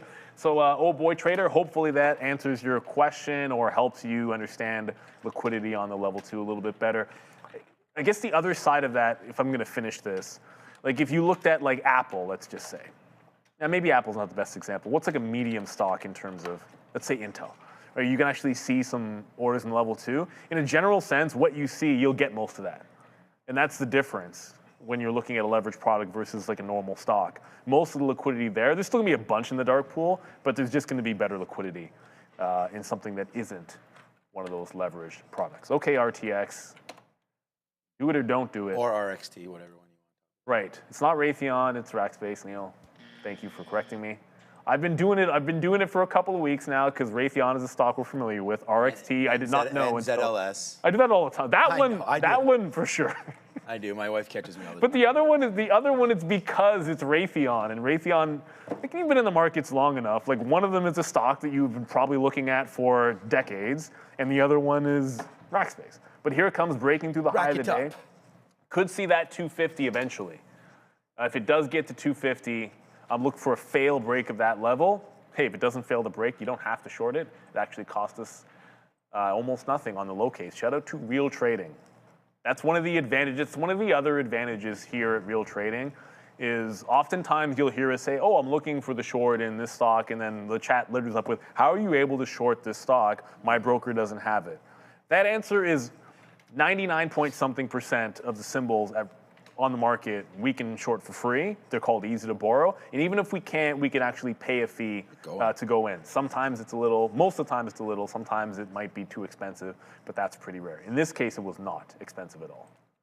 There it is. All right, we get, I'm just making sure we get the right fills here. So we just got 43 on SLV. I use ARCA as a gateway for primarily. I mean, if it's going to break the level, it breaks the level. They give a good rebate. We heard Joe talk a little bit about that. You'll learn all about that in the academy as well. Rebates, adding, removing liquidity, things like that, and how to control your fees. So especially if you're a prop trader, you want to make sure that you're using the right gateways. And we here at Real Trading, we always put out updated gateway fee sheets and things like that. So you can find that on our trader information portal or ask any of our team members and they'll be able to get you the fee sheet there and or direct you to where that's located. So out again. So just to let you guys know, now I'm out of 70% of this trade right now on silver.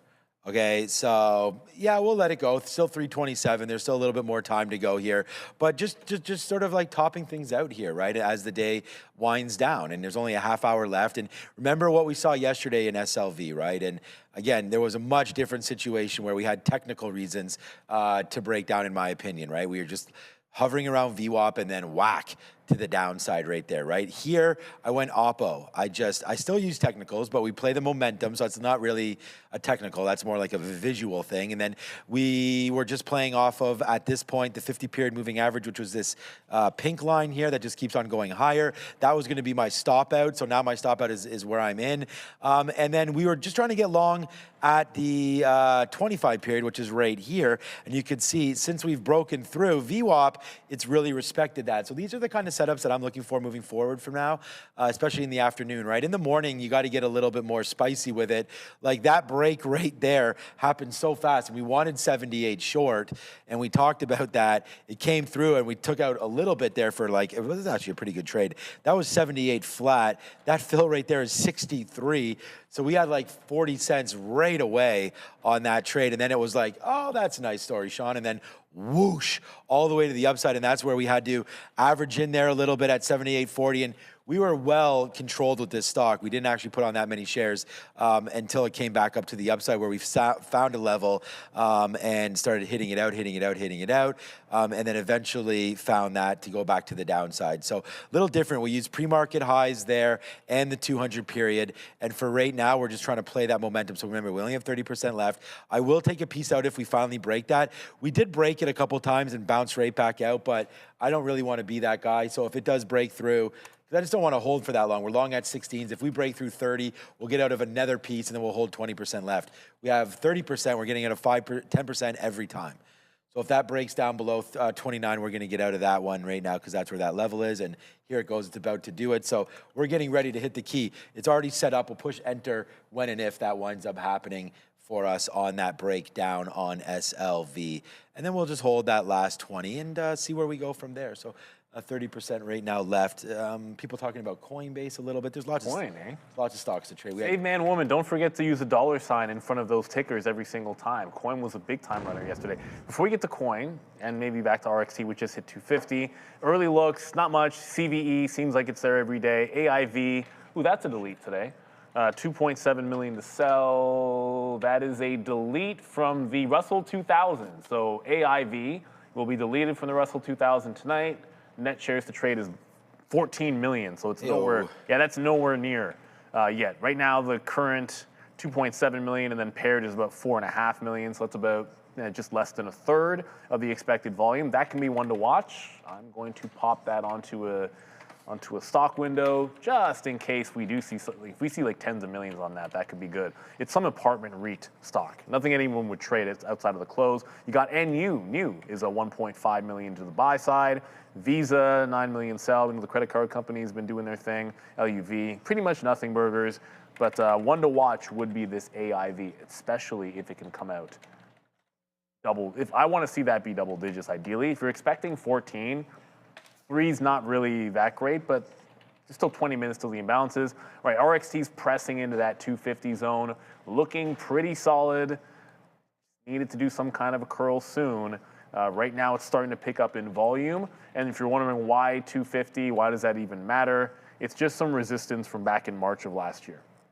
Actually, the lower high in here when it was at the 50-period moving average, and it's a big psychological number.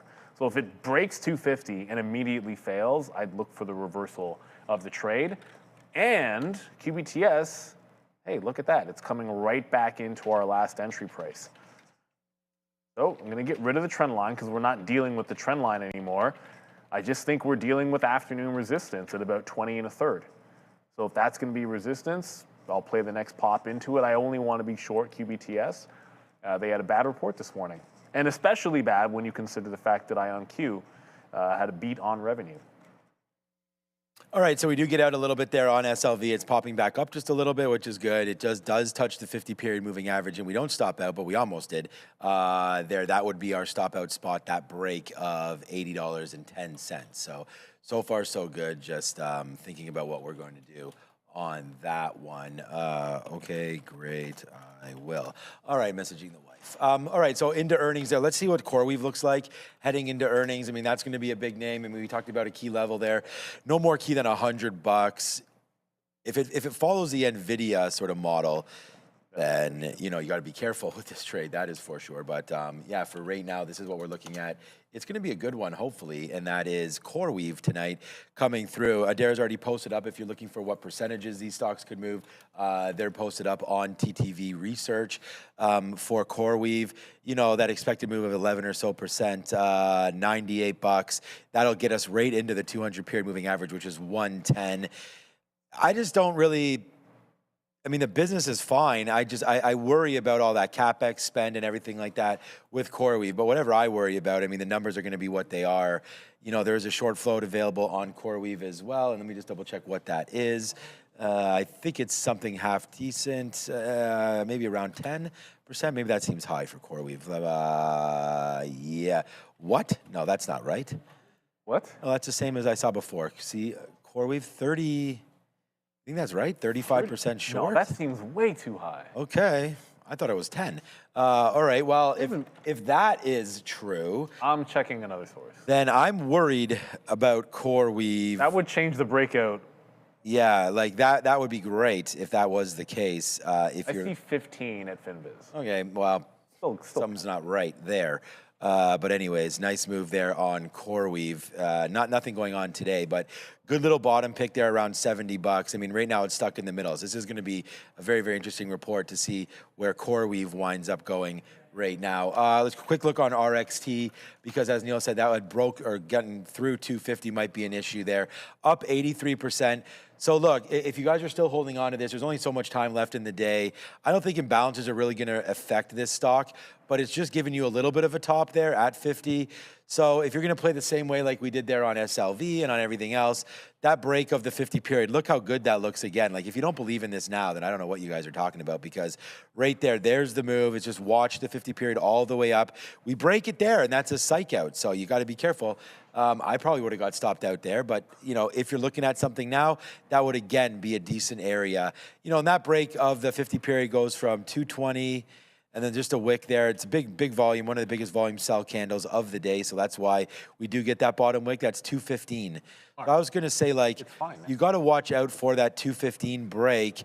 So that was 220 down. That's 5 cents. So that break right there of 230, you got to give it at least 10 cents. So I would say, yeah, watch out for 220. If you want to hold this, I would say a 220 or so on RXT as a potential breakdown level there. RKLB, Rocket Lab reporting tonight as well. Another name, all these names tonight are all going to have short floats and all going to be fun ones to trade. So watch out for Rocket Lab as well. It's going to be awesome to talk about all these names tomorrow. And then the new scale SMR is the other one. That's had a nice move since we started talking about it. Upside, just bang into the 50, bang into the 50. So there you go. Like this pink 50 period moving average. Wow. Just absolutely hot fire. Holds again on silver. You know, let's take out a 5% now instead of 10%. We'll see if we can. We're offering 28s there. Maybe we get a little bit out. Getting a little nervous about this just because my stop is where it is. We almost got ran on that stop again right there. So we'll take something out at 28. We'll now hold, what was it, 17% or so, or 17.5% left on this trade for SLV. But yeah, that's that. We can do here. You know what? Let's just do a little quick look here, and then we'll go over some names that you guys might want. I just want to see if the financials are still. Uh-oh. I just shorted it. We'll go over. I was short-circuited the. Yeah, I short-circuited that. It's all good. No, Pole Volt just asked an interesting question. There it is, a stock heat. Pole Volt in the chat. Asking why is Oklo up? Well, we just saw the chart of SMR. Yep, we did. To the upside. So ultimately, there's a lot of relief rally going on. But if you look at some of the names in the space, at least the related names, it seems like a little bit of sympathy. I don't have a particular news story here that I was able to see for them. If there has been a story, you know what? I'll just double check. But there was nothing this morning. I think it's a little bit of a sympathy play here, and some of these names have been running. It's just in context, it has not moved much. So for it to be up 4%, like there's stocks, if it's up 4%, we're like, what's going on? Like if Apple's up 4%, we're asking ourselves what's going on. When Oklo's up 4%, that's just kind of a run-of-the-mill up day, ultimately. Like this is a squeeze type name, big time momentum name. It's an inside day when you look at the chart. So it'd be more exciting if it broke through $70. But this could be something that moves on sympathy. Like if we see this breakout potentially in SMR, you can drag some things higher. Just understand it doesn't always work that beautifully. Like Rigetti would have been a sympathy play to IonQ, but it gapped up and then promptly failed the open breakout here at $19. And then you get an inside kind of day. So the sympathy play only goes so far. Speaking of sympathy, there is no sympathy for shorts of Rackspace, but it did just get to 249 and pull back. So here comes the retest at 250. Didn't break. There was no fail break yet, but it is making a secondary run at that $2.50 mark. Still doing fantastic volume as we speak. Oh, that's right. Mara also reports. So much going on. So much going on. We don't Well, have. that's. I mean, with all the volatility in Bitcoin, because they were one of the names. They turned from just a miner to, essentially Treasury holding Bitcoin, which obviously was bad timing, right? Because it's just say it hasn't gone well since they made that change. Their timing could not have been worse for Mara to make that change. Let's be real. So not stopped out at all here of silver. We just got another piece out right there on silver, so we're gonna go to Adair for some news. More buyout rumors here, but not for PayPal this time, for CZR. Looks like this is halted right now. Financial Times reporting that Las Vegas casino group Caesars is considering takeover interest. So again, CZR reportedly considering takeover interest. Back to you. Anything in my ear. Yeah, I don't Thank you, Adara. Now remember, this is pretty late, so there's a decent chance that doesn't actually open up. Yeah, you got to be careful for those. I mean, if you happen, I can't imagine anyone actually being in this, because why would you have been trading it before? But if it does open, we can just give it a warning. If it opens again and trades at the end of the day, any halt in the last 10 minutes, 5-minute halt bands don't matter at that point. If it halts in the last 10 minutes, it reopens and halts in that time frame, it opens at 4 o'clock. If it halts because it's news-based, then you never really know. And I'm only saying that as a warning. I got trapped in a very similar situation. It was, I think it was like Southwest, or it was SAVE, it was Spirit Airlines. Had buyout rumor in the afternoon. I was long after it reopened. It was going fine, and then it halted and didn't reopen until the next day. And guess what happened? No confirmation of the rumors, and then the rug got pulled overnight. So it is limit, so it should open up in a few minutes, but just as a warning, if it halts in the last 10, you open at 4 o'clock. That's the rule.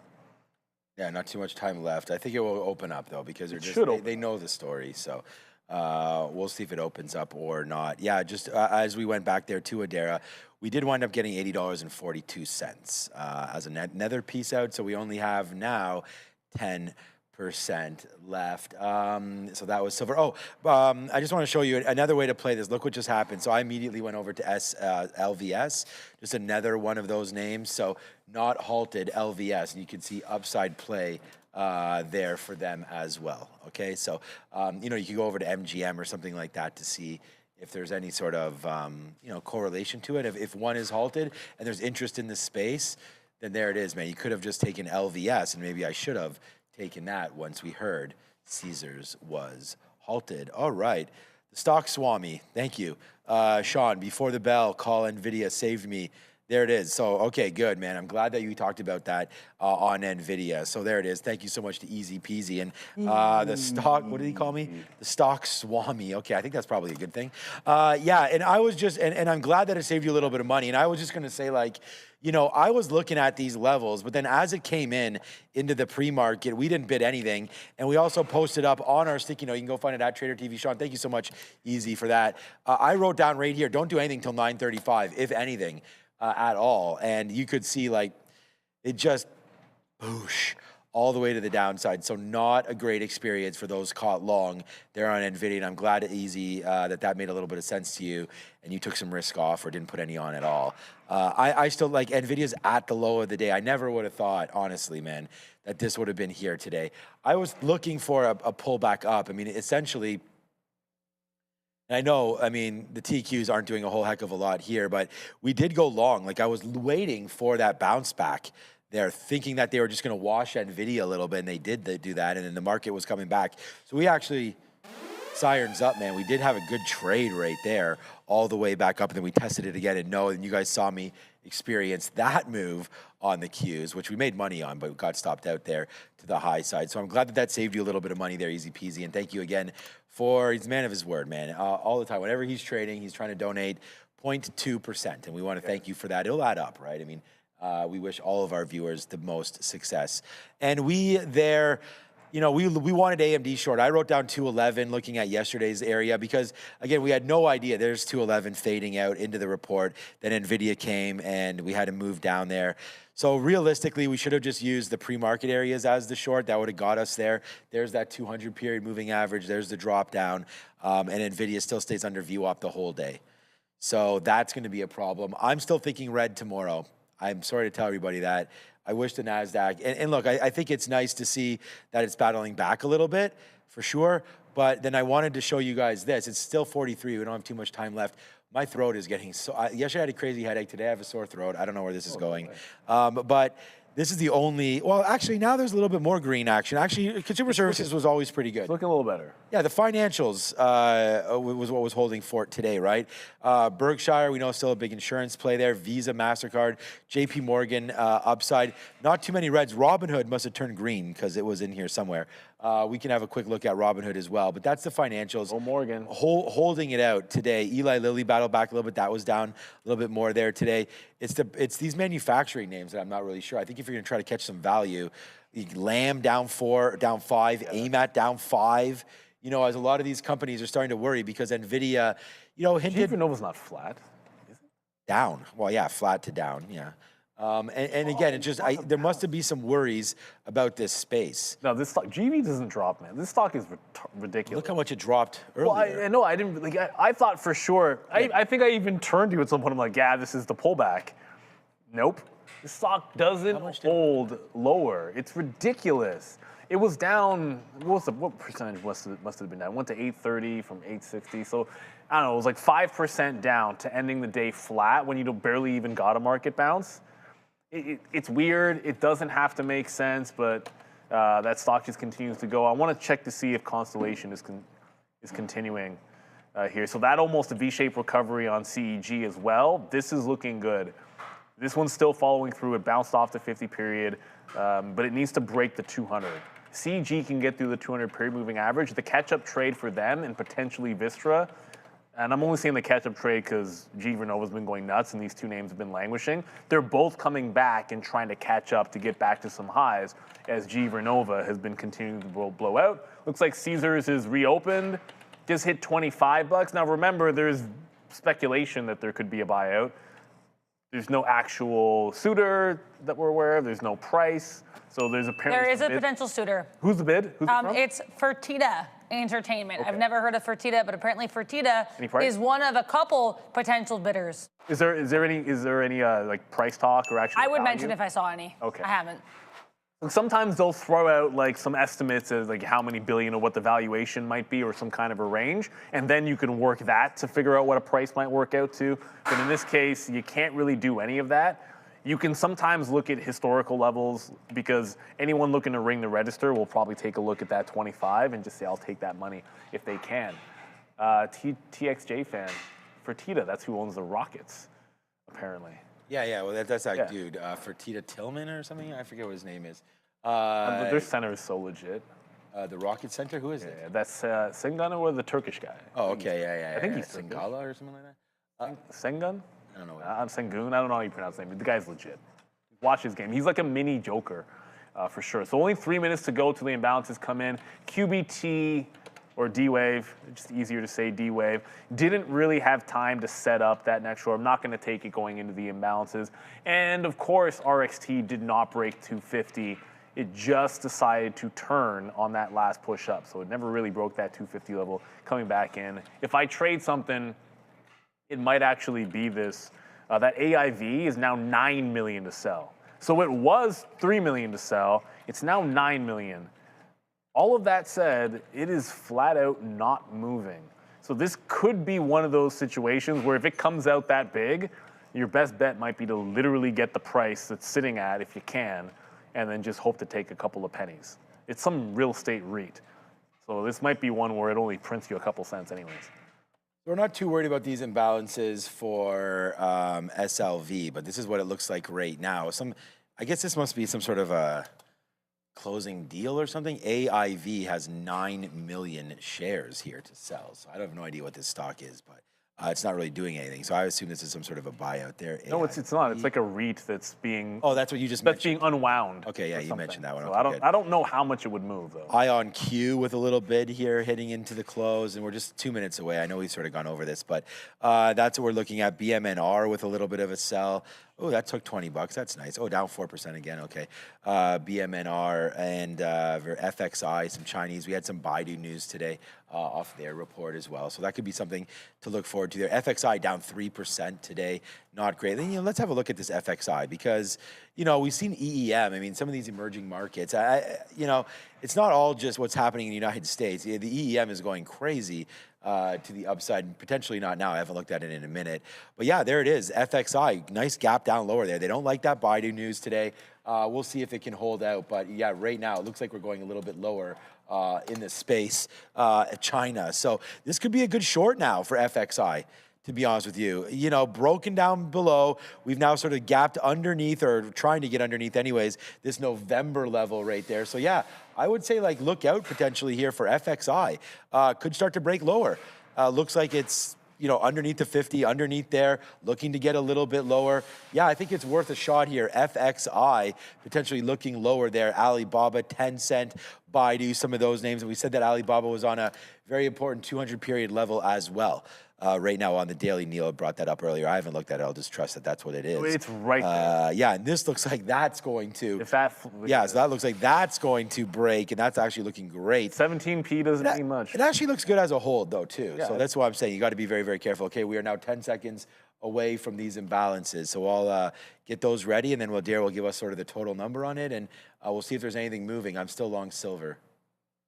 So the balances are now out, and I don't know what RNAM is, but with whatever it is, it's 6 million to the sell side. Nvidia's the big bid. Big buy, 3.5 million to the buy. FXI is 2 million to the buy side, which we were just talking about. How much volume do you think Nvidia's done today?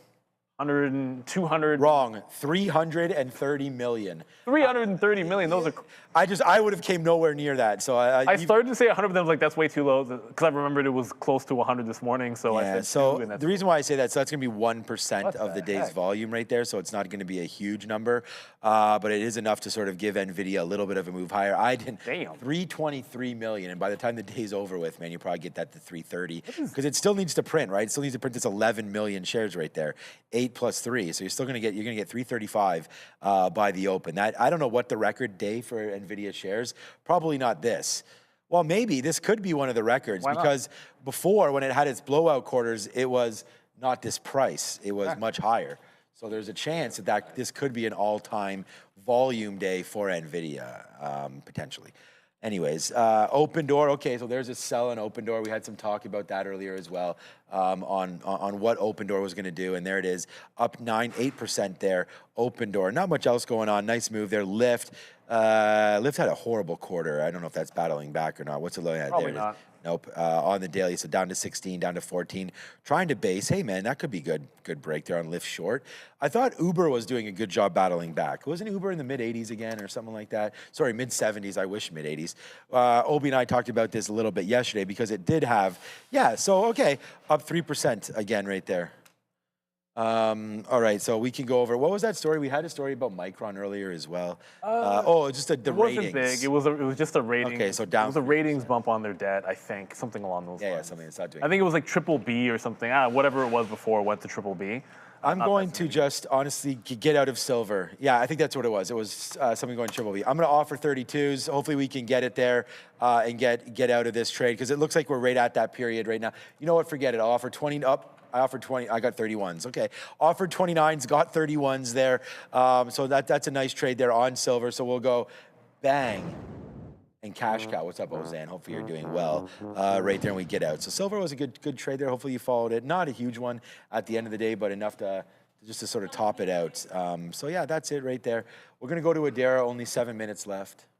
Yeah, I just got the headline. I know you guys just mentioned Micron. Just to kind of clarify, go over it again. It looks like Jensen Huang, CEO of Nvidia, is on Fox Business saying that Micron is the company's largest customer. So again, just a story there for MU in case you guys, in case the audience missed it. Back to you. All right. Go Jensen I don't moves think markets, there's a but not this surprise time. there at all because No, we shouldn't be that surprised. you know, Micron, you need to use the DRAM in these chips, and they're selling the most of them here. All right, I'm on Adara's page here, so go to @TraderTV Research. She is also @TraderTV Adara, so there's lots. Adara L, sorry. Is it Trader Elon. TV Adara L? Yes. Trader TV Adara L. Thanks, Elon, for banning me for no reason. I don't know, Elon, man, what a guy. But yeah, today, look at this, man. Autodesk, Duolingo, Intuit. Like, talk about a whole bunch of names that are all software-based. Dell's coming through there, so we'll watch out for SMCI as well. We talked about the server racks and the server-side business, right? XYZ, we talked about Square. Derek came with a couple stories there earlier. We talked about Jack Dorsey's beard. XYZ, nice move up there. Block, of course, not Square. And then SoundHound, there's that 12% move. Like, talk about AI names. TeraWolf, another one there. Data sets. MP Materials could be interesting. That's kind of a hidden one. We talked about lithium yesterday a little bit as well. Rocket companies with mortgage rates at 5-year lows right now. You can get the 15-year mortgage there in the United States. I heard earlier 5.25. Not too bad there for refis. Zscaler, not a good name in the space. Unfortunately, we've seen many of these names getting hit, including CrowdStrike and Palo Alto, although they're on a nice move higher there. I used to be an investor in Clover Health. Out of that now, that's another name where that's kind of another software, like an app there. Coupang, we saw a bad number come yesterday from Baidu, so watch out for Coupang. I know Coupang, I believe, is South Korean. So, all right, not the same as Baidu, which is Chinese. Monster Beverage. See, this name, and I don't know enough about it, but this is one that could win, right? Again, something you could hold in your hand and then drink. Monster Beverage is there. CoreWeave, I think that's a risky play as well. If we saw Nvidia down 5% and at its day's lows, I don't like their chances, but there's that short float that maybe it doesn't have to be perfect. Yep. For sure, and I don't think it does have to be perfect, so we'll wait to see on that one. And then there's just Rocket Lab and then again Marathon Petroleum. So no, Marathon Digital, not Marathon Petroleum, not MPC, Mara. So Neil mentioned that already. That former, well, still is a Bitcoin miner. So we're gonna have to watch out for that. But yeah, it looks like we did a good out there on silver around 30s. I have nothing else to do today, so it's been a good one. And we will watch out for Monster Beverage. I think there's a good opportunity for that one to break higher as well. I would agree too. Did Caesars open back up? Dogo was asking why I'm short that AIV. It's just a delete today. So it wasn't really moving. Sometimes I'd take a little bit. I said maybe you can get like the spread in here. So I got the half print at 76 half and bid the low, and I'm gonna put it into the auction because it's still a couple million to the sell side. However, because it didn't come out nearly as big as expected was 14 million to sell, it's right now only about 2 million. So I don't have a lot of size on it. If it had been like 14 million to sell, that'd be a different story. You just take a lot and hope to make a couple of cents. But ultimately, because it shrank, I'm not adding to it or anything like that, but it's just like an closing auction play. It is a delete. There was another one here, RNAM and EOESE, a couple of random stocks, but this was the one that actually had an action on it. So that's the only reason for the trade. Talking about the earnings name, one of the ones that I'll be the most interested in is going to be SMR.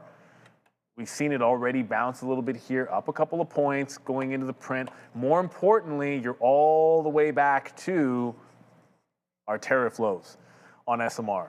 So this is a pretty decent candidate. If it loses the bid here, I don't think it loses by a small amount. If it loses a bid at 13, SMR probably is double digits, easy, like 15, 20% is possible, 25% is certainly possible. That puts it puts $10 into play for this stock. But if it breaks out, these things cut both ways. It's a pretty good short float. This is going to be a trade. I don't care which direction it goes. This is going to be on the list to trade tomorrow, almost for sure. We did see, this is obviously a nuclear name here, obviously SMR, small modular reactors, and we know day 2 continuation plays and some of the quantum names will be a bit of a thing. I'm still going to favor QBTS with D-Wave to the short side. IonQ, I think, had a good report, and there'll be a long continuation play potentially tomorrow. Hey, maybe it breaks 42, the meaning of life, in tomorrow's trade. So only a couple of minutes to go. A lot of people asking and wondering what's going to happen with CoreWeave tonight. That's a big one. It's probably the one that I think, you know what? We always get a lot of questions about it, and people always talk about it, but does anybody actually own this one in their long term? Nobody I know does. I don't know. I don't know anybody that owns What a is the stock in their market long cap term. of CoreWeave? I was gonna say Keeping it's it not real. really like a huge. It's not. Lots of only people 50 trade it. Yeah, it's 50 billion. I don't. I don't think anybody owns the thing. Oh, I want to talk. Yeah, CoreWeave. No, I don't own it. I think Nebius. I think is a better trade. Okay, so NBIS. I would rather own that one. Okay, so there goes. Caesars is open. So we were discussing if that would open or not. It does open. It opens actually a while ago. We just didn't really talk about it when it opened. It opened at 1543, so 345 or so. Opens back up, hits $25, and just kind of hovering around. That makes sense, man. If you get from 21 to 25, I don't know if Caesar shareholders would sell because of where it's come from, but yeah, I think if the offer comes around $30, that might be something reasonable right there. And again, it looks like private equity going to try to take them out to Fortino Group or something like that. And we'll see what's going on there. Fortino's a good grocery store here in the G. Hey, I'm taking my son tonight. He has his orientation for high school, and then there's this cool burger joint in the Junction we're going to check out afterwards. That should be fun as the wife takes the daughter to hockey. So that should be a lot of fun. He wants to get into robotics. So that's what I'm saying. Like nowadays, like here, at least here, like you actually pick like what are you interested in? You go to specific schools, like one for like engineering, arts. So high school is a little bit different than when we were young. You just kind of went to the school that was in your district, and that was pretty much it. But very cool. They grew up way too fast. I literally remember him running around at my wedding, and now he's going into high school. That's because we're getting old. But you know what? That just means we're getting wiser as well. With 30 seconds to go, hopefully everybody is wise enough to have had a fun day and to know that the Academy is out. I posted a couple times today. We talk about everything that we've learned. The locator as well. You get a chance to check that out. So a big shout out to all the hard work that has been done on the Academy. You'll keep hearing us talk about it. You get the software we're using right there. And the closing bell, which is brought to you by Beta Pro by GlobeX, is right about now because there's less than 10 seconds. We're going to ring it in 3, 2, and 1. Yeah, we kind of ring the bell there. The physical bell, you can see it right there, but we don't actually do that one. Looks like Intuit might already be out, so we'll just quickly pop on over to them. Oh, there was a pop. I mean, it is out. Yeah, it's not doing any volume is the only thing, so not a heck of a lot of volume on this. Looks like they're slightly heading to the downs. Oh, now popping a bit here. Spread's like $5, $10 now is the spread, and it's barely even moving on. So Intuit, the first one to report, I guess. All right, guys, I was waiting for Duolingo. That's not going to be out yet. So there's a whole bunch coming out. ADSK, Duolingo, Intuit, NTAP, all coming out at 4 o'clock. Thanks, Adara, for the great job today. Thank you to Sia. Oh, now it's 10. I think she's out of here. To Sharif, everybody for the great show today. Joe, everybody that's been part of this. Brendan, I think we got everybody, Adara, everybody. So again, thanks, Fabian, Andre over there for running the board for us.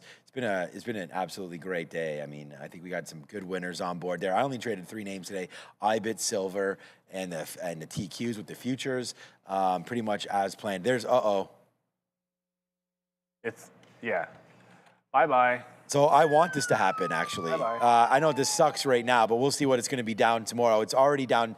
That's that 10% from 118, loses $11. We'll see. It's only going to show down 2.5%, but that's because it was up today. So, back. No, still 109 right now, 113. So it's just dancing around right now, but we'll have to watch out for Duolingo tomorrow. It's going to be the TTD, the trade desk play, if this goes down. Autodesk is now out as well. We're going to go. We're not here for earnings today, but Autodesk is now out. That's a nice shot upside there for ADSK. So it looks like you'll get one moving one way for Duolingo, one moving the other way for Autodesk. All right, guys, it's 4:01. Tomorrow's Friday.